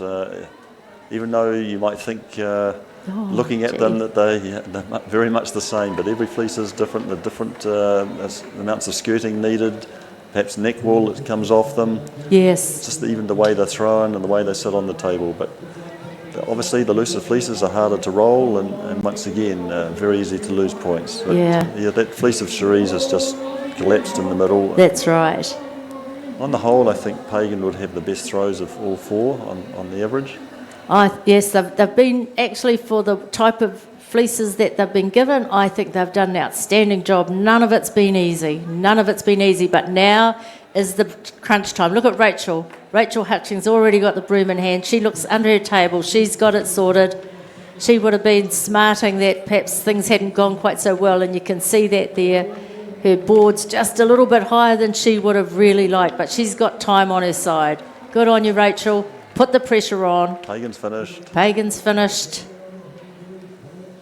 Yes, there's Cherie was on her hands and knees, as is Candy. You know, no pride when you're trying to just make sure you've got every single piece of wool in the right bin. Well done, ladies. That's a frantic bit of a first heat, and we'll very shortly get to a second heat. Thank you, Toby.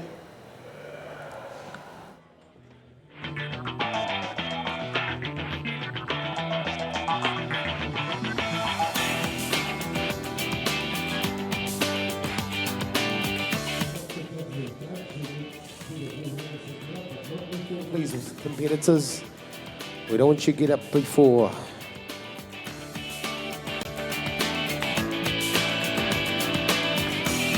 Well, Marino, that was a wonderful semi-final. Those wool handlers, man, they were gunning it. I didn't see that Aussie girl skirt her fleece. Yeah, I think she managed to do it quite quickly. She'd done a lot of work on the board.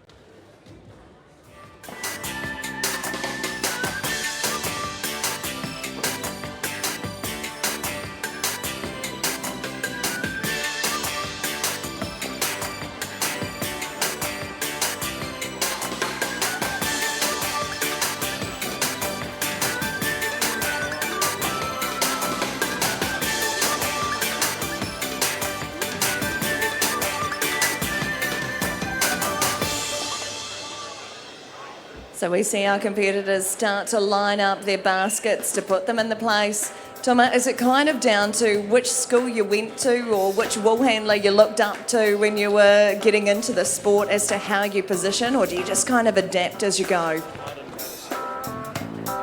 Joel was just saying he didn't go to school, he wasn't allowed. But a lot of these wool handlers, they did have mentors.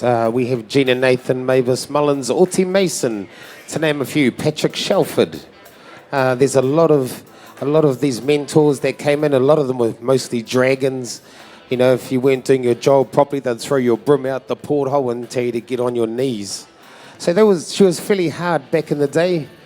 But yeah, it really shines through with the new breed that's coming in. Joel Hennady, I think he might have been about 8 or... how old were you, Joel, when you first started doing competitions? 11? Joel was 12 years old when he first started doing competitions, so he had a wonderful mentor. Well, mentors, they all kind of mothered Joel. And he took the best out of all of them, and he became the man he is today. We have the green light. Can we have our judges to the board? Wool handlers, if you find rattle in the fleece, they're going to disregard it. Okay, wool handlers, if you find rattle in the fleece, you can disregard it. Timekeepers ready. Shearers, get set, go. Okay, here we go again. Heat number 2, wanting to make the top 4.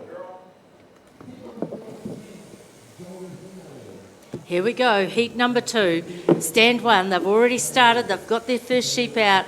Stand number 1, Joel Henare. Now, Joel, darling Joel, he's supposed to be retired, but you know, when you love something like you love it, you don't stay away. And this year, even out of the spare time he's had, Joel's had some wins.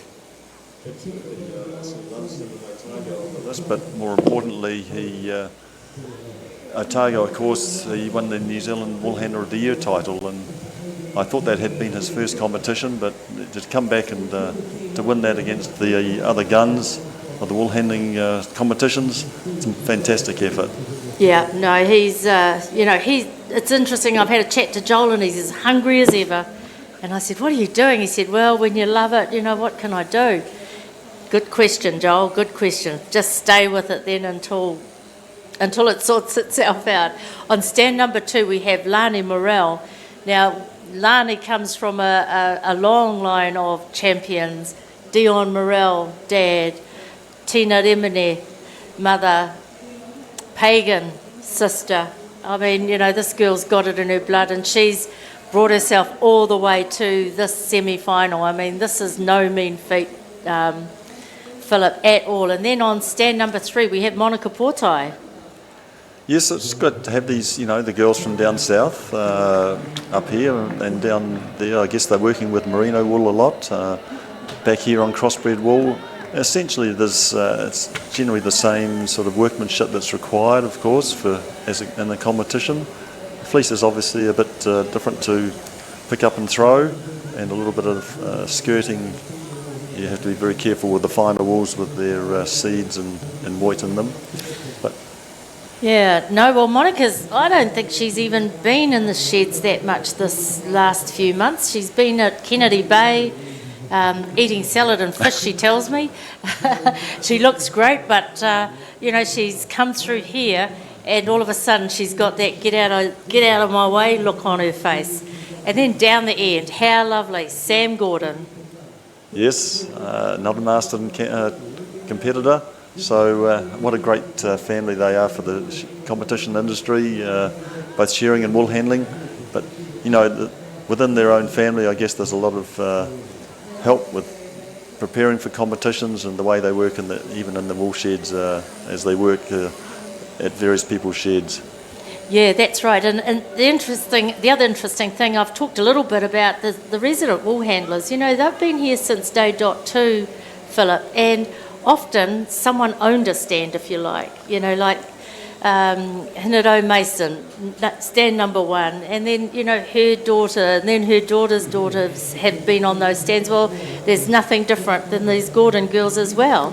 So there's some wonderful stuff going, and now she's carving her own way, young Sam Gordon in this Golden Shears place. Here's Joel. And just because she's young doesn't mean that she won't make the final. There is a little bit of luck involved with these competitions, and it depends on the fleece sometimes, the way they can throw it. You talked before about Joel and his throwing style, pushing. Look at that. Just placing it. Just a push out there. Yes. Lani did the same, a little bit more height to it though. Yes. And here's Moni, she goes from the side. Can't see, there's a little bit of overhang, but nothing that you'd be too worried about. So, they've come on to this third fleece looking really sharp and confident. It's something really your novice and junior competitors should watch these guns and the way that they operate with the fleece. Joel is very clever at the way he places that fleece on the table. You very rarely see any overhang with him. Look at this board. He's cracking it. Look at that board points. He's got the best. He's certainly on if the green is where you should want to be, he's well into the green. So that's a good sign for Joel. I know that he wants this again. Just look at those hands and the way they move. It's a bit like a hen picking wheat off the ground. It's pick, pick, pick, pick, pick. Yeah. And some of our best wool handlers have had that same similar action when they skirt the fleeces. Yep, that's right. It is, and I remember, I think it was Joel or one of them, they talk about spirit fingers because they just move, they just glide through the, you know, the work that's in front of them, and they, you know, that's what they aspire to too, because it's got to be fingertip, it can't be hand, otherwise that's when you start the over-skirting stuff, isn't it? That's right, that's Here right. we go, next throw. Lani's doing a lovely job. Bit of overhang, you know, there's at least 3, 4, maybe even 5 points that I can see out there with that one side. It's the only thing. As you can see, when she picked that fleece up though, there was some fleece holding Yes. off down the edge of her arm, and it wasn't held correctly, so once again, when it's thrown, that becomes loose and basically we'll finish up off the table. That's right, so now they're taking off that neck wall. You can see there's a little bit of VM, you know, even at this space we can, this distance we could see just the flecks of those thistle heads or seed heads in there. They have to be removed. That's a processing fault that's intolerable really for a quality product. So there they are. It's a great looking scene. Monica, she's trying to work her way around as well. They've been back already to get the eye clip, so now they're free to get back to that fleece and make sure all those processing faults are removed. Yes, they're on fleece number 3 on the table. Fourth sheep's being shorn. That's right. So, you know, there's, but the whole wool handling process of the competition, there's plenty of room where you can lose points, and that's where our judges are got to be quite skilled, and so many processes and things to look for where you can lose penalties. Yeah, did you see the way Sam just moved that fleece around in terms of preparing it? Yes. She tried very hard not to break it, move it, or to allow it to come apart. And look at the result. That's a lovely throw, I would have thought. A little bit of bunching, but all of them. These are outstanding throws. Yeah, but off the table on table 3 there on the right hand side as we look at the screen. Yes. So here comes Joel once again. See what he does. Push out. Oh, a bit of bunching up not the too top bad. there. He looked a bit rushed anyway. You know, when you turn, you actually do need to just balance yourself. He's normally a master at that. This time he kind of just, see that he was, Yes. it was almost yes. like his body had turned before he'd finished the throw. I think he was just a little bit late in picking it up. Yes.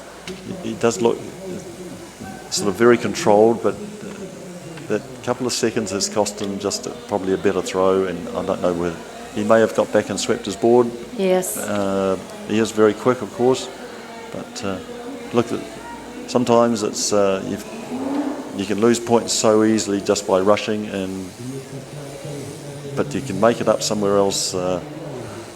Lose a few points here, but make it up somewhere else. Yeah, yeah. He was giving that fleece quite a bit of a shake. I'm just wonder what he's seeing that we can't see here, but that's a lovely throw, well placed, cleaned that table.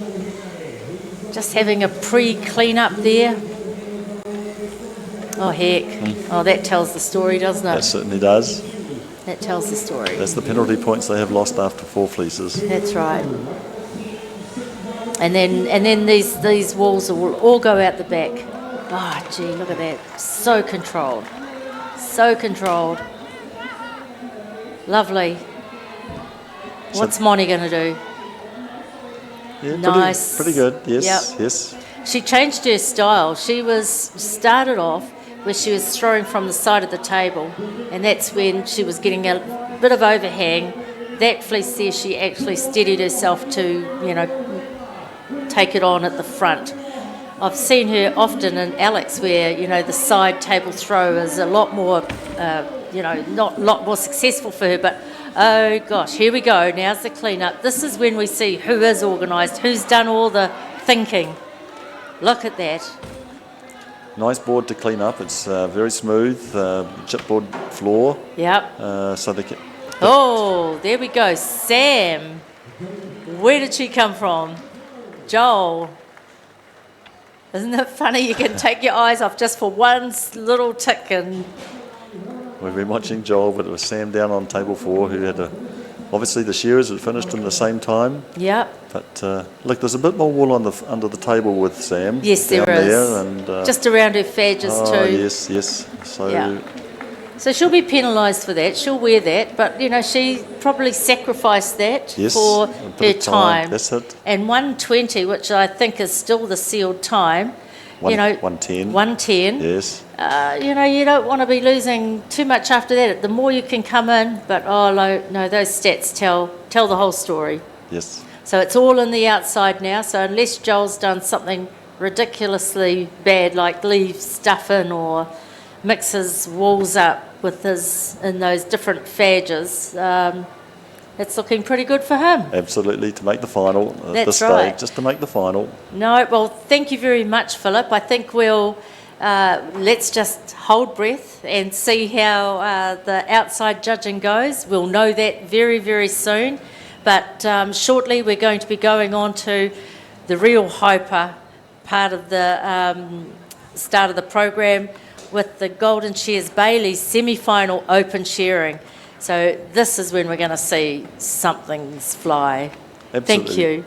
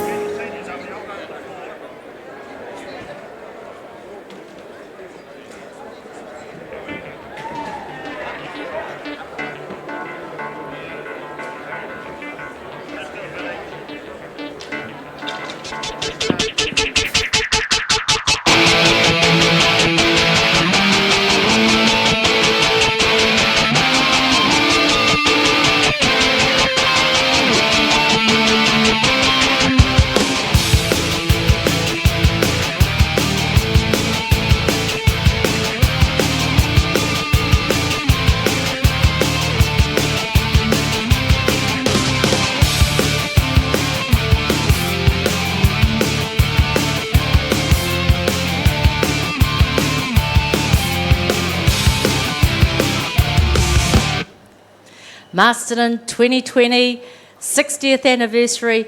We're into the business end of Golden Shears 2020. So I'm really pleased at the moment to have two very distinguished co-commentators with me. We've had Digger for a couple of sessions already, and Jack, welcome to the green room. Yeah, thanks, Mavis. No, it's great to be back in Masterton here at the Golden Shears. Up next is the Open semi-final, and we have seen the top 12 shearers come through out of the top 30 shootout last night. So it's going to be a good burn up, this one. It sure is. So we're going to play this by ear as we flick through these two heats of the Open semi-final. So why don't we start, and maybe each of you, one-on-one, introduce us to who these competitors are, and just any little, I don't know, good little stories or how they've done up to date. So on stand one, we have Brett Roberts from Matota. He's a big family man from down in the Southern District there. He's come through the grades relatively quick. He was the senior champion here, I think, 6 years ago, so it's his first Open semi-final. He has won the New Zealand full wool title and the Otago title last year. He hasn't had too many wins this season, but he's been placing very well when he's been getting into these big events. So you never know, we could see a new finalist there tonight. And stand two, Dig. Yeah, we've got Aaron Haynes from Fielding. Aaron's been here before, done that. I think his best results are second in the Open, maybe last year, and he might have had 2 seconds actually to Roland Smith. Yeah. He knows what it's all about, and if everything goes right, we'll probably see Aaron in the final. And stand three, of course, another King Country shearer, Mark Granger. He was first-time finalist here at the Golden Shears last year. I think he's made the New Zealand Open final in Tikawiti 5 or 6 times and been placing very well this season. He's had a couple of wins, and we'll soon see if he can get in the Open final tonight. Yeah, it'd be great. Yeah, stand 4, Leon Samuels from Invercargill. Man of the moment. Yeah, it is. He's had a couple of big wins down south, 1 Gore and 1 Balclutha earlier in the year. So he's in form. The first time I think Leon's been in the semi-final. So he'll be enjoying the moment, and I'm sure he's got enough experience to go all the way. Cool. And on stand 5, we have Dion King. He's former champion here at Golden Shears. He won the Open title in 2006. And he was former 9-hour world record holder shearing lambs. He shore 866 lambs in 9 hours. And he hasn't showed too much form this season. He hasn't been around. He's been a family man, but he's come back to the Golden Shears, and here he is in the top 12. So he's certainly a man with a lot of talent. He'd be the dark horse to watch, I'd say. It'd be a fair call. Yep, I agree with you with that. Yeah, no, good call. He's got the experience, and another one could make their final. But on stand 6, David Buick. Now David is, I think he's going to be the crowd favourite. He's a local boy. He's been in the final many times, but he just hasn't been able to pull a big one off. He's been pretty close though, eh? He's been close. They're saying this year could be his year, but we just don't have to wait and see. There's probably someone about 2 metres tall that's been in the way the last few years, I think. Roland Smith, he's just been dominant and on form at every competition. It's not very often anyone can tip him over, but yeah, we'll soon find out in a few hours.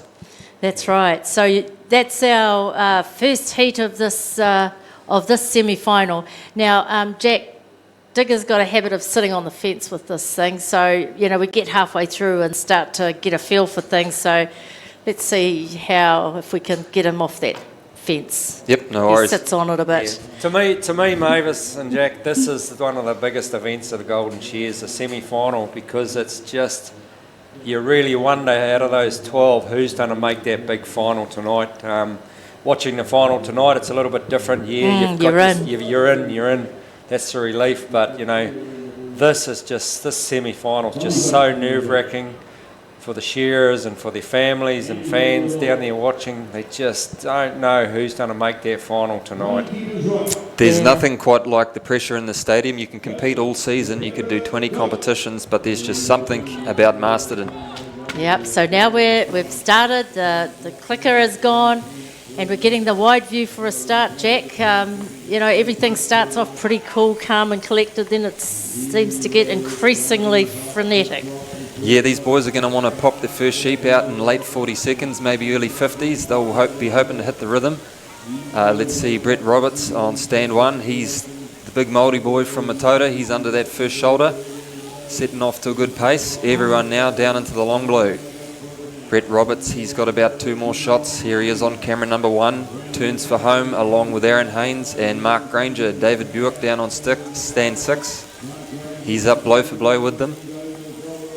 There he is. I don't know if you've seen our graphics. I'll quickly explain to you, Jack, but the graphics, the green and the red, if you're in the green, it's a good thing.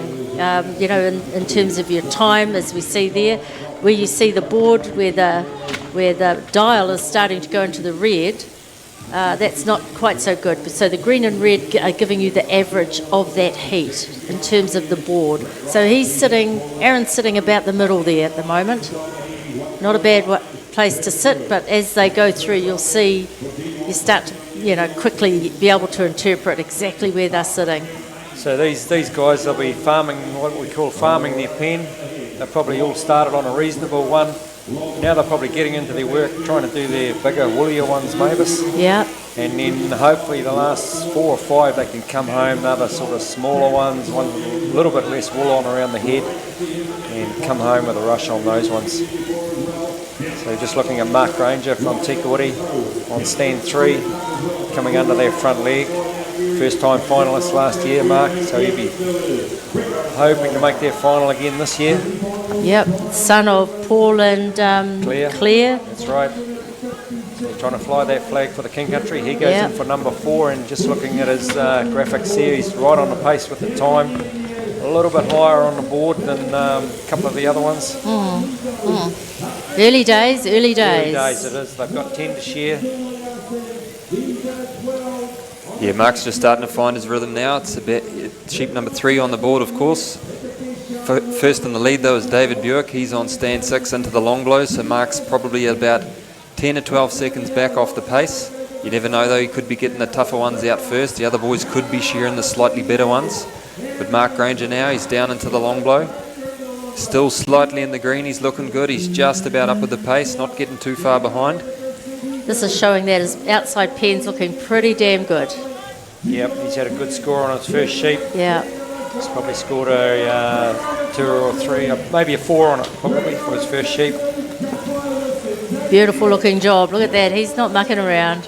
He needs this. He wants it. Yeah, these sheep looking pretty slick compared to last night. These are some of the top turtles that have been selected for the semi-final, and they're certainly picking up the pace. They're looking very good combing. Here we have Leon Samuels on stand number 4. He's really stepped up this season, won that big South Island Shear of the Year title down in Gore. He's up the neck into the base of the ear. Almost like a rubber band, this man. He's very flexible. He can handle anything you chuck at him, any size sheep, including Marinos. He's a very experienced shearer. And you never know, we could see him in that open final tonight. He's definitely one of the South Islanders on form. And he's starting to pull away from the rest of the field now, handling the pressure very good. Leon's over that last shoulder. All his scores are in the green. He's doing pretty good at the moment, Mavis. So you can see our graphics have come up in the top right-hand corner, and stand 4, Leon Samuels is doing the best at the moment. Yeah. Aaron Haynes has got a good score. Slightly a little bit further back as Aaron, but it's Jimmy Samuels is looking good at the moment. He's got number 5 on the board. So he's got a really good board, low board, Jimmy. Leon, sorry. Jimmy's going to come up in the next semi-final, his brother. Yeah. Up next on stand 5, we have Dion King, former Open champion here. He won that title 14 years ago, so it's a long time between drinks, folks. This is one of the toughest, if not the toughest competition in the world to win. Now, I just had a quick look at Dion's combs before. He's very thin, making sure to keep that comb flat on the skin. These turtles are quite dry cutting this year, so you want to have your gear going. Dion, though, he's over that last shoulder, right up with the pace with Leon and David. Cleans off that brisket wool down to the flank. Dion King, he's starting to hit his straps, top of the hock. Wool flying off. He's going to pop sheep number 5 down in 4 minutes something. He's doing amazing, considering he's not match fit, if you like, compared to the other guys. You know, he's kind of been in and out a bit, eh? Dead right, Mavis. I don't think he might have done one competition this season, and then to come down here to Masterton and be in the top 12 is just unbelievable. Yeah. It just shows you the measure of the man's ability. Talent. And talent. And he's just a natural. As Jack said earlier, 866 lambs in a day's work a couple of years ago. Just huge. Yeah. Now Dion's still going pretty good. His pen's not too bad. His board's a little bit higher, and that's probably just because he hasn't been on his game in the competitions. The board will be a little bit higher. One thing you have to remember though, the guys that are in front a little bit, they've had actually a bit more of the sheep judged compared to the guys that are a bit slower. So if the board score's a little bit higher, often the slower guys will creep up towards the end as well because they still have another couple of sheep to do. We've just seen David Buick down there on stand 6. He's changed the handpiece, the Wairarapa boy. So Wairarapa will be hoping like anything that he can make their final tonight. And so he's changed on sheep 7, is that right? Yep. So he's shorn 6 and he's got 4 so hopefully he's got 4 good ones to come home on. Yeah. And beautiful wall coming off that sheep there. David Buick, he's up the neck, round the back of the ear. He'll swing that right leg back to open up that front shoulder. Drops down and under the frib ball. David's got a really good pen score, well below average. He's got a good board. And he is having a good shear, David Buick. He could be him and Leon Samuels. Could be the two to leading this one. And young Brett Roberts down on stand 1 too. He's going very well. Actually, there's nothing in it. It's starting to come down to the time points. Brett Roberts is actually in front at the moment. He has sheep number 8 on the board. David Buick, he's just popped in the pen. He's probably about 8 to 10 seconds back off Brett. Yep. Top knot comes off on stand number 1. Brett Roberts has an awesome pen and board score. He's actually going to be the young gun to watch at the moment. 2 sheep left in the pen for him. So I bet you the family back down in Matota and Gore are absolutely screaming at the television right now because Brett Roberts there, man, is really taking it to the rest of the field. Well, you've been down the South Island a few times, Jack, so you'd know the local pub down in Matara. I bet you it's going off at the moment. Yeah, the local rugby club, the boys will be getting in behind him. Yeah, no doubt. They probably played a pre-season game there and now they're glued to the big screen watching their local boy come down there last side. Just look at the big Maori boy. Beautiful, isn't that? Oh, pretty to watch. One more shot. Nice one. Brett Roberts, he's back in the pen. He's got his second handpiece on, so his gear's going pretty good. Little bit of a flip of the handpiece, but he's got the experience, caught it back. Belly wall flicks out for Brett. But on stand 2, Aaron Haynes, he's had a little bit of trouble in this semi-final part 1. He's into the long blow of sheep number 8, turns for home. I'll tell you what will drag Aaron through. He might be a little bit behind on time, but just his outside job is unbelievable. Look at that, way down in the green. Yeah. Very good board. So what he gives away on time points, he probably will make up with his quality. And I was watching Aaron warm up before. He's taken this to a new level. He was outside doing stretching, throwing tennis balls, just getting the reflexes going, and takes him a little bit of time to warm up and get into his game. But by sort of 8, 9, 10, he'd be really hitting his straps. Well, he's not far away from it now. What about Mark Granger? He's always one of those quiet ones that you don't sort of take much notice of, and next minute, boom, he's right in your face. Yeah, he just sits in behind, likes to sit in behind. He always a quality shearer, Mark. Yeah. Yeah, look at his pen. Yep. Very good pen score from Mark. His board is creeping up a little bit. A little bit higher. Yep, maybe his cone's just not quite running. But he'll be another one. His quality could pull him through.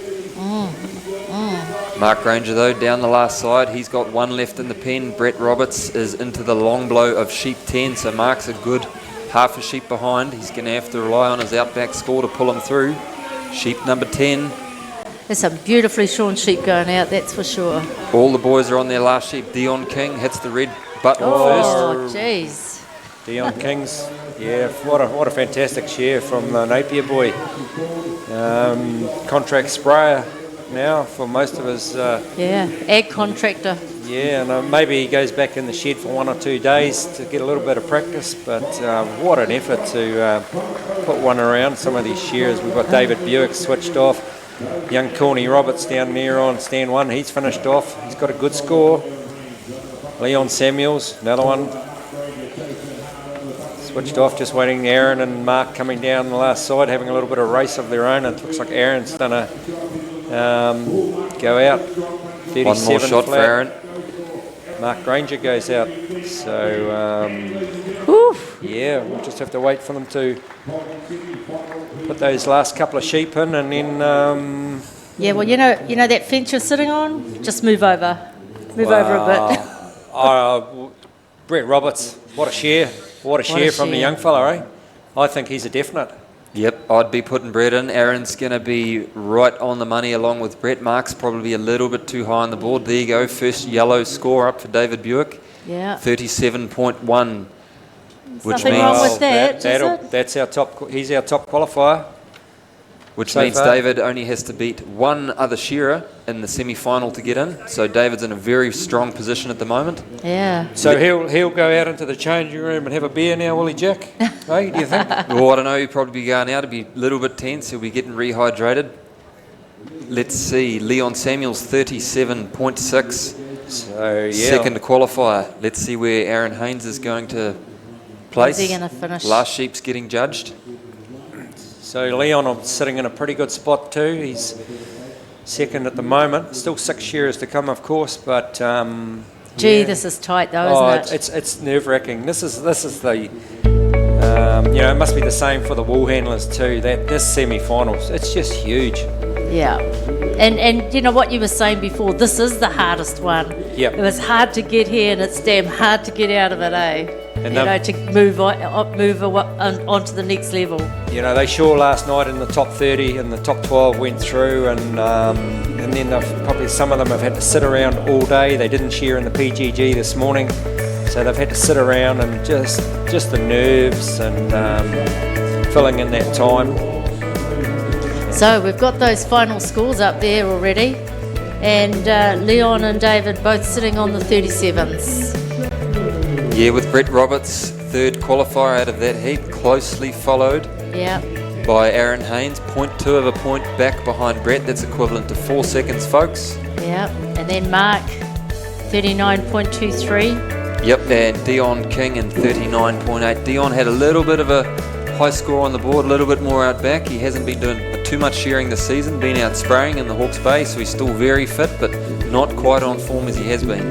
No, still Lincoln worthy though. That was a fantastic first heat of this semi-final. They're not wasting too much time as they bring the next lot up and get everybody ready. We might as well just have a bit of a chat about, we've seen Leon and David, certainly their points look damn good. Brett's not far away. When we look at what's to come, what are we thinking? Well, just looking at the semi-finals, I actually think this is a slightly stronger semi-final. You've got Roland Smith, John Kirkpatrick, Nathan Stratford and Gavin Much. Not taking anything away from the guys in the first semi, but this is arguably the stronger semi, so, but anything can happen. They've still got to share their 10 sheep. Yeah, they've still got to pull the first one out and turn the handpiece on. Yep, she's going to be quite a spectacle, this one, folks. Gavin Much, former world champion, Golden Shears champion, of course, in 2015. He's known for taking off like a cut cat. He's a very quick shearer. Yeah, Gavin's on 6, and next to him is Roland Smith, stand 5. Make a really Six-time good... Open Golden Shears champion, Roland Smith. So if he can make the final and win tonight, he will become the shearer with the second most amount of Golden Shears titles. Yeah, 8 did you say? He's won 6 so far, I think. So I think he's tied with Snow. 1, 2, 3, 4, 5. Oh no, sorry, here's the wins. He's 2013, 14, 16, 17, 18, 19. So he's tied with Snow Quinn. So if he can manage to make that final tonight and win Mavis, he'll be outright second. And there's a guy who won 16. Just his name slips me at the moment, but it'll come to me. I'm sure it will. I think it's that same one that's got Sir. Oh, okay. That's right. Yep. Lives in Tikawiti, I think. That's it. So we've got Nathan Stratford. Now he's been, I can see 1, 2, 3, 4, 5, 6, 7, 8, 9 finals that he's been in here at Golden Shears. Yep. So maybe this is his turn. Yeah, to me, I would love to see Nathan win this. He has been here many, many times, and he's just a gentleman, just a guy that I think would be really great to see him win this one. But he's got to make that final, of course. So He's a renowned final shearer, Nathan Stratford. He's won the multi-breed title at Golden Shears several times. That's right. But in recent years, Digger, just watching him shear, he's actually changed his pattern a lot. He's had a very quick hand. He's now filling his comb and shearing to a really nice pattern and strategy. He's changed a lot in the last 5 years, I believe. Saying that, Jack, and he used to always get left behind. He'd have 1 or 2 sheep left in the pen at the finish. Now he's right up with the pace, and he's so clean that, when he's right on the pace, it's he's right there. And on stand 3, of course, one of the most exciting shearers to watch, basically in the whole of the world, is Jimmy Superfly Samuels from Martin. He's a renowned speed shearer. He's won about 43 titles, I think it is, worldwide in the open speed shears. Hasn't quite won an open shearing title yet. And on stand 2, Digger, the man that needs no introduction, Johnny Kirkpatrick. He's won this a couple of times, Johnny. Yep, 4 times, I think. Finalist 20. Johnny would be the oldest guy in the semi-finals. Just fantastic to see a guy of his age up there shearing with these athletes. And down on stand 1, Troy Piper. He's been a finalist twice. Yep, Troy's always shears really well at Golden Shears. Probably the sheep that he shears in the North Canterbury area, quite tough shearing, so he's probably really liking these tough sheep in Masterton at the moment. So we're just watching the boys settle into it. Troy Piper there on stand 1. He's on what we call a ringer stand 1. That's where when we go to the shed, you put your fastest shearer on stand 1, and it's always, that's the stand when you're coming up, when you're learning or coming through the grades. You try and beat that guy next to you, and you want to move up a stand, and then when you get to number 1 stand, you can start calling the shots in the shed. But then you got to stay there. You got to work to stay there. Well, that's right. If you get beaten for 3 days, I think it is, you got to move. You got to move down, and someone will knock you off your perch. But they've all got number 1 done. They've gone in. They would have seen that first semi-final go. So they've seen it go. They know what the times are. They know kind of where the quality mark is. What are they thinking when they go up there for this? It's probably quite beneficial being in the second heat, I think, because you can actually see the times and work out how quick you have to shear. If things aren't going quite to plan, you can change your tactics when you're on stage. John Kirkpatrick, he's got a little bit of a tough sheep there, of course. Having to hold that head a bit longer makes it a bit tougher to shear that first shoulder. He settles it down, just trying to keep that sheep calm as he swings around into the long blow. That allows Troy Piper to pull away. He's on the last shoulder along with all of the other shearers. Roland Smith, one more shot for him. So you can just see Johnny's getting a little bit back off the pace. On stand number 2, he's right at that last hind leg. Jimmy Samuels goes in. Here he is, folks, this Superfly. Sheep number 3 out on the board for him. Starts that handpiece, kicks it into gear, and he is away, not too far back off Roland Smith. Of course, he's going to be setting the pace. Current Golden Shears champ. But the young guns, Digger, they got to take it to him because they're certainly not going to make it easy for Roland. These young guys, first time semi-finalists like Jimmy up there, he's just got to get into it and give it everything he's got. And sometimes you've got to get up there and share a semi-final and to know what it's all about. As you said earlier, the pressure is just like nothing else. And sometimes you've got to make 1 or 2 semis before you can just take that next shot to make the final. But you never know if he's doing everything right tonight or this afternoon. He could make that final, and he's right up with the pace, Jimmy Samuels. Yeah, look at that. So I know Jimmy's got a lot of fun now around New Zealand, though. Wherever you're watching, just start jumping up and down. Hopefully he can hear you. Might just mention too, Dick, Jimmy's quality points at the moment are exceptional. His board score and outback is looking very good, especially compared to the rest of the field. So you never know, we could see a new finalist there if he can keep this pace up. Oh, look at Nathan. He's, it looks like he's had a bit of a mishap out the back, but no, there it is, readjusted. He's a little bit higher, so he's probably had a couple of sheep judged, and his board. Look at Nathan's board. That's very low, but his job will come back. I'm sure he'll settle into it. He might have just had 1 or 2. He might have done his worst sheep first and struggled to get a job on it. But his pen's coming back now. Look, he's right on the average. So he's in the green for total. Oh, they're just a bit toey, aren't they? Well, they certainly are. The guys in this semi seem to be having a little bit more trouble in the first semi-final. Yeah, they're strong, Wairarapa turus, these sheep, supplied by Donald McRae, of course. Donald and Linda, about 10 minutes out of Masterton. So these are very, very fit, fiery sheep straight off the hills, folks. These are not tame animals. They're not sedated. It's all down to the shearer to keep them in control. Of course, stand 5, the current Golden Shears Open champion, Roland Smith. He's been the man on form this season. I think he wins just about 90% of competitions that he enters. So if you're a betting man, you'd be putting your money on him. I think he was paying $1.16 on the TAB last night. Yeah. Probably about the lowest odds you've ever seen for Golden Shears. So I think Roland top qualified out of the heats, top qualified last night out of the top 30, and he's looking pretty good at the moment. Yeah, he's just in incredible form at the moment. Probably not quite doing as much shearing as he used to do. He's got a contracting business, so he spends a lot of time driving a tractor, but still just does enough shearing to keep himself fit, and no doubt keeps him fit with gymming and a little bit of training. Had a text from Pippa asking what time is this going to be on? Kids will be devastated if they miss. So, you know, everyone everywhere. It's not just here at the stadium. This is a worldwide audience, and it's wonderful. Hi to Pippa and Matt. Rolly's brother Matt lives in England and down in Cornwall, and the kids Dusty and George. Hi Dusty. And just looking at Gavin Much, Scotsman living in Whangamomina, former world champion, former Golden Shears champion. I think he was the first foreigner to win the Golden Shears Open title. And he's having a good shear down there on stand 6.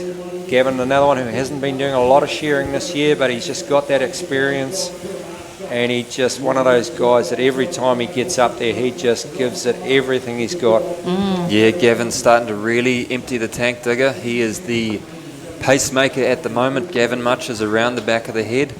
Roland Smith has just gone in the pen, so Gavin Much has a healthy lead as he swings round into that long blow. 2 former world champions shearing side by side, Roland Smith and Gavin Much, and of course former team world champion Nathan Stratford. Quick change of steel for him. Gavin Much, he hasn't changed handpiece yet. Sheep number 7 is on the board. He tips over that last hind shoulder, lifts the leg up, shears down to the flank. He's got a very good lead at the moment. If he has a 10-second lead, that's equivalent to half a point. Yeah.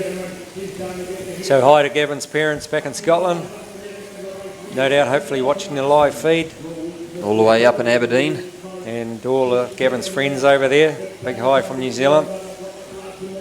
So we're just getting the graphics now, and it looks like Gavin Much is having a really, really good shear. He's out in front at the moment. So he's sitting on 23.1. Roland Smith 24.3. Nathan 24.4. Jimmy 24.6. Johnny 24.6. And Troy 24.7. So, but all that'll change because the fast guys, their clocks are going to stop the quickest. Just looking out the back though, Digger, the pen scores from stands 5 and 6 are definitely dominant at the moment. Roland Smith and Gavin Much, they're having a very good shear side by side. The board scores, Nathan Stratford is currently in front there, a little bit higher at the back compared to the rest. Just look at our shots now of this graph that's come up. There's nothing in that. There's no peaks at all. That's just one flat mountain. So it's going to come down to speed, and as you say, the 2 guys down on 5 and 6 have got a little bit of a lead. Troy Piper's not too far away. Gavin and Rowley have got number 9 on the board. Troy's just going in for his 9th one. Johnny's a couple of shots away, and Nathan and Jimmy just half a last side to go. God, so annoying. We've just ticked over 8 minutes, folks. So this heat, well, Gavin Much is going to be on pace with the first heat, but just the likes of Jimmy and Johnny and Nathan Stratford, they're going to be a little bit back off the pace, which could bring Brett Roberts on 38 points. He could be getting a look in at the open final here. Nathan Stratford flicks that belly wool forward, but Roland Smith, he is gaining on the Scotsman. Yeah. Roland and Gavin, they're blow for blow. Cleaning off that frib ball under the last leg. Roland Smith now in front. Right at the sock for him. 2 more shots, 1 sheep left in the pen for the 2-metre tower digger. Yeah, well, Gavin probably hasn't been doing as much training as Rolly, so it'll just be starting to hurt. Just be starting to suck some deep breaths in, and it'll be, might just be running out a little bit of puff. And just look at Rolly Smith, he's going away, he's got a beautiful sheep there to finish on. But saying that, Gavin won't give up. He's got a big heart on him, this boy from Scotland. Nathan Stratford finishing touches. He's in the pen for his last one. Jimmy Samuels down the last side. Johnny Kirkpatrick is around the back of the head on 10. Blow for blow with Troy Piper, but it's going to be Roland Smith. Turns for home first. We're in about 9 minutes and 25 seconds, folks. So it's definitely a little bit slower than the last heat.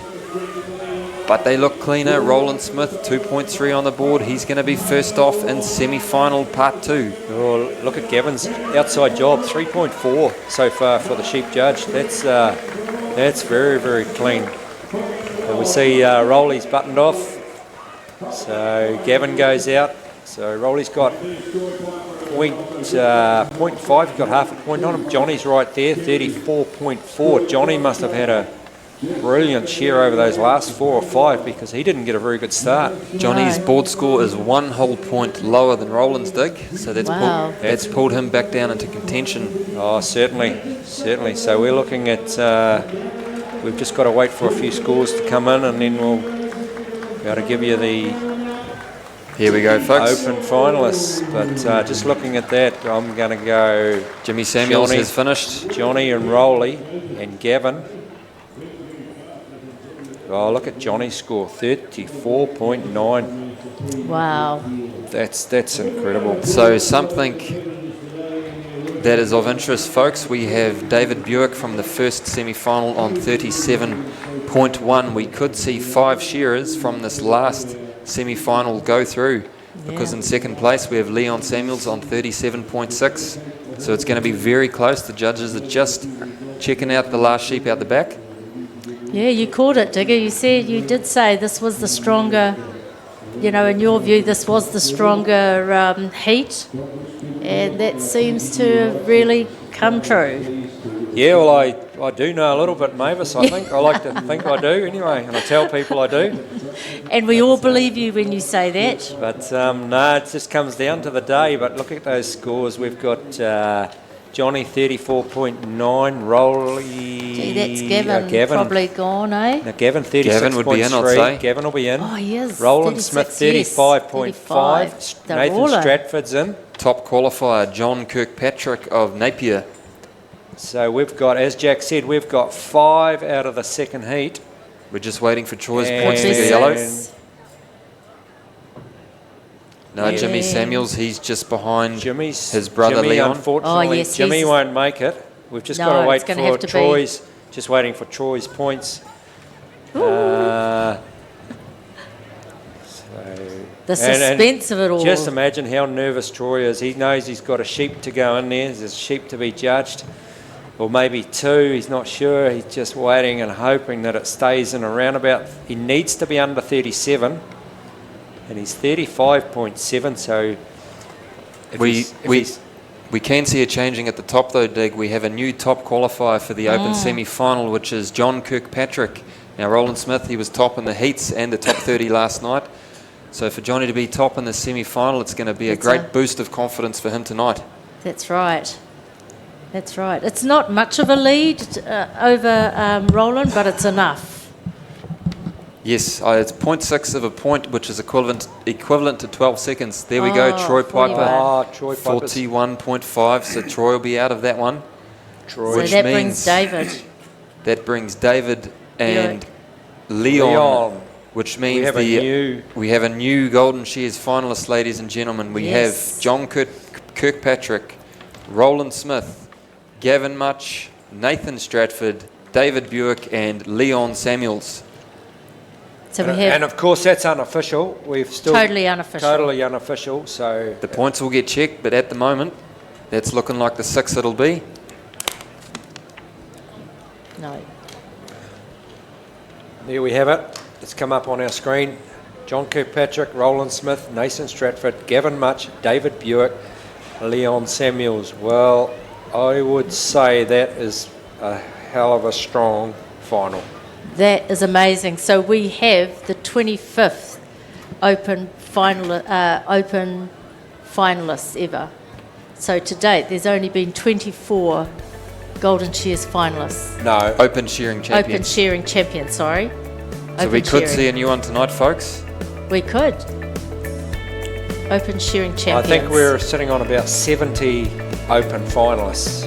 Yes, it is 70. It's So 24 it's winners. It's not a huge number. It might be Not for 60 years. It might be slightly more than that, but hopefully Doug Lang will be able to clarify that with us for later on. But yeah, it's somewhere up around about 60 or 70 open finalists. We must get that And from it Doug. doesn't, as we saw today, we've got one new one in there for the year. Some years we go and we don't get any new finalists because it is just the experience down here just comes into play so much. Our unlucky next man in, which is probably the toughest spot to be in of the whole competition, 7th place, just missed out on the open final by 0.3, was Jimmy Samuels. Leon's brother, of course, so he'll be a little bit disappointed, but the only good thing you can take home from this is you'll get a lot stronger. You'll get a bit more hunger to come back next year and do it all again. Yeah, and he's had the experience now. He knows how that feels, whether that's good or bad. I mean, he's at least had the chance to know what that feels like. Wow. Well, that's exciting. We've got a strong lineup. We've got a newbie, a new potential, someone new, someone who's going to put the cat amongst the pigeons, who's proven his worth already through the season. So, guys, let's have a little bit of a rest, take you back to the stadium, and we'll be back shortly for the PGG Rights and Circuit Shearing Final. No worries. Thank you, Mavis. Thank you.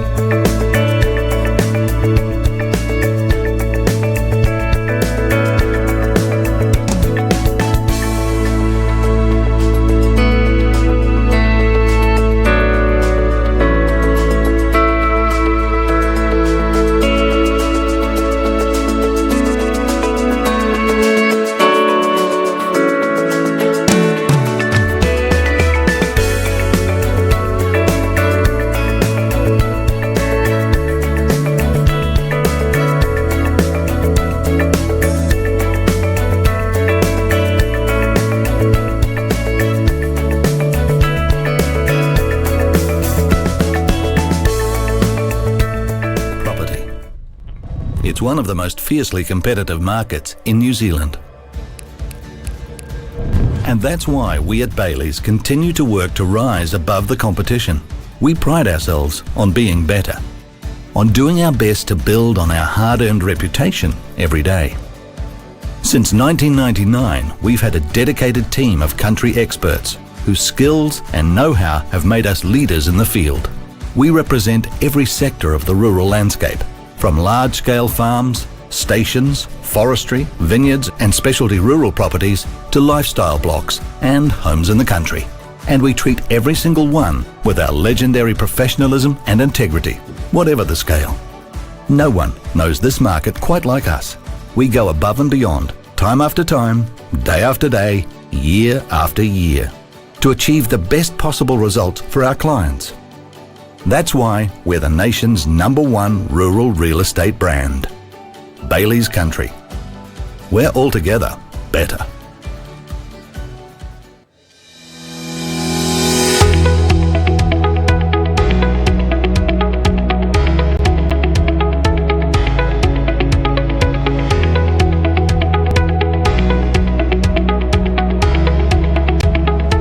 Guys, we've got a pretty professional about it. They have tallies they want to hit, and you know, they generally just work to that tally, and well, they know how to do it. They can set themselves at a pace where they know they'll be within 1 or 2 sheep. It's bloody impressive how they do that, I reckon. I mean, it's bloody hard work though. I mean, they're running a marathon every day. My main message to farmers would be good toilets, good facilities, maintenance, keeping the maintenance up for everybody. That includes like catching pen gates and holes in walls and springs on doors.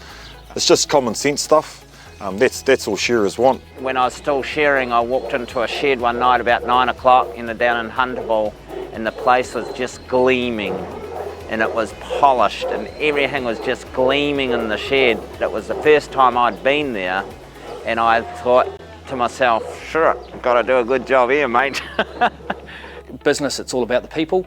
If we don't have good people, well trained, with good facilities, good resources and clean operating going forward, put stress on them, all of a sudden they might get injured or something might go wrong there, then I'm left high and dry because I don't have people running our business. In relation to performance and everything like that, I would start with your sleep, okay? Address your sleep, because without sleep we will not perform properly. Second to that, nutrition. Okay, so just making sure that within your nutrition, your hydration is adequate, and also in terms of eating, making sure that you're eating for performance. So the fuel that you're putting in your body, you can't run a Ferrari on diesel. Okay, so if you want to perform at the highest level like these guys are, then there's an element of that needs to come into it. You've got to learn your limits, and you've got to learn that you need a certain amount of time in bed if you're going to work long hours the next day. You look after yourself, you eat well, and you make sure that you replace what you lose from dehydration. You've got to rehydrate well. Main message about training and fitness is take a little bit more time to care for your body. Just do a simple few exercises a day. It's going to take 5 minutes out of your day to do a little bit of strength work, 5 minutes at the end of your day to do some stretching out, and the benefits you'll reap from it will be years and years down the road. When we're striving to do well in the industry and we're trying to make money and perhaps make a name for ourselves, we lose that sensitivity to our bodies. We lose that awareness to when we're actually in trouble physically. It's time to go and see a chiropractor, time to get some physio, maybe look at our techniques and the way that we're operating, because if people are working well and they're making money and they can feel the growth in their skill set, then they'll look after themselves. It creates a very positive atmosphere and environment for everyone to work, and they want to be there. Breaks and recovery time are just absolutely key and vital if you want to stay performing at the top of your game in the shed. If we compare shearing and so forth to competitive rugby or competitive netball, and you think about how those guys perform, they're not at a high intensity training every single day. They factor in break times, low level training, and definitely some recovery time. So that's how they stay in peak condition and how they can keep going and keep performing and winning. And so it's no different in the shed. Sometimes, someone's better off having a couple of days off to rest and recover than like thrashing them through it. And I think that's the main one, is just having that time out to refresh yourself and then come back stronger again. Look, we all have little things that bug us and that are frustrations on the job, and the wool shed's no different. So is there some things that are bugging you? The earlier that you can speak up about them, the better, because if you can, then you can sort it out. So let someone know, let your head ganger or your shed hand kind of know, or it might be the farmer, what the issue is, and the earlier you do that, the better. But if it's getting really tough and you need someone else to map out what needs to change for you to be back on track, talk about it. Get some other people and connect with other people, and if you've got a bit on your plate, share it around. Other people can give you a good perspective on things. People in our industry, if you look back 30 or 40 years ago, we were sort of taught to be hard and push through pain, but it's also being aware of when your body's in trouble and looking after yourself both physically and mentally. Yeah, looking after your staff is really important. It's probably your number one factor. If you look after your staff, they'll look after you. Finding it very difficult to get young people into the industry these days. So while they're here, we have to show them that we value them. And part of that is being about changing some of the attitudes of the way we did things 20, 30, 40, 50 years ago. In the end, it is all about the people. We can't operate without having people, and I think the ability to have respect for your contractors, for the people that are working on your property and for your property creates a great outcome for everybody.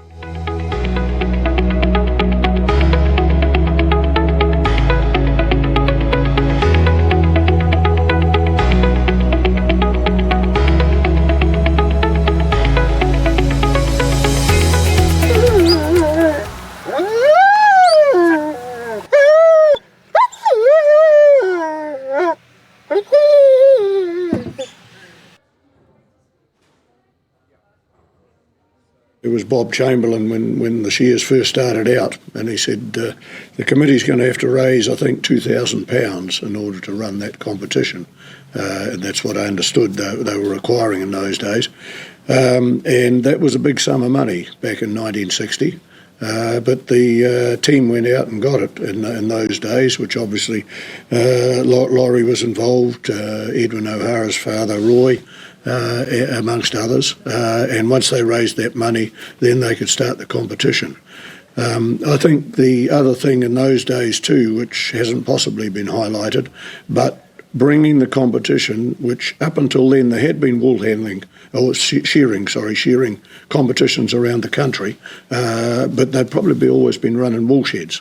Now what this was bringing a shearing competition and building a specific board and putting it in a stadium in Masterton so that you could have 2,000 spectators. Now that was a new concept, to actually put shearing in a sports stadium.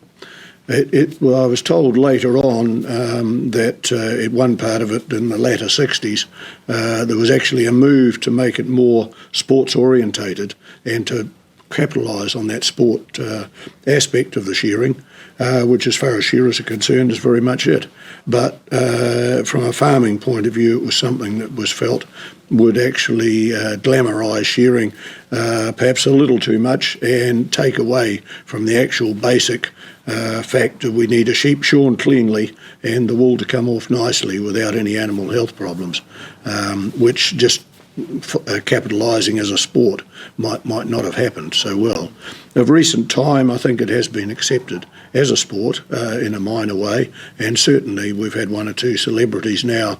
The likes of David Fagan is probably the one that springs to mind for everybody, and he actually took it to a new level as far as sporting goes. That Young Farmers Committee actually had an awful lot to do with the Shears moving on to another stage. They'd grown up helping at Golden Shears, and they moved on from that helping stage to actually take the senior executive positions in Golden Shears, and they brought new life into the shearing, into the competition. And the young farmers, as has been highlighted, you had an art competition, you had a make and model competition, you had a Miss Golden Shears competition, and it involved the townspeople probably more again within the Golden Shears itself. And in those days, when it was a four-day competition and 650 shearers all up, you started the shearing on the Wednesday. Wednesday night was a young farmers' night, and the young farmers took over that whole night. and they ran the Wednesday night totally. And in many ways, they possibly ran it better than the Golden Shears Committee did on Saturday night, because time tended to get away sometimes. Financially wise, it was Les Field and myself. The sponsorship was a most important part of Golden Shears, and always was. But the days of having 3 major sponsors suddenly started to fall by the wayside, and we had to get a sponsorship for every event at Golden Shears. And I know, working with Les Field through the early 90s, and by the time we'd got into the mid-90s, every competition within Golden Shears had an individual sponsor, and that boosted our sponsorship base, because without that, the job would have folded. In those early 90s, if we made $300, we thought we were doing well. And I remember coming to the 96 World Championships, and we'd just been breaking even or making a few $100s. That year, there was a sum of $70,000 in cash dropped in at the Secretary's office on Monday morning after Golden Shears. We'd never seen that money before. And our Secretary at the time was quite shocked too, because the Armour Guard people just dropped it off, and here she had $70,000 worth of cash sitting on her desk and no security. So it was quite a concerning time. We upped our game in that regard after that. The first Golden Shears I went to was when I left school and was probably about 16. And to get a ticket on the Saturday night, and I'd got in reasonably early, but I was at the back row of the show. I had help with tipping up earlier in the week, but and that's where a lot of us did start out, was tipping up sheep out the back. And that's something that possibly hasn't been highlighted, is the fact that tipping up out the back was on gravel in those first few years, just in the dust at the back of the stadium. It progressed from that to be under a marquee, and when I started tipping up sheep, we were doing it under the marquee. And then I think it was into the 80s when Golden Shears Committee raised the money to put the building to put the roof at the back of the stadium and have that area concreted. So we actually had a decent area to tip up the sheep and good pens. Before that, it was quite a major job. And now that the part of it's been streamlined again, that the sheep are tipped up as soon as they come down and judged individually straight away. And that through Kevin Applin and his expertise in actually building things. Kevin's done a great job there, and that has streamlined the outside judging at Golden Shears.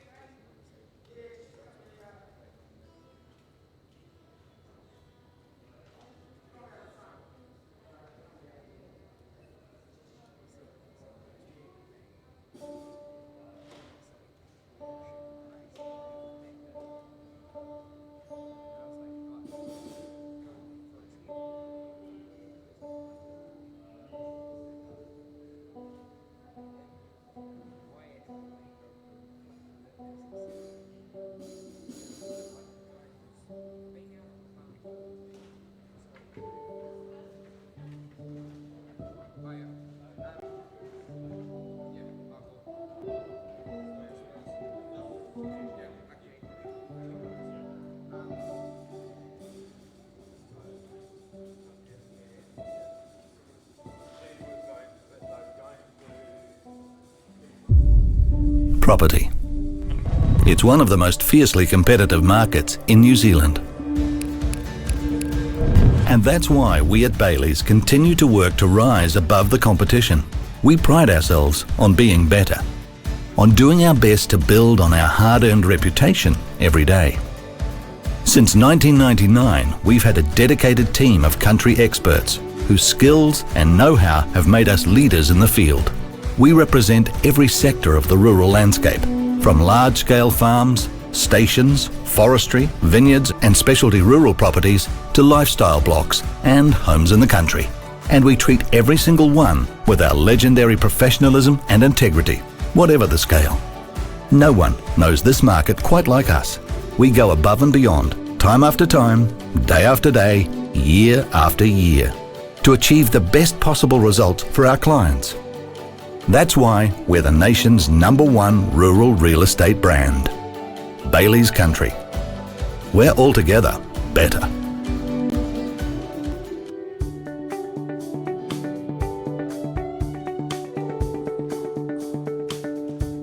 I'm here with Alan from Trust House at the Grill, Solway Park, one of the many venues owned by Trust House. Alan, tell us about some of the amazing other venues that contribute back to the community by being part of the Trust House family. We have a number of businesses throughout the region. We have the Flax and Flaxmere up in Hawke's Bay. In Pahiatua, we have the Post Office Hotel. Here in Masterton, we have the Farriers Bar and Eatery. We also have Jackson Street Bar and Kurapuni Tavern and TAB, as well as, of course, the famous Apache Jack's restaurant. Here today, we're in the very famous flagship of Trust House, the Copthorne Resort, Solway Park. In South Wairarapa, we have the Pukimano Bar and Bottle O, and we also have the E10 restaurant in Martinborough. In Purirua, we have Legend Sports Bars, and we also have some gaming interests in the tower as well. And it's not just venues and hospitality. What other community assets does Trust House own? Yeah, we also own a renewable energy program over in Kurarau and with the Wairarapa, and that's a Kurarau hydro scheme. I had no idea Trust House was behind that. So how does the community benefit? In so many ways. We provide employment and training for over 200 staff. And of course, all the surplus profits that Trust House generates goes back to the communities in which we trade. So when you're supporting a Trust House venue, you really are directly supporting your community. Cheers. Cheers, mate.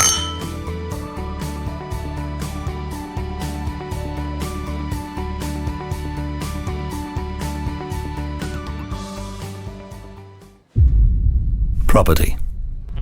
It's one of the most fiercely competitive markets in New Zealand.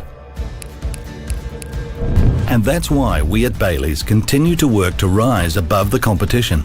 We pride ourselves on being better, on doing our best to build on our hard-earned reputation every day. Since 1999, we've had a dedicated team of country experts whose skills and know-how have made us leaders in the field. We represent every sector of the rural landscape, from large-scale farms, stations, forestry, vineyards and specialty rural properties to lifestyle blocks and homes in the country. And we treat every single one with our legendary professionalism and integrity, whatever the scale. No one knows this market quite like us. We go above and beyond, time after time, day after day, year after year, to achieve the best possible results for our clients. That's why we're the nation's #1 rural real estate brand. Bailey's Country. We're altogether better.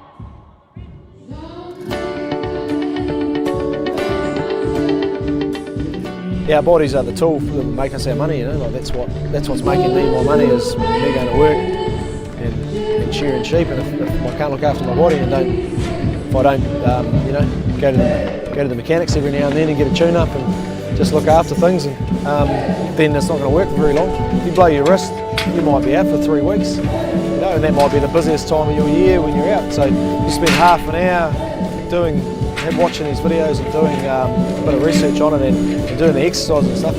You might save yourself 3 weeks off work or whatever, and make yourself a bit stronger and a weak point. We have got a history of injuries and perhaps not looking after ourselves. There's now tools available, and tahi na tahi is one of them, where you can get that education without too much grief. Yeah, it doesn't matter if you've been in the game 5 minutes or 50 years, you're always learning, and tahi na tahi just reiterates that fact.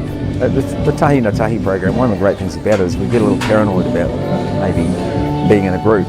So, I mean, you can go online in your own time and sift through it and take what you want out of it, what you may need. Well, tahi na tahi, from my point of view, is going to be pretty good for our younger shearers coming through the industry. They're looking after them, they're teaching them. There's a lot of kids out there that they're not too sure what they want to do, but you can make good money, travel. This is a pretty cool lifestyle if you can get up at 5 o'clock every morning and work hard. If you can do that, which a lot of kids out there can, I think, we can definitely, there's a lot more people out there that would suit the industry. Yeah, tahi na tahi will help with our staff recruitment, just letting people know that we are looking out for them. It is a safe place to work. The more we use it, the better it'll get. For me, it was a good refresher. A lot of those things in those videos you actually forget about. Yeah, I fit it in on the days off. I'm a busy man myself. I like being out on the hill hunting and out on the beach diving. But I used it as a tool to remember things that I forgot throughout my career. It's actually real good to have, to be honest. Yeah. It makes it easier. If you can share easier, you can share more, and nobody likes doing it hard. Tahi na tahi is really easy to use. It's all online and it's really simple. Everyone can understand it. It doesn't take too long. I think it'll benefit rural communities by lifting the standard of work in the wool shed in terms of injury prevention, because there's a lot of anxiety and a lot of frustration when people get injured. So if you can remove all that and people can just get on with the job, which is what we all want to do, without having to get people to fill in and all that sort of thing. So I think it'll really lift productivity in the workplace in the rural communities. Get on board with Tahi na Tahi, sign up. It's as easy as knowing your name and your email address. Shout out to Tahi Ngā Tahi. Thank yous for what you guys are doing. Get on Tahi na Tahi and check it out. Head over to www.tahinatahi.co.nz and sign up for your free health and safety certificate.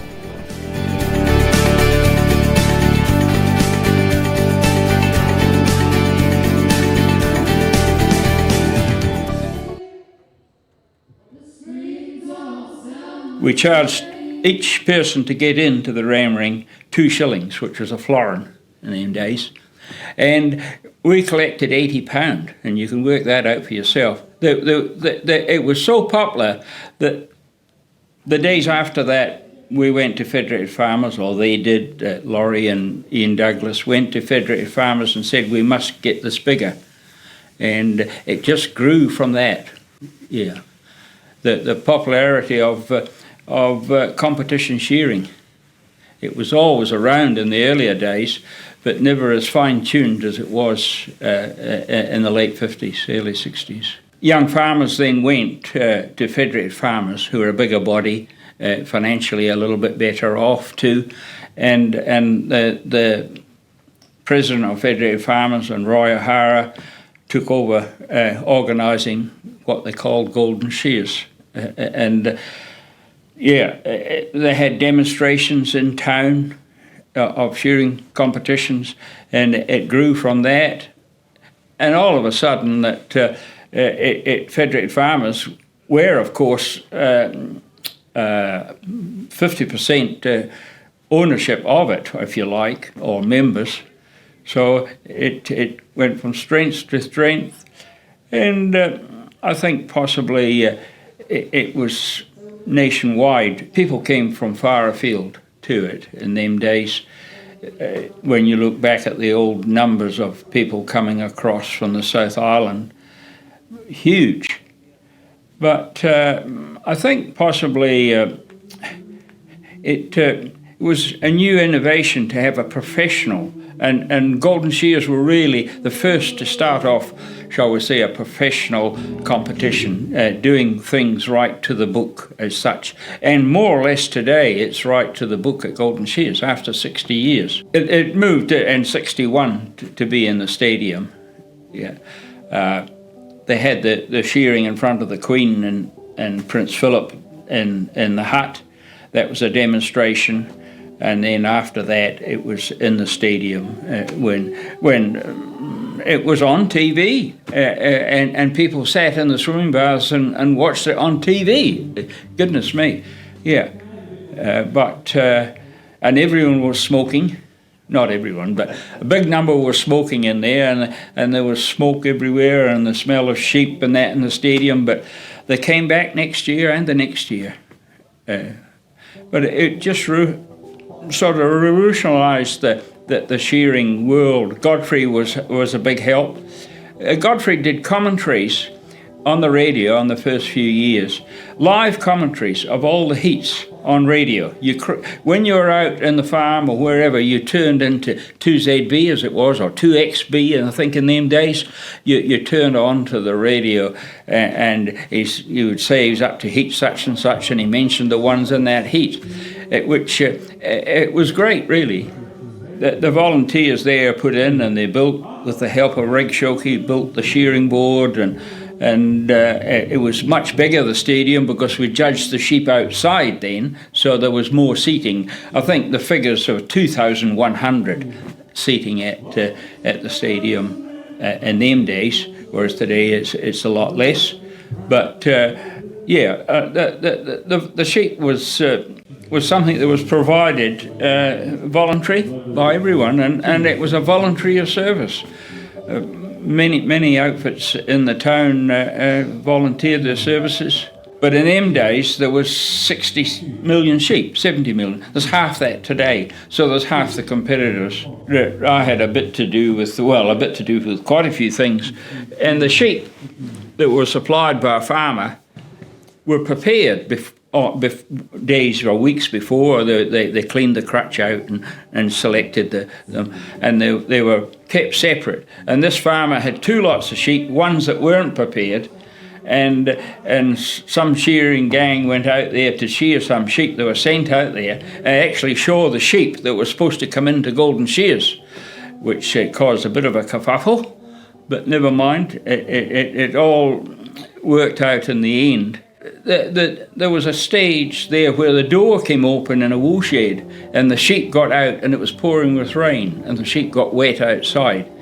The show still went on, and I can recall when we had 4 inches of rain, we couldn't get sheep in from the Wongahu, Malcolm Brown's farm, and the river had come up, they couldn't get the trucks in there. We knew that night at 6 o'clock, John Ramson was the sheep officer, and we rang around, and Massey Riverside had 600 sheep for shearers to practice on, trade shearers. So I rang Smith, the manager, and at 6 at night, and said, any chance of using those sheep? We had to prepare them. So we crutched them at 5 in the morning, and at 8 in the morning they were being shown in the stadium. And it was pouring with rain. That's when we had 6 or 7 inches of rain. So the show carried on, even if the numbers were dropped back a little bit. And it's all about people packing in to help one another. There has been characters there at the shearing. There has been characters, and I suppose I tend to go back when when they had bets on, and you know, they had half a bottle of whiskey in the changing room, and they drank that before they got up there to see who was going to be first off, you know, as such. They're much more stringent today, but in them days, it was, well, okay, people were getting up in bare feet, and today we've got the appropriate dress and what have you. Yeah. Someone came into the stadium and said there's a sheep on the roundabout. That's only 15, 20 years back. Yeah. The door came open on the back of the truck and the sheep got out. And we've been bringing for years, bringing Marinos from the South Island, Alexandria, huge cost, just to put a special event on. And okay, they are the best and the finest wool from Marinos in the world, Merino sheep, you know, so it's great having them on display as such. I think Blatchford was the show president, and he came in with a case of 6 flagons of beer, and we'd done such a good job, he came back with another 6, so we all slept in the sheep yards that night. But that was originally, to me, that was right at the beginning of the competition. There was such a change in the competition scene. Everyone who was there helping ended up being on Golden Shears. I wasn't on the committee until the mid-60s, but I was a volunteer as such, and I've been around now, and I've been in New Zealand for 67 years. And when you get back to the UK, they'll see you're a colonial, aren't you? Yeah. They were allowed alcohol if you had a keg of beer or whatever there for lunchtime, and they filled themselves up on a bit of a beer, and then they're expected to get back on the shearing board and judge at the competition. You know, doesn't happen today. It's more stringent today, which is good.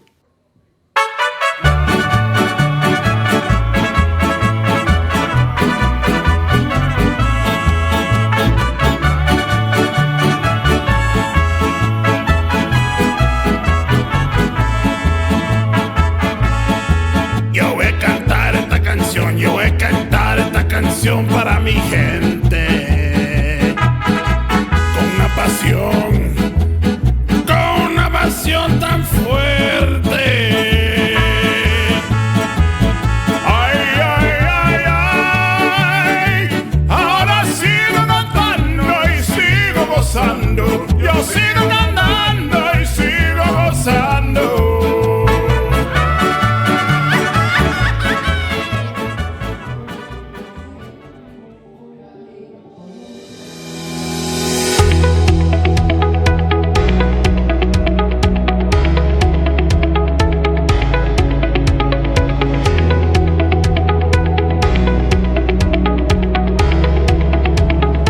Guys, we've got it pretty professional about it. They have tallies they want to hit, and you know, they generally just work to that tally, and well, they know how to do it. They can set themselves at a pace where they know they'll be within 1 or 2 sheep. It's bloody impressive how they do that, I reckon. I mean, it's bloody hard work though. I mean, they're running a marathon every day.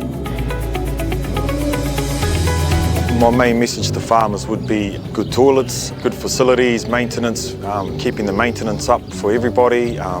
That includes like catching pen gates and holes in walls and springs on doors. It's just common sense stuff.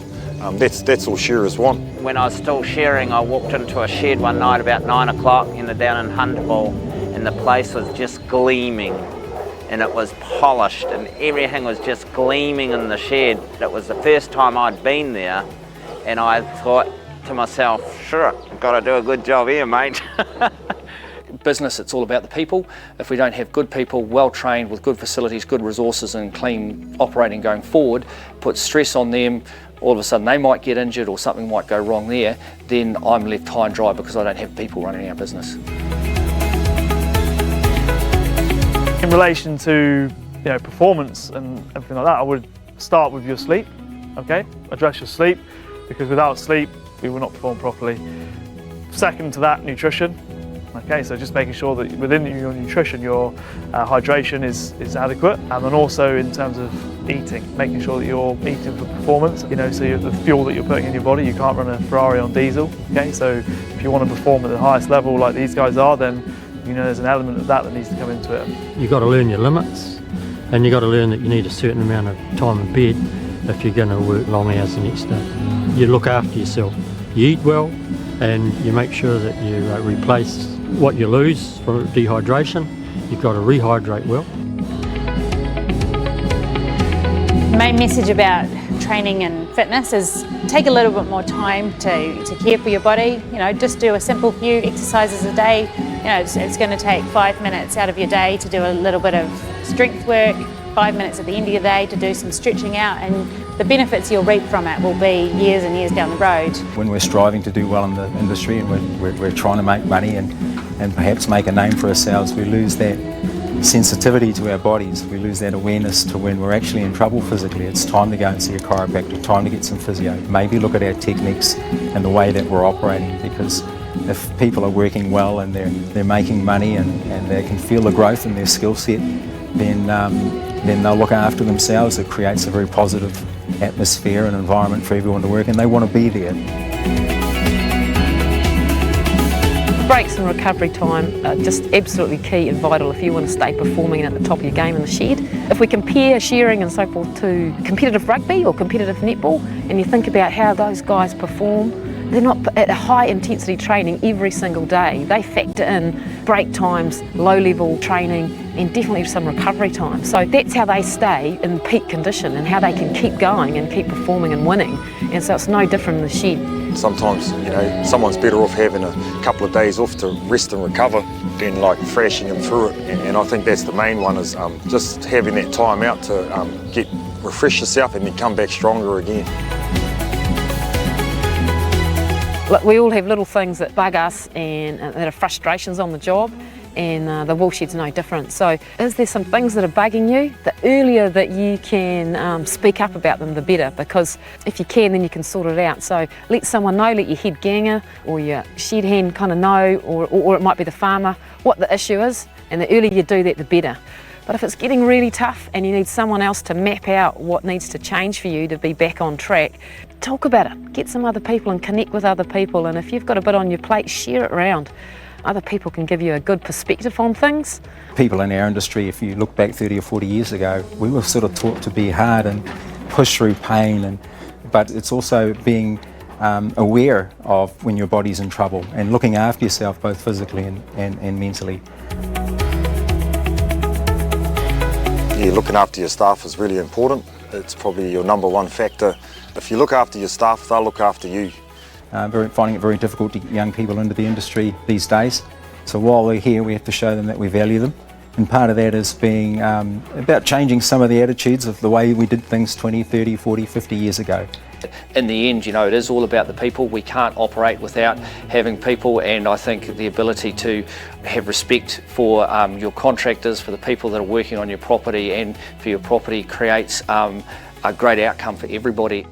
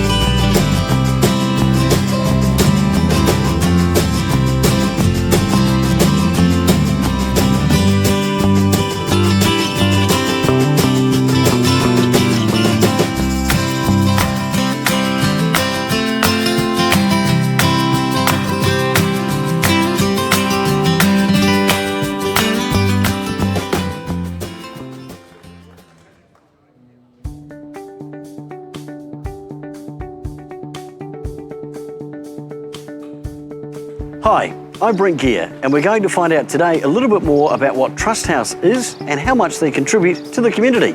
I'm here with Alan from Trust House to find out a little bit more about what Trust House is. Yeah, thanks Brent.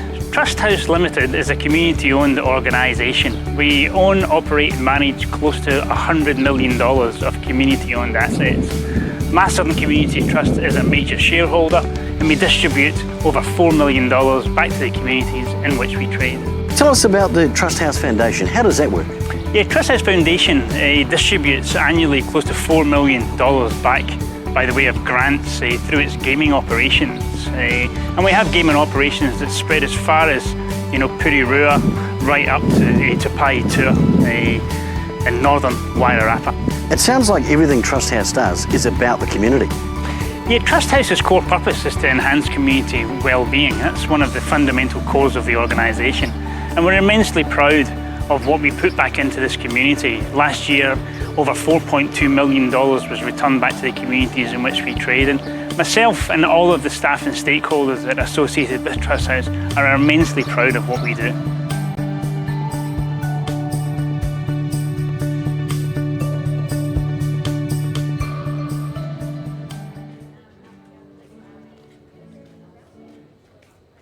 There was a fear in town that a pretty bad element, shearers are rough people, we'll have to be very careful.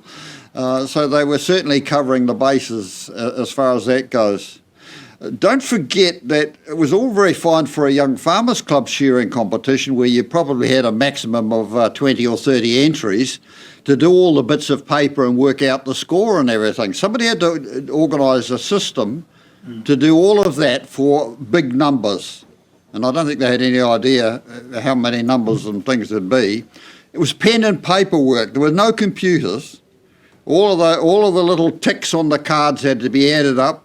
They had to be put on another card, and then the scores worked out, multiplied by the number of sheep and whatever the method was used. Fairly heavily weighted at the time because of the way it was working, and I think we started off with 10 seconds. Per shear. 10 seconds point. Yeah, for a point. So time was pretty important. There was over where the TV cameras are now up there, TV screens are up there now, there was a platform up the top. And the idea was that the judges, the board judges, would be able to stand up there on the platform, look down at the shearers like that and judge them. I think that lasted about the first heat or a little bit later because they couldn't see once the shearer bent over and did on his long blow. But nevertheless, the referees and various people who shall be nameless used to be up on top of there, looking down. We reckon they were up there so they could see down the front of the girls' dresses from upstairs. We always worried. It was only a plank of wood on the poles that held the whole lot together. And people up there, we reckoned at one stage that sooner or later somebody was going to get too keen. And remember that the early judges and things used to be allowed to have a beer in between heats and things. So that wasn't always quite as clear what they were actually judging or anything at the time on those first few sessions there. And we thought if they leaned too hard, we're going to have somebody on the stand. But fortunately, never happened. And I spent umpteen hours, I was old enough at that stage to do a bit of arithmetic, working out the calculations on an enormous great spreadsheet on paper so that you could take the points on one side and the time on the top, go down the two, and in the middle there you had your result. And all of that, all of those points were thoroughly checked by two people at least in a little room upstairs after each event. So it we had a team of whiz kids at adding up numbers and things up in the top room, getting the results right. But we were dealing with McRae's Romneys, and they were beautiful sheep. They really were superb animals, but they literally had wool on every part of their body that you could imagine, right round the face, right down the legs. And in those days, you had to take all the socks and everything off. And there's a lot of extra work on those sheep, but they were a real test of a good shearer. we had little digital counters, which you may recall, and they were displaying the number of penalties that a shearer got on the board. Now, when we first started doing that, they only went to 99. And a lot of shearers were actually, not a lot, but enough shearers were actually making it tumble over to start on 1 again, because the machine only counted to 99 with 2 digits. Nowadays, if you actually look at the results there are shearers that are only losing 1 or 2 faults per sheep, and in some cases none. Now, that's something I personally am very proud of, that we've not only built up the standard and the status of shearing, but the overall quality of our competitors is absolutely light years away from where we started. One of my fun times used to be when we had the models and things up here, and I remember thinking I was Christmas taking out a woolboard model that was up there on the stage modelling clothes and things, and there was a party out on one of the sheds a bit further out there, so I won't say who the other person was because they might even be here later, but we took these models out to this party. Lovely girls, absolutely beautiful, but they both hit they couldn't handle the sort of young farmers' style of drinking and coping with that. We ended up taking them both home, much the worse for wear, being sick all the way. The Miss Golden Shears was something that we ran for quite a time until really the town people decided they didn't want it because they didn't want their girls to be up there with the sheep, which they considered were somewhat smelly. And I remember my moment of glory when one of the girls walking across the stage, and the lights, to be fair, were pretty bright, shining directly into their faces. And she walked round to the edge of the stage and to turn to come down the stairs. Thoughtfully, we had put somebody on the bottom of the stairs on both sides. I happened to be on the one where she came round. She just blithely kept on walking straight out into space where the stairs were. So I had armfuls of girl at the bottom. Yeah, that went for quite a number of years in various forms. We ended up with make and model competitions once that died out. We had some pretty good entertainment. Yeah.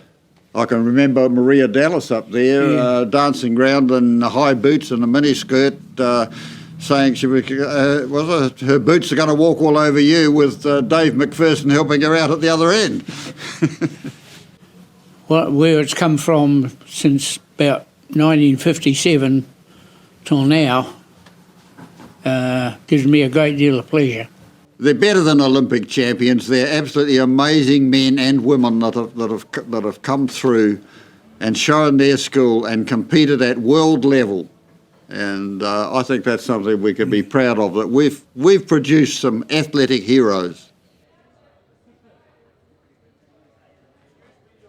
It grew from a young farmer's interest in shearing competitions, and the first thing that made a mark was the fact that we ran a shearing competition at the Masterton A&P show, and much to everybody's surprise, you couldn't get in to see it. Everybody wanted to go in and see it.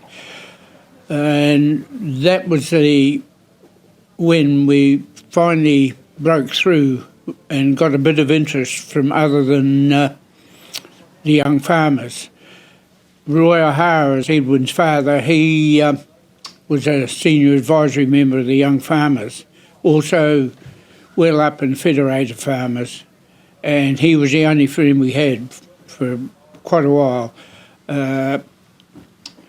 The young farmers used all their ability, but of course they were the juniors as far as federated farmers were concerned, and they regarded us probably as upstarts a wee bit, trying to take on a bigger competition. We realised that the competitive shearing, or shearing itself, was a very competitive thing, and everybody likes to know just where they stand in it, whether they're the ringer or the drummer or whatever. and we kept hammering away at them. The Wool Board and Federated Farmers insisted in the early days that no wide gear be allowed, and Bob Chamberlain, after talking to the young farmers, decided that that they could use any sort of comb they liked. In fact, he told the Wool Board that they could come up with a hot spade if they liked, but if they cut the sheep or damaged the wool, they'd be penalised out of it. And Bing McDonald arrived, and it's the first time in my life I'd seen really wide pulled combs. And I thought, he'll never shear with them. But he sure wore them all right. He made a beautiful job, and we never heard another word about wide gear after that. If you can bring the show down and put it on somewhere down in Wellington, we'll get your Queen to see the show for you. So they thought, oh, we can manage this. So they actually went down to Fraser Park in the hut. They took the stand down there, put it on the back of a couple of trucks, set it up down in Fraser Park, and they put on a fairly short show, invited shearers to compete in it, and they managed to get Queen Elizabeth to see the Golden Shears early on in its thing. They were hoping to get thousands of crowd from the Wellington people to pay to come in and see the Queen and see a shearing competition down there. Well, the day was horrible, that didn't help, but people weren't prepared to pay to see the Queen when they could line up on the street just about anywhere and see her going past. And so that was a failure, but there was still something like about 2,000 people hanging around outside the gates where it was all locked off so you couldn't get in without paying, and the Queen still hadn't turned up. The actual stadium grandstand was full. There was enough people to fill that up. But I'm pretty certain, was my father said, for goodness sake, go and open the gate and let them in. They're not going to pay anyway. So they opened the gate, and then we had a crowd of probably about 3,000 or 4,000 there to watch that show. But I remember that day very well because I actually pranged the car trying to get there. Waikato A&P at that stage probably had the biggest competition going, and there's various ones around the country, but there was no uniformity in it. And then Godfrey got a committee going, and the rules started to evolve then and make some sense. But some had more points for time and less points for time and this sort of thing. But it took a while for the actual rules to evolve. And it wasn't until 1982 that the original rules were changed and to what they are now.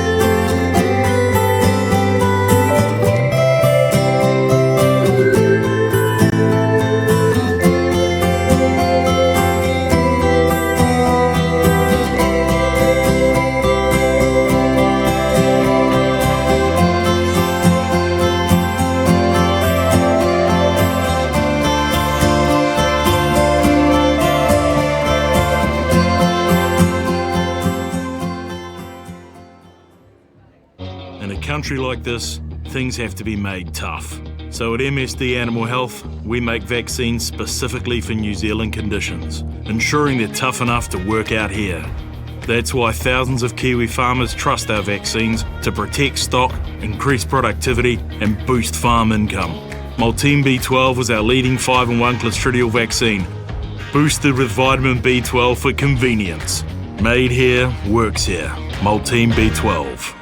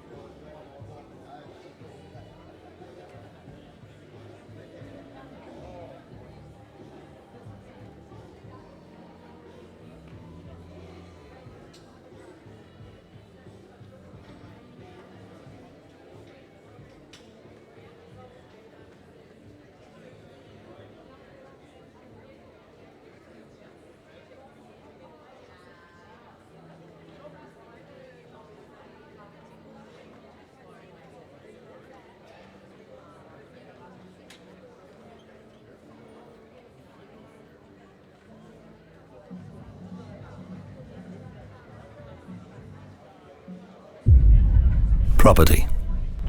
It's one of the most fiercely competitive markets in New Zealand. And that's why we at Bailey's continue to work to rise above the competition. We pride ourselves on being better, on doing our best to build on our hard-earned reputation every day. We're New Zealand's largest full-service real estate brokerage. We work across residential, commercial, rural and business sales, property management, leasing, renting and more.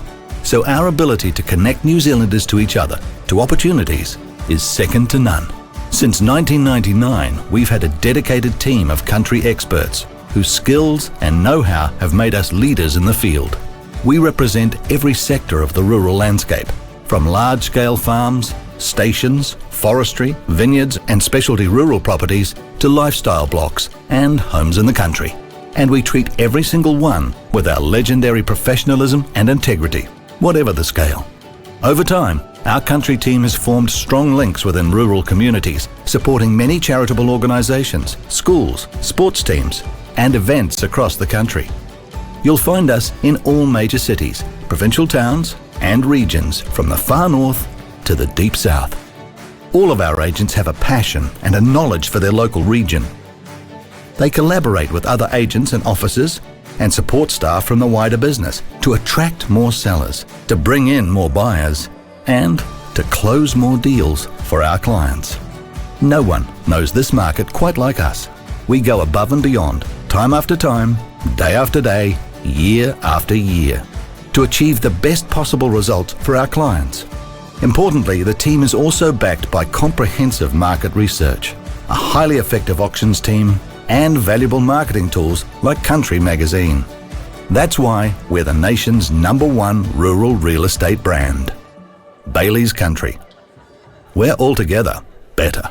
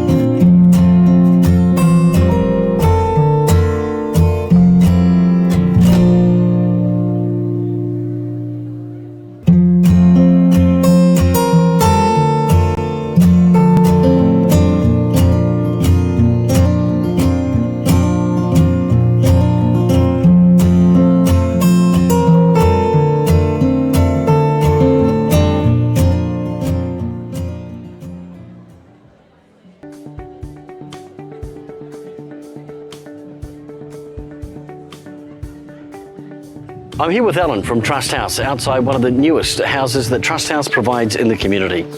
Alan, tell us about the Trust House affordable housing program. Well, thanks, Brent. Trust House provides affordable rental accommodation for people in our community most in need. We provide rental accommodation in the Tararua and Wairarapa regions. It sounds like something the government's been trying to do. How do you work with government agencies? Interestingly, Trust House was the first fully registered community housing provider in New Zealand back in 2015. And we've been working very closely with the government around many of the community housing initiatives to make sure that the houses that we provide for the people in our community are warm, safe and dry. And what are your future plans for community housing? Yeah, we would like to expand the social housing portfolio that we currently have, but probably more importantly, what we would like to do is make sure that the houses that we currently have are fit for purpose for all of the members of our community, and that we're continually redeveloping and refurbishing the properties that we've got. And how can people find out more information about community housing that Trust House provides? People go onto the Trust House website, trusthouse.co.nz. All of the information on Trust House rental accommodation and the people to contact is readily available on there.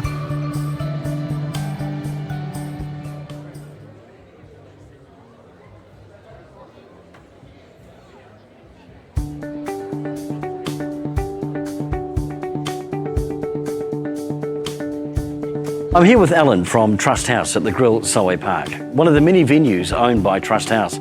Alan, tell us about some of the amazing other venues that contribute back to the community by being part of the Trust House family.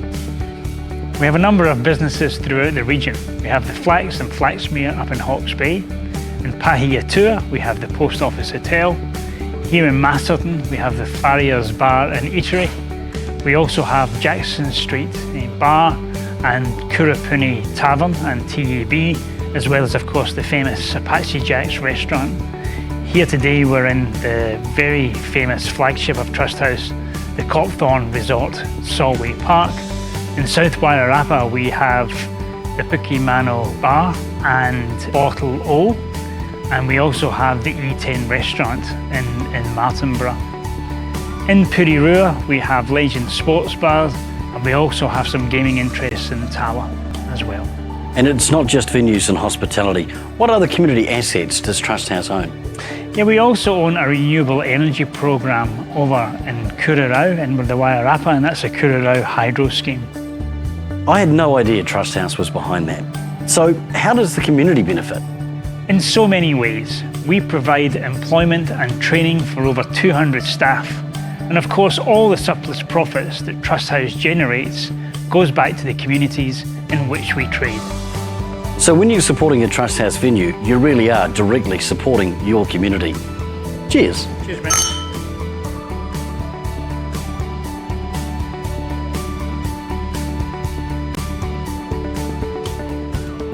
Hi, I'm Brent Gear, and we're going to find out today a little bit more about what Trust House is and how much they contribute to the community. I'm here with Alan from Trust House to find out a little bit more about what Trust House is. Yeah, thanks, Brent. Trust House Limited is a community-owned organisation. We own, operate and manage close to $100 million of community-owned assets. Masterton Community Trust is a major shareholder, and we distribute over $4 million back to the communities in which we trade. Tell us about the Trust House Foundation. How does that work? Yeah, Trust House Foundation distributes annually close to $4 million back by the way of grants through its gaming operations. And we have gaming operations that spread as far as, Purirua, right up to Pahiatua in northern Wairarapa. It sounds like everything Trust House does is about the community. Yeah, Trust House's core purpose is to enhance community well-being. That's one of the fundamental cores of the organisation.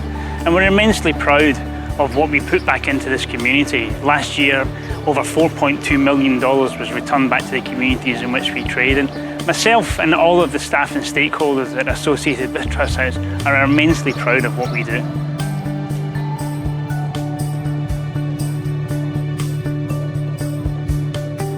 I'm here with Alan from the Trust House Foundation to talk about how the foundation contributes to our community. Alan, tell us about how the Trust House Foundation does exactly that. Well, Brent, Trust House Foundation distributes over $4 million back to the local communities, and it does this to local not-for-profit organisations such as local charities and incorporated societies. That sounds amazing. So tell us, how do you get a grant?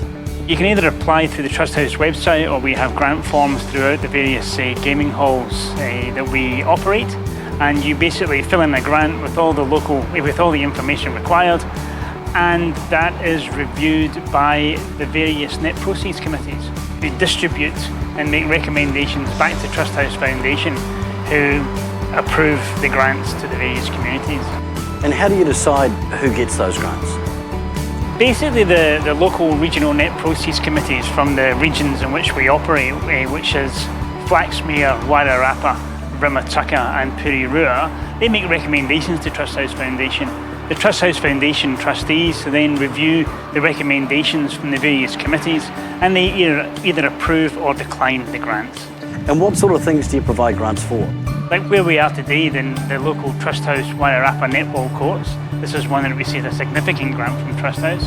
Wings over Wairarapa, Pukaha Mount Bruce, and of course the local Trust House Memorial Park. So there's a wide variety of organisations, associations and clubs that receive grants from Trust House Foundation. It sounds like we're really lucky to have Trust House in our community. Where can people go to get more information? You can download application forms for grants on trusthouse.co.nz.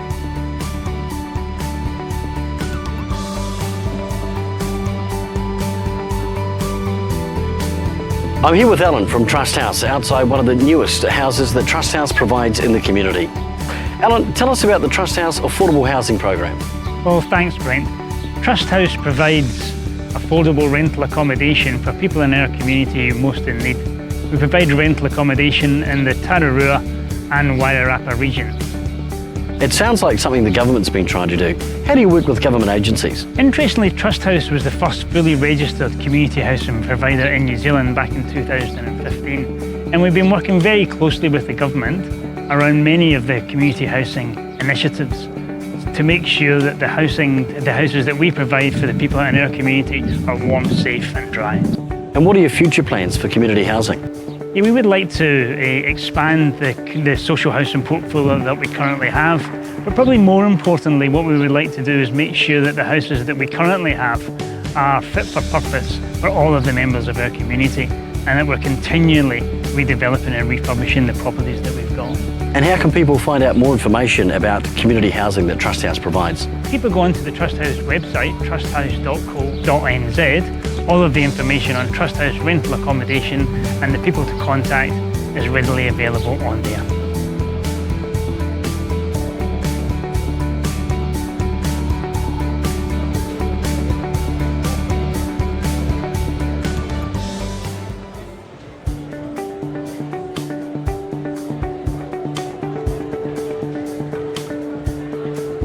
I'm here with Alan from the Trust House Foundation to talk about how the Foundation contributes to our community. Alan, tell us about how the Trust House Foundation does exactly that.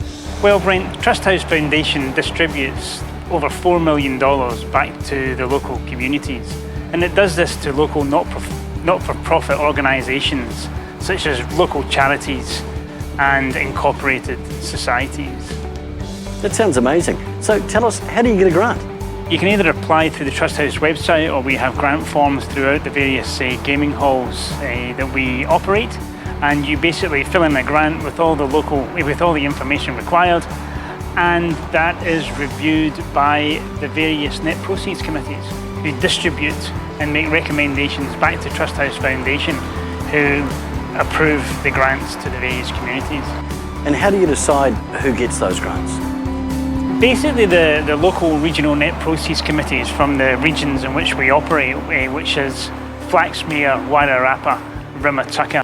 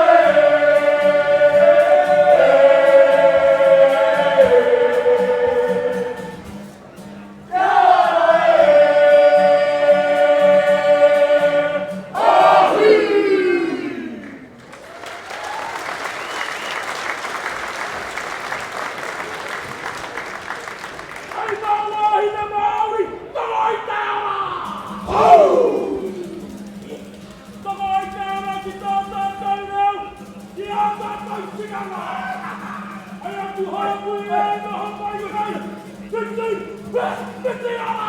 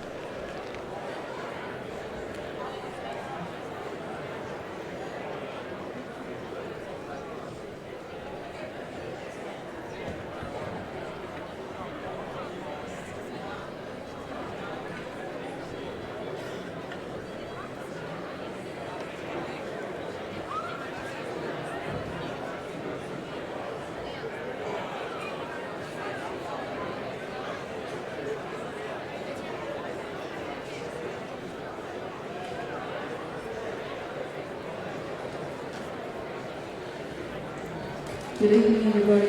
With the Winston Box, we're here to entertain you tonight. That was amazing.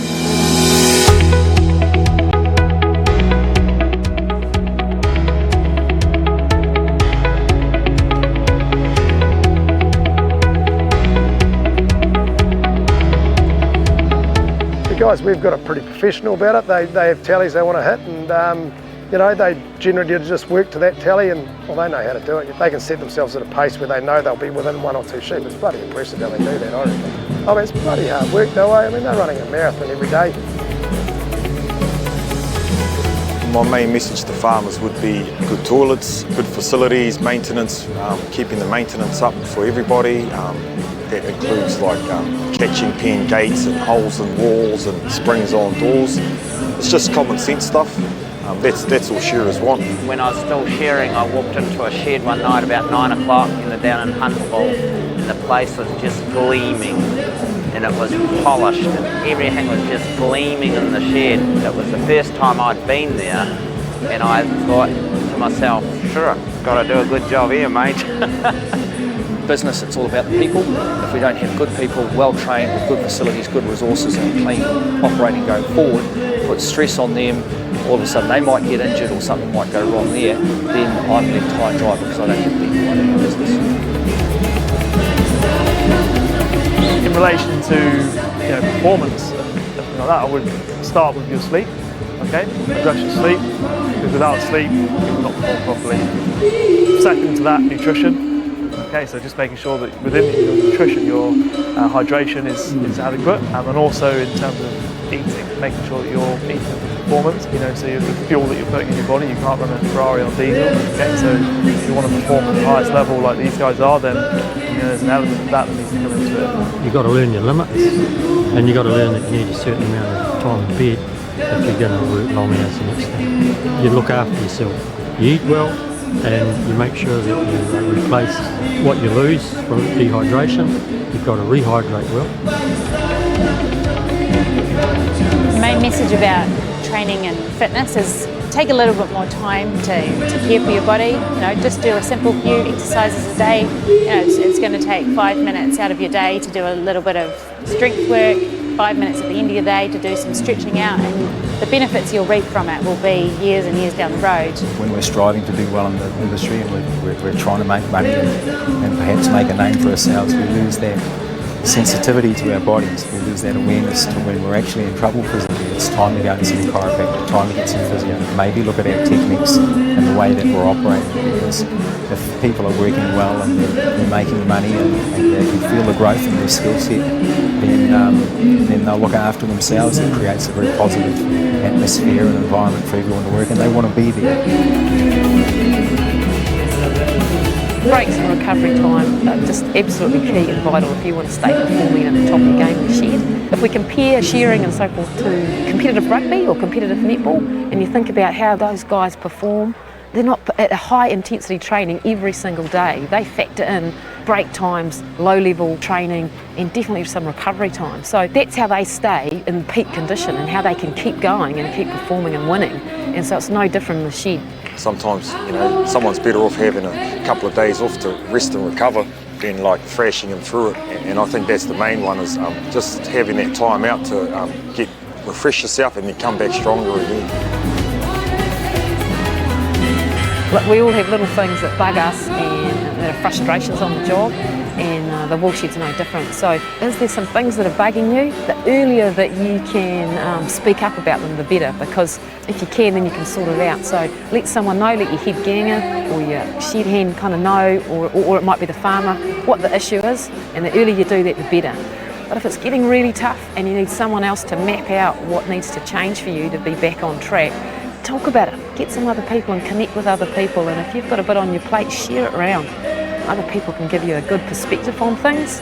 People in our industry, if you look back 30 or 40 years ago, we were sort of taught to be hard and push through pain, but it's also being aware of when your body's in trouble and looking after yourself both physically and mentally.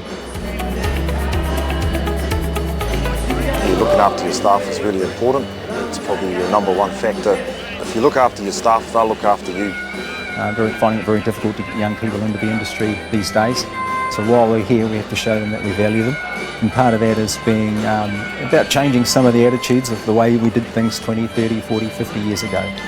In the end, you know, it is all about the people. We can't operate without having people, and I think the ability to have respect for your contractors, for the people that are working on your property and for your property creates a great outcome for everybody.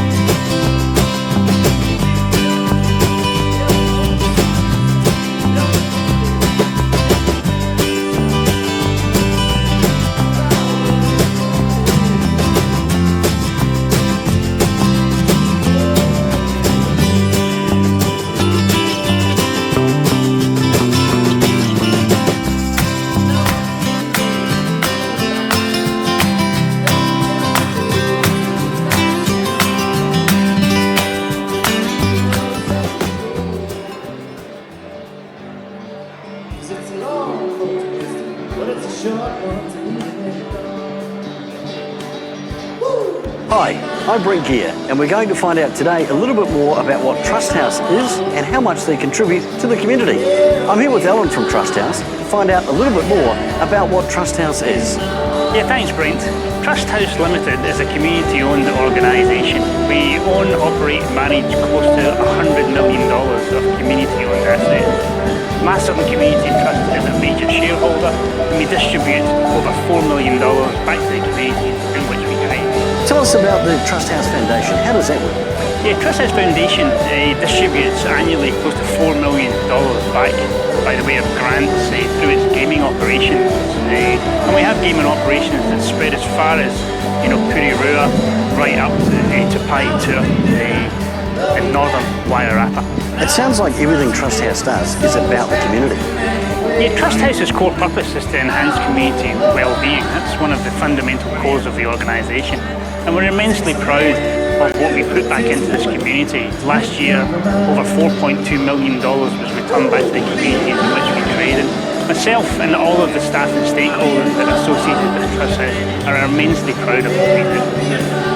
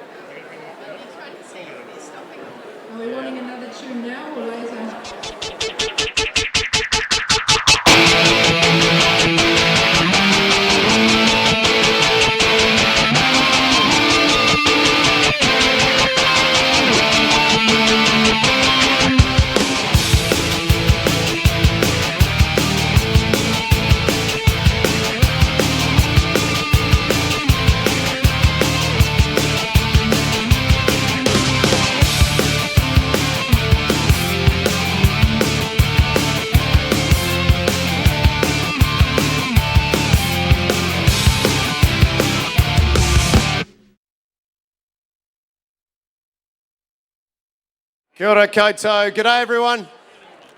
My name is Kieran McAnulty. It is my absolute pleasure to be your MC this evening. The final night of the 60th Golden Shears. We have a jam-packed schedule for you and your entertainment this evening. We're going to start off with the national circuit, where shearers have gone around the country competing against each other to earn the right to compete here tonight. They will be shearing 3 Marino, 3 Corriedale, 3 Longwool, 3 second shear and 3 lambs. They have to be at the top of their game to take the top prize tonight. After that, the Trans-Tasman shearing test. Australia versus New Zealand. It doesn't get better than that. But the Aussies have won 5 in a row. Maybe tonight is the night that the Kiwis can get one back. After that, the open woolhandling. Joel Henare is going for 8 Golden Shears titles in a row. Will that happen? Or will we have a brand new Golden Shears open woolhandling champion? Then the big event, the open shearing final.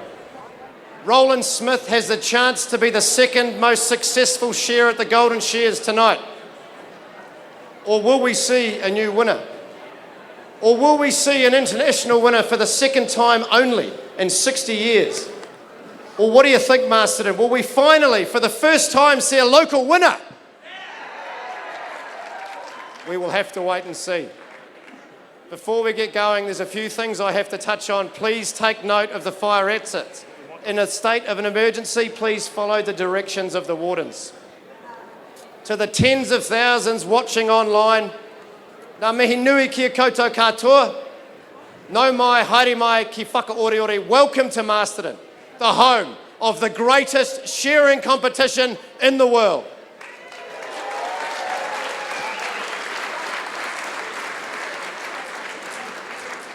On behalf of Golden Shears, we wish to acknowledge the dignitaries here tonight, starting off with the Mayor of Masterton, Lynn Patterson. Welcome, Your Worship.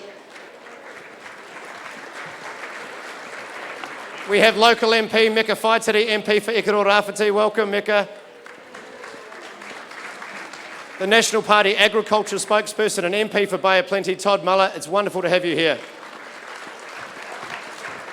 We want to acknowledge, of course, shearing legend Sir David Fagan.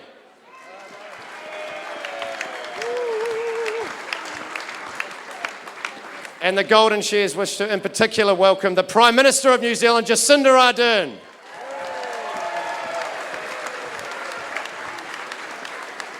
Well, Masterton, I have a very special question for you. And I want you to take the opportunity to tell those watching around the world how excited you are. Are you ready for some shearing? I'm going to hand you over now to our commentators tonight, Tuma Mullins and Gerald Spain. Good evening and welcome to the final of the Golden Shears 2020 right here in Masterton. You've just heard the welcome from our MC, Kieran McAnulty. And again, I'm really pleased to have my 2 guest commentators, co-collaborators, conspirators, whatever you want to call us, here in the green room to take you through this evening's program. But before I do, why don't we just I'd like to introduce you to Jack Fagan. Now, Jack is masterful, but anyway, Jack, you give the World Wide Web a bit of a précis on who you are, why you're here. Yeah, good evening, ladies and gentlemen. My name's Jack Fagan. I'm from Tikawiti in the King Country of North Island, New Zealand. I travel the world doing these competitions. It's a lot of fun. You make a lot of good friends. And tonight, this is the big one, the Saturday night of Golden Shears 2020.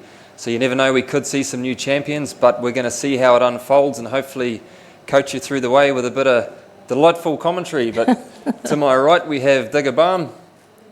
Yeah, evening everyone. It's a pleasure to be here with Mavis and Jack. Been coming down to Masterton probably close to 40 years, I suppose, competing. And they finally dragged me off the board and up into the commentary room, so hopefully I can just shed a bit of light on what some of the shearers are thinking, what they're going through, and keep you updated during the night. Thank you very much. So, look, just a little bit from me though. Digger's been a finalist here at Golden Shears. How many times, Digger? 9 times I think I made the... 9 times finalist. To get out of the heats is a competition of its own. To just get out of the melee of all the competitors that are here is a big deal. So Digger's now giving back, paying forward, whatever you want to call it, and great to have you here, Digger, and to enjoy your commentary. He's a little bit cheeky. He's been told he has to be good, but he tells it how it is, and that's how we like it. And of course, Jack Fagan, son of David, but Jack is forging his own pathway. All over the world he travels, and especially up in the Northern Hemisphere in Europe. So they're going to bring a different set of eyes. I'll just be the one to kind of referee in the middle. But we're just now starting to introduce the Golden Shears Trans-Tasman finalists. And this is sponsored by Lister Shearing. Lance Wardell, he's been with us for many decades, and we're so appreciative of Lance and the wonderful stuff that he does. Okay, so... just butt in there, Mavis, I'll pull you up. I think you've... Yes, I just see that. This is the PGG circuit. So Thank you, Digger. Big plug out to our sponsors, PGG. That's why you're here. That's the National Shearing Circuit, and this is one of the hardest titles to win. You've got to travel around New Zealand to qualify to make the top 12, and we saw the top 12 in a semi-final this morning, and now we've got the 6 in the final.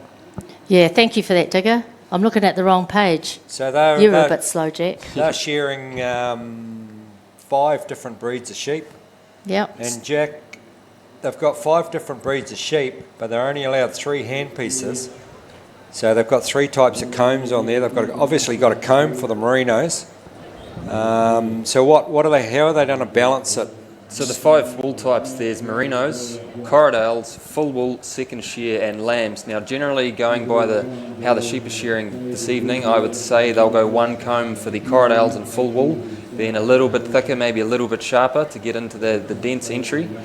And for the second shear and lambs, it'll be a very similar comb, probably a little bit thinner, a little bit more ball on the point. But there's 5 competitions we have to do during the whole season to qualify for this, which is Alexandra on the Marinos, Waimate on the full wool, Christchurch on Corriedales. We shear lambs in the heats at Martin, and the second shear at Paietua, which was last weekend. So they take the top 12 shearers out of that circuit. We have a semi-final, which was Saturday afternoon here, and tonight we have the top 6 up for you. And on stand number 1, we have the young gun from Matoda, Brett Roberts. He's been starting to come up through the grades very well. He's been in the Open about 4 seasons, starting to peak good. This is his 2nd time in this big PGG final. And on stand number 2, Dig? Nathan Stratford, one of my favourite shearers. He's won this event numerous times before, shears a lot of Marinos, and if he's up with the pace when they finish the Marinos, I'd be trying to get some money on him at the TAB. From a non-betting man, that's From pretty a non-betting man. And on stand 3, defending champ Pirata Abraham, Jack.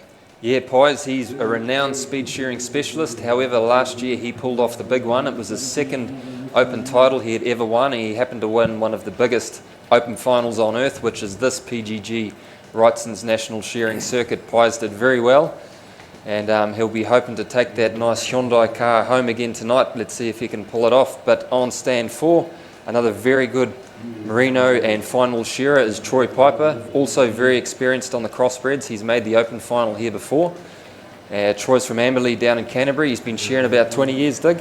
That's right, and I was talking to Troy just earlier, and he had the misfortune in the Open semis to just miss out. He cut one just bad enough, and it cost him getting into the final.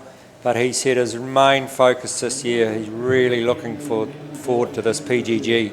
So another one who will be hard to beat. And on stand 5, Aaron Haynes. Aaron, more of a crossbred shearer, Jack? Yep, he would arguably be one of the fittest men on tour. Aaron Haynes, 32 years of age, I believe. He's been in the Open for a good 12 years, very experienced, been 2nd at the Open twice. And on stand 6, Angus Moore of Seddon from the top of the South Island. But they're underway, folks. Brett Roberts flicks out the belly wall of Marino number 1. These boys will want to get settled into the pace pretty good. Brett's found some nice hand speed. 2 shots down into the hip, and 2 or 3 shots over that backbone, 3 blows, there he goes, top knot off for Brett Roberts, otherwise known as Corny from Matoda. So this is a real marathon of shearing, because it's probably going to take them 15 sheep. It's probably going to take them maybe well over 20 minutes. You know, most open finals are done sort of around about that 17 to 18 minutes, so a real test of stamina. Some of these boys have got to come back and shear 3 times tonight, I think. And maybe, or 2 in them anyway. We'll see Troy later on in the Trans-Tasman. Nathan, is he in the Trans-Tasman team? Yes. Nathan Stratford He's in the New Zealand team. So Nathan's got 3 shears tonight, so he'll be a busy boy. Big night for them. Nathan Stratford though, he's pushing along very well. He's into the long blow.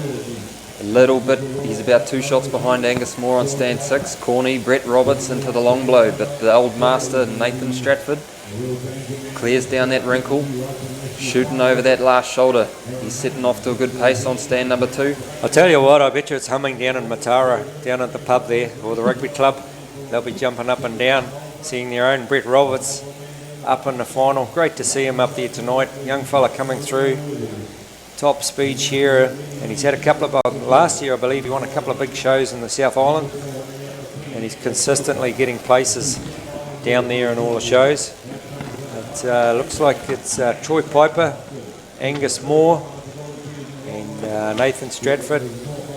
Wairarapa, they've all got number 2 Marino on the board. There we go, good shot of Nathan Stratford on stand 2, the renowned Inky Pinky shearer. Very experienced. I think he's won this title 5 or 6 times, maybe a few more than that. And certainly if he's up with the pace, he's going to be the man to watch. He's into the undermine now, alongside Wairarapa Abraham, blow for blow, but just a little bit in front is Troy Piper and Angus Moore. They've already broken that neck wall open. Nathan Stratford though, very good technique around those horns. You'll notice he's using his top tooth to get below and his bottom tooth to get on top of that horn. Just look at the wrinkle on that sheep of Nathan's. We've just gone off there now. We're watching Wairarapa Abraham, defending champ. Just half combing up around that neck, trying to get in and out of the wrinkle. He's a crowd favourite, local man from Masterton. There's never been a local man win the Open title, but we've got David Buick in there tonight. Wairarapa, he was in the Open final a few years ago, but he's been consistently making this PGG final, putting in a lot of effort through the South Island and Otago, shearing the big bad Marinos, and of course he's been to Australia several times. Current New Zealand team member to, I think it was Bendigo last year, where the Australians pipped the Kiwis again, but tonight they've got the big challenge up next. Surprise, he's doing very well on this Marino. His board's just with the graphics coming up on screen there, his board's just a little bit higher, but that's probably to be expected with the boys that don't shear as many Marinos as someone like Nathan or Troy. But, you know, once they hit the crossbreds and the long wool, Wairarapa will come into his own. Certainly have the speed if he's up there with the pace after these Marinos. Just looking at Troy Piper now. Troy shears up around the North Canterbury region when he's not in Australia. And he's the sort of shearer that just loves tough sheep. Tougher the better, the better he goes. And just look at Troy's board. Really, really good. Just using that experience. And hey, I'm going to come off the fence, Mavis, and I'm picking Troy to win this one tonight. Wow, that's very cool, because he's certainly putting every effort into it. And as you said, he's the kind of shearer that the hard stuff doesn't scare him. In fact, he probably welcomes it. He's what you call a contractor's dream. You get a lot of shearers, they moan because the sheep are a bit tough, or I don't want to go to that shed because they're too big. Troy just goes there and he just works and gets into them and goes home happy as. So yeah, a real contractor's dream. Yeah, just looking at the sheep dig that Troy's got here, that had an absolutely beautiful neck on it. There was no wrinkle. You could see Troy, he just smoked straight up there, broke the wool open. I can't see any second cuts coming off. So Troy's going to make a very big lead on this sheep. He's into the long blow already, starting to pull away from the rest of the field. So Troy's certainly got the bit between his teeth, gaining a bit of confidence. I just think you better look down the board, Jack. Angus Moore down there on stand 6. He's actually in front, about 4 or 5 blows. in front of Troy. So we'll get down. There we are with Angus Moore down on stand 6, and look at Angus's board. He's another Merino specialist from the Blenheim area, down there in Marlborough. So in goes Angus Moore. 4 Merinos, no, three Merinos. So he is into his Corridales, and he's using the same comb. I don't think he changed the handpiece, Jack. No, I don't think he did. So there you go, folks. It's up to the shearers to select their gear. Angus is very happy with his Merino comb. It maybe have been a little bit safer, and he's happy to use it on these Corridales. An interesting fact, it wasn't long Angus Moore was out of the senior. I think it was only his 4th or 5th season. He actually won this title, I believe it was 2011. So he was very young when he did it, probably the youngest person to ever win the PGG, and he's really starting to set the pace in this PGG final. Long blow time for Angus Moore. I think the next closest person to him is Troy Piper. He's around the back of the head, so a good healthy lead for Angus on stand 6. Yeah, and he's got the family here tonight. He's got a tribe of kids, and I think there's about 5 or 6 of them down there. So they'll be jumping up and down for Dad. Go Dad, come on. But very talented shearer, young Angus Moore, and he goes in for his second half-breed. Here we have Aaron Haynes on stand 5. We haven't spoke much about him yet. The young gun, he's like the young Hulk. He has a change of steel on stand 5. He's finished his 3 Merinos, and now he's in for the Corridales. So he's 2 sheep behind. It's quite a big gap between the first man, Angus Moore, but the quality can still pull him back. Let's see what he's got in store. Yeah, a lot of it in this event comes down to how well you've shorn your Merinos, because you can just lose so many faults on them. So if you've made a good job on those Merinos, you can certainly make up some time points later on. So still out in front at the moment, it looks like Angus Moore on stand 6. He's into the long blow first. Wairarapa Abraham of Masterton. He is up the neck and into the base of the ear. But it's Angus. He's setting the pace early. 2 sheep around Aaron Haynes. And Troy Piper's starting to come back into the picture a little bit. He's down into the long blow. There we go, a good widescreen shot. You can see the pace at the moment. Brett Roberts of Matoda. He's got sheep number 5 on the board. Little bit back off the pace. Brett, very good Merino shearer though, so he could still have the job. Last side time for Angus Moore. Just looking at the graphics that have come up in the top right hand corner, and it's Angus who's just in front from Nathan Stratford, but it says he's 0.1 in front, but he's probably actually closer to half a point in front, because Nathan's still got half the last side of his sheep to shear. So Angus is going really, really well. So you can see at the moment Angus currently has the best board score of 1.3 out of the 6 shearers. Now with him being the fastest at the moment too, he's in a very strong position to take home this title. If he can keep this up, I think my money would be on Angus tonight, Digger. Well, I'm going to stick with my man Troy. He's still sitting in there. There's not a lot in it. Probably the only one who's just up a little bit is Wairarapa. He's probably just his board's letting him down a bit. But there's not much in it between the other 5 shearers.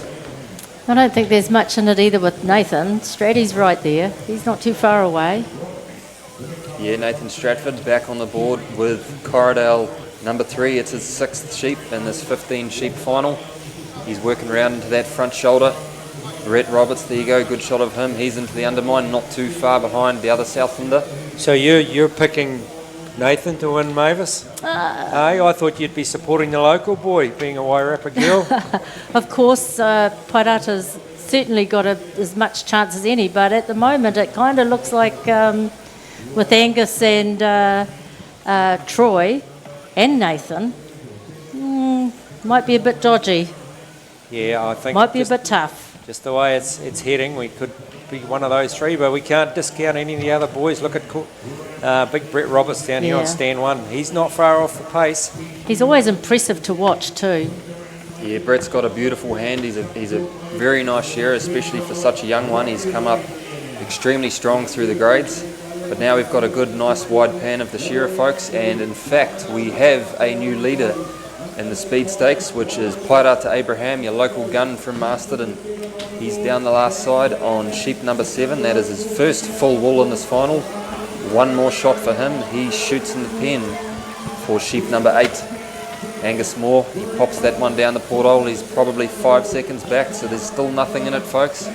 Pairata's board just sneaking away from him a little bit. Yeah. Angus and Stratty still holding it together, so there's a lot going to come into it from out the back, ladies and gentlemen, with the quality from the judges. Tell you what, there's a power of wool on those ewes with the full wool. That'd be clipping, what, close to 5 kilos, 4 kilos, Jack? Yeah, definitely, I'd say 4. 12 months wool on these ewes, and the wool cover is very immense. You can see Pairata working under the shoulder there. So just for the audience out there, those who don't know, we have a set of judges here, and they're judging second cuts, or where you cut the fibre in half. And then there's a whole new set of judges outside down the back who will then be cutting penalties, if you like, on any ridges left, on any skin cuts or scratches. So, you know, what we see here is a big part of the story, but it's not the whole story. No, so it works very simple, ladies and gentlemen. On the board, the judges are looking for second cuts. Now, if the wool has to be cut in one clean stroke. Now, if you cut the wool twice, that is a penalty point, which is why the judges click the button on the board. So it's a very simple system, and out the back, the sheep get scrutinised by professional judges. They're looking for skin cuts and any wool left on. Now, these are the top 6 shearers in New Zealand tonight, so I'm expecting the quality to be very high. Yeah. First along though, Pairata Abraham, he's still in front. His third and final full wool on the board, sheep number 9. He's just opening up a little bit of a gap, isn't he, over Angus Moore and Troy Piper. He's probably got 6 or 7 blows on Angus Moore. Pairata down the last side, Angus Moore, he's at the top of the shoulder. I'll tell you what, Pairata was a defending champ, but at the last qualifying show at Paetua, he actually wasn't in the top 12. He needed to top qualify at the show and hope that a couple of the other guys didn't pick up too many points. So he did get it, he top qualified, got his 12 points, and then the 2 guys or 1 guy that he needed to beat didn't quite have such a good shear, so he snuck in 12th place and qualified.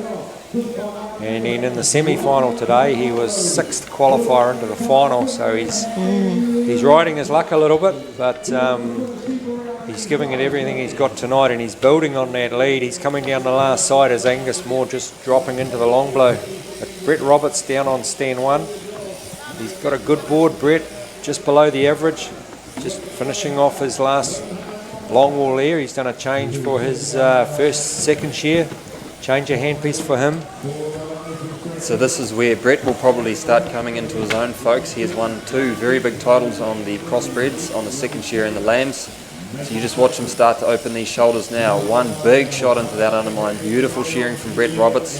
2 big strokes over that backbone.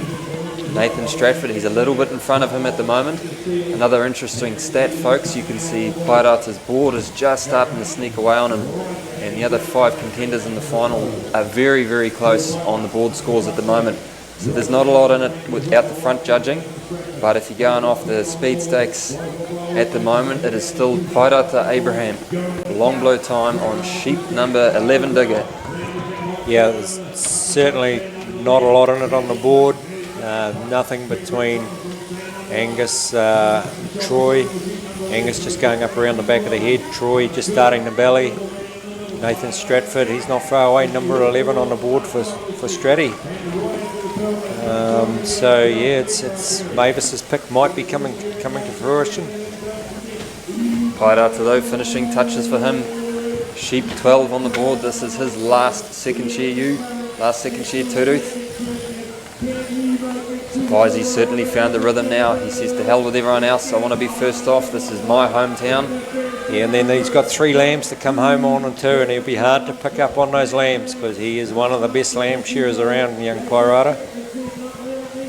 So guys, just a question. Pairata's board points are really sneaking up, you know, probably more so than he would have liked. He would know that, wouldn't he? He'd know that he's sort of starting to probably push himself out of contention. Is that when you put the hammer down and make speed the, you know, part of your strategy? I think Pies could be playing a slightly different tactic here. If you look at the points, he's on 5.8, say, compared to Nathan Stratford on 2.5. Just over 3 points difference now. In time stakes, that is about 1 minute, 3 whole points. Yeah. So if Pairata can put a whole sheep around Nathan Stratford, he will balance up the board points with speed. Then you go out back and it's down to the judges outside. So Pies is just trying to apply a bit more pressure to the rest of the field. Yeah. And trying to take off and just trying to put the other boys under that much pressure, they start making mistakes. So Pairata though, here come the lambs. Sheep 13 on the board, 2 left in the pen. Angus Moore, he's starting to pick up the pace though, he's not too far behind. Pairata, Angus flicks the belly wall out. Aaron Haynes is a bit back off the pace, I think he's had a few tough sheep. He's on number 11. Pairata though, he turns for home digger. Pairata's he's going to need a good time advantage, I think, to just pull back those penalty points that he's incurring on the board. And then, as you say, it's going to come down to out the back, but he's in for number 14. Nathan Stratford just starting. He's on number 13. Brett Roberts finishing off number 12. But there's not a lot in it between time stakes between Pairata and Angus at the moment. Angus just coming down the last side, but they're on lambs, so they'll be shearing them in about 40 seconds each. So Angus is probably only about 20 seconds behind Pairata, which is 1 point. But he's got a better board than Pairata. So 2 shearers on sheep 14, folks. That's Pairata Abraham and Angus Moore. Pairata now, he is exactly 1 whole sheep ahead of Nathan Stratford, so those board points could cancel out by the time they both hit the red button. On the screen now though, Pairata, 1 more shot. He's in his pen for his last sheep, ladies and gentlemen. The locals will be going wild. I'll tell you what, Masterton will go off tonight if Pairata can pull this one off. She'll be a big night over at the Horseshoe, no doubt. Pairata absolutely fires that belly wall out. All the lamb slipped out of his legs. Got it back under control. There's a lot of wool on these lambs, Dig. I'd say they're a Texel cross. I reckon these would be clipping about 1.5 kilos. That is a lot of wool for lambs. Yeah, they're big lambs, all right, Jack. About the size of some of the ewes we shear up in the King Country, I suppose. Yeah, Pairata Abraham though, he's absolutely loving it, folks. Look at him go over that last shoulder. He's got about another 8 seconds and he will finish first in this PGG Wrightson's National Shearing Final. 1 more shot and Pairata Abraham gets the red button first, ladies and gentlemen. 60.77 total time points and board points. Yeah, so now we're going to focus on Angus down there on stand 6.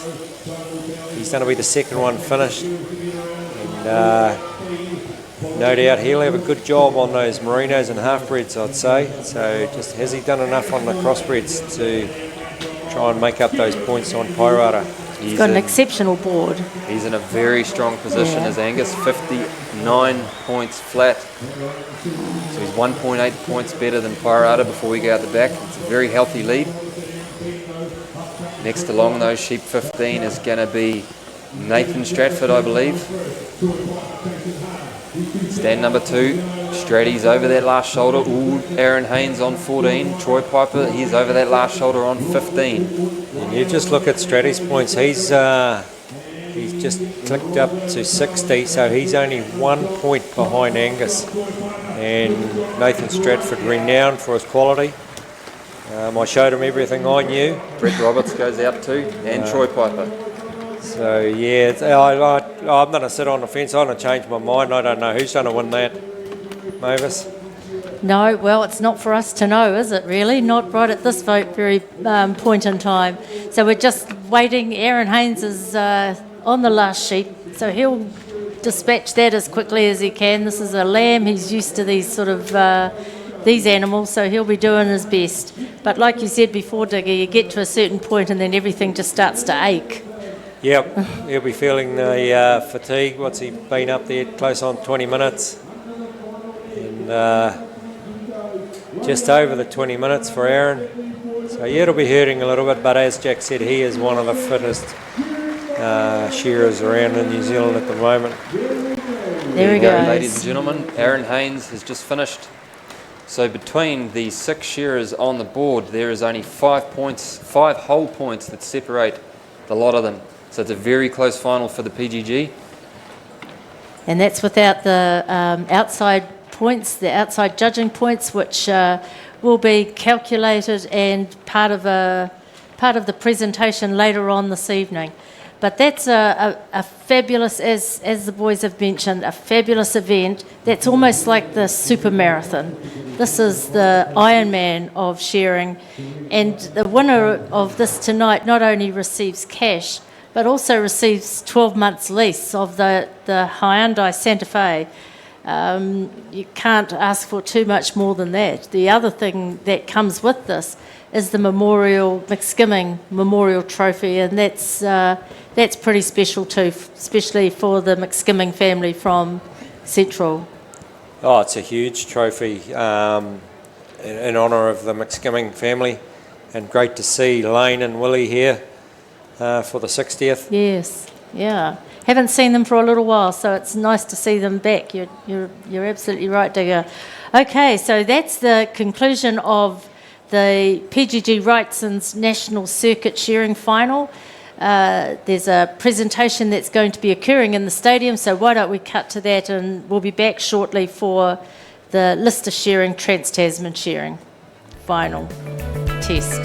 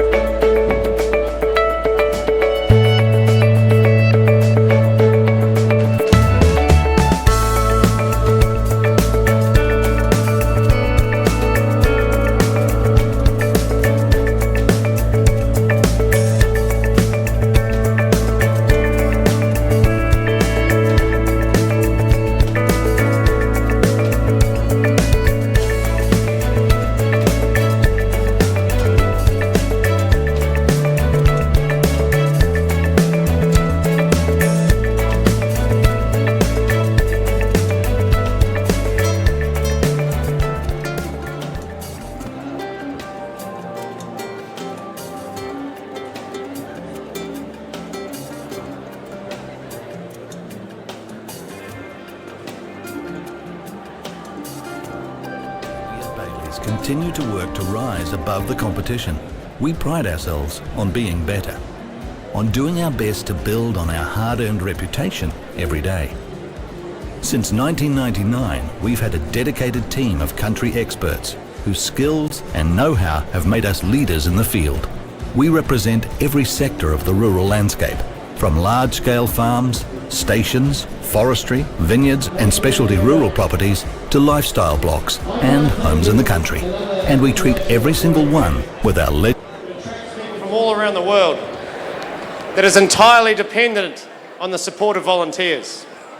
And so we have a very special item here tonight to acknowledge some of those. And to do this, I'd like to invite onto the board the President of Golden Shears, Sam Saunders, and past President and past World Shearing Council Chair, Greg Herring.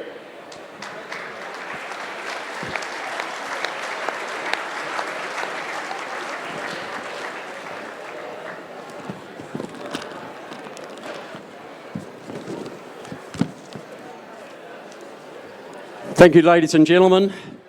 We come to the first formal part of our program tonight. Good evening, ladies and gentlemen.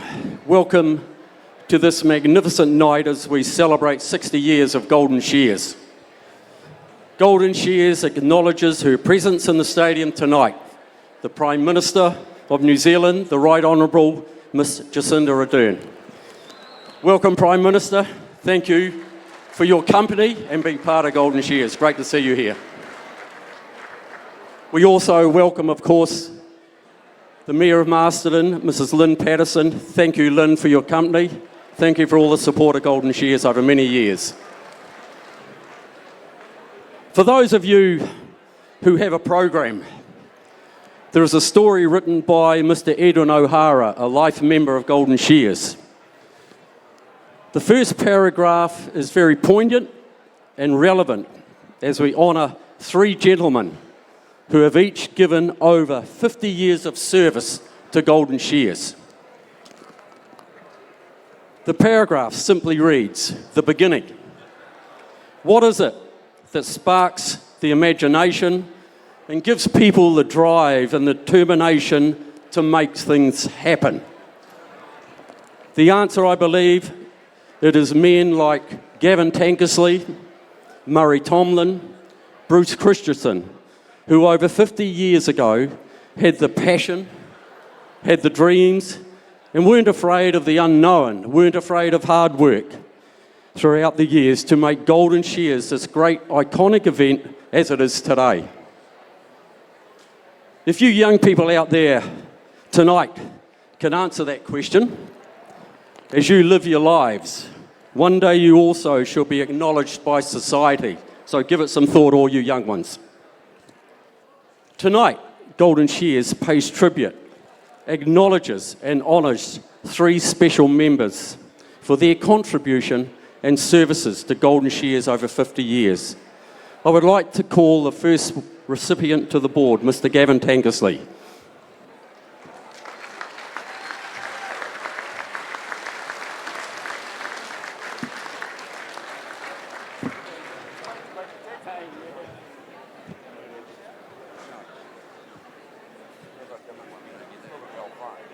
Okay, a familiar face is Gavin. Gavin started tipping sheep for Golden Shears when he was 17 years old in 1968. He belonged to the Masterton Young Farmers Club.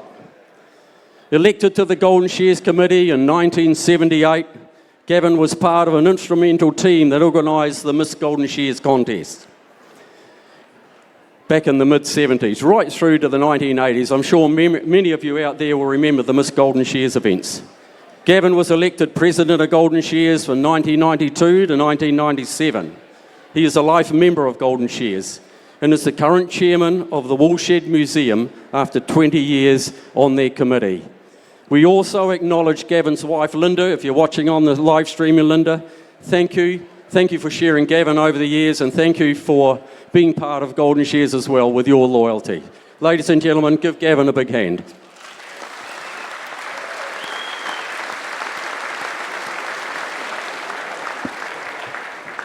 The second recipient to receive their badge of honour as such, Mr. Murray Tomlin. Murray, would you come forward, please?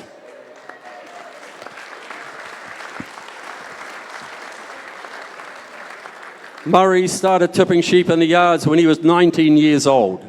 He belonged to the Wairarapa Young Farmers Club. Elected onto General Committee in 1977, Murray coordinated the YFC woolhandling competitions at Golden Shears for many years. He was instrumental in starting the Trans-Tasman woolhandling tests and brought them into the stadium. A lot of the woolhandling competitions were held out there in the wool sheds, so you woolhandlers out there, thank that man there for bringing them into the stadium. Murray is a life member of Golden Shears and is currently the treasurer of the Woolshed Museum, which he has served on for 20 years. Murray, we also acknowledge your wife Lucinda down there. Thank you, Lucinda, for sharing Murray and your loyalty to Golden Shears as well.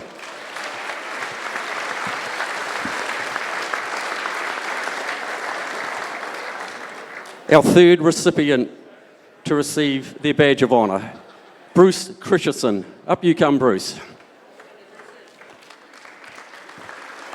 Bruce started in the pens out the back there way back in 1965. And you know, he was only just 15 years old. Bruce said he used to tip sheep, and back in those days there was a tent, a sort of a marquee out the back. There was no concrete, no grating like we know it today. It was all on bare metal and stones. He said it was really hard going. When he tipped the sheep up, they'd skid out with the stones. So way back, he was just probably a young man, a boy, 15 years old. He was elected to the Golden Shears Committee in the late 1970s. Bruce helped with the pressing of the wool back in the foyer, back in those days, for many years. He helped control the wool movement of the front stage here for 12 years, organised the committee bar through many years, and after 20-odd years has personally trucked all the wool from the stadium to the wool stores, which he still does today. What an amazing achievement. Bruce is one of those unsung heroes, never won for the front stage or to be up on the executive or anything like that. We also acknowledge Rosemary, his wife. Thank you, Rosemary, for sharing Bruce with us, your commitment over the years. Ladies and gentlemen, we give you Bruce Christensen.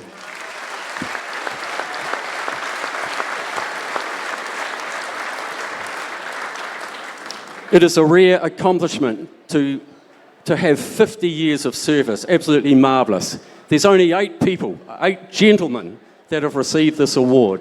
I would like to call the other 4 or 5 up if they're around. I know Mr. Bruce Arcus is very fragile, very frail, but I see Mr. Laurie Keats. Laurie, would you like to come forward, please, sir, and take a seat? Laurie, of course, is the patron of Golden Shears, and I believe Laurie is one of the only original people with that dream of forming Golden Shears still alive. All those original ones back in 1960 have gone. So there we go. Thank Laurie. Here he is. Mr. Edwin O'Hara, would you like to come up too, please? Edwin's a past president, received his 50th Medal of Honour a year ago. Well done, Edwin. Thank you very much.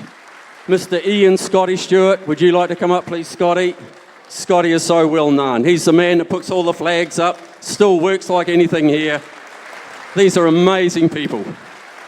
Mr. Selwyn Tomlin. Selwyn, would you come up, please? There we go, Selwyn, the sheep man. Gets all those sheep organised over 50 years. Absolutely incredible. And Mr. Bruce Arcus, I can't see Bruce anywhere. Bruce was a timekeeper up the back there. Hardly missed a Golden Shears over 50 to 60 years. What an incredible feat. So we finalise, ladies and gentlemen, these 8 men here, without their input back in those early years, I'm not sure we'd be sitting here tonight. So give them the big hand they deserve. Thank you, guys.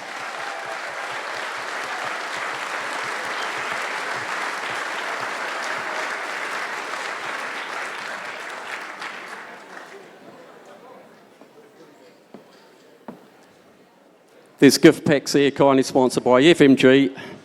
I think they deserve it, something, don't they, over 50 to 60 years of service. So thank you, FMG. Thank you, gentlemen. I presume we've got all the photographic shots, have we? And of course, thank you to our President of Golden Shears, Mr. Sam Thraundis. Thank you, ladies and gentlemen. Give them a big hand as they exit.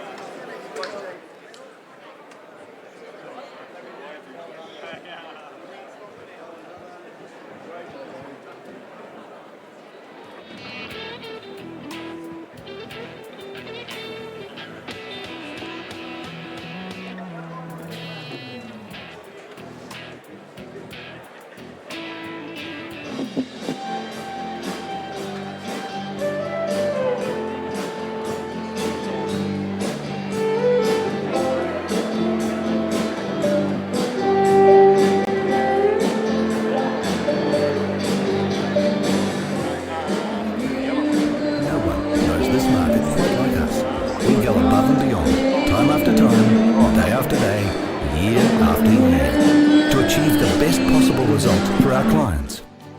That's why we're the nation's #1 rural real estate brand. Bailey's Country. We're altogether better.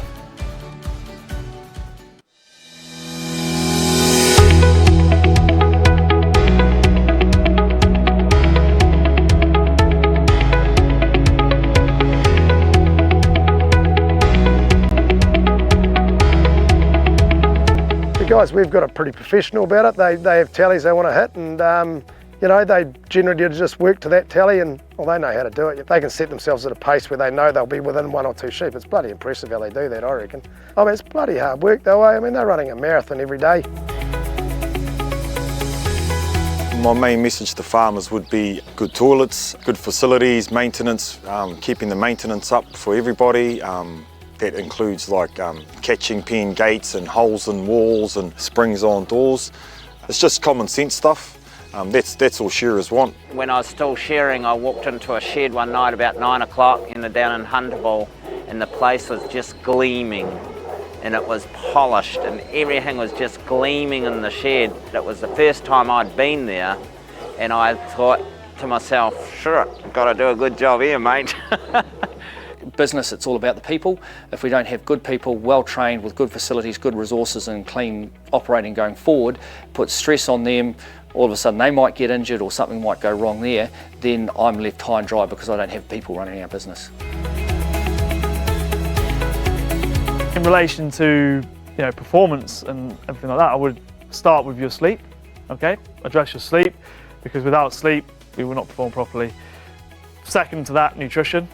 Okay, so just making sure that within your nutrition, your hydration is adequate, and then also in terms of eating, making sure that you're eating for performance. So the fuel that you're putting in your body, you can't run a Ferrari on diesel. Okay, so if you want to perform at the highest level like these guys are, then there's an element of that needs to come into it. You've got to learn your limits, and you've got to learn that you need a certain amount of time in bed if you're going to work long hours the next day. You look after yourself. You eat well, and you make sure that you replace what you lose from dehydration. You've got to rehydrate well. Main message about training and fitness is take a little bit more time to care for your body. Just do a simple few exercises a day.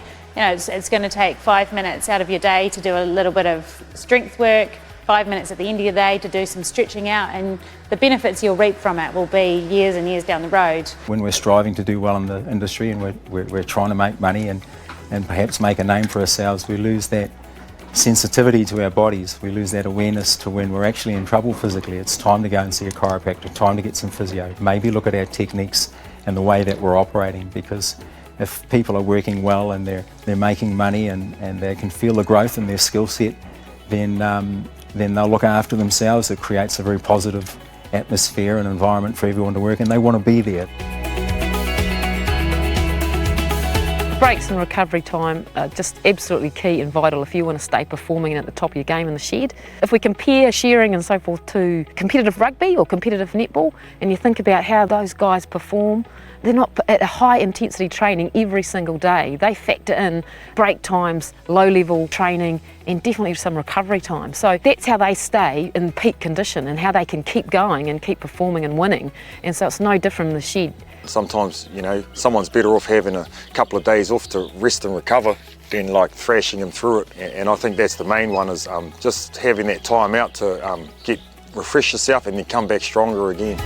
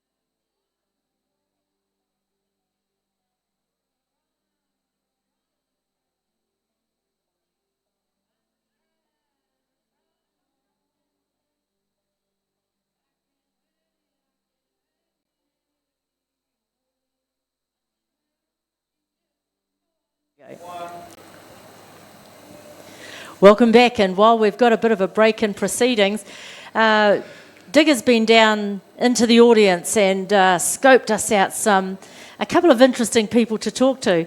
And so thank you both for coming to join us to share some time at the 2020 Golden Shears 60th birthday. And why don't I start with you, Mr. Mystery Man? Introduce yourself to the World Wide Web, although I'm sure everybody knows who you are. Yeah, I'm Paul Avery from Stratford. Yeah, it's been a while. 2011, I think I retired, so it's good to be back down here. Yeah. So, Paul, I mean, I know you're a very shy person. Koro used to always refer to you as the baby-faced assassin because you looked 15 for most of the 30, 40 years that we knew you. How many finals did you do at Golden Shears? Good question. I can remember 14. There might have been 14 or 15. Wow, that's pretty cool, isn't it? Yeah. Yeah, and a couple of, how many wins? 2. 2 wins? 2005, 2007, yeah. Oh, fantastic, Paul. You're looking great. And then you've gone on to do crazy stuff like run over mountains and that, haven't you? Yeah, coast to coast. I did that twice, 2011, 2012, but yeah, no, not doing much these days. Still farming? Still do a little bit of shearing and farming, yeah, sort of keeps you fit enough. Oh, it's so great to see you, Paul. And let me introduce you to Glenn Hopapa here. Yeah, sure. On our other side. So this has been a 60th anniversary of champions, really. Past champions, future champions, and we're seeing some of them. So, Glenn, you're a past champion. Yeah. 1992. Yeah, I'm the opposite of what Paul's done. You know, coming here 14 years, Paul, congratulations. I came here twice and won it once. I won the pressing champion award in 1992. So, yeah, I'm showing my age. Oh. 30 ages ago, yeah. No. Look, everyone's looking pretty good around here. So, Glenn, what have you gone on to do now? Where are you? Well, it's a little bit of a funny transition for me because I was a rural kid, but I was making a transition into study and I was becoming an engineer. Yeah. And so I was filling my seasonal breaks as studying my diploma in civil engineering with what I know well, born and bred rural kid, growing up on the farm. So it was logical for me to try and fill the holidays with getting back into the sheds. And a chap called Steve Cochran gave me a chance to work for him. And I didn't know it, but he entered me into the shares into here at Masterton. And, I must have been reasonably good at it. And he saw a chance and put me in it, and I ended up bloody winning it. So, fantastic. So you're an engineer now based in... Now I'm an engineer, and I've carried on and done a degree and worked in Wellington and then went over to Australia, and then finally now I'm 15 years, unfortunately, I'm going to say it, in Auckland. I'm an Aucklander, but I'm a true blue King Country kid from Tamuranui, to be honest. Oh, that's fantastic, Glenn. Look, Glenn, Paul, thank you very much for that very short introduction to everybody. I see we've got the Trans-Tasman test introduction starting to happen. I think we should be there, but Glenn... As we discovered, I'm a very good friend with your sister, Tracy Hopapa, who certainly is well-renowned in Māori agribusiness. Yeah, okay, thanks. Thanks for the acknowledgement. Lovely to see you, Paul. Thank you very much. Thank you. Thanks, Mavis. Thanks, Paul. McIntyre, Nathan Meaney, Damien Boyle and Max Flood. So we've got a representative from New South Wales, South Australia, Western Australia, and a judge from Tasmania, and I'm from Victoria, so we've got a reasonable spread. So without further ado, I'll hand over and wish the best team the best. Just one more question. Can your team do it? Yes.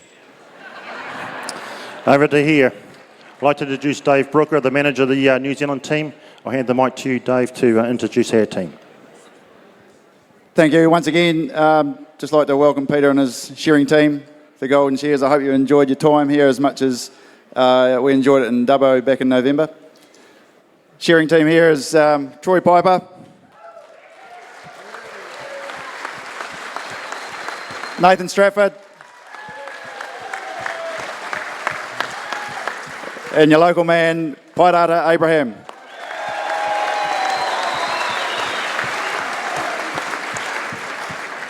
I'd just like to add that I managed these guys along with the Woolhandlers and the blade shearers to Dubbo back in November, and just like to say how much of a pleasure and an honour it was to lead these guys. They represent the country and New Zealand shearing sports with a lot of distinction and a lot of pride.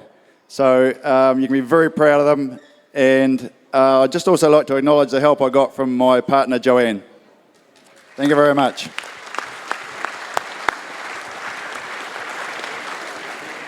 Okay, ladies and gentlemen, if you please be upstanding for the national anthems.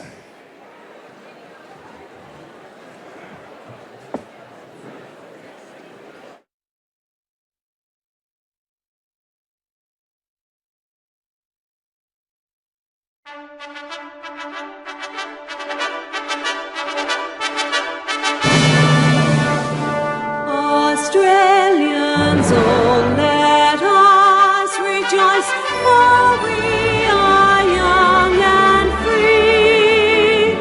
We've golden soil and wealth fertile, our home is God by sea. Our land abounds in nature's gifts of beauty, rich and rare. In history's page, let every stage advance Australia fair. In joyful strains, then let us sing, advance Australia fair.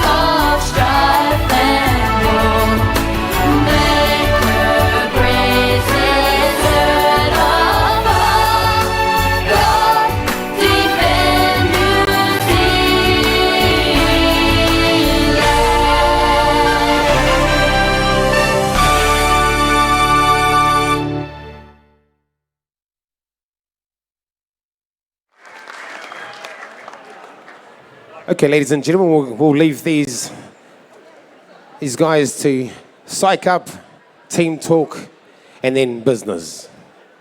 Back to you, Johnny. Just one of those things, if you want to go outside through the main foyer, you will need to have your ticket scanned, otherwise you will not be getting back in. So just a word of warning to the patrons, if you want to go outside, you'll need to have your ticket scanned at the front door, or you will not be allowed back in. Well, we've got an interesting little burn up here coming before us now. The Australian shears, quite a lot of experience here with Daniel McIntyre on the front stand, got 22 years shearing career. He's been in the Australian team 8 times. Down on the third stand, we had Nathan Meaney. Nathan's just had a short career at this stage, only 14 years. But his idea was if he could beat his mentor, Shannon Warness, the legendary man. So we've just had the national anthems of the New Zealand and Australian teams for the Trans-Tasman Shearing Test, sponsored by Lister Shearing. And this is going to be an exciting one, Digger. Oh, too right. Another one of the top events on Saturday night at Masterton, the Trans-Tasman. And quietly, I think New Zealand's got a really, really good chance in this tonight. We've got 3 shearers that are all really capable of shearing the Marinos well. Troy Piper, Nathan Stratford, and Wairarapa Abraham. So they were all just in the PGG earlier. So they've had a short break. Just gone out the back. They've changed their handpieces and combs and cutters, and ready to get back into it again. And the Australian team, slightly different looking team this year. No Shannon Warnest, no Jason Wingfield. So a couple of new guys in there, and Nathan Meaney and Damien Boyle, or Damien, renowned for a Merino shearer from Western Australia. But maybe he might just struggle a little bit on the crossbreds. But, I think the anchor man will be Daniel McIntyre. Yeah. We saw Daniel, he made the top 30 last night in the Open. No mean feat getting into the top 30, and especially for an Australian to come over here on our crossbreds. You were doing pretty good, Digger. You went from sitting on the fence to now putting it out there straight up. So I like that. Good on you. Oh, well, we've got to back the Kiwis, don't we? Right? But it is, we've struggled against the Australians for the last few years in the shearing Trans-Tasman.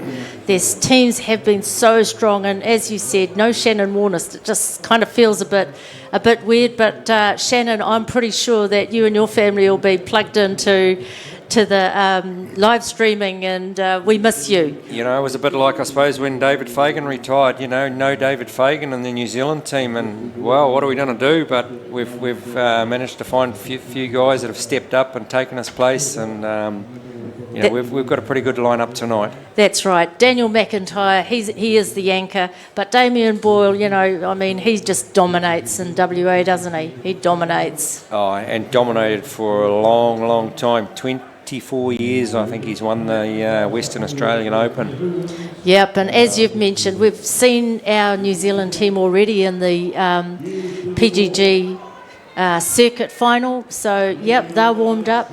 They're getting ready to start very, very shortly. Yeah, so we've got Daniel McIntyre from Australia on 1, Nathan Stratford on 2 from New Zealand, another Australian, Nathan Meaney, on 3, Troy Piper, the Kiwi, on 4, Damien Boyle, the Australian, on 5, and Wairarapa Abraham, a local boy, so he'll get a lot of hometown support tonight for New Zealand on stand 6.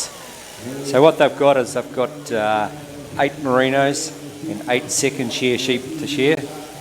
So look for the Australians to try and establish a little bit of a lead on the Merinos.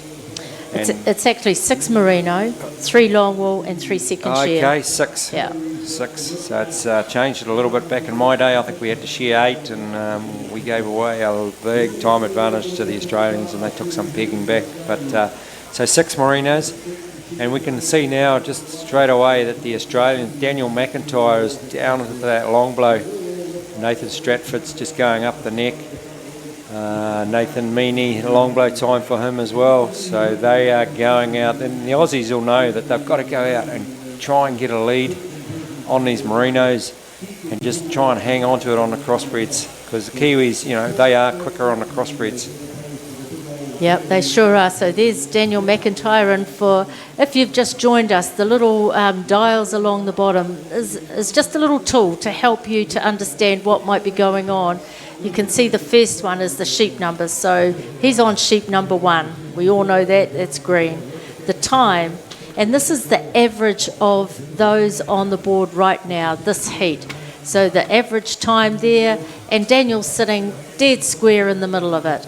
The other dial was around the board point. So this is when they provide a fault or create a fault by cutting the wool twice. Instead of having one lovely long staple of wool, for some reason they've lifted their handpiece and that's cut that fibre in two. So, you know, we see here Nathan Stratford, he's in the green, that's good. His time's about right, and he's on sheep number 2. Nice little tool just to help. And of course you've seen Nathan shear already in the PGG final, and he will also be shearing in the Bailey's open shearing. So he's got a big night ahead of him, big stints. Too right, Mavis. That'll really be, excuse me, really testing Nathan's fitness. Yeah, and of course that's how it works. But you see there with Daniel McIntyre and Nathan, they're both hammering it out right at the front there. There's not a lot in it. You know, I've always felt that to shear the Merinos well, and listen to me, I'm no expert, obviously, but, you know, it needs a bit of a calmer demure. You can't attack them like perhaps you do the crossbreds, but then, as Diggers pointed out, you look at these Australians and they're attacking them all right. They're just in there. Yeah, I think you're right, Mavis. It comes back to the Kiwis are used to shearing the crossbreds, but and when you hit the Merinos, you really try and drive it, chuck it in, and it sometimes on a Merino, the faster you try and go, the slower you end up going. But just look at those Australians; they are really attacking those Merinos. And Daniel McIntyre on stand 1, he's going up around the horns on that his third one. Yeah. Nathan Stratford's, he's coming down the last side on his second Merino, so they're really opening up a good lead. And how it works is you're paired up alternative stands for each of the teams. So when you're up there, your job is to try and look after that guy in front of you. So Nathan will be watching Daniel, and he'll be thinking, I've got to stay close to him. He's the one that I've got to keep up with. Same with Troy, he'll be trying to cover Nathan. And Wairarapa will be trying to stick with Damien. Okay, so it's almost like a full court press, eh? Yep, too right. You cover your man, and you cover your man. You say to your teammate, you look after so-and-so and I'll look after this one, and if we can do that, we'll be right. But, Nathan Meaney, don't know much about Nathan. And, no, we haven't. I don't think we've.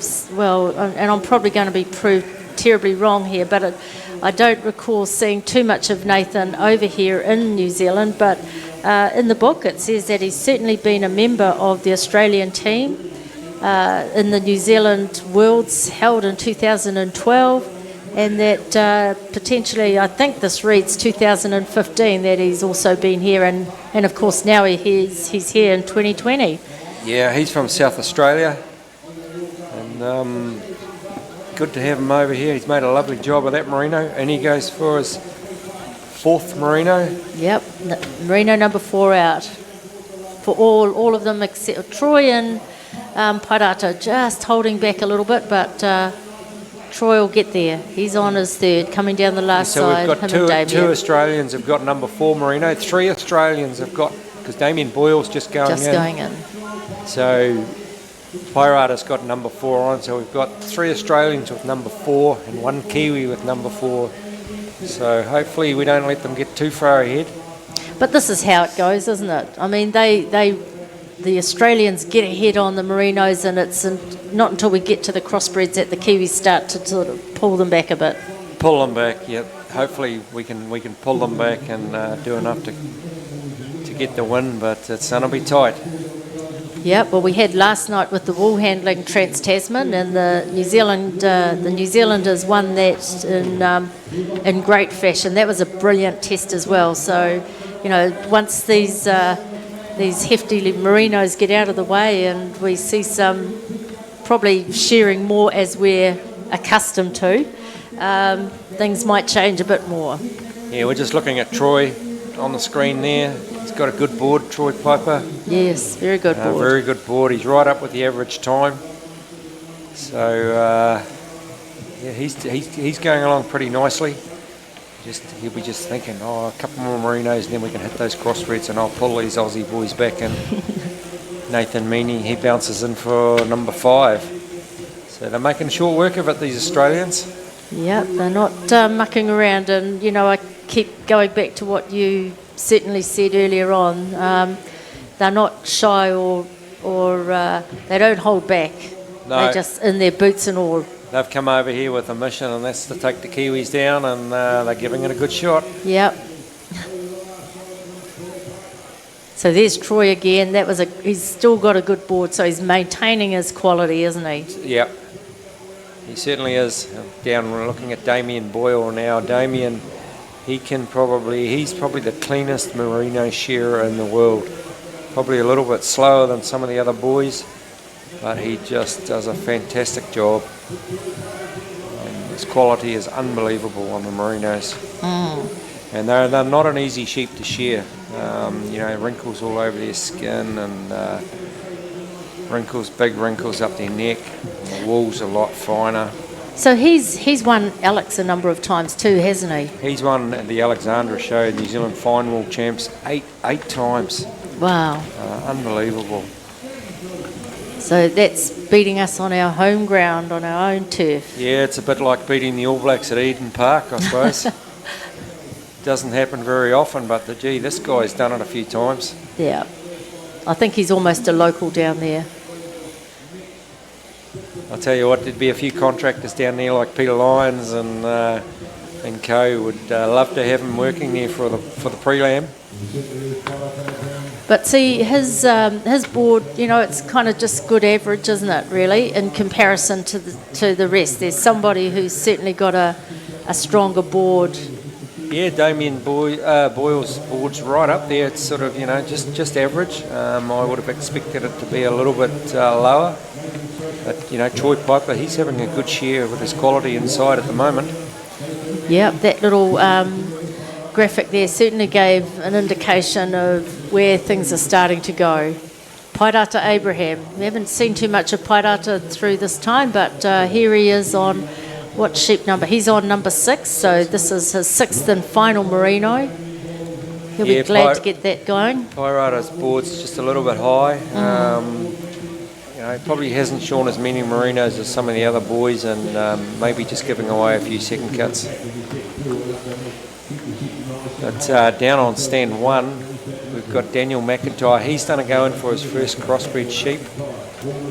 Change of handpiece. There he is. Change of handpiece for Daniel McIntyre, sorry. And he's first to the 3 long wool and then 3 second shear. Yeah, and he won't muck around with these either. He's a good crossbred shearer. Yes, He'll get around them pretty good. So he's got... at the moment, he's got over half a sheep lead on Pairata, so probably by the time Pairata finishes Merino, Daniel will be 1 sheep in front. So Pairata's going to have to shear 6 second shear, or crossbreds, rather, while Daniel only shears 5. So hopefully Pairata can pull him in. Yeah. Well, look, Nathan's there as well. He's, you know, Nathan's a quality man. He'll be keeping the job right, but there's Pairata. Yeah, there goes Pairata. He's done a change of handpiece now. He's done a go in for his first long wool. So Daniel's not quite 1 in front. I reckon Pairata will pick him up. Yeah, Mavis. I think he can pull him back. Everything's going to have to go right for him, but you know, Daniel's not hanging around waiting for him. He's saying, "Oh, whatever. I'm on my way. I'm on my way." He's on his way, all right, and he'll be saying, "You won't catch me, Kiwi." Yeah. And Nathan Meaney there in the middle. He's nearly finished his. He's on a crossbred as well. He is on a crossy. Yep, he's in for his second crossbred. These guys are doing all right. We're gonna have a few challenges. Yep. Damien Boyle, he's just about to go in for his first crossbred. Troy Piper. How's Troy going? He's just about to finish his last Merino. Nathan Stratford's got a couple of blows to go. Troy's in for his first crossbred. So the Kiwi boys will start to open up their shoulders now and try and pick them up. And look at that. I'm pretty sure Pirata's making ground on Daniel McIntyre. Nathan Stratford, he's going in for his first crossbred. There's Pirata. Yeah, well, Pirata's got some work to do. He's got some work to do. He's only probably picked up 2 or 3 blows on that first of his crossbreds. His board's just a little bit high. He is pulling it back a little bit now that he's hit the crossbreds. So he'll have to draw on all his hometown support. Oh, there'll be plenty out there, don't worry. And he's a man on a mission. You know, he wants this as much as any. How proud it is to wear the silver fern. Oh, too right. Nothing better to have a hometown boy shearing for New Zealand. Nathan Meaney, Nathan's board's pretty high.